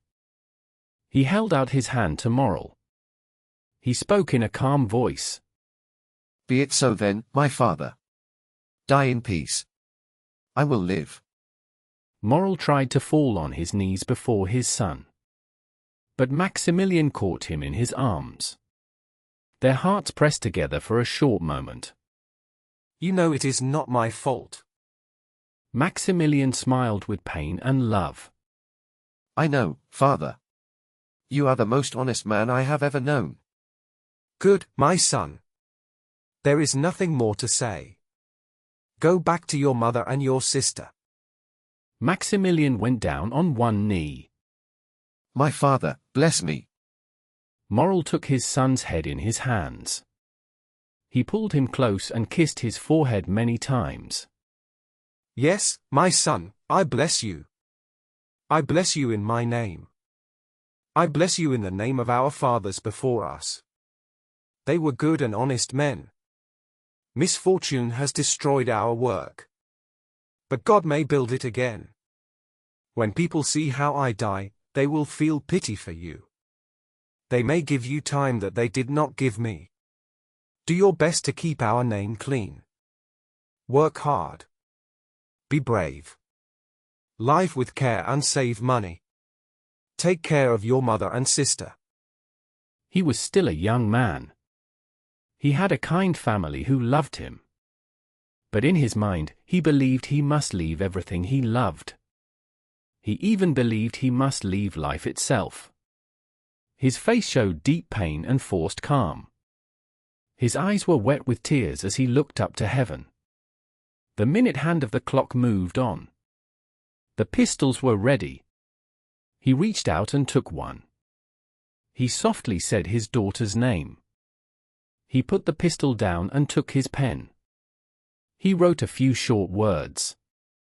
He felt he had not said goodbye enough to his dear daughter. He looked again at the clock. Now he counted the time in seconds. He picked up the weapon again. His lips were open. His eyes did not leave the clock. He shook when he heard the small click as he prepared the pistol. Cold sweat covered his face. A sharp pain gripped his heart. He heard the stair door creak. The clock warned that it was near 11. The door of his study opened. Moral did not turn. He thought he would hear Coquel say, "The agent of Thompson and French." He placed the pistol between his teeth. Suddenly, he heard a cry. It was his daughter's voice. He turned. He saw Julie. The pistol fell from his hands. My father. You are saved. You are saved. She was out of breath. She was almost crying with joy. She fell into his arms. In her hand, she held a small red silk purse. Saved, my child? What do you mean? Yes, saved. Saved. Look, look. Moral took the purse. He started with surprise. He remembered it. It had once belonged to him. Inside was the paid paper for the large debt. There was also a bright diamond. On a small paper were the words, "Julie's dowry." Moral passed his hand over his face. It felt like a dream. The clock struck 11. Each sound felt heavy on his heart. Explain, my child. Explain. Where did you find this purse? In a house in the Allées de Mailhan. Number 15. It was on a small shelf in a room on the top floor. But this purse is not yours. Julie gave her father a letter. She had received it that morning. Did you go alone? Emmanuel came with me. He waited at the street corner. But when I came back, he was gone. Monsieur Moral. Monsieur Moral. It is his voice. The Pharaon. The Pharaon. The Pharaon? Are you mad? You know the ship was lost. They see her signals. The Pharaon is entering the harbor. Moral fell back into his chair. He felt weak. So many events confused his mind. He could not understand them. Father, how could you think the Pharaon was lost? They see her now. She is coming into port. My dear friends, if this is true, it is a miracle. It seems impossible. But the purse in his hand was real.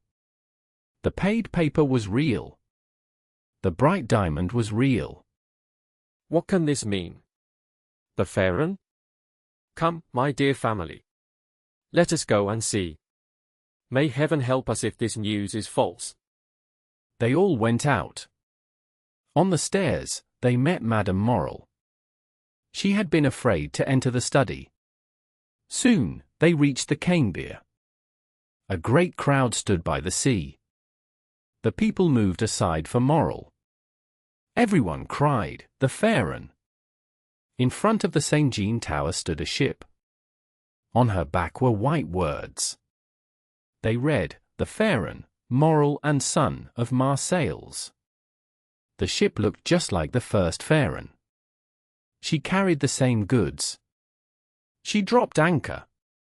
Her sails were closed. On deck stood Captain Gourmaud, giving orders. Old Penelon waved signals to Morrel. No one could doubt it now. The eye saw the truth. And thousands of people confirmed it. Morrel and his son hugged each other on the pier. The whole city watched them, and people clapped with joy. Near them, a man stood hidden behind a guard box.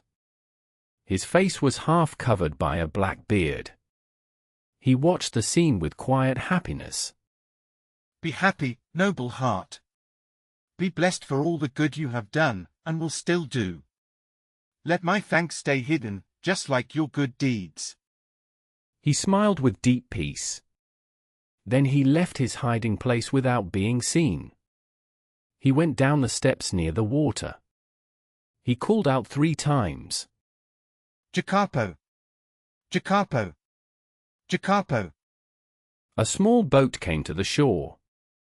It took him on board and sailed to a fine yacht. The yacht was rich and well prepared. He jumped onto the deck like a strong sailor. Once more, he looked back at Morrel. Morrel was crying with joy. He shook hands with the crowd. He looked up to the sky, as if thanking an unknown friend. And now, farewell to kindness and gratitude. Farewell to feelings that open the heart. I have paid the good for their good deeds. Now I take the power to punish the wicked. He gave a signal. At once, the yacht moved away. It sailed out to the open sea. Chapter 31. Italy. Sinbad the Sailor. At the start of the year 1838, 2 young men were in Florence.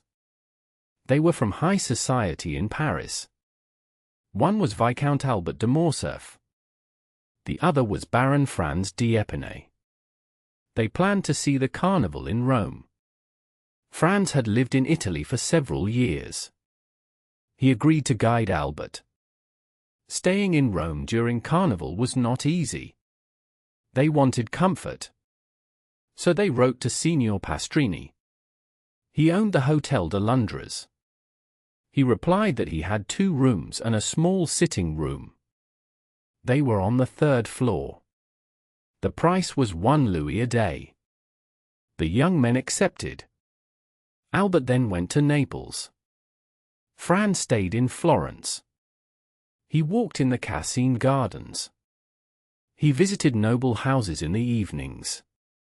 Then he decided to visit Elba. Napoleon had once waited there. One evening, Franz untied a sailboat in Leghorn. He wrapped himself in his coat. He lay down and spoke to the crew. To the island of Elba.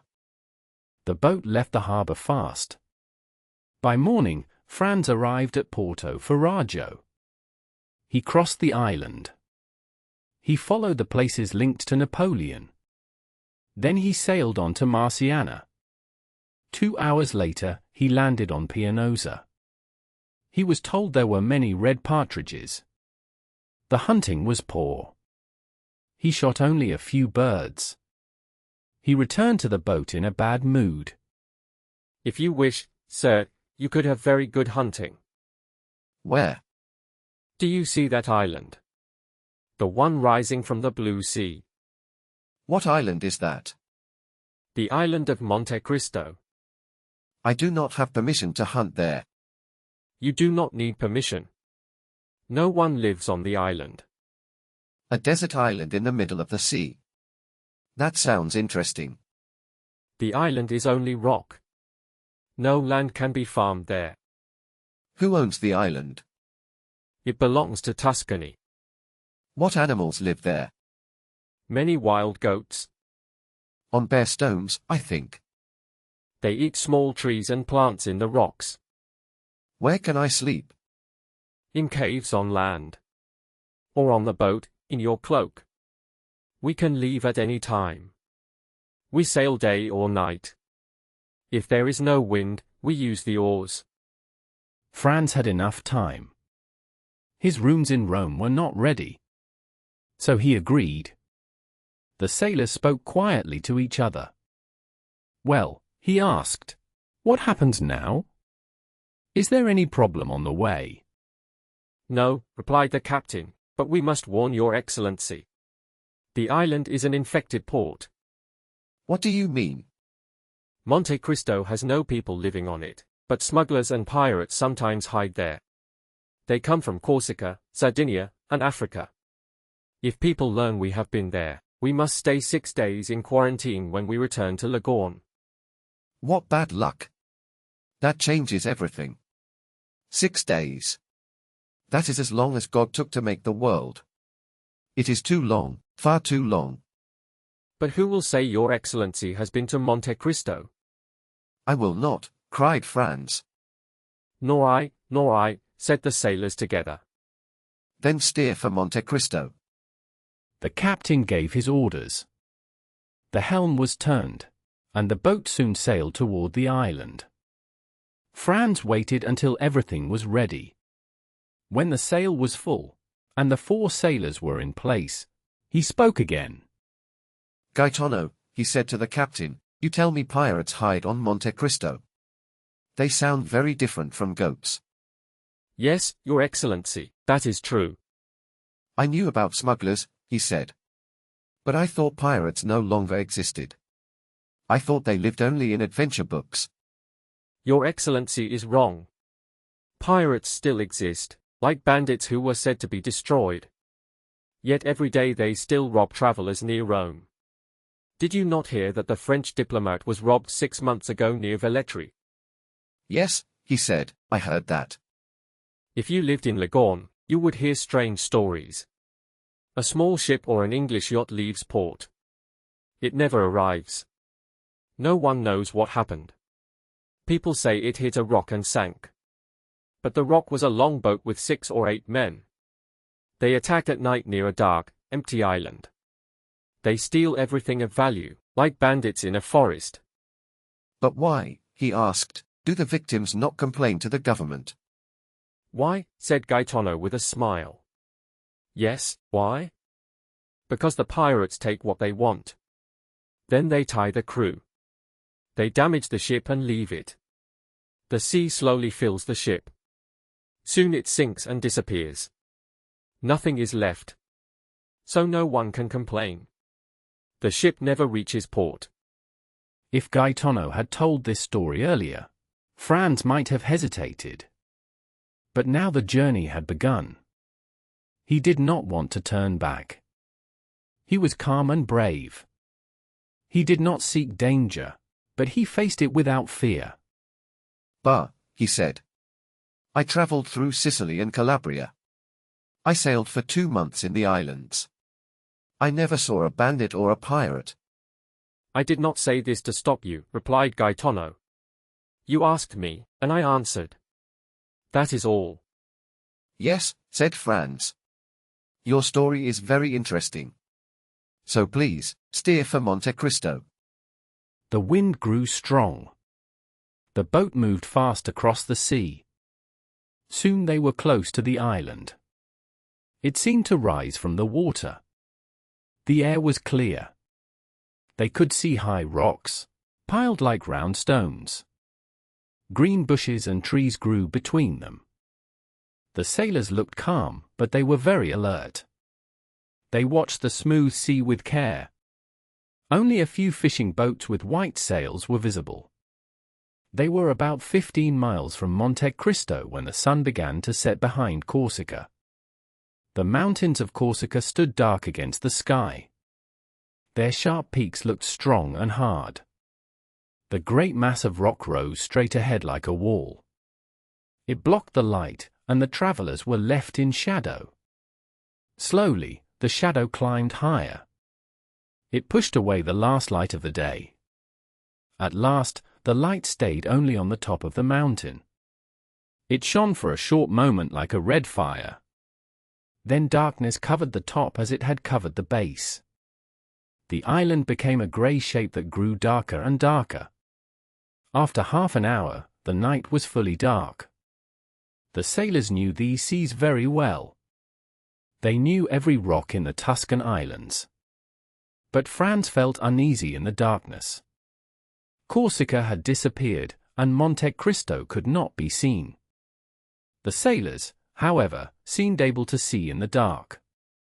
The pilot showed no doubt as he steered the boat. An hour after sunset, Franz thought he saw a dark shape. It was about a quarter of a mile to the left. He could not tell what it was. He feared the sailors might laugh at him. So he said nothing. Suddenly, a strong light appeared on the shore. Land might look like a cloud, but fire could not be a star. What is this light? Hush. It is a fire. But you told me the island had no people. I said there are no houses. I also said it is sometimes used by smugglers. And by pirates. And by pirates. That is why I ordered us to pass the island. As you see, the fire is now behind us. But this fire feels safe to me. People who wish to hide would not light a fire. That means nothing. If you know the shape of the island, you will understand.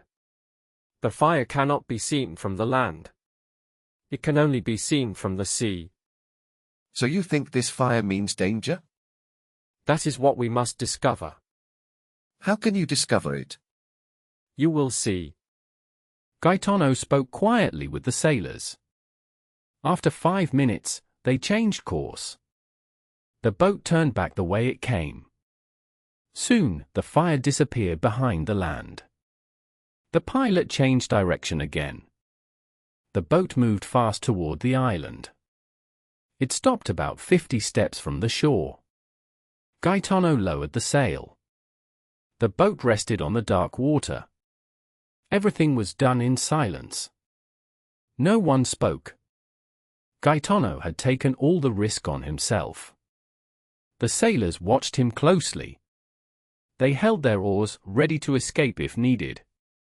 Franz calmly checked his weapons. He had 2 double guns and 1 rifle. He loaded them and waited. Gaetano removed his vest and shirt. He tied his trousers tight. His feet were bare. He put a finger to his lips. Then he slid into the sea without a sound. He swam slowly toward the shore. No splash could be heard. Only a soft line of light showed his path in the water. Soon even this light vanished. He had reached the land. Everyone waited without moving. Half an hour passed. Then the shining line appeared again. The swimmer climbed back on board. Well, "They are Spanish smugglers," he said. "They have 2 Corsican bandits with them." And what are these Corsican bandits doing here with Spanish smugglers? Alas, said the captain with deep pity, we must always help each other. Very often the bandits are chased by guards. They see a ship and kind men like us. They ask us for help, and we cannot say no. They are hunted men. We take them on board and sail far out to sea. This costs us nothing. It saves their life, or at least their freedom. Later, they help us in return. They show us safe places to land our goods without trouble.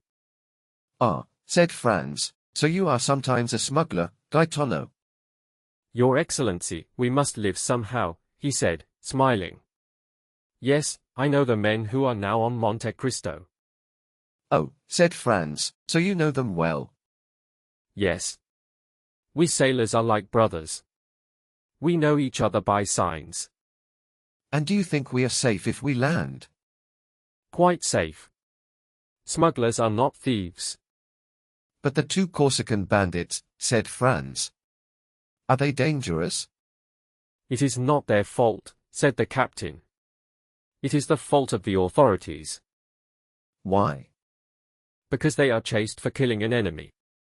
In Corsica, this is part of their nature.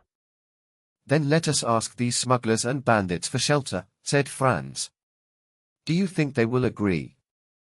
Yes, without doubt. How many are there? For smugglers, and 2 bandits. 6 in all. The same number as us, said Franz. If there is trouble, we can defend ourselves. So steer to Monte Cristo. Yes, but we must be careful, said Gaetano. Of course, replied Franz. Be as careful as you can. Silence, then, said Gaetano. Everyone obeyed. Franz understood the danger. He was alone in the dark with sailors he did not know. They knew he carried much money. They had looked often at his fine weapons. They showed curiosity, if not envy. He was about to land on a lonely island. The island had a holy name, but it did not feel safe. Smugglers and bandits lived there.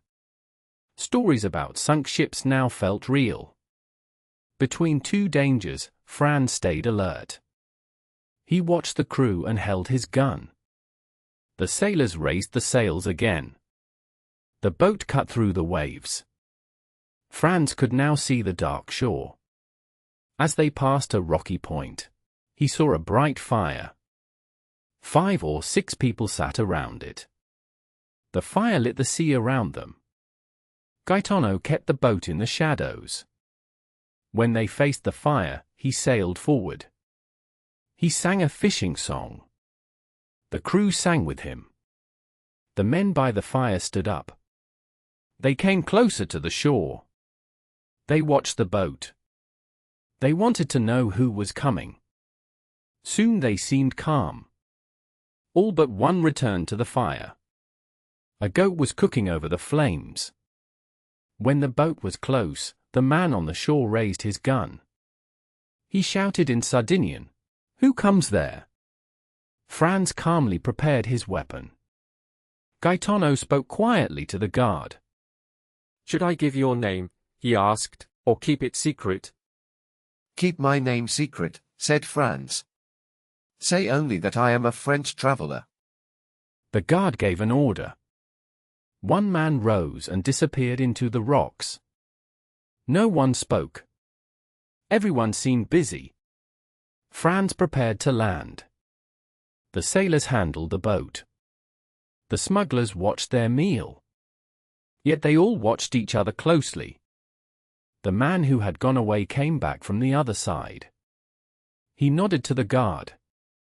The guard turned to the boat and spoke a single word. It meant, "Come in. You are welcome.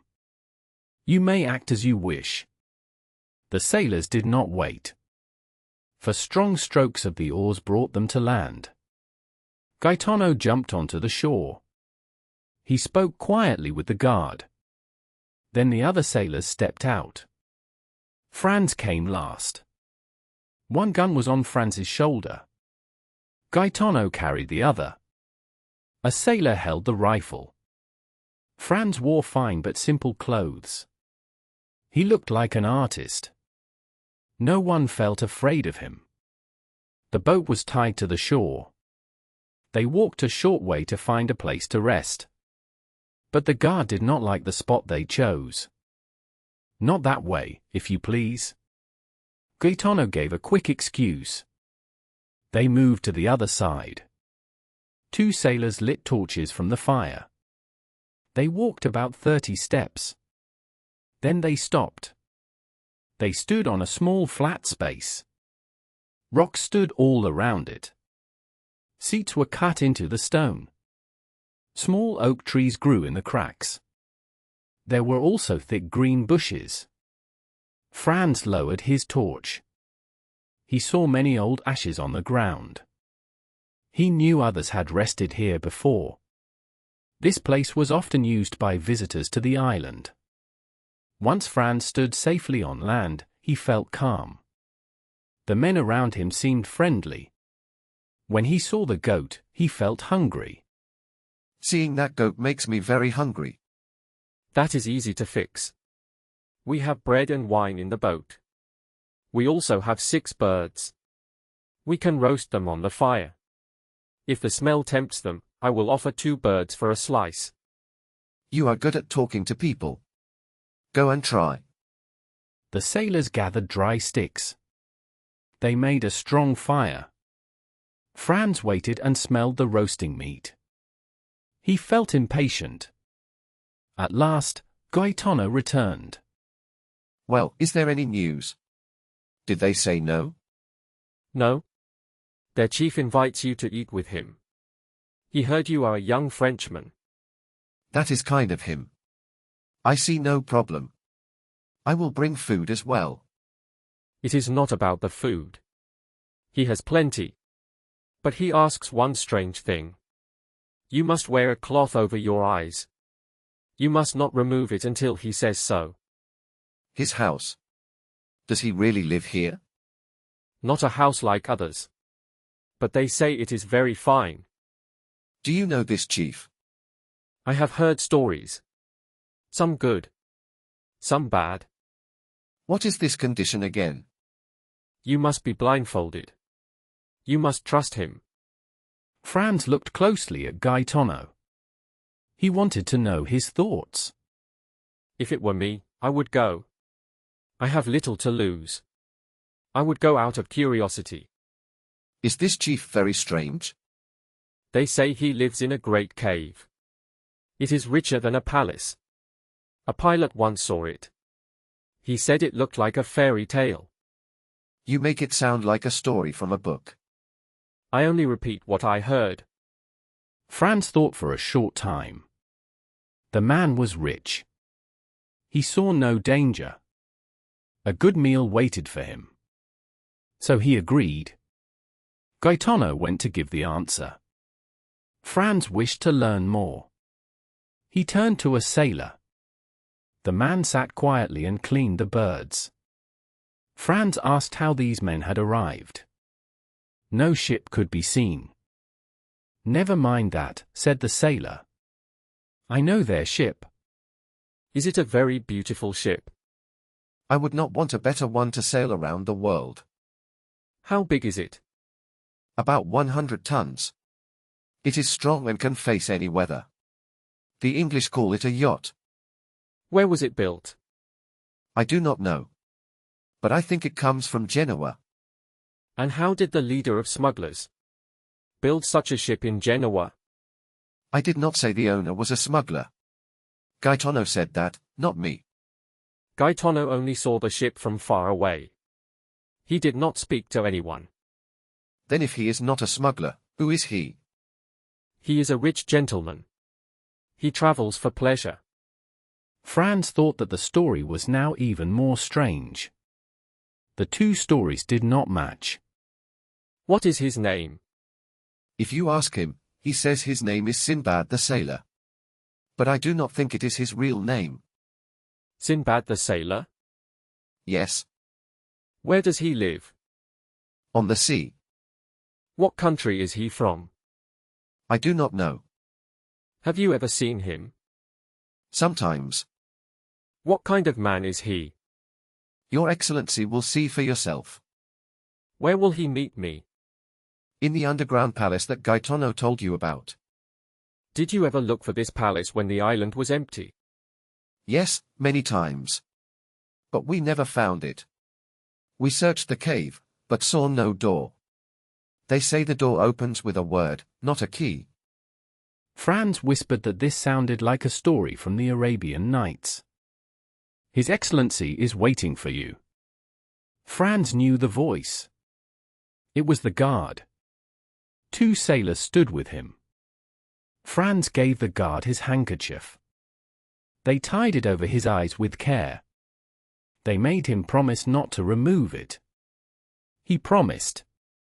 They took his arms and led him forward. The guard walked in front. After a short walk, Franz smelled roasted meat. He knew they passed the camp. They went farther toward the shore. Now he understood why Gaetano could not go there. Soon the air felt cool. He knew they entered a cave. After a moment, the air became warm and sweet. His feet touched a thick, soft carpet. The men let go of him. There was silence. Welcome, sir. Please remove your bandage. Franz quickly took off the cloth. He saw a man about 40 years old. The man wore clothes from Tunis. He had a red cap with a blue silk cord. His vest and trousers were red and black with gold work. A fine belt held a small curved knife. His face was pale but very handsome. His eyes were sharp and bright. His teeth were white, under a black moustache. He looked like a man long away from sunlight. He was not tall, but strong and well-shaped. What surprised Franz most was the room. The walls were red with gold flowers. There was a soft couch and shining swords. A glass lamp hung from the ceiling. The carpet was thick under his feet. Heavy curtains covered the doors. One door led to another bright room. The host gave Franz time to recover from his surprise. He looked back at him and did not move his eyes away. After a short pause, he spoke in a calm voice. Sir, please accept my apologies for the care taken when you came here. This island is empty for most of the year. If people found this place, they could disturb it. When I returned, I might find everything in disorder. That would annoy me, not for the loss, but because I like to live alone when I choose. Now I hope you will forget this small discomfort. I offer you something you may not expect here. You will have a good supper and comfortable beds. My dear sir, please do not apologize. I have seen stories where people cover their eyes before they enter magic palaces. I have nothing to complain about. What I see here reminds me of the wonders of old Eastern tales. The host smiled softly. Ah, if I had known about the honor of your visit, I would have prepared more. But my home is simple, and it is yours to enjoy. My supper is ready to share, if you wish. Ali, is the supper ready? The hanging cloth moved aside. A tall servant with dark skin stepped forward. He wore a plain white tunic. He made a sign to his master to say that the meal was ready. Now, I think it is unpleasant to sit together and not know how to speak to each other. I will not ask your real name. Please give me a name I may use. As for me, people usually call me Sinbad the Sailor. Then I will say this. If I only had a magic lamp, I would be just like Aladdin. So for now, you may call me Aladdin. This place feels like the East, as if a kind spirit brought me here. Very well, Senior Aladdin.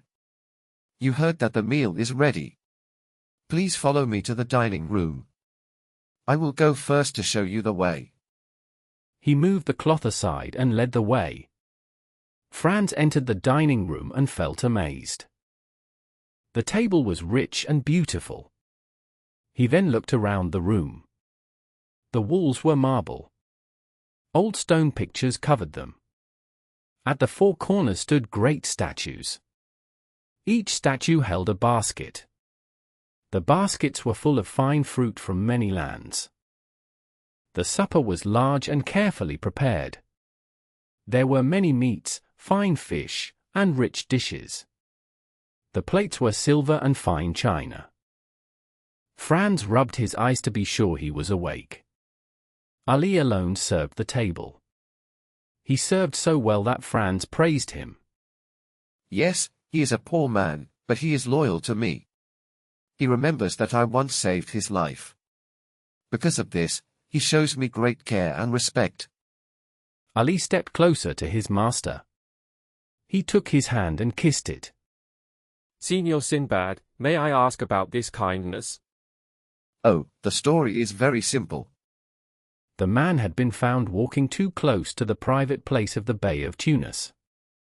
This was not allowed for someone of his position. The Bey ordered a harsh punishment. First, his tongue was to be cut. The next day, his hand. On the third day, his head. I had always wanted a mute servant. When I learned that his tongue had already been taken, I went to the Bey. I offered him a fine double gun for the man, whose name was Ali. I knew the Bey wanted this gun very much. He stopped for a moment, because he wished to finish the punishment. But when I added an English sword, which I had once used to break his weapon, he agreed. He forgave the rest of the punishment. But he said the man must never return to Tunis. This rule was useless. When Ali sees the land of Africa, he hides below deck. He only comes back when we are far away from that coast. Franz stayed quiet for a short time. He did not know what to think of this story. It sounded kind, but also cruel. He then spoke to change the subject. Like the sailor whose name you use, do you spend your life traveling? Yes. I made a promise long ago. At that time, I did not think I could ever keep it. I made other promises too. I hope I can keep them when the time is right. He spoke in a calm way. But his eyes showed a sharp and dangerous light. Have you suffered much, sir? Why do you think that? Everything tells me. Your voice, your eyes, your pale face. And also the life you live. I live the happiest life there is. I live like a ruler. I stay where I like. When I am tired, I leave. I am free like a bird. My servants obey my smallest wish. Sometimes I free a criminal from the law. I have my own way of giving justice. It is quiet and certain. No one sees it. If you had lived my life, you would want no other. You would only return to the world to complete a great plan. Revenge, for example? The man looked deeply at Franz. It felt as if he could see into his thoughts. Why revenge? Because you seem like a man hurt by society. It feels like you have a dark account to settle. You are wrong. I am what you see. I am a kind of thinker. One day I may go to Paris. I may compete with famous men there. Will that be your first time going there? Yes. It will be. I may not seem curious. But it is not my fault I waited so long. It will happen one day. Will you go very soon? I do not know. It depends on certain plans. I hope to be there when you come. I wish to thank you for your great kindness at Monte Cristo. I would accept your offer with pleasure. But if I go, it will likely be in secret. The meal seemed prepared only for Franz. The host ate almost nothing. Ali then brought the last course. He took baskets from the hands of the statues. He placed them on the table. Between them, he set a small silver cup with a lid. He placed it with great care. This made Franz curious. He lifted the lid. Inside was a green paste. It looked like preserved fruit. But Franz did not know what it was. He closed the cup again. He knew no more than before. When he looked up, he saw his host smiling. The smile showed he had noticed Franz's surprise. You cannot guess, he said, what is in that small vase, can you? No, I really cannot. Well then, that green sweet is nothing less than the food of the gods. It is the drink that Hebe served to Jupiter. But, Franz replied, this food has passed through human hands. It has lost its holy name. Tell me, in simple words, what do you call it now? To be honest, I do not feel a strong wish to taste it. Ah, cried Sinbad, this shows how we are made. We pass very close to happiness, and we do not see it. Or we see it, but we do not understand it. Are you a man who loves money? Taste this, and great riches will open to you. Are you a man of dreams, a poet? Taste this, and all limits will fall away. Your mind will be free, and your heart will be light. Are you ambitious? Do you want power? Taste this, and in 1 hour you will be a king. Not a small king of one land, but a king of the whole world. You will rule all things, without serving evil. Is this not tempting? And is it not easy? You only need to do this. Look. As he spoke, he uncovered the small cup. Inside was the praised sweet. He took a spoonful, raised it to his lips, and swallowed it slowly. His eyes were half closed, and his head leaned back. Franz did not interrupt him. When he finished, Franz asked a question. So, what is this precious thing? Have you ever heard of the old man of the mountain? He replied. He once tried to kill King Philippe Auguste. Yes, of course I have. He ruled a rich valley under a great mountain, he said. In this valley were beautiful gardens. They were made by Hassan ben Sabah. There were quiet houses inside the gardens. Only chosen people could enter them. Marco Polo says he gave these people a special plant. This plant made them feel they were in paradise. They saw flowers, sweet fruit, and gentle companions. It was not real, but a dream. Yet the dream was so soft and strong that they believed it. They obeyed him like a god. They were ready to suffer or die, believing they would return to that joy. The plant you see now gave them a small taste of that dream. Then, cried Franz, it is hashish. I know the name, at least. Exactly, Signor Aladdin. It is hashish, pure hashish from Alexandria. It is made by Obugor, a famous maker. He is the only one like him. The world should thank him for giving happiness. You know, said Franz, I now wish to judge this for myself. I want to see if your praise is true. Judge for yourself, he said. But do not stop after one try. The senses must learn something new. At first, the body resists joy. But soon the dream replaces real life. Then the dream feels stronger than truth. When you return, the world will feel cold and dull. It will seem like leaving spring for winter. So taste it, my guest. Taste the hashish. Franz answered only with his action. He took a spoonful of the sweet. It was the same amount as his host had taken. He raised it to his mouth and swallowed it. Good heavens, he said softly after. I do not know if the result will be as pleasant as you say. It does not taste as good to me as you describe. That is because your taste is not used to it yet. Tell me, when you first tasted oysters, tea, beer, or truffles, did you like them? Did you understand why the Romans filled birds with strong spices, or why the Chinese eat birds' nests? No, you did not. It is the same with this drink. Try it for a week, and you will love its soft taste. Now it seems dull to you, but that will change. Let us go into the next room. It will be your room, and Ali will bring us coffee and pipes. They both stood up.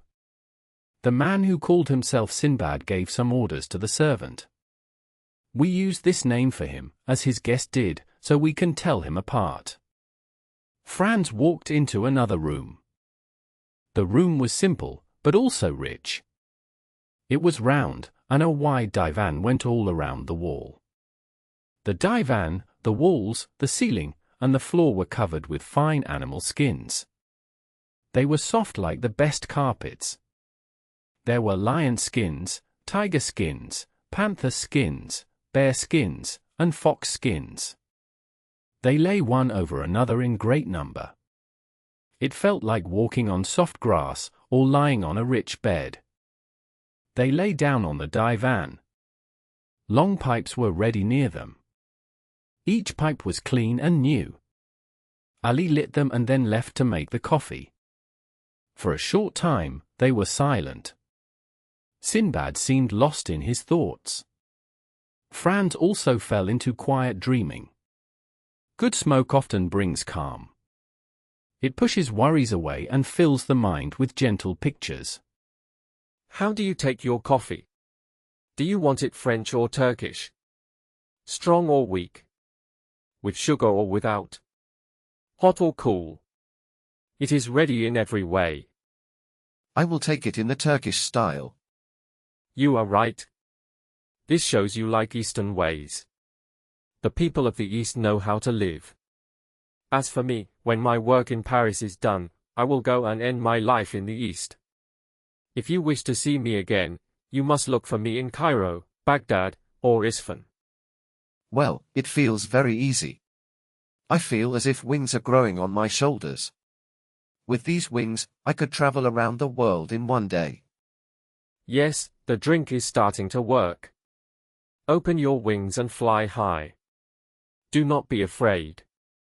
We are watching over you. If your wings grow weak, we are here to help you land softly. He then spoke quietly to Ali in another language. Ali nodded and stepped away, but stayed close. Inside Franz, a strange change began. The tired feeling of the day disappeared. The worries of the evening faded, like at the edge of sleep. His body felt light, almost like air. His mind grew clear and bright. His senses felt stronger. The world around him seemed to open wider and wider. He did not see dark fear anymore. He saw a wide blue space. It was clear and endless. It held the blue of the sea, the light of the sun, and the soft smells of summer. He heard songs from sailors. Their voices were clear and sweet. He saw the island of Monte Cristo. It was no longer dark and frightening. It looked like a green place in a dry land. As the boat came closer, the music grew louder. The sound felt warm and full of promise.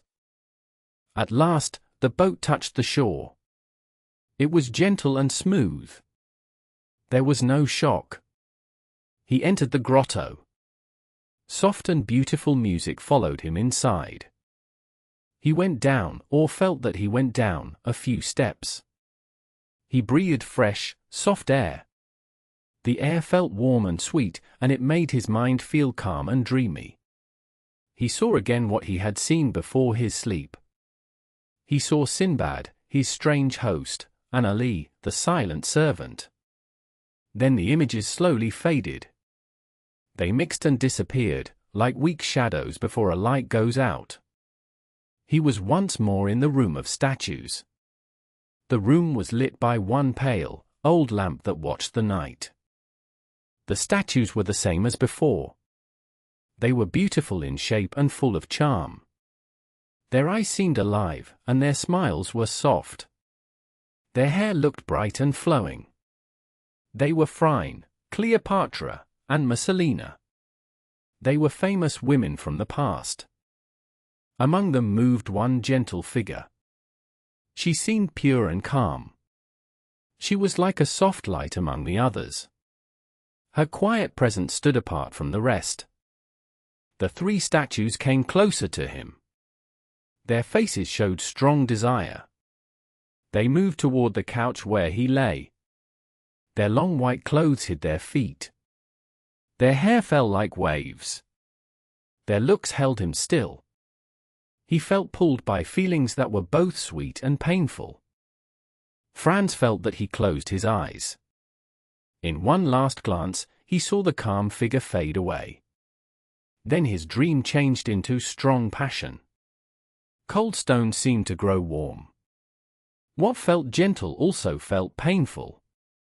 He felt pleasure mixed with deep unease.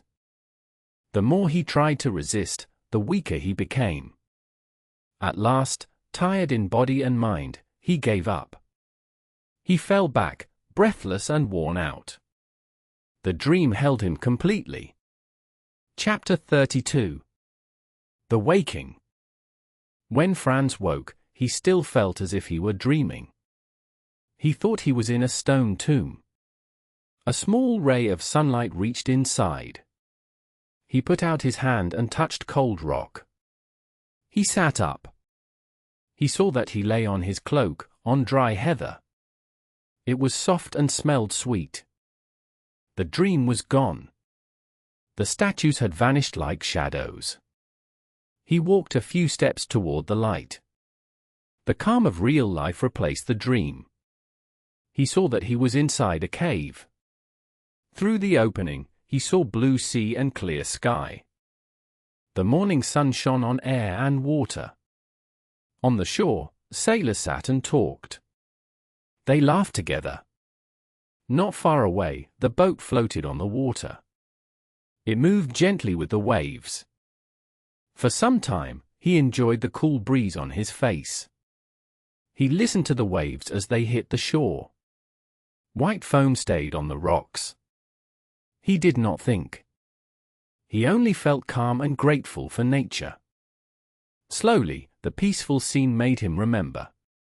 He saw that his dream was not real. He recalled coming to the island. He remembered meeting a smuggler leader. He remembered the rich underground home. He remembered a fine meal and a spoon of hashish. Even in bright daylight, it felt like a year had passed. The dream had left a deep mark on his mind. At times, he thought he saw dream shapes among the sailors. They seemed to sit on the rocks or move on the boat. But his head was clear. His body felt rested. He had no pain. He felt light and full of fresh air. The sunshine felt brighter than ever before. He walked with a light step toward the sailors. They stood up as soon as they saw him. The patron came forward and spoke to him. Signor Sinbad sends his greetings to your excellency. He is sorry he cannot say goodbye in person. Important business calls him to Malaga. So, Gaetano, is all this true? Is there really a man who welcomed me on this island? He treated me like a prince and left while I slept. He exists as surely as you can see his small yacht. All her sails are open. Use your glass, and you will likely see him with his crew. As he spoke, Gaetano pointed toward the sea. A small boat was sailing toward the south of Corsica. Franz lifted his telescope and looked.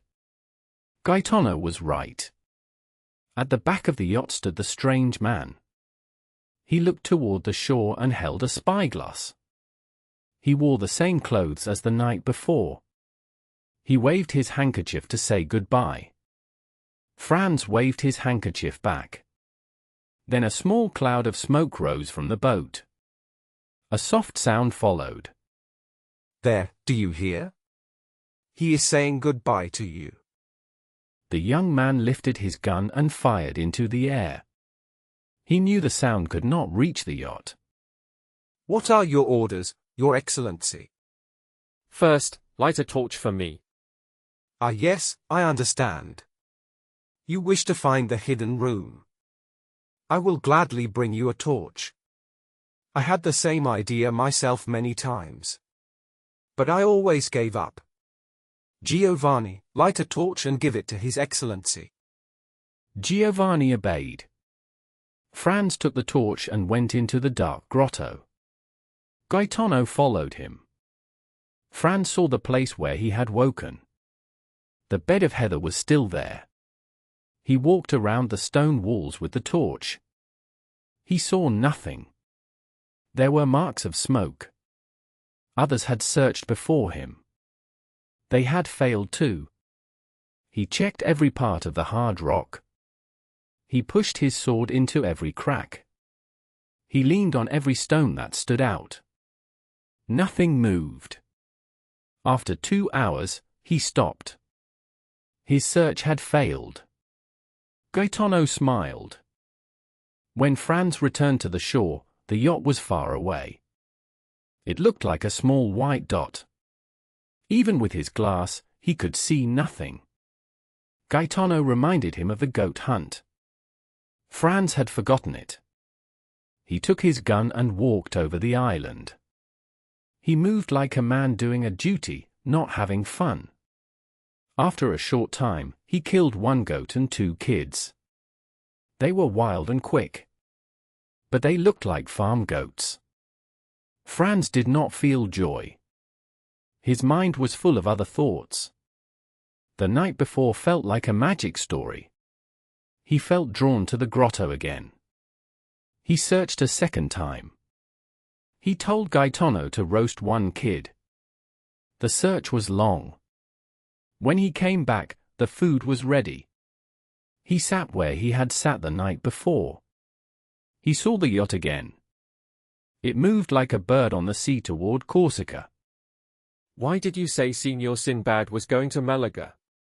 He seems to be sailing toward Porto Vecchio. Do you remember what I told you? 2 men on his ship are Corsican bandits. Yes, that is true. He is taking them back to land. Exactly. They say he fears neither heaven nor hell. He would sail far out of his way to help a poor man. But this kind of help could bring him trouble. The authorities may not forgive such acts. And why should he care about that? Gaetano said with a laugh. Or about the police. He laughs at them. Let them try to follow him. First, his yacht is not like a ship. It is like a bird. It can sail much faster than any warship. And if he goes to the coast, he knows he will find friends everywhere. It was clear that Signor Sinbad, Franz's host, was friendly with smugglers and bandits all along the Mediterranean coast. Because of this, he had special freedom and safety. Franz now had no reason to stay on Monte Cristo. He had lost all hope of learning the secret of the cave. So he finished his breakfast quickly. His boat was ready. He went on board at once. And soon they were sailing. When the boat began to move, they lost sight of the yacht. It disappeared into the Gulf of Porto Vecchio. With it, the memory of the night also faded.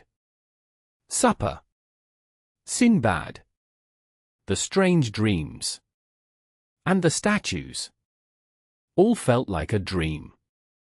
The boat sailed all day and all night. The next morning, when the sun rose, Monte Cristo was no longer in sight. When Franz stepped onto land again, he forgot what had happened. At least for a short time. He finished his pleasures in Florence. Then he thought only of meeting his friend, who was waiting for him in Rome. He left on his journey. On Saturday evening, he arrived at the Place de la Douane by the mail coach. A room had already been kept for him. So he went to Signor Pastrini's hotel. But this was not easy. The streets were full of people. Rome was alive with a low, nervous sound. This sound always comes before great events. In Rome, there are for great events every year. They are the Carnival, Holy Week, Corpus Christi, and the Feast of St. Peter. The rest of the year, the city feels half asleep. It is quiet. Between life and death. It feels like a place between this world and the next. It is beautiful and full of feeling. Franz had stopped there many times before. Each time, he found it more wonderful. At last, He pushed through the crowd. The people were growing more noisy and restless. He finally reached the hotel. When he first asked for a room, he was told there was none. The answer was rude. The hotel was full. Then Franz sent his card to Signor Pastrini. He asked for Albert de Morcerf. This worked. Signor Pastrini ran to him at once. He said sorry for the delay. He scolded the waiters. He took the candle from the porter. Just then, Albert himself appeared. The apartment had 2 small bedrooms and 1 sitting room. The bedrooms faced the street. Signor Pastrini said this was a great advantage. The rest of the floor was rented by a very rich man. He was said to be from Sicily or Malta. The landlord could not decide which. Very good, Signor Pastrini, said Franz. But we need supper at once. And we need a carriage for tomorrow. And the next days. Supper will be ready immediately, said the landlord. But about the carriage? What about the carriage? Albert cried. No jokes, Signor Pastrini. We must have one. Sir, said the host. We will do all we can. That is all I can promise. When will we know? Asked Franz. Tomorrow morning, answered the landlord. Oh well, said Albert. Then we will pay more. On normal days it costs 25 lire. On feast days, it costs more. Add extra money, and it comes to 40. That is clear enough. I am afraid even double that will not get you a carriage, he said. Then they must put horses to mine, said Albert. It is not perfect, but it will do. There are no horses, said the landlord. Albert looked at Franz in surprise. He did not understand. Do you hear that, Franz? He said. No horses? Can we not get post horses? They have all been hired for weeks, he replied. Only the most necessary ones remain. What can we do now? Asked Franz. When I do not understand something, said Albert, I stop thinking about it. I move on. Is supper ready, Signor Pastrini? Yes, Your Excellency, he said. Then let us eat, said Albert. But the carriage and the horses, said Franz. Be calm, my dear boy. They will come at the right time. It is only a question of how much money we must pay. Morcerf believed that money could do anything. He felt happy and relaxed. He ate his supper, went to bed, and slept well. He dreamed that he was racing through Rome at carnival time. He sat in a coach with 6 fast horses. Chapter 33. Roman Bandits. The next morning Franz woke up first. He rang the bell at once. Signor Pastrini came in before the sound stopped. Well, Excellency, he said with pride. Yesterday I did not promise anything. I feared you were too late. There is not one carriage to be found. At least, not for the last 3 days. Yes, said Franz. Those are the exact 3 days we needed. What is wrong? Asked Albert as he came in. Is there no carriage? That is right, said Franz. You guessed correctly. Well, your eternal city is a fine place indeed, said Albert. That means, replied Pastrini, that from Sunday to Tuesday evening there are no carriages. But from now until Sunday, you may have 50 if you wish. Ah, that is something, said Albert. Today is Thursday. Who knows what may happen before Sunday? 10 or 12,000 travelers will arrive, said Franz. That will make it even harder. My friend, said Morcerf. Let us enjoy today. Do not worry about the future. At least we can have a window. Where? In the Corso. A window, cried Pastrini. That is impossible. Only one was left. It was on the 5th floor of the Doria Palace. A Russian prince has taken it. He pays 20 sequins a day. The two young men looked at each other in shock. Well, said Franz. Do you know the best thing to do? We should go to Venice for the carnival. There we can always find gondolas. If we cannot have carriages, that will be enough. No, no, cried Albert. I came to Rome to see the carnival. I will see it, even if I must stand very high. Bravo, said Franz. That is a fine idea. We can wear funny costumes. Everyone will notice us. Do your excellencies still want a carriage until Sunday morning? Of course, said Albert. Do you think we will walk all day in Rome? I will arrange it, said Pastrini. But it will cost 6 piastres a day. I am not a rich man, said Franz. I know the prices very well. We will give 12 piastres for 3 days. You will still earn money. But, Excellency. Now go, said Franz. If not, I will bargain myself. Your agent is also mine. He knows me well. He will accept my price. You will lose the deal. Do not trouble yourselves, said Pastrini with a small smile. I will do my best. I hope you will be pleased. Good. We understand each other. When do you want the carriage? In 1 hour. In 1 hour it will be ready. An hour later, the carriage stood at the door. It was a simple hired carriage. For this day, it was treated like a fine private one. It did not look grand. Still, the young men were glad to have it. Excellency, cried the guide. Shall I bring the carriage closer to the palace? Franz first looked around. Then he saw the words were for him. He was the Excellency. The hotel was the palace. This was the Italian way of praise.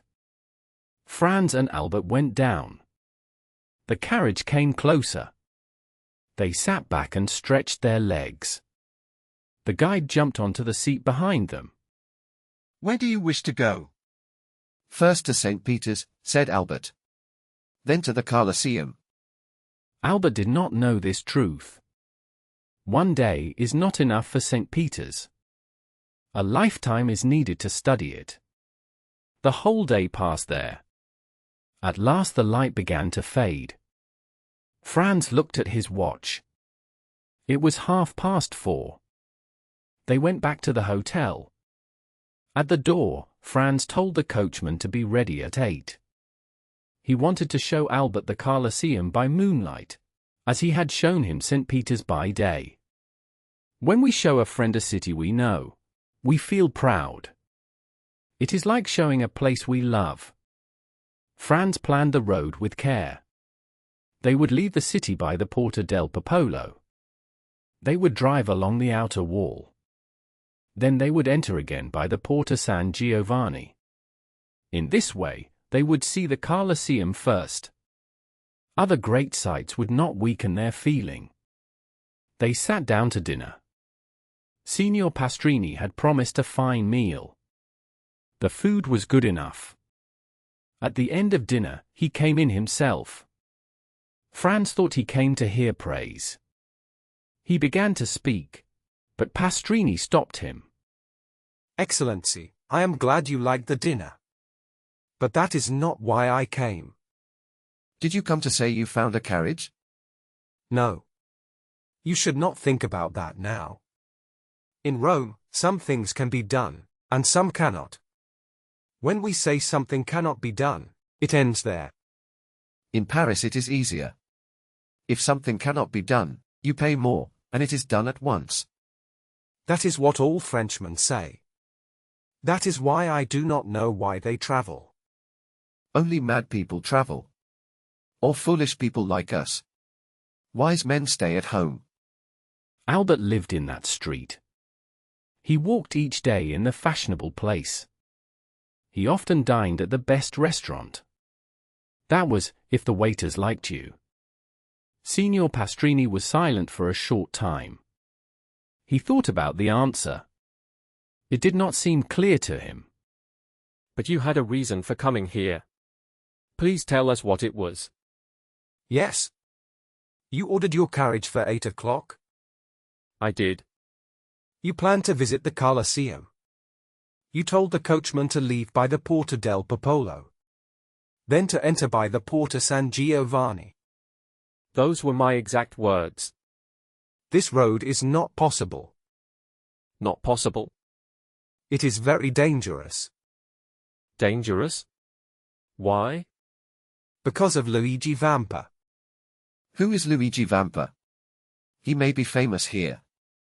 But in Paris, no one knows him. You do not know him? You never heard his name? He is a bandit. He is worse than all before him. Albert, at last, here is a real bandit. I warn you, Signor Pastrini. I will not believe one word. Still, go on. Signor Pastrini turned to Franz. He thought Franz was more reasonable. He had known many Frenchmen. He never understood them. If you think I lie, there is no reason to speak. I came for your safety. He does not call you a liar. He says he will not believe. But I will believe you. Please continue. He is the most famous bandit in our time. What has he to do with our road? You may leave the city. But you may not return. After nightfall, you are not safe near the gates. Is that true? Count, said Signor Pastrini. He felt hurt that Albert did not believe him. I do not say this to you, but to your friend, who knows Rome well.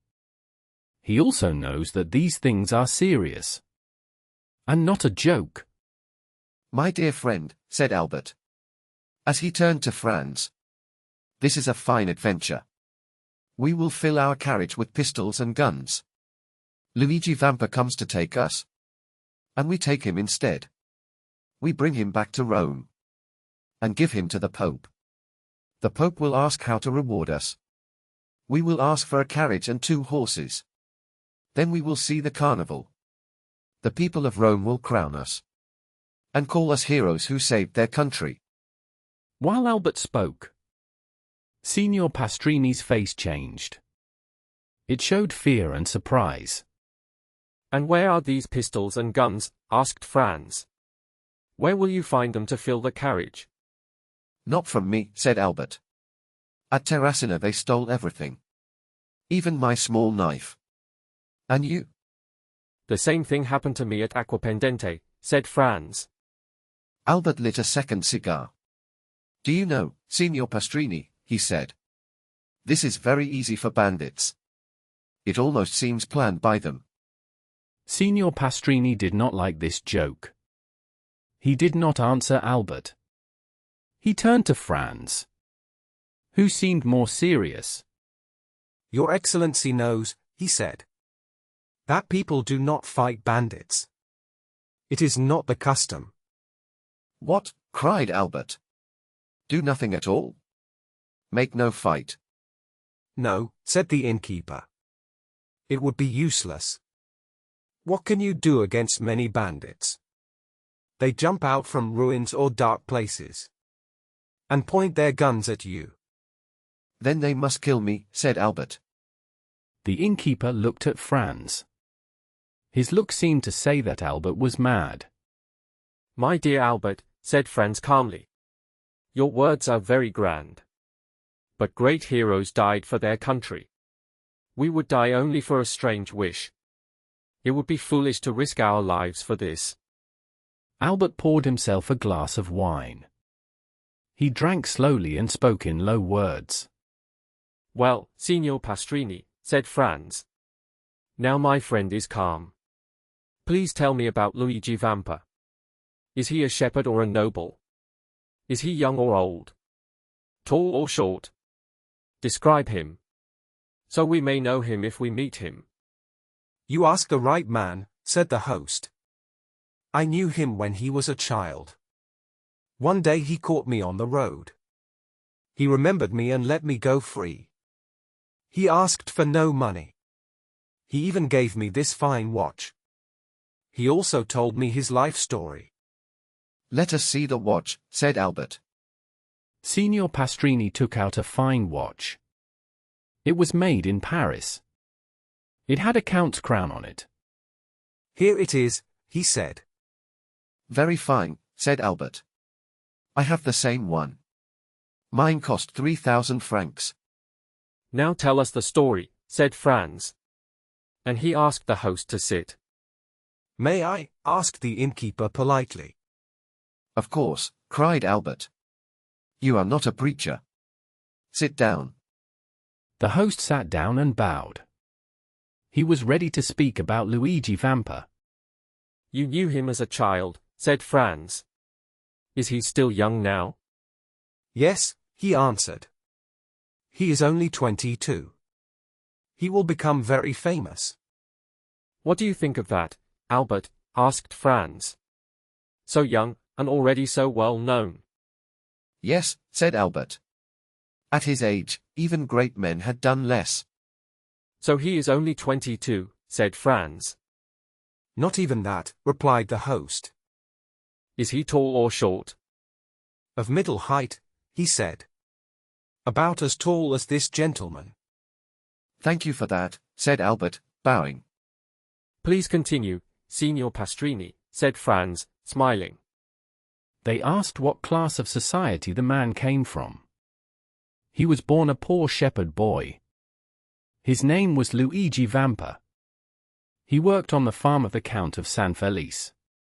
The farm was between Palestrina and Lake Garbary. Luigi began work when he was only 5 years old. His father was also a shepherd. He owned a small flock. He sold wool and milk in Rome. Luigi was a very clever child. When he was 7, he asked the village priest to teach him to read. The priest could not teach him for long each day. Still, he helped the boy. Every morning they met on the road. Luigi learned to read from the priest's book. After 3 months, he could read well. Then Luigi wanted to write. The priest showed him how to carve letters. Luigi made a sharp tool from a nail. He practiced every day. After 3 more months, he could write. The priest was amazed. He gave Luigi paper and pens. Luigi learned very fast. The Count heard about the boy. He gave Luigi money each month. Luigi used the money to buy books. He also liked to draw and carve wood. He carved animals and houses. He showed great talent. Near Palestrina lived a young girl named Teresa. She was an orphan. She also watched sheep. Luigi and Teresa met every day. They played and talked together. They grew up side by side. Luigi was strong and proud. He was often angry. Teresa was lively and loved fine things. She had great influence over him. Luigi spent his money on gifts for Teresa. She became the best-dressed girl near Rome. They dreamed of a great future. Then they returned to their simple lives. One day Luigi said he saw a wolf. The steward gave him a gun. Luigi repaired it himself. He practiced every day. He became an excellent shot. One evening he killed a wolf. People admired his courage. No man dared to speak to Teresa. Everyone knew she belonged to Luigi. They loved each other deeply. They could not bear to be apart. When Luigi was 17, bandits appeared nearby. Their leader was named Cucumetto. Cucumetto was cruel and feared. Many young men joined him. Stories of his crimes spread. People trembled at his name. One story told of a girl named Rita. She was taken by the bandits. Her lover Carlini was among them. He tried to save her. He failed. Rita died. Carlini killed her to save her from worse pain. Her father forgave him. Both father and lover wept. Later Carlini was killed. Cucumetto betrayed him. People feared the chief even more. Luigi and Teresa often spoke of these stories. Teresa felt afraid. Luigi comforted her. They planned to marry. One day a man ran toward them. He was fleeing soldiers. Luigi hid him in a secret cave. The man was Cucumetto. The soldiers came. They asked questions. Luigi said nothing. The soldiers left. Cucumetto offered gold. Luigi refused. Teresa was tempted. Cucumetto noticed this. Soon after, a great ball was held. Teresa wished to see it. She and Luigi attended. The garden was full of light and music. Teresa danced with a nobleman. Luigi watched in pain. Jealousy filled his heart. He felt lost. Later he asked Teresa what she wanted. She said she wanted fine clothes. Luigi promised she would have them. That night the villa caught fire. A young man saved the count's daughter. No one knew who he was. The next day Luigi showed Teresa a fine dress. She was overjoyed. Luigi left for a short journey. He guided a traveler. The traveler thanked him. They exchanged gifts. The traveler gave his name. He said he was called Sinbad the Sailor. Franz d'Épinay started in surprise. Sinbad the Sailor, he asked. Yes, replied the narrator. That was the name the traveler gave to Vampa as his own. Well, what is wrong with this name? Asked Albert. It is a very nice name. The stories of that man made me very happy when I was young, he said. Franz said nothing more. The name Sinbad the Sailor brought many old memories to his mind. It made him think, just like the name of the Count of Monte Cristo the night before. Go on, he said to the host. Vampa put the 2 coins into his pocket with pride. He walked back the same way as before. When he was a short distance from the cave, he heard a cry. He stopped and listened. He then heard his own name clearly. The cry came from the cave. Vampa ran fast, like a mountain goat. He lifted his gun as he ran. In a moment, he reached the top of a hill. From there, he heard 3 clear cries for help. He looked around and saw a man carrying Teresa away. The man was running toward the forest. He was already far ahead. Vampa saw he could not catch him in time. He stopped and stood very still. Then he raised his gun, took careful aim, and fired. The man stopped at once. His legs bent, and he fell to the ground with Teresa in his arms. Teresa stood up at once. The man stayed on the ground and moved in pain. Vampa ran to Teresa. She fell to her knees from fear. Vampa feared she was hurt. She was not hurt. Only fear had made her weak. When Vampa knew she was safe, he turned to the wounded man. The man was dead. His eyes were open, and his face was hard. Vampa knew him. It was Cucumetto. Cucumetto had loved Teresa from the day she saved him. He had watched her for a long time.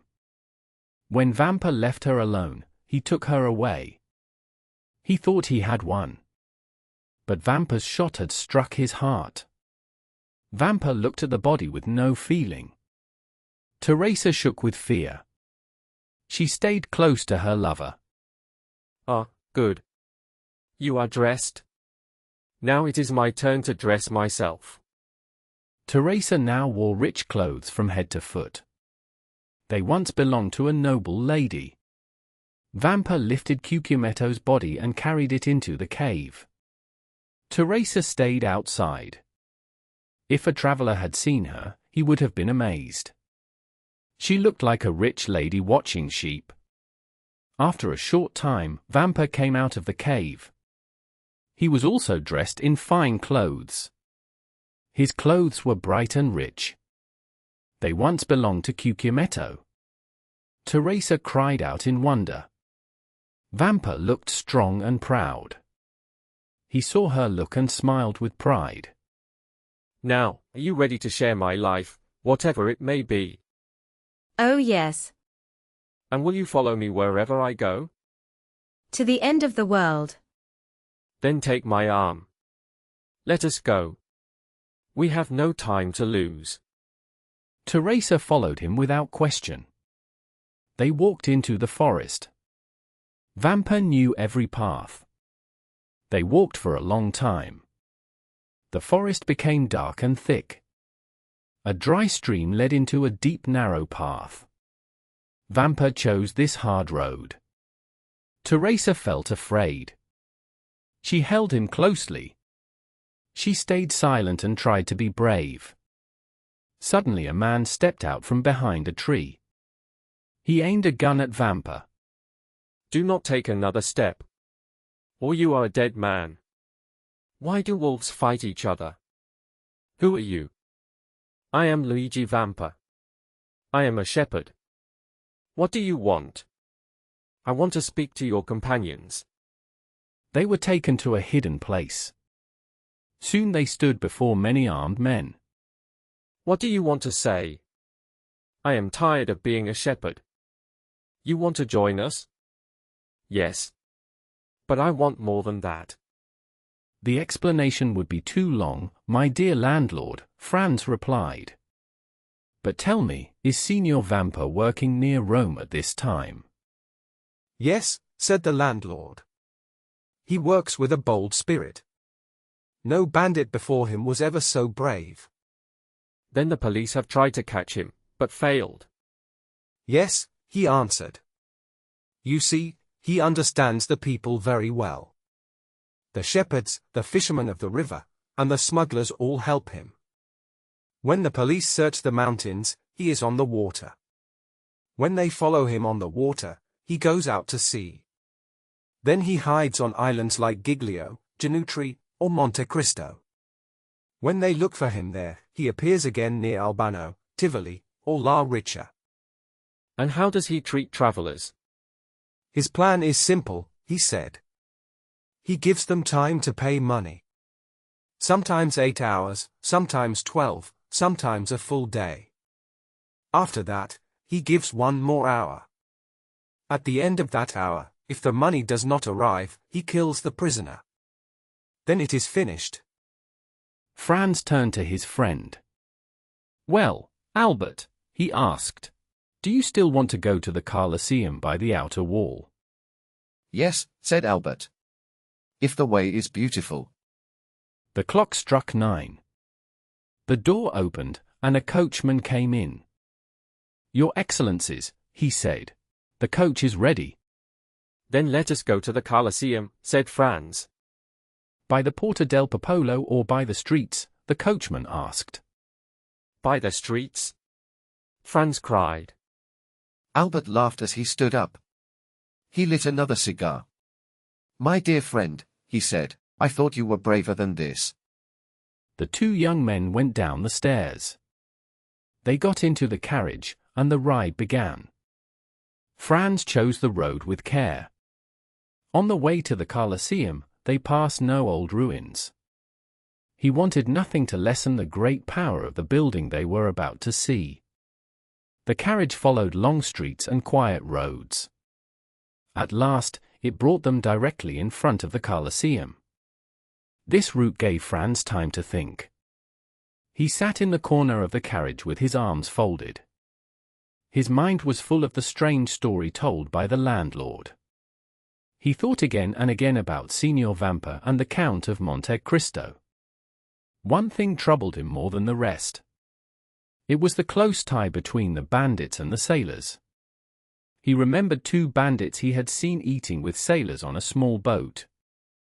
The boat had even changed its path to leave them on the shore. The name used by his host came back to his mind. Others had used the same name. This showed Franz that his strange friend helped people in many places. He worked near the sea, on islands, and in far countries. Franz also remembered hearing him speak of distant cities.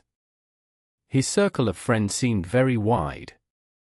But these thoughts ended at once. The dark shape of the Colosseum rose before them. The moonlight shone through its great openings. It looked pale and silent, like something from another world. The carriage stopped. The door opened. The young men stepped out quickly. At once, a guide appeared before them, as if from the ground. The guide from their hotel had followed them. They now had 2 guides.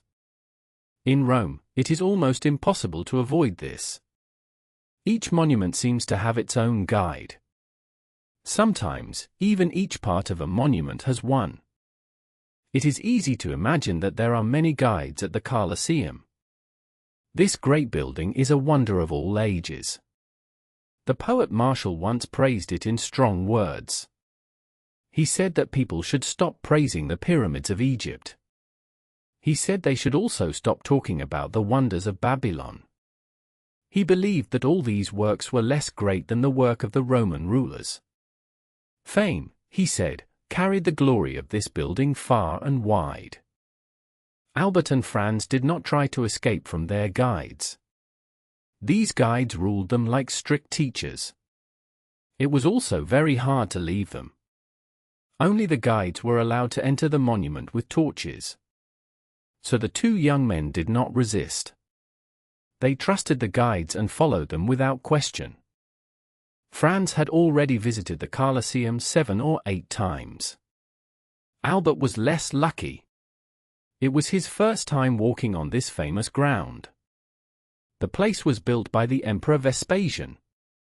Even with the fast talk of the guides, Albert felt deep respect. He felt wonder and strong admiration for all he saw. No one can truly understand these great ruins without seeing them. They are most beautiful by moonlight. At that time, the building looks twice as large. The southern moon shines bright and clear. Its light fills the sky like soft evening light in the west. After Franz walked about 100 steps inside the ruin, he stopped. He left Albert with the guides. The guides refused to change their usual path. They dragged their visitor from place to place. They always showed the same spots. They began with the lion's den. Then they went to the hall of the gladiators. They ended at Caesar's seat. Franz wanted to escape this dull and noisy tour. He climbed a broken staircase. Then he sat at the foot of a column. From there, he could see the full size of the great ruin. Franz stayed there for almost 15 minutes. The shadow of the column hid him. From this place, he watched Albert and the guides. They held torches in their hands. They came out from a passage on the far side of the Colosseum. Then they went down again toward the lower seats. As they moved, they looked like restless shadows. The torchlight flickered and danced before them. Suddenly, Franz heard a sound. It was like a stone rolling down the stairs. This was not strange in such a place. Old stones often fall. But Franz felt something was different. It seemed that the stone moved under a human foot. He also felt that someone was coming closer. The person tried to walk very quietly. Soon, Franz was sure. He saw the shape of a man. The man came slowly up the opposite staircase. The moon shone brightly on that spot. The stranger was likely someone who loved quiet. Like Franz, he seemed to enjoy being alone. There was nothing strange about how he looked. But he moved with care. He stopped often and listened. This showed that he was waiting for someone. Without thinking, Franz moved farther behind his pillar. About 10 feet away, part of the roof had fallen long ago. This made a large round opening. Through it, the deep blue sky could be seen. The sky was full of bright stars. Around the opening grew many climbing plants. Their green branches stood out against the blue sky.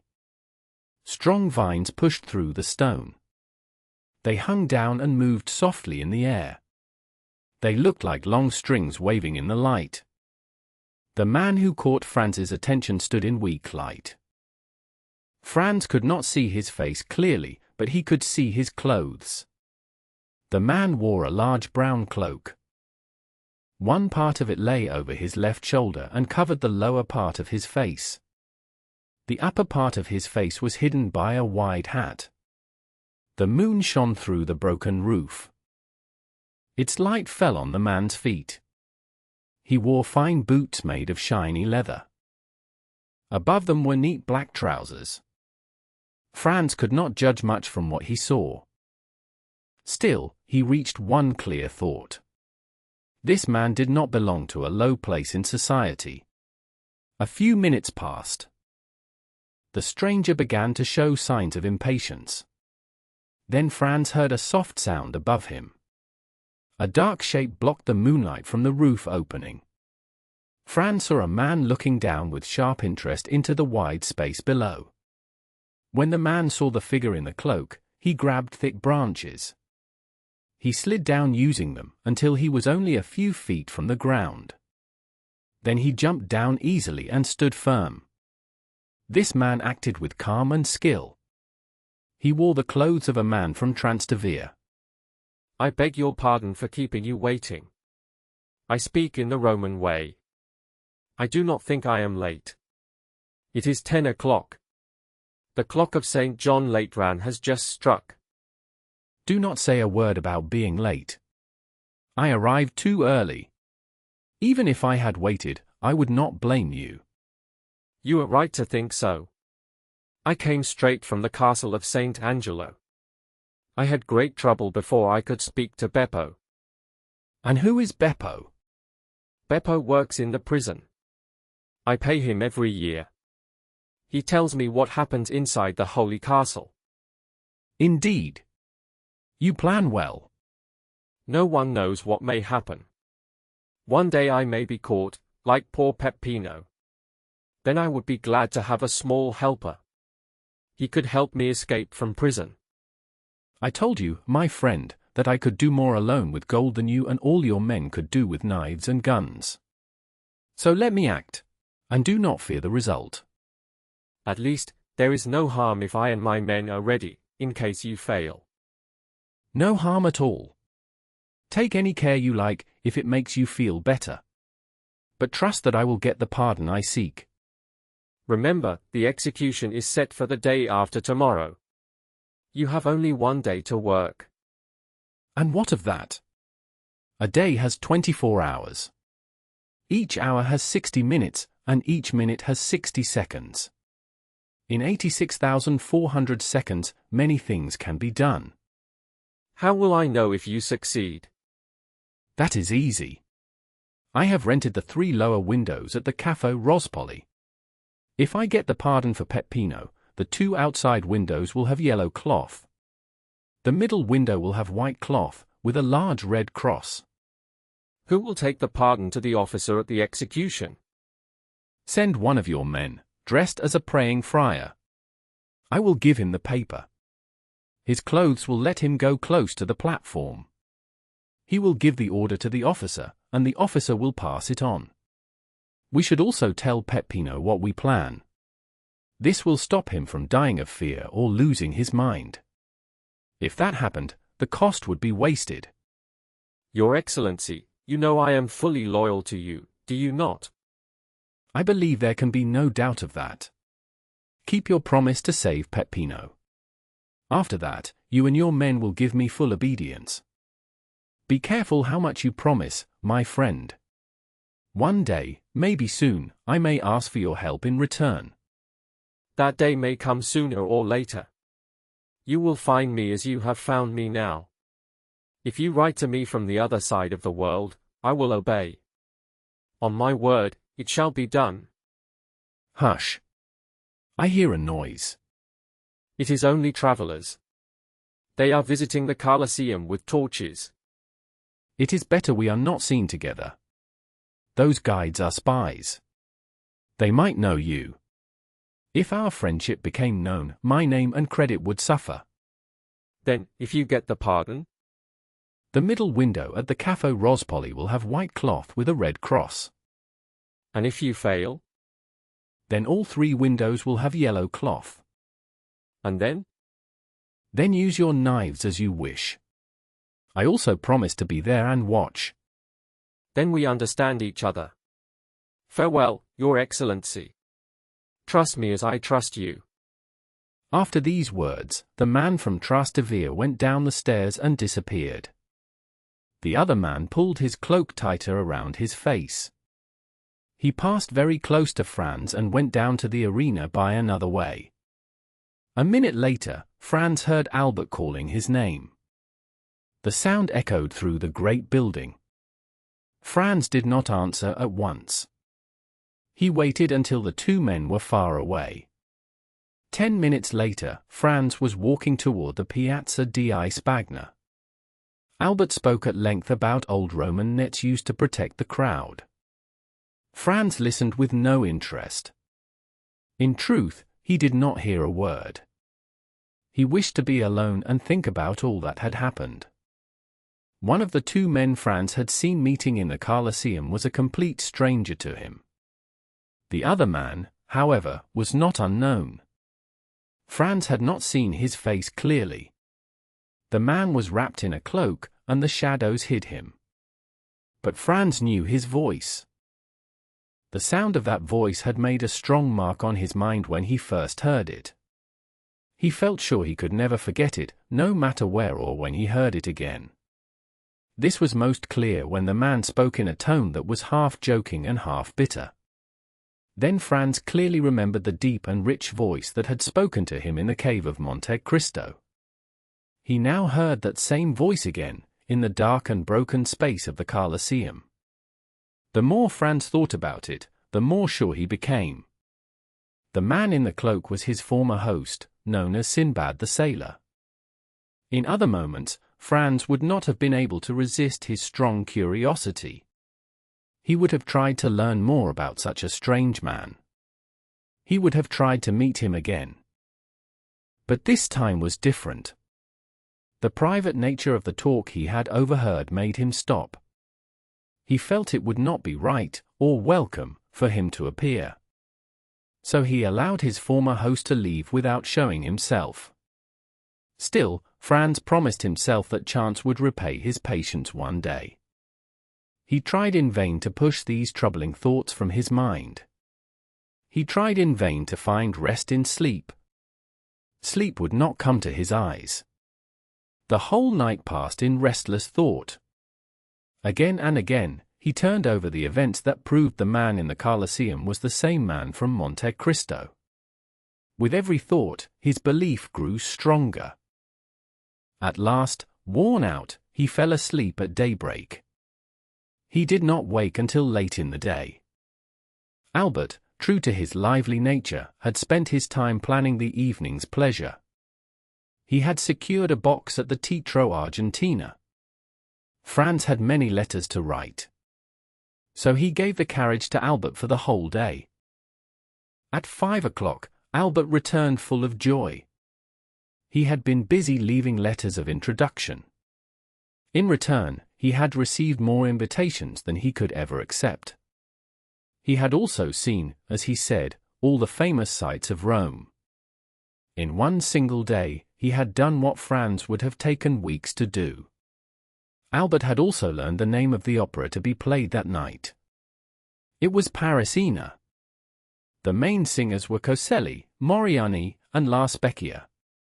The two young men felt lucky. They were to hear a fine work by the composer of Lucia di Lammermoor. It was to be performed by three of the most famous singers in Italy. Albert had never liked Italian theatres. The orchestra blocked the view. There were no open boxes or balconies.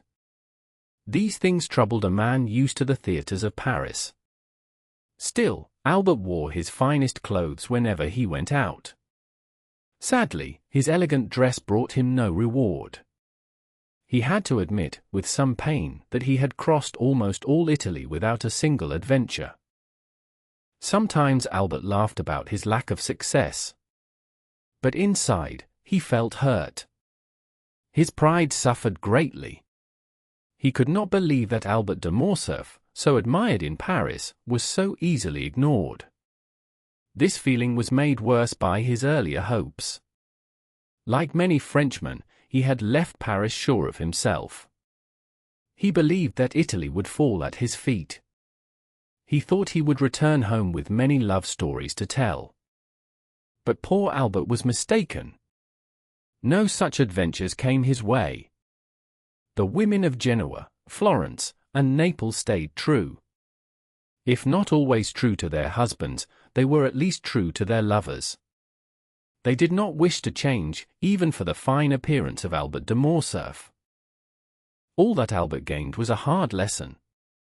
He learned that women in Italy had one clear strength over those in France. They were faithful, even when their faith was not perfect. Still, he could not stop hoping. He thought that in Italy, as in other places, there might be one exception. Albert was not only a handsome and elegant young man. He also had real talent and skill. He was a viscount. This title was new, but in modern times this did not matter. People no longer cared how far back a family tree went. A name from 1399 was valued the same as one from 1815.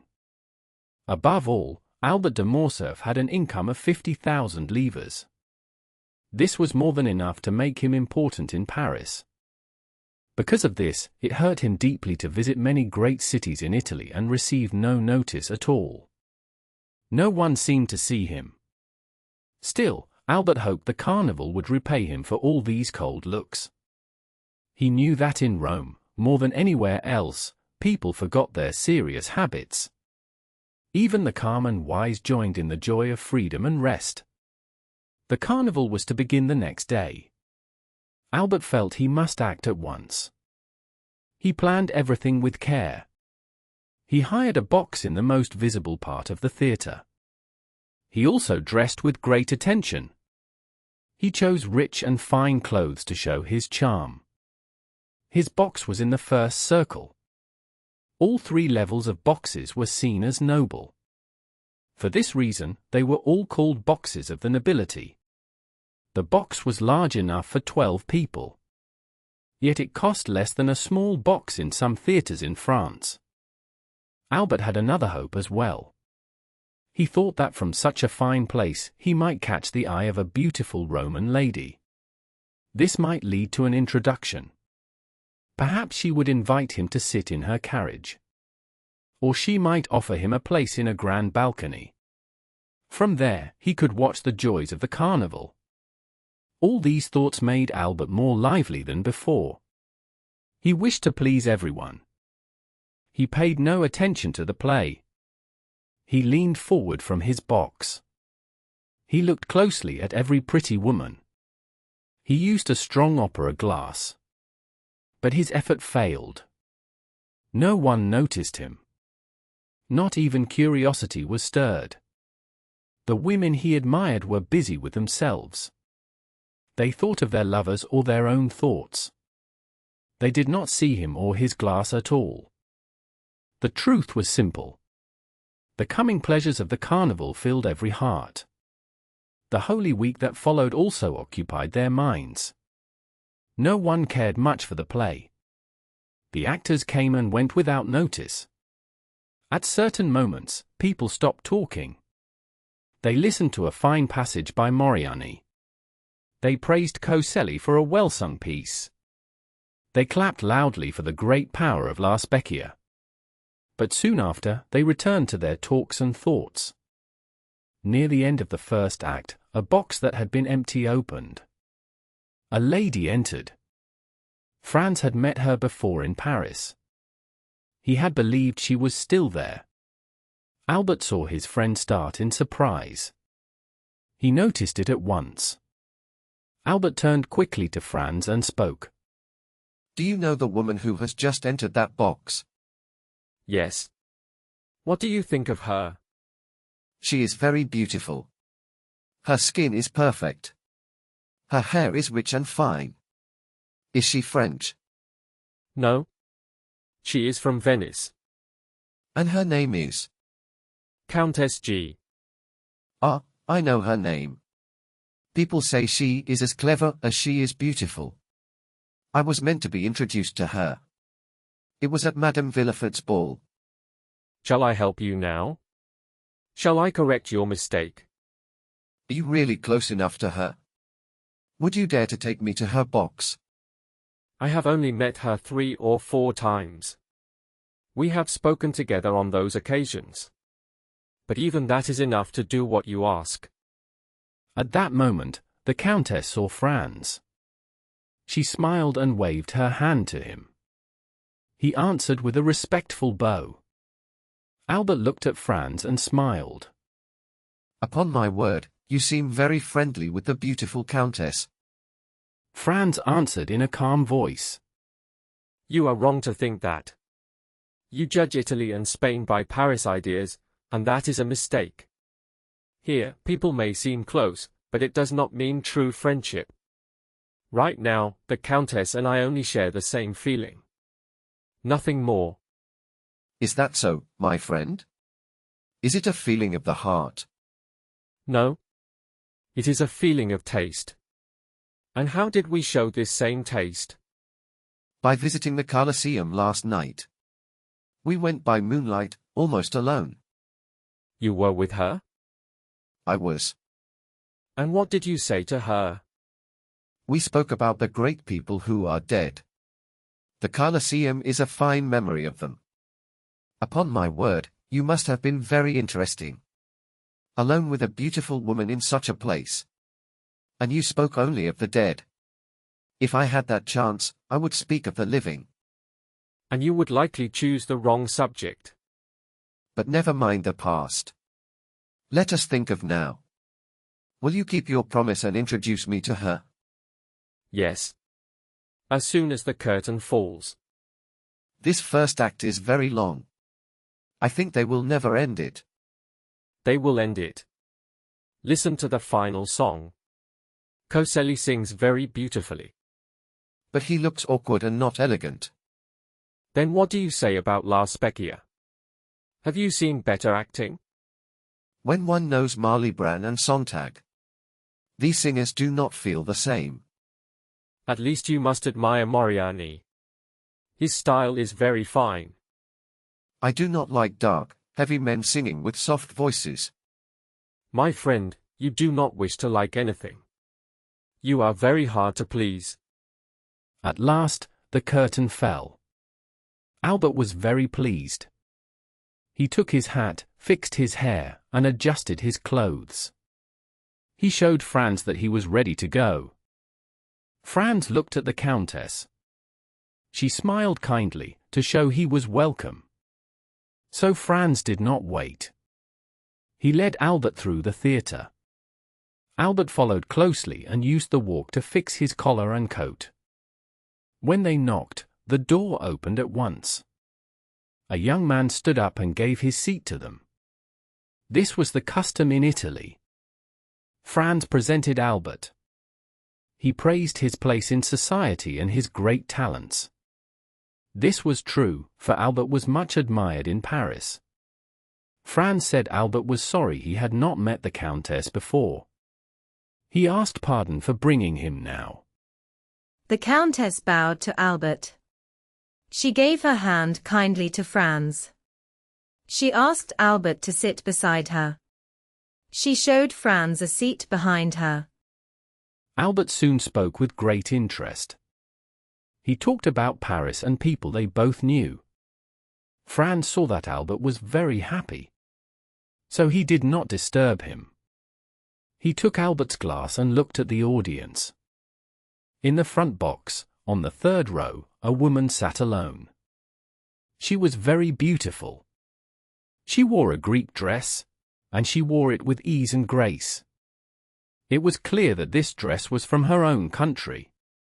Behind her, in deep shadow, stood a man. Franz could see his shape, but he could not see his face. Franz was talking with the Countess and Albert. He stopped their talk for a moment. He asked the Countess if she knew who the beautiful Albanian woman was. He said that such beauty was worth notice by anyone. All I can tell you is that she has been in Rome since the season began. I saw her in that same seat on the first night. Since then, she has never missed a show. Sometimes the person behind her comes with her. At other times, she has only a black servant. And what do you think of how she looks? Oh, I think she is perfectly lovely. She is just how I imagine Medora must have been. Franz and the Countess smiled at each other. Then the Countess went back to her talk with Albert. Franz turned again to look at the theatre and the people. The curtain rose for the ballet. It was a fine work of the Italian school. Henri had arranged it with great care and skill. He was famous in Italy for his art. All the dancers were on the stage at the same time. They moved together, as if one mind guided them all. The ballet was called Polescar. But Franz did not watch it. He could think only of the beautiful Greek woman. She watched the dance with joy, like a happy child. Her bright face was full of life. This was very different from her companion. The man behind her did not move at all. He did not react to the loud music. The trumpets, cymbals, and bells made a great noise. Still, he stayed still and calm. He seemed lost in quiet rest and gentle dreams. At last, the ballet ended. The curtain fell. The audience clapped loudly and together. The opera was planned with short breaks. The singers rested while the dancers performed. Then the music for the second act began. At the first sound of the violin, Franz saw the sleeping man stand up. He went close to the Greek woman. She turned and spoke softly to him. Then she leaned forward again and watched the stage. The man's face stayed in shadow. Franz tried hard to see him. He could not see even one clear feature. The curtain rose again. Franz now watched the actors. He turned his eyes away from the box. The second act of Parisina began with a famous duet. Parisina speaks in her sleep. She reveals her love for Hugo. Her husband, Azo, hears the truth. He feels jealousy, then certainty. In wild anger, he wakes his wife and threatens her. This duet is very beautiful and very strong. It is also dark and frightening. Donizetti wrote it with great power. Franz heard it now for the third time. Still, the music moved him deeply. The voices of the husband and wife were full of pain. The sounds went straight to Franz's heart. Franz stood up with the crowd. He was ready to clap and shout praise. But suddenly, he stopped. His hands fell. The word of praise died on his lips. The man in the box with the Greek girl seemed to share the praise of the crowd. He left his seat and stood at the front. His face was now clear. Franz saw at once that he was the strange man from Monte Cristo. He was the same person Franz met the night before in the ruins of the Colosseum. His voice and shape felt familiar. Now Franz had no doubt. This strange host truly lived in Rome. This clear proof shocked Franz. His face showed his surprise. The Countess looked at him with confusion. Then she laughed and asked what had happened. Countess, I asked you a short time ago about the lady across from us. Please tell me now who her husband is. No, I know no more than you do. Have you never noticed him before? What a strange question. Do you not know that we Italians look only at the man we love? That is true. All I can say is this. The man, whose story I do not know, looks like he has come back from the grave. He looks more like a dead man allowed to walk for a short time. He does not look like a living person. He is very pale. He always looks this pale. Then you know him. Please tell us everything. Is he some kind of dark being, or what is he? I think I have seen him before. I also think he knows me. I can understand that. Anyone who sees that man once will never forget him. Franz was not the only one who felt this fear. Another person felt the same strange worry. Well, what do you think of our neighbor across from us? I think he looks like Lord Riven, alive before us. This mention of Byron made Franz smile. Still, he had to admit something. If anything could make people believe in dark stories, it was a man like this. I must find out who he is. No, no. You must not leave me. You must take me home. I cannot let you go. Are you afraid? I will tell you. Byron believed strongly in dark creatures. He told me he had seen them. His words match this man. The black hair. The bright eyes with a strange fire. The same pale face. Look also at the woman with him. She is not like other women. She is a stranger. No one knows her past. I fear they are both part of the same dark world. Please do not go near him tonight. If you still wish tomorrow, you may search then. But tonight you will stay with me. Franz said he could not wait until the next day. He gave many reasons. Listen to me. Do not be so stubborn. I am going home. I have guests tonight. I cannot stay until the opera ends. You would not refuse to guide a lady home. Franz had no choice. He took his hat. He opened the door and offered his arm. The Countess was truly uneasy. Her fear was real. Franz also felt a strange fear. His fear came from many memories. The Countess feared what she believed from old stories. She had heard them so often that she believed they were true. Franz could feel her arm shake as he helped her into the carriage. When they reached her hotel, he saw that she had not spoken the truth. She had said she expected visitors, but the servants looked surprised to see her return so early. Excuse my little trick, she said, answering Franz's gentle reproach. That terrible man made me feel very uneasy. I wanted to be alone, so I could calm my frightened mind. Franz tried to smile. No, do not smile, she said. Your face does not match a smile, and I know it does not come from your heart. But promise me one thing. What is it? Promise me, I say. I will do anything you wish. Except give up my plan to discover who this man is. I have many reasons to know who he is, where he comes from, and where he is going. I do not know where he comes from. But I know where he is going. He is going down below, without any doubt. Let us speak only of the promise you want me to make. Then you must promise to return at once to your hotel. Do not try to follow this man tonight. Sometimes the people we leave and the people we meet later seem connected. Please, do not act as a link between that man and me. Follow him tomorrow if you wish. But never bring him near me. If you do, you will see me die from fear. And now, Good night. Go to your room and try to forget this evening. As for me, I am sure I will not sleep at all.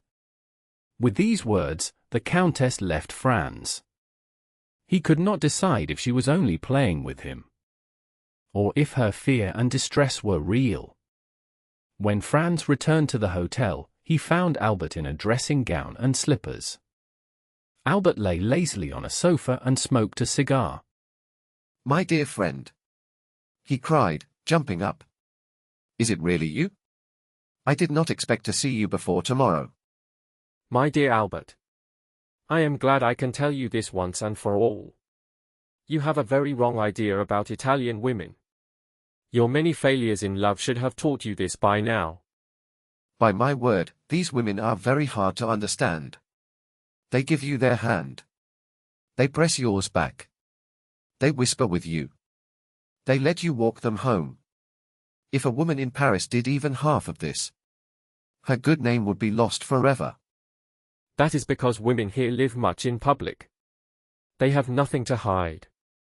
So they do not hold back their words or actions. And you must have seen that the Countess was truly afraid. Afraid of what? Of that polite man who sat near us, beside the beautiful Greek girl. I met them later in the hall. I truly cannot imagine where your ideas came from. This man looked very fine. He was well dressed. From his clothes, I am sure a top Paris tailor made them. He was a little pale. But pale skin often shows noble birth. Franz smiled. He remembered that Albert was proud of his own pale face. That supports my own thoughts. That the Countess's fears had no good reason. Did he speak while you were near? Did you hear his words? Yes, I heard him. He spoke in the Romaic language. I knew it from the Greek words. When I was at college, I was quite good at Greek. He spoke Romaic? I believe so. That settles it. He whispered. It is he, without any doubt. What did you say? Nothing, nothing. But tell me. What were you thinking about when I came in? I was planning a small surprise for you. Indeed? What kind? You know it is impossible to find a carriage. Yes. And we have done all we could to get one. Well then. In this trouble, a bright idea came to me. Franz looked at Albert with little trust in his ideas. Albert spoke with strong feeling to his friend Franz. I tell you, Franz, you looked at me with doubt just now. You deserve a challenge for that look. And I promise to answer you like a gentleman, if your plan is as clever as you say. Then listen to me. I am listening. You agree that we cannot get a carriage? Yes, I agree. And we cannot get horses either. That is true. We offered much money, but failed. Then what about a cart? We can surely find one. Yes, that is possible. And a pair of oxen. Those will be easy to find. So you see, my friend, with a cart and 2 oxen we can succeed. The cart must look nice. You and I will dress like workers from Naples. It will look like a living picture. If the Countess joins us in simple country clothes, it will be perfect. She is beautiful enough to look like a Madonna. This time, Albert, I must praise you. Your idea is very good. And it is very Italian too. It comes from our own festivals. The Romans thought we would have to walk like poor locals. But when we cannot get one thing, we invent another. Have you told anyone about this plan? Only our host. I spoke to him when I returned. He said it would be easy to find everything. Only one thing was not possible. There was no time to cover the ox horns with gold. Where is he now? Who? Our host. He has gone to find our transport. Tomorrow may be too late. Then he will answer tonight. I expect him at any moment. The door opened at once. Signor Pastrini put his head inside. May I come in? Please come in, my host. Did you find the cart and oxen? Better than that. Careful, my host. Better can be worse than good. Please trust me. What have you done? Please tell us. You know that the Count of Monte Cristo lives on this floor. Of course we know. That is why we are in these small rooms. The Count heard of your problem. He offers you seats in his carriage. He also offers places at his windows. The two friends looked at each other in surprise. Should we accept such an offer from a stranger? What kind of man is this Count? He is a great noble. He is very rich. If he is so great, he would have written to us. This feels too simple. At that moment, someone knocked at the door. Please come in. A servant in fine clothes entered. He gave 2 cards to the host. These cards are from the Count of Monte Cristo. He asks when he may visit you. Franz, there is nothing wrong here. Please tell the Count we will visit him. The servant bowed and left the room. That is what I call a fine plan of attack, said Albert. You were right, Signor Pastrini. The Count of Monte Cristo is clearly a man with good manners and great knowledge of the world. Then you accept his offer? Asked the host. Of course we do, replied Albert. Still, I must say I am sorry to give up the cart and the group of workers. It would have looked very fine. If it were not for the windows at the Palazzo Rospoli, to make up for our lost plan, I think I would have stayed with my first idea. What do you say, Franz? Oh, I agree with you. The windows at the Palazzo Rospoli alone decided me. The truth was that the mention of 2 rooms in the Palazzo Rospoli brought back a memory for Franz. He remembered a talk he had heard the night before. It took place in the ruins of the Colosseum. A strange man in a cloak spoke with a man from Trastevere. The cloaked man promised to win the freedom of a man sentenced to death. If this hidden man was the same person Franz had just seen at the Teatro Argentina, Franz felt sure of it. Then he could learn who the man really was. He could also watch him more easily and without trouble. That night, Franz slept badly. He had confused dreams about the 2 meetings with this strange man who troubled him. When awake, he kept thinking about what the next day would bring. The next day would answer all his questions. Unless the Count of Monte Cristo had magic powers to make himself unseen, he could not escape this time. At 8 o'clock, Franz was dressed and ready. Albert, who had no reason to rise early, was still sleeping deeply. The first thing Franz did was to call his landlord. The man came at once, polite as always. Please, Signor Pastrini, asked Franz. Is there an execution planned for today? Yes, Your Excellency. But if you ask because you wish to rent a window to watch it, you are far too late. Oh, no, answered Franz. I did not wish to see it. And even if I did, I could watch from Monte Pincio, could I not? Ah, cried the host. I did not think Your Excellency would wish to mix with the noisy crowd there. They believe that hill belongs only to them. Perhaps I will not go, said Franz. But if I choose to go, please tell me about today's executions. What would Your Excellency like to know? The number of people sentenced, their names. And how they are to die. That is very lucky, Your Excellency. Only a few minutes ago, they brought me the tavelettas. What are they? They are small wooden boards. They are hung on street corners the night before an execution. A paper is placed on them. It shows the names of the prisoners, their crimes, and the punishment. This is done so kind people may pray for them. Above all, they pray that the prisoners feel true regret. And these boards are brought to you so you may pray as well? Asked Franz, sounding doubtful. Oh no, Your Excellency. I have no time for other people's matters. I only care for my own business and my honored guests. I have an agreement with the man who puts up the notices. He brings them to me like theatre bills. Then, if any guest wishes to see an execution, I can tell them the time and place. On my word, Signor Pastrini, said Franz. That is a very thoughtful service. The landlord laughed softly and rubbed his hands with great pleasure. Why, Your Excellency, I believe I do everything I can to earn the support and kindness of the noble guests who come to this simple hotel. I can see that very clearly, my excellent host. I will gladly speak everywhere of this fine proof of your care for your guests. Now, please show me one of these notices. That is very easy to do, Your Excellency. I placed one on the landing, close to your room. The landlord opened the door, took the tablet from the wall, and gave it to Franz. Franz read the notice carefully.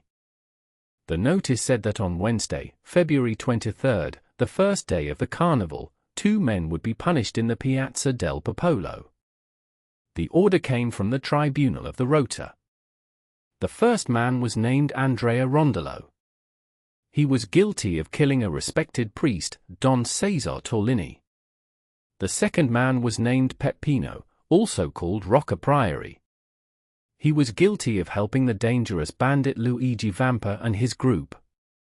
The notice also asked all good Christians to pray for these unhappy men. This was exactly what Franz had heard the night before in the ruins of the Colosseum.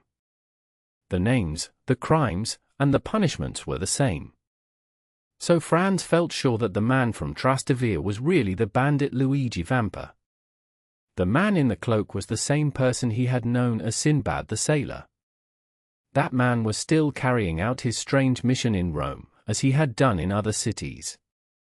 Time was passing, and Franz thought it was best to wake Albert. But just then, Albert entered the room. He was already dressed and ready for the day. The joy of the carnival had filled his mind and made him rise much earlier than usual. Franz turned to the landlord. Now, Signor Pastrini, since we are both ready, do you think we can go at once to see the Count of Monte Cristo? Certainly. The Count of Monte Cristo rises early. He has been awake for at least 2 hours. Then you are sure we will not disturb him if we visit now? I am quite sure. If there is any mistake, I will take the blame. Well then, Albert, you ready? Perfectly. Let us go and thank him for his kindness.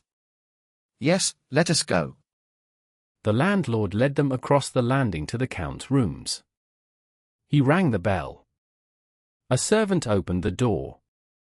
The French gentleman. The servant bowed politely and invited them inside. They passed through 2 rooms. The rooms were richly furnished, far more than they had expected. They entered a beautiful drawing room. Soft carpets covered the floor. Comfortable chairs and sofas filled the room. Fine paintings hung on the walls beside signs of past battles. Heavy curtains of rich fabric covered the doors. Please sit down, gentlemen. I will tell the Count that you are here. The servant disappeared behind one of the curtains. As the door opened, the sound of a soft string instrument reached their ears. The sound quickly faded as the door closed again. Franz and Albert looked at each other in silence. They then looked around the room. Everything seemed even more beautiful than before. Well, said Franz to his friend, what do you think of all this? To be honest, my dear friend, I think our polite neighbor must be a rich man who made money in business, or a prince who travels in secret. Be quiet, replied Franz. We will soon learn who he is. He is coming. As Franz spoke, he heard a door open. Soon after, the curtain was drawn back, and the owner of all the riches stood before the 2 young men. Albert stood up at once to greet him. Franz stayed in his chair, unable to move. He knew the man at once. He was the stranger from the Colosseum, the man from the theatre box, and also the strange host of Monte Cristo. Chapter 35. La Mazzolata. Gentlemen, said the Count of Monte Cristo as he entered, please forgive me for coming before you expected me. I did not wish to disturb you earlier at your rooms. You told me you would visit me, so I kept myself ready for you. Franz and I thank you 1,000 times, Count, said Albert. You saved us from a serious problem, and we were close to inventing a very strange way to travel, when your kind invitation arrived. Indeed, replied the Count, as he asked the two young men to sit. It was the fault of that foolish man Pastrini that I did not help you sooner. He did not tell me one word about your trouble, though he knows that I am alone here, and I always wish to know my neighbors. As soon as I learned I could help you, I was happy to offer my service. The two young men bowed. Franz still said nothing. He had not decided what to do. The Count did not show that he wished to be recognized. Franz did not know if he should speak of the past, or wait for more proof. He was sure the Count had been at the theatre the night before, but he was not fully sure this was the man from the Colosseum. So he decided to wait and say nothing for now. Franz felt calm, because he knew the Count's secret, while the Count knew nothing about him. He then chose a subject that might clear his doubts. Count, he said, you have offered us places in your carriage, and seats at your windows in the Rospoli Palace. Can you tell us where we can see the Piazza del Popolo? Ah, said the Count carelessly, while watching Albert closely. Is there not some kind of public punishment in the Piazza del Popolo? Yes, replied Franz, pleased that the Count spoke of the subject he wanted. Wait, he said. I believe I asked my steward yesterday to arrange this. Perhaps I can help you again. He held out his hand and rang the bell 3 times. Have you ever thought, he said to Franz, about saving time when calling your servants? I have. 1 ring is for my valet, 2 for my head servant, 3 for my steward. So I waste no time and no words. Here he is. A man about 50 years old entered. He looked exactly like the smuggler who once led Franz into a cave. He did not show any sign of recognition. It was clear that he followed his orders. Monsieur Bertuccio, said the Count, you found windows looking over the Piazza del Popolo, as I asked you yesterday. Yes, Excellency, replied the steward, but it was very late. Did I not tell you I wanted one, replied the Count, with a frown. And your Excellency has one, he answered. It belonged to Prince Lobanev, but I had to pay a high price. That is enough, Monsieur Bertuccio, said the Count. Do not trouble these gentlemen with such details. You have the window. That is enough. Give orders to the coachman, and wait on the stairs to guide us there. The steward bowed, and prepared to leave the room. Ah, the Count went on. Please ask Pastrini if he has received the note. Ask him if he can send us the report of the execution. There is no need, said Franz. He took out his notebook. I saw the report myself, and I copied it. Very well. You may go now, Monsieur Bertuccio. I do not need you. Please tell us when breakfast is ready. These gentlemen, he added, turning to his 2 guests, will honor me by breakfasting with me, I hope. But, my dear Count, said Albert, we will take too much of your kindness. Not at all. You will give me great pleasure. One day, or both of you, will return this kindness to me in Paris. Monsieur Bertuccio, set places for 3. The Count then took Franz's notebook from his hand.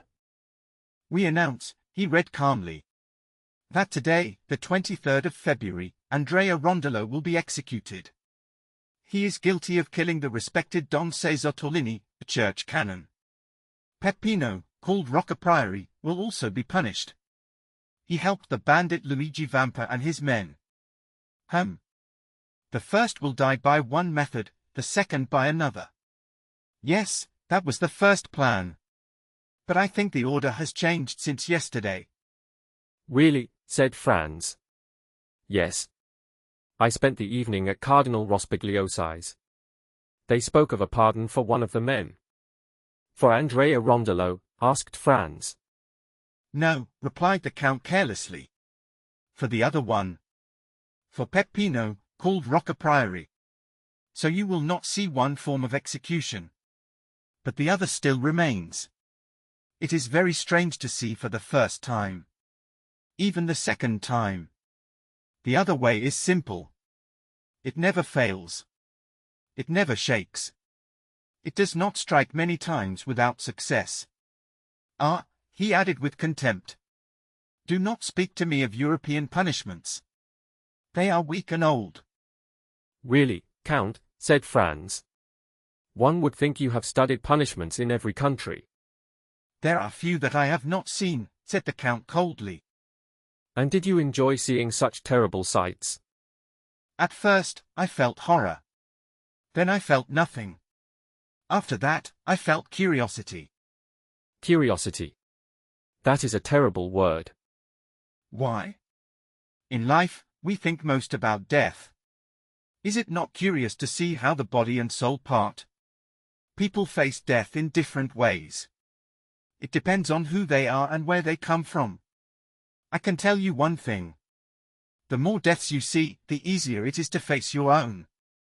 Death can be painful. But it does not repay guilt. I do not fully understand you, replied Franz. Please explain. You have made me very curious. Listen, said the Count. Deep hatred rose in his face. If a man used terrible pain to kill your father, your mother, and the woman you loved, and when they were taken from you, they left an empty place and a deep wound in your heart, do you think society gives enough payment? Is it enough when the law only kills the murderer quickly, and lets the man who caused you many years of deep pain escape with only a few moments of bodily pain? Yes, I know, said Franz. Human justice is not enough to comfort us. It can only give blood for blood. That is all it can do. You must ask from it only what it can give. I will give you another example. The Count went on. Sometimes society answers death with death. But are there not many ways to make a man suffer, without society seeing it or caring? Are there not terrible crimes that society does not punish at all? Crimes so cruel that old and harsh punishments would still not be enough? Answer me. Do these crimes exist? Yes, answered Franz. And it is to punish such wrongs that society allows dueling. Ah, dueling! Cried the Count. What a poor way to get revenge. A man runs away with the woman you love. A man breaks your marriage. A man brings shame to your daughter. He destroys the life of someone who had the right to hope for happiness. He fills that life with pain and shame. And you think you are avenged because you shoot him or stab him. This is the man who put madness in your mind and despair in your heart. And often he wins the fight. And the world calls him innocent. No, no. If I had to take revenge, I would not do it this way. Then you do not agree with dueling? You would not fight a duel? Asked Albert, surprised by these ideas. Oh yes, said the Count. Listen carefully. I would fight a duel for a small thing, for an insult, or for a blow, because I am skilled with my body, and I no longer fear danger. I would almost surely win. For such reasons, I would fight. But for deep and lasting pain, I would return the same pain. Slow and full. An eye for an eye. A tooth for a tooth. So say the people of the East, who know well how to mix dreams with real pleasures. But with this idea, said Franz, you make yourself judge and killer. It would be hard to avoid the law forever. Hate blinds us. Anger carries us away. and a man who pours out revenge may one day drink bitterness himself. Yes. If he is poor and unskilled. Not if he is rich and clever. And the worst that can happen is the punishment we spoke of. A quick death. The French Revolution chose this instead of older, cruel punishments. What does that matter if the man is avenged? To tell the truth, I almost regret that this poor Peppino will likely not lose his head.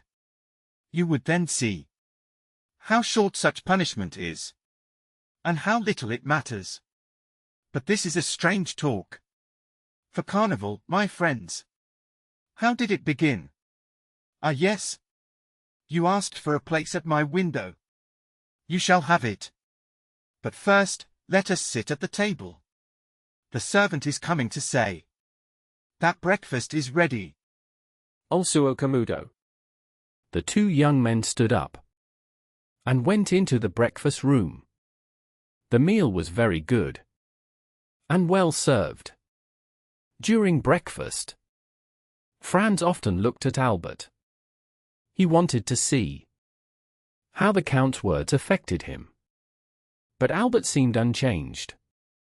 Perhaps he did not listen closely. Perhaps the Count's words about dueling had satisfied him. Or perhaps the events Franz knew touched only Franz himself. Albert ate with great pleasure, like a man who for many months had suffered from very bad food and was now happy to eat well again. The Count only touched the dishes. He sat with his guests like a polite host. He seemed to wait for them to leave before he ate special food. This made Franz remember something. He remembered the fear of the Countess G. She truly believed the man in the opposite box was a vampire. When breakfast ended, Franz took out his watch. Well, what are you doing? Please excuse us, Count. We still have many things to do. What things? We do not have masks. We must buy them. Do not worry about that. I have a private room in the Piazza del Popolo. I will send for any costumes you want. You can dress there. After the execution? Before or after? As you like. Near the scaffold? The scaffold is part of the festival. Ah, he said with a sigh, this is not strange. I have been away from Paris for more than a year. My clothes are old in style. The Count thinks I am from the country. When you can, please correct him. Tell him I am not a provincial. Franz smiled. A moment later, the Count came in. I am now at your service, gentlemen, he said. The carriage will go one way, to the Piazza del Popolo. We will go another way, by the Corso. Please take more of these cigars, Monsieur de Morcerf. Gladly, Albert replied. Italian cigars are very bad. When you come to Paris, I will repay you. I will accept, he said. I plan to go there soon. If you allow me, I will visit you. Come, we must not lose time. It is 12:30. Let us go. All three went downstairs. The coachman received his master's orders. He drove down the Via del Barbuino. The three gentlemen walked across the Piazza di Spagna. They passed through the Via Frattina between the Fiano and Rospoli palaces. Franz looked closely at the windows of the last palace. He remembered the sign agreed between the man in the cloak and the peasant. "Which windows are yours?" Franz asked the Count. He spoke as calmly as he could. "The last three," he replied. He answered without care. He did not know why Franz asked. Franz quickly looked at the three windows. The side windows had yellow cloth. The middle window had white cloth with a red cross. The man in the cloak had kept his promise. There was now no doubt. The man was the Count. The windows were still empty. Preparations were everywhere. People placed chairs. They built wooden stands. They hung flags from windows. Masks could not yet come out. Carriages could not move. But masked faces were seen behind windows and doors. The three men walked on down the Corso. Near the Piazza del Popolo, the crowd grew thicker. Above the heads of the people, two things could be seen. One was the tall stone pillar with a cross on top. It stood in the center of the square. In front of it stood a wooden frame. Between its posts shone a curved knife. At the corner of the street, they met the Count's steward. He was waiting for his master. The window was on the second floor of the great palace. The price was very high. The Count had likely wished to hide it from his guests. The palace stood between the Via del Barbuino and Monte Pincio. The rooms were small. A dressing room opened into a bedroom. When the door was shut, the people inside were alone. On chairs lay fine costumes. They were blue and white satin. You left the choice of costumes to me, said the Count. I chose these. They will be very common this year. They are also good for the sweets. The flour will not show on them. Franz heard the Count only partly. He did not think much about this kindness. His eyes were fixed on the square. He could not stop looking at the dark object in the center. It was the first time he had seen such a machine. The blade was shaped like a half-moon. It cut on the outer edge. It fell from a lower height. This was the only difference. Two men sat on the wooden board. It was the place where a person was laid. They were eating breakfast. They waited for the prisoner. They ate bread and sausages. One man lifted the board. He took out a bottle of wine. He drank and passed it to the other. They were helpers to the executioner. When Franz saw this, sweat rose on his forehead.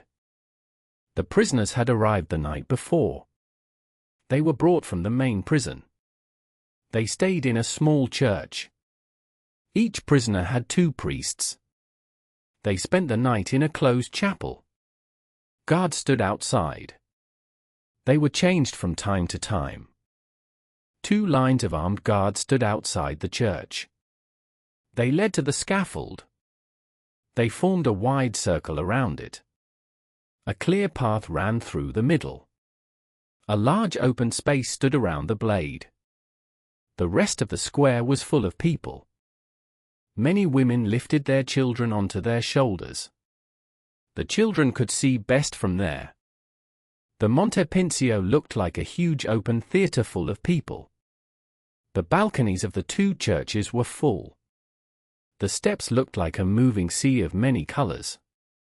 Every space in the wall held a living person. The Count was right. The most curious sight in life is death. But there was no silence. There was no serious calm. People laughed and made jokes. To them, this event was only the start of the carnival. All at once, the noise stopped, as if by magic. The church doors opened. A group of penitents came out first. They wore long grey robes that covered them from head to foot. There were holes for their eyes. They carried lighted candles in their hands. Their leader walked in front. Behind them came a very large man. He wore almost no clothes. At his side hung a large knife. On his shoulder, he carried a heavy iron hammer. This man was the executioner. He wore sandals tied with cords. After him came the prisoners. First was Peppino. Then came Andrea. 2 priests walked with each man. Neither man had his eyes covered. Peppino walked with a firm step. He knew what was waiting for him. Andrea could not walk alone. The priests held him up. From time to time, each man kissed the crucifix. At this sight, Franz felt his legs shake. He looked at Albert. Albert was white with fear. He dropped his cigar without thinking. The Count alone stayed calm. A little color came into his pale face. His nose opened wide. His lips parted and showed his white teeth. Yet his face showed a strange gentle smile. His dark eyes were full of kindness and pity. The two men came closer. Their faces were now clear. Peppino was a handsome young man. The sun had darkened his skin. He held his head high. He watched the crowd, hoping to see his savior. Andrea was short and heavy. His face showed cruelty. He looked about 30 years old. His beard had grown in prison. His head fell forward. His legs bent under him. He moved like a man without thought. I thought you told me there would be only one execution. I told you the truth. But there are 2 prisoners. Yes. But only one of them will die. The other will live many years. If a pardon is coming, there is no time to lose. Look. Here it comes. At that moment, Peppino reached the steps. A priest hurried forward. He pushed through the soldiers. He gave a folded paper to the leader.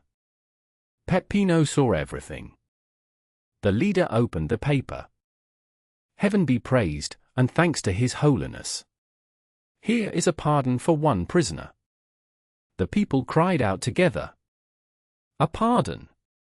A pardon! A pardon? For whom? Peppino could not breathe. A pardon for Peppino, called Rocca Priori. The officer read the paper and gave it back. For Peppino.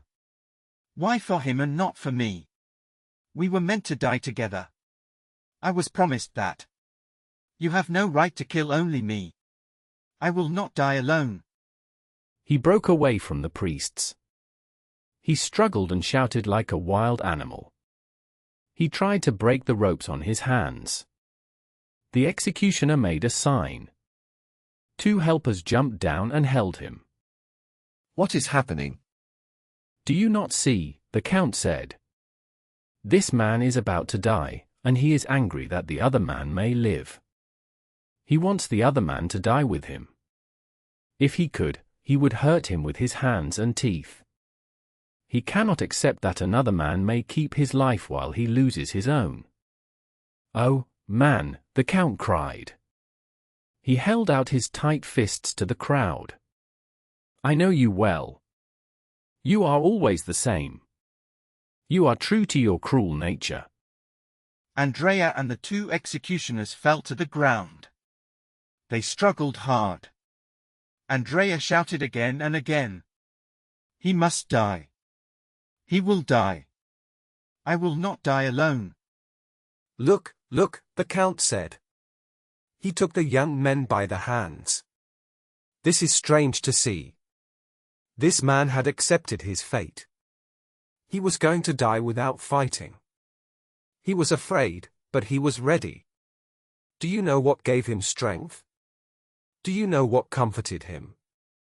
It was the thought that another man would suffer too. It was the thought that another man would die before him. If you take 2 animals to be killed, and one learns that the other will live, the animal will show joy.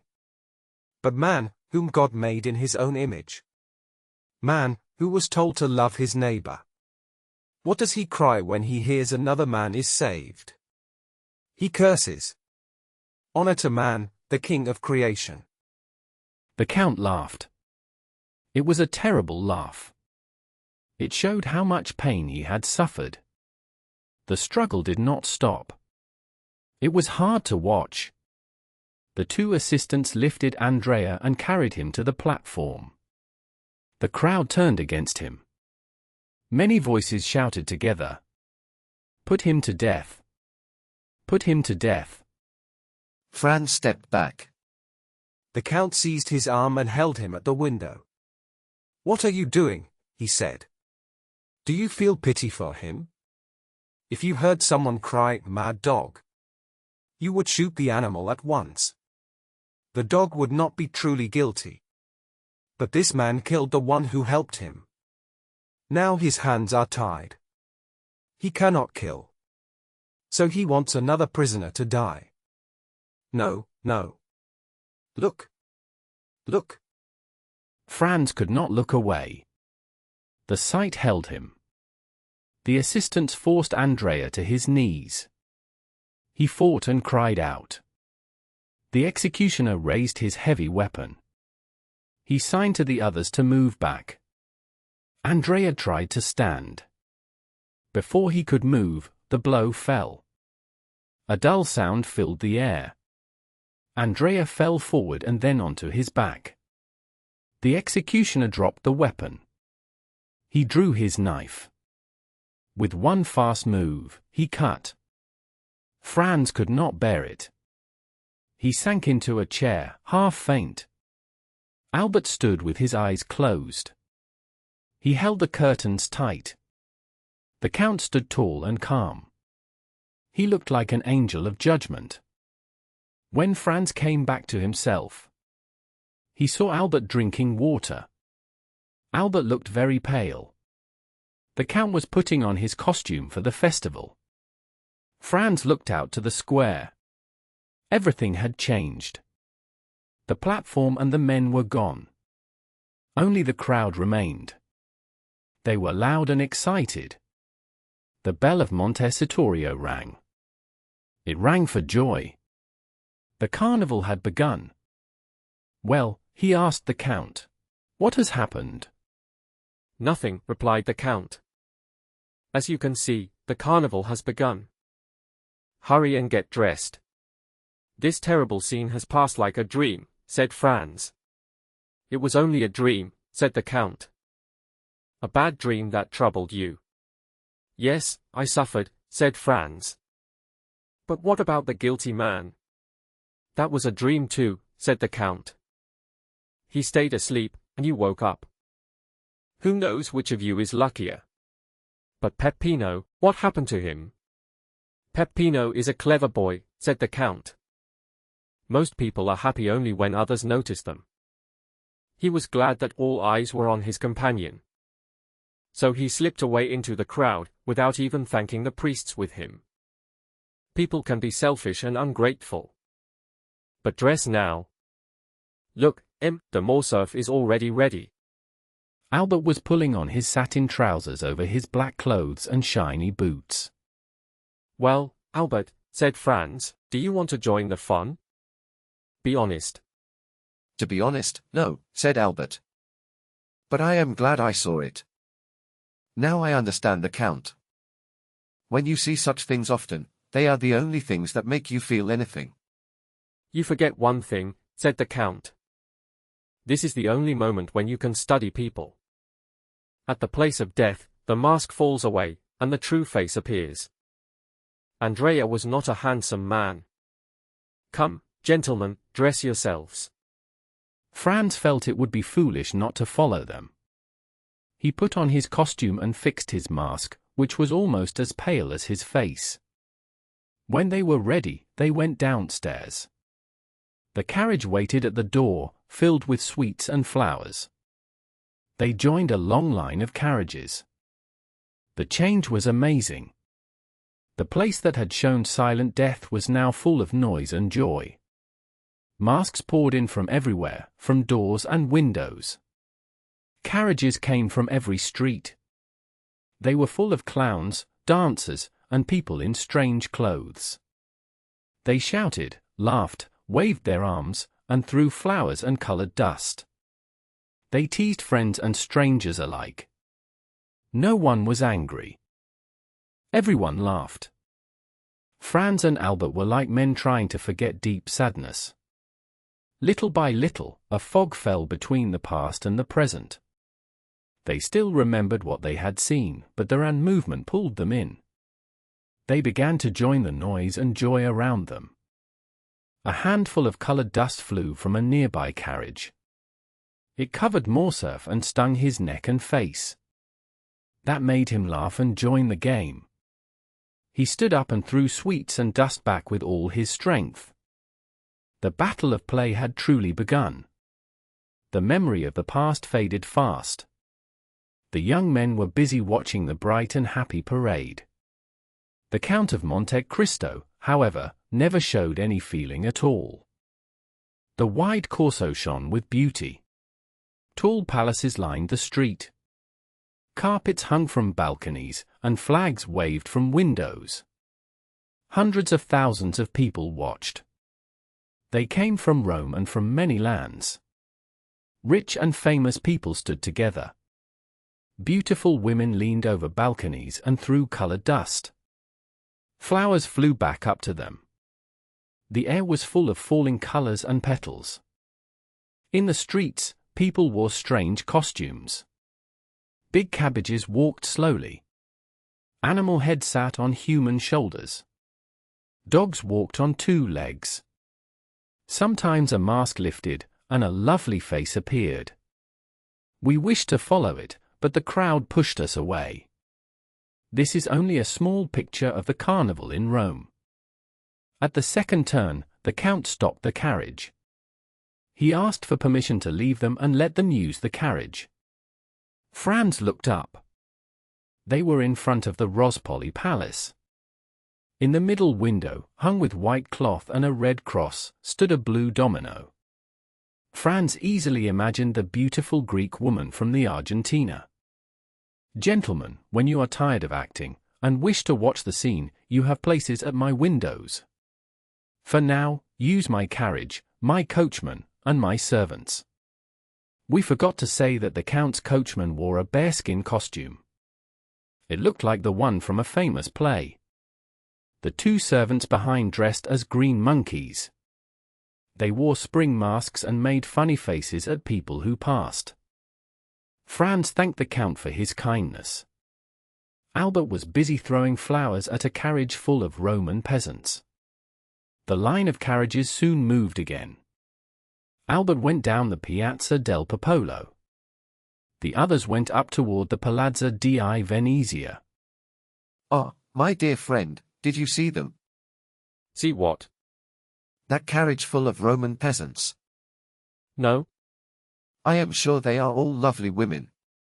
It is a pity you were masked, Albert. This was a good chance to forget past troubles. I hope the carnival will still bring me something good. The day passed quietly. Only 2 or 3 times did they meet the same carriage. At one meeting, Albert's mask fell off. He stood up at once and threw the rest of his flowers inside. One young woman was touched by his act. As they passed, she threw him a bunch of violets. Albert caught it. Franz let him keep it. Albert put it in his coat. The carriage moved on with pride. Well, that looks like the start of an adventure. You may laugh, but I think so too. I will keep this bouquet. Then keep it, as a sign of her kindness. Soon the joke became serious. When they met the carriage again, the same young woman clapped her hands. She saw the violets in Albert's coat. Very good. Things go well. Shall I leave you alone? No. I do not want a foolish meeting too soon. If she wishes to go further, she will find us tomorrow. She will give me a sign. Then I will know what to do. You speak like a very wise man. She must be very clever if she can change you at all. Albert was right. The unknown woman did not wish to continue. They made many more turns. They did not see the carriage again. It had turned into another street. They returned to the Rospoli Palace. The Count and the blue domino were gone. The 2 yellow windows were still full of guests. At that moment, the same bell rang. It announced the end of the festival. The line of carriages broke apart. In one moment, they were all gone. The coachman drove through the streets. he stopped at the hotel. Signor Pastrini came out to greet them. Franz asked about the Count. He was sorry they had not returned together. Pastrini said the Count had ordered another carriage.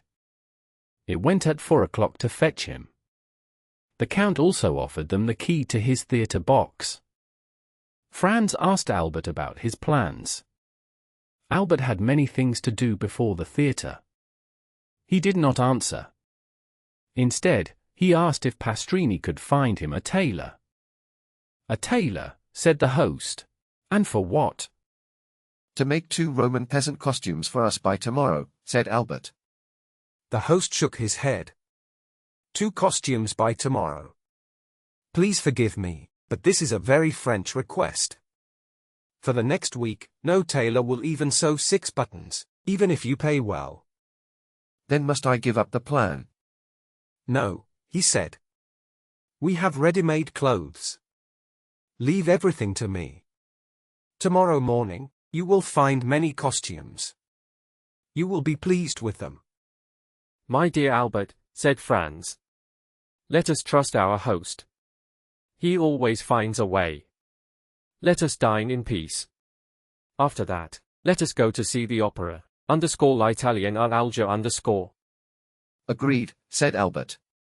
"But please remember, we truly need the costumes tomorrow." The host again promised to help them. He said their wishes would be met. Franz and Albert then went up to their rooms. They took off their clothes. Albert kept a small bunch of violets with care. It was a sign he saved for the next day. The 2 friends sat down to dinner. They noticed the food was not as fine as the Count of Monte Cristo's table. Franz had to admit this, even though he did not like the Count. During dessert, a servant asked what time they wanted the carriage. Albert and Franz looked at each other. They feared they were asking too much of the Count. "His Excellency, the Count of Monte Cristo," said the servant, "has ordered the carriage to stay at your service all day. You may use it freely." They decided to accept his kindness. The horses were prepared. The friends changed into evening clothes. Their old clothes were worn from many fights. After this, they went to the theatre. They sat in the Count's box. During the first act, the Countess G arrived. She looked first at the box where she had seen the Count the night before. She saw Franz and Albert sitting there. She watched them closely with her opera glass. Franz saw her strong curiosity. He felt it would be unkind not to answer it. The 2 friends went to greet the Countess. As soon as they entered, she asked Franz to sit in the best seat. Albert sat behind him. "Well," she said, "it seems you enjoy meeting this new Lord Riven. You are already close friends." "Not so close, my dear Countess," said Franz.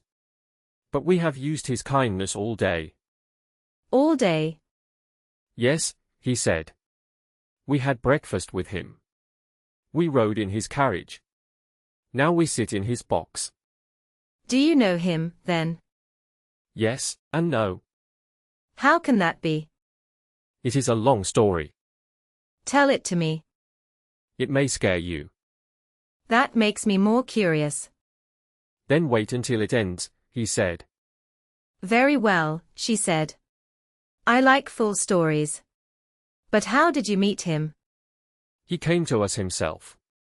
"When?" Last night, after we left you. "Who helped him?" Our landlord." "Is he staying at your hotel?" "Yes," he said. "On the same floor." "What is his name?" "The Count of Monte Cristo." "Is that his family name?" "No," he said. "It is the name of an island he owns." "And he is a count?" "A Tuscan count." "Well," she said. "We must accept that. What kind of man is he?" "Ask the Vicomte de Morcerf." "You hear, Monsieur de Morcerf," she said. I am sent to you for the answer. We should be very hard to please, madam, said Albert. Yet we both find him delightful. A friend of 10 years could not have done more for us. He was also perfectly polite. Come, said the Countess with a smile. I see my vampire is only a rich man. He has taken the look of a poet to avoid being confused with a banker. And you have seen her. Her? The beautiful Greek woman from yesterday, said the Countess. No, said Franz. We heard the sound of her instrument. But she stayed completely unseen. When you say unseen, said Albert, you only wish to keep the mystery. Who do you think the blue mask was at the window with white curtains? Where was this window with white curtains? Asked the Countess. At the Rospoli Palace. The Count had 3 windows at the Rospoli Palace. Yes. Did you walk through the Corso? Yes. Then did you see 2 windows with yellow cloth? And 1 with white cloth and a red cross?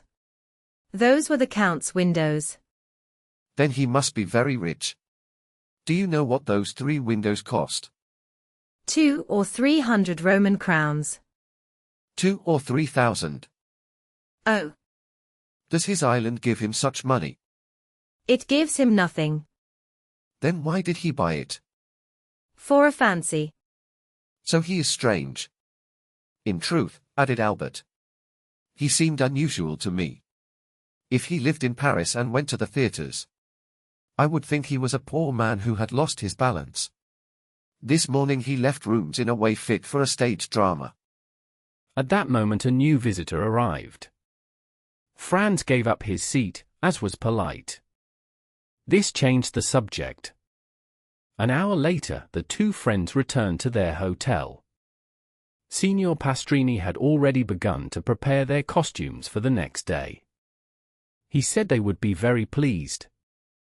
The next morning, at 9 o'clock, he entered Franz's room. A tailor followed him with many Roman peasant outfits. They chose 2 that were the same. They asked the tailor to sew long ribbons on their hats. They also asked for long silk belts of different colors. Albert was eager to see himself in the new clothes. He wore a blue velvet jacket and trousers. He had silk stockings, shoes with buckles, and a silk waistcoat. The clothes suited him very well. When he tied the scarf and placed his hat to one side, the ribbons fell over his shoulder. Franz had to admit that clothes can change how we see beauty. Franz thought of other nations. Some people once looked beautiful in long flowing robes. Now they wear plain clothes that hide their shape. Franz praised Albert. Albert smiled at himself in the mirror. Just then, the Count of Monte Cristo entered. Gentlemen, he said. Company is pleasant, but freedom is sometimes better. For today and the rest of the carnival, I place the carriage fully at your service. I have others, so you will not trouble me. Please use it for your pleasure or your needs. The young men wished to refuse, but they found no good reason. The offer pleased them too much. The Count stayed with them for 15 minutes. He spoke easily about many subjects. He knew books from many countries. The paintings on his walls showed his fine taste. A few words proved he also knew science. He seemed very interested in chemistry. The friends did not dare invite him to breakfast. Their table was far poorer than his. They told him this honestly. He accepted their excuse with kindness. Albert was delighted by the Count's manners. Only the great range of his knowledge surprised him. The use of the carriage pleased Albert the most. The evening before, the young women had arrived in a fine carriage. Albert was glad to feel equal to them. At 1:30, they went downstairs. The coachman and the footman put their livery over their disguises. This made them look even more foolish, and Franz and Albert laughed at them. Albert fixed the old bunch of violets to his coat. At the first sound of the bell, they hurried into the corso by the Via Vittoria. At the second turn, a bunch of fresh violets flew from a carriage full of harlequins. This told Albert that the peasants had also changed their clothes. By chance, or by the same idea, they had chosen each other's costume. Albert put the fresh flowers in his coat, but he kept the old ones in his hand. When the carriage passed again, he lifted them to his lips. This made the young lady laugh, and her friends laughed too. The day was even louder and happier than the day before. The Count showed himself for a moment at his window. When they passed again, he was gone. All day long, Albert continued his playful meeting with the young peasant woman. That evening, when Franz came home, he found a letter from the embassy. It said that he would be received by His Holiness the next day. Each time Franz came to Rome, he had asked for this meeting and had received it. Out of faith and thanks, he did not want to leave Rome without paying his respect. He felt deep respect for the old and noble Pope, Gregory XVI. After leaving the Vatican, Franz avoided the Corso. His thoughts were calm and serious. The wild joy of the masks would have felt wrong to him. At 5:10, Albert came in full of joy. The harlequin had put on her peasant dress again. As she passed, she lifted her mask. She was very beautiful. Franz congratulated Albert. Albert accepted this praise with pride. He was sure he deserved it. From clear signs, he knew the young woman was from high society. He decided to write to her the next day. While Albert spoke, Franz saw that he wanted to ask a favor. But Albert did not dare to ask. Franz pressed him kindly and said he was ready to help. Albert waited a little, as friendship requires. Then he asked Franz to let him use the carriage alone the next day. He believed that Franz's absence had made the young woman lift her mask. Franz did not want to stop his friend's happy adventure. He knew Albert would tell him everything later. Franz himself had never had such luck in his travels. So he was glad to watch and learn. He promised to watch the carnival from the windows of the Rospoli Palace. The next morning, Franz saw Albert pass many times with a huge bouquet. He knew it carried a love message. Soon he saw the flowers, marked by white camellias, in the hand of a lovely harlequin. She wore pink satin. The evening was no longer simple joy. It was wild excitement. Albert was sure the young woman would answer in the same way. Franz said the noise tired him. He planned to write and read his journal the next day. Albert understood him. The next evening, Franz saw Albert enter with triumph. He waved a folded paper in his hand. Well, was I wrong? She has answered you. Read. Franz took the letter and read it. On Tuesday evening, at 7 o'clock, leave your carriage near the Via dei Pontefici. Follow the Roman peasant who takes your torch. When you reach the first step of the Church of San Giacomo, tie a knot of pink ribbons on the shoulder of your harlequin costume. This sign will help me know you. Before that moment, you will not see me. Constancy and discretion. Well, what do you think of that? I think this adventure now looks very pleasant. I think so too, and I fear you will go alone to the Duke of Bracciano's ball. That morning, Franz and Albert had received an invitation from the famous Roman banker. Be careful, Albert. All the nobles of Rome will be there. If your unknown lady belongs to high society, she must go to that ball. Whether she goes or not, my opinion is the same. You have read the letter, have you not? Yes. You know how poorly educated many women of the lower class are in Italy. Yes. Then read the letter again. Look at the writing. See if you can find any mistake in the words or spelling. The writing was beautiful, and the spelling was perfect. You are very lucky. You may laugh as much as you like. I am in love. You frighten me. I see that I will not only go alone to the Duke's ball, but also return to Florence alone. If my unknown lady is as kind as she is beautiful, I will stay in Rome for at least 6 weeks. I love Rome. I have always liked old history. Well, after 2 or 3 more adventures like this, I may see you become a member of the Academy. Albert was ready to answer seriously, but they were told that dinner was ready. Love had not taken away Albert's appetite. He hurried with Franz to the table. They planned to continue their talk after dinner. After dinner, the Count of Monte Cristo was announced. They had not seen him for 2 days. Signor Pastrini said that business had called him to Civita Vecchia. He had left the night before and returned only an hour ago. The Count was very pleasant. That evening, he spoke calmly and kindly. Nothing sharp or bitter could be heard in his words. The Count was a mystery to Franz. Franz felt sure the Count knew him.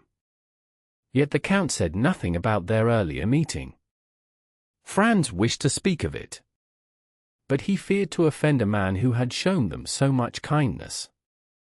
The Count learned that the 2 friends wanted a box at the Argentina Theatre. All the boxes were taken. So he brought them the key to his own box. That was the clear reason for his visit. Franz and Albert hesitated.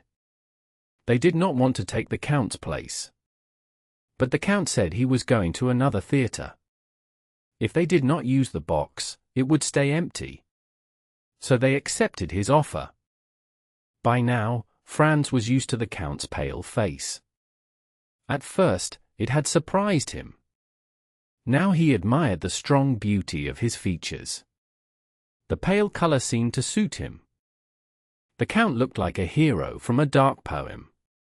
Franz could not think of him without such images. His forehead showed signs of deep and painful thoughts. His eyes were bright and seemed to look into the soul.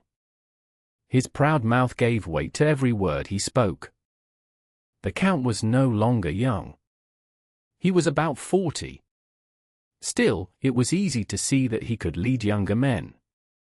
He had a strong presence. Albert often spoke of their good luck in meeting such a man. Franz felt less excitement. Yet even he felt the power of the Count's strong mind. A man like that easily guides others. He often thought about the Count's plan to visit Paris. He was sure the Count would make a strong effect there. Because of his strange nature, his striking face, and his great wealth. Yet he did not wish to be in Paris at the same time as the Count. The evening passed like most evenings in Italian theatres. People did not listen much to the music. They walked about, paid visits, and talked together. The Countess G. wished to speak again about the Count. But Franz said he had something newer to tell her. In spite of Albert's show of modesty, Franz told the Countess about the great event that had filled their thoughts for 3 days. Such stories are common in Italy, according to travelers. So the Countess did not doubt it at all. She congratulated Albert on his success. When they parted, they promised to meet again. They would meet at the Duke of Bracciano's ball. All Rome was invited to this ball. The lady of the bouquet kept her promise. She gave Albert no sign of herself the next day. Nor the day after. At last Tuesday came. It was the last and wildest day of the carnival. On Tuesday, the theatres open at 10 in the morning. Lent begins after 8 in the evening. On this day, all those who had not seen the carnival before now joined in. Some lacked money, some time, and some excitement before. Now they all added to the noise and joy. From 2 o'clock until 5, Franz and Albert followed the festival. They threw handfuls of confetti at other carriages. People on foot did the same. The crowd pressed close to the horses and wheels. Yet there was no accident, no quarrel, and no fight. The carnival days are true days of pleasure for Italians. The writer of this story lived in Italy for several years. He does not remember a single festival stopped by trouble. Such troubles are common in other countries. Albert felt proud in his harlequin costume. A bow of pink ribbons fell from his shoulder almost to the ground. To avoid confusion, Franz wore a peasant costume. As the day went on, the noise grew louder. No tongue was silent. No arm was still. It was like a human storm. There were loud cries and showers of sweets, flowers, eggs, oranges, and bouquets. At 3 o'clock, fireworks were set off. They came from the Piazza del Popolo and the Piazza di Venezia. It was hard to hear them in the great noise. They announced that the races were about to begin. The races, like the moccoli, belong only to the last days of the carnival. At the sound of the fireworks, the carriages quickly separated. They moved away through the nearby streets. All this was done with great skill and speed. The police did not need to interfere. The people on foot moved back against the walls. Then came the sound of horses' hooves and clashing steel. A group of carbineers rode up the Corso. They rode 15 in a line to clear the street for the horses. When they reached the Piazza di Venezia, a second burst of fireworks sounded. This showed that the street was clear. Almost at once, 7 or 8 horses rushed past. They flew like lightning. The shouts of 300,000 people excited them. Then 3 cannon fired from the castle of St. Angelo. This showed that number 3 had won the race. Without any other sign, the carriages moved again. They poured back into the Corso from every street. They were like rivers held back for a moment, then flowing again into their main stream. New noise and movement now filled the crowd. The sellers of moccoletti appeared. The moccoli are small candles. They can be very big or very small. Each person now had 2 hard tasks. One was to keep their own candle burning. The other was to put out the candles of others. The candle is like life. It can be given only in one way. But there are many ways to take it away. A candle is lit by bringing it near a flame. But there are countless ways to put it out. People used great bellows, large covers, and wide fans. Everyone hurried to buy candles. Franz and Albert did the same. Night was coming quickly. At the cry of moccoletti from many sharp voices, 2 or 3 small lights began to shine in the crowd. This was the signal. After 10 minutes, 50,000 small lights began to shine. They went down from the Palazzo di Venezia to the Piazza del Popolo, and then up again. It looked like a festival of small lanterns. No one can truly imagine it without seeing it. It was as if all the stars had fallen from the sky and danced on the ground.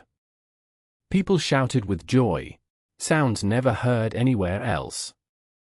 The porter followed the prince. The poor man followed the citizen.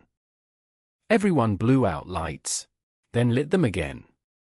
If the old god of wind had appeared, people would have made him king of the lights. This playful battle of fire and fun lasted 2 hours. The Corso was bright like day. You could see the faces of people watching from high windows. Every 5 minutes, Albert looked at his watch. At last, it showed 7 o'clock. The 2 friends were now in the Via dei Pontefici. Albert jumped out, holding his small light in his hand. 2 or 3 masks tried to knock it away. But Albert was strong and quick. He pushed them aside, one after another, and moved on to the church of San Giacomo. The steps of the church were full of masks. They tried to steal each other's lights. Franz watched Albert and saw him step onto the first stair. At once, a mask dressed like a peasant woman grabbed his light. Albert did not resist. Franz was too far away to hear their words. But nothing angry happened. Franz saw Albert walk away, arm in arm with the peasant girl. He watched them for a while. Then he lost sight of them in the Via Marcello. Suddenly, the bell rang to mark the end of the carnival. At the same moment, all the small lights went out. It was as if a great wind had blown them away. Franz stood in complete darkness. He heard only the sound of carriages taking people home. He saw only a few lights behind windows. The carnival was over. Chapter 37. The Catacombs of Saint Sebastian. In all his life, Franz had never felt such a fast change. Joy turned into sadness in one moment. It was as if Rome had changed into a great tomb. The moon was small and did not rise until 11. The streets were very dark. The walk was short. After 10 minutes, the carriage stopped at the Hotel de Londres. Dinner was ready. Albert had said he would be late. So Franz ate alone. Signor Pastrini was used to seeing them together. He asked why Albert was not there. Franz said only that Albert had an invitation from the night before. Albert had accepted it. The sudden dark, the silence, and the end of the noise stayed in Franz's mind. He felt low and uneasy. He ate in silence. His host came 2 or 3 times to ask if he needed anything. Franz decided to wait for Albert as long as he could. He ordered the carriage for 11. He asked Signor Pastrini to tell him at once if Albert returned. At 11, Albert was still not back. Franz dressed and went out. He told his host he would stay with the Duke of Bracciano. The Duke of Bracciano's house is one of the finest in Rome. The Duchess is kind and graceful. Their parties are famous across Europe. Franz and Albert had letters of introduction. When Franz arrived, the first question was about Albert. I left him when the lights were about to go out. I lost him in the Via Marcello. Then he has not returned? I waited for him until this hour. And do you know where he went? No, not exactly. But I think it was something like a secret meeting. Diavolo, said the Duke. This is a bad night to be outside so late. Do you not think so, Countess? He spoke to the Countess G. She had just arrived. She leaned on the arm of Signor Tarlonia, the Duke's brother. I think the opposite, replied the Countess. It is a lovely night. The only sad thing is that it passes too fast. I do not mean the people here, said the Duke with a smile. The men risk only falling in love with you. The women risk feeling jealous. I mean the people who walk in the streets of Rome. Who is in the streets at this hour? Asked the Countess. Unless they are going to a ball. Our friend Albert de Morcerf, said Franz. I left him at 7 this evening. He was following a person he did not know. I have not seen him since. And you do not know where he is? Not at all. Is he carrying a weapon? No. He is wearing a costume. You should not have let him go alone, said the Duke. You know Rome better than he does. Stopping him was impossible, replied Franz. It would be like stopping a racing horse. And what danger could happen to him? Who can say, replied the Duke. The night is dark. The river is close to the street. Franz felt a chill. The Duke and the Countess seemed to share his fear. I told them at the hotel that I would stay here tonight, said Franz. I asked them to tell me at once when he returned. Look, said the Duke.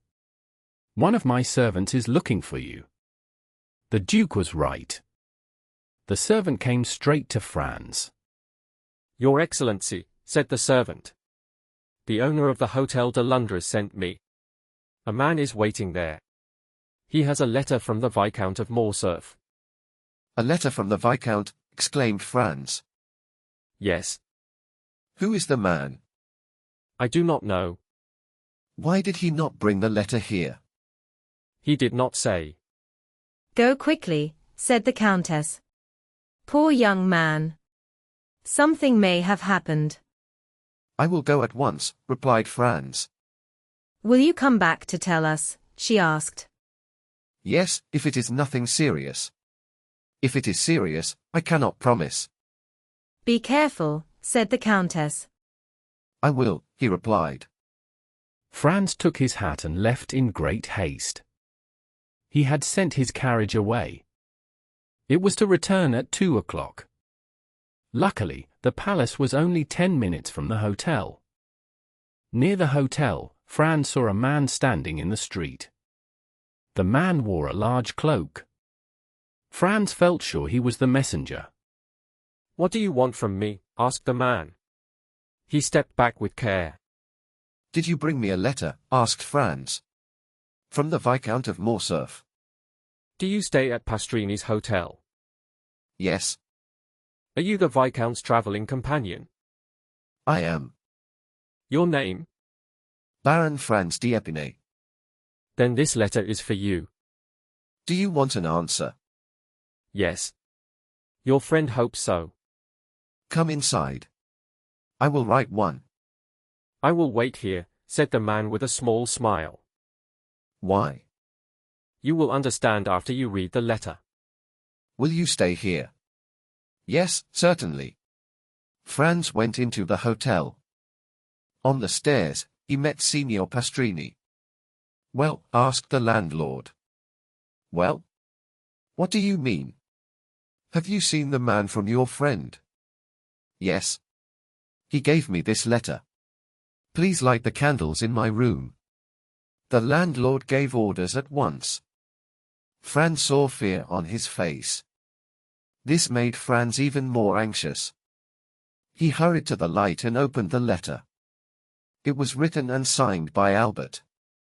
Franz read it twice before he could understand it.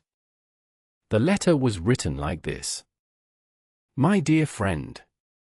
As soon as you read this, please take the letter of credit from my pocketbook.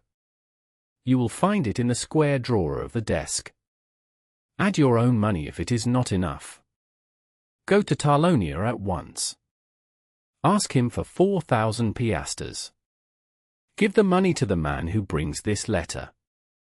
I need this money now.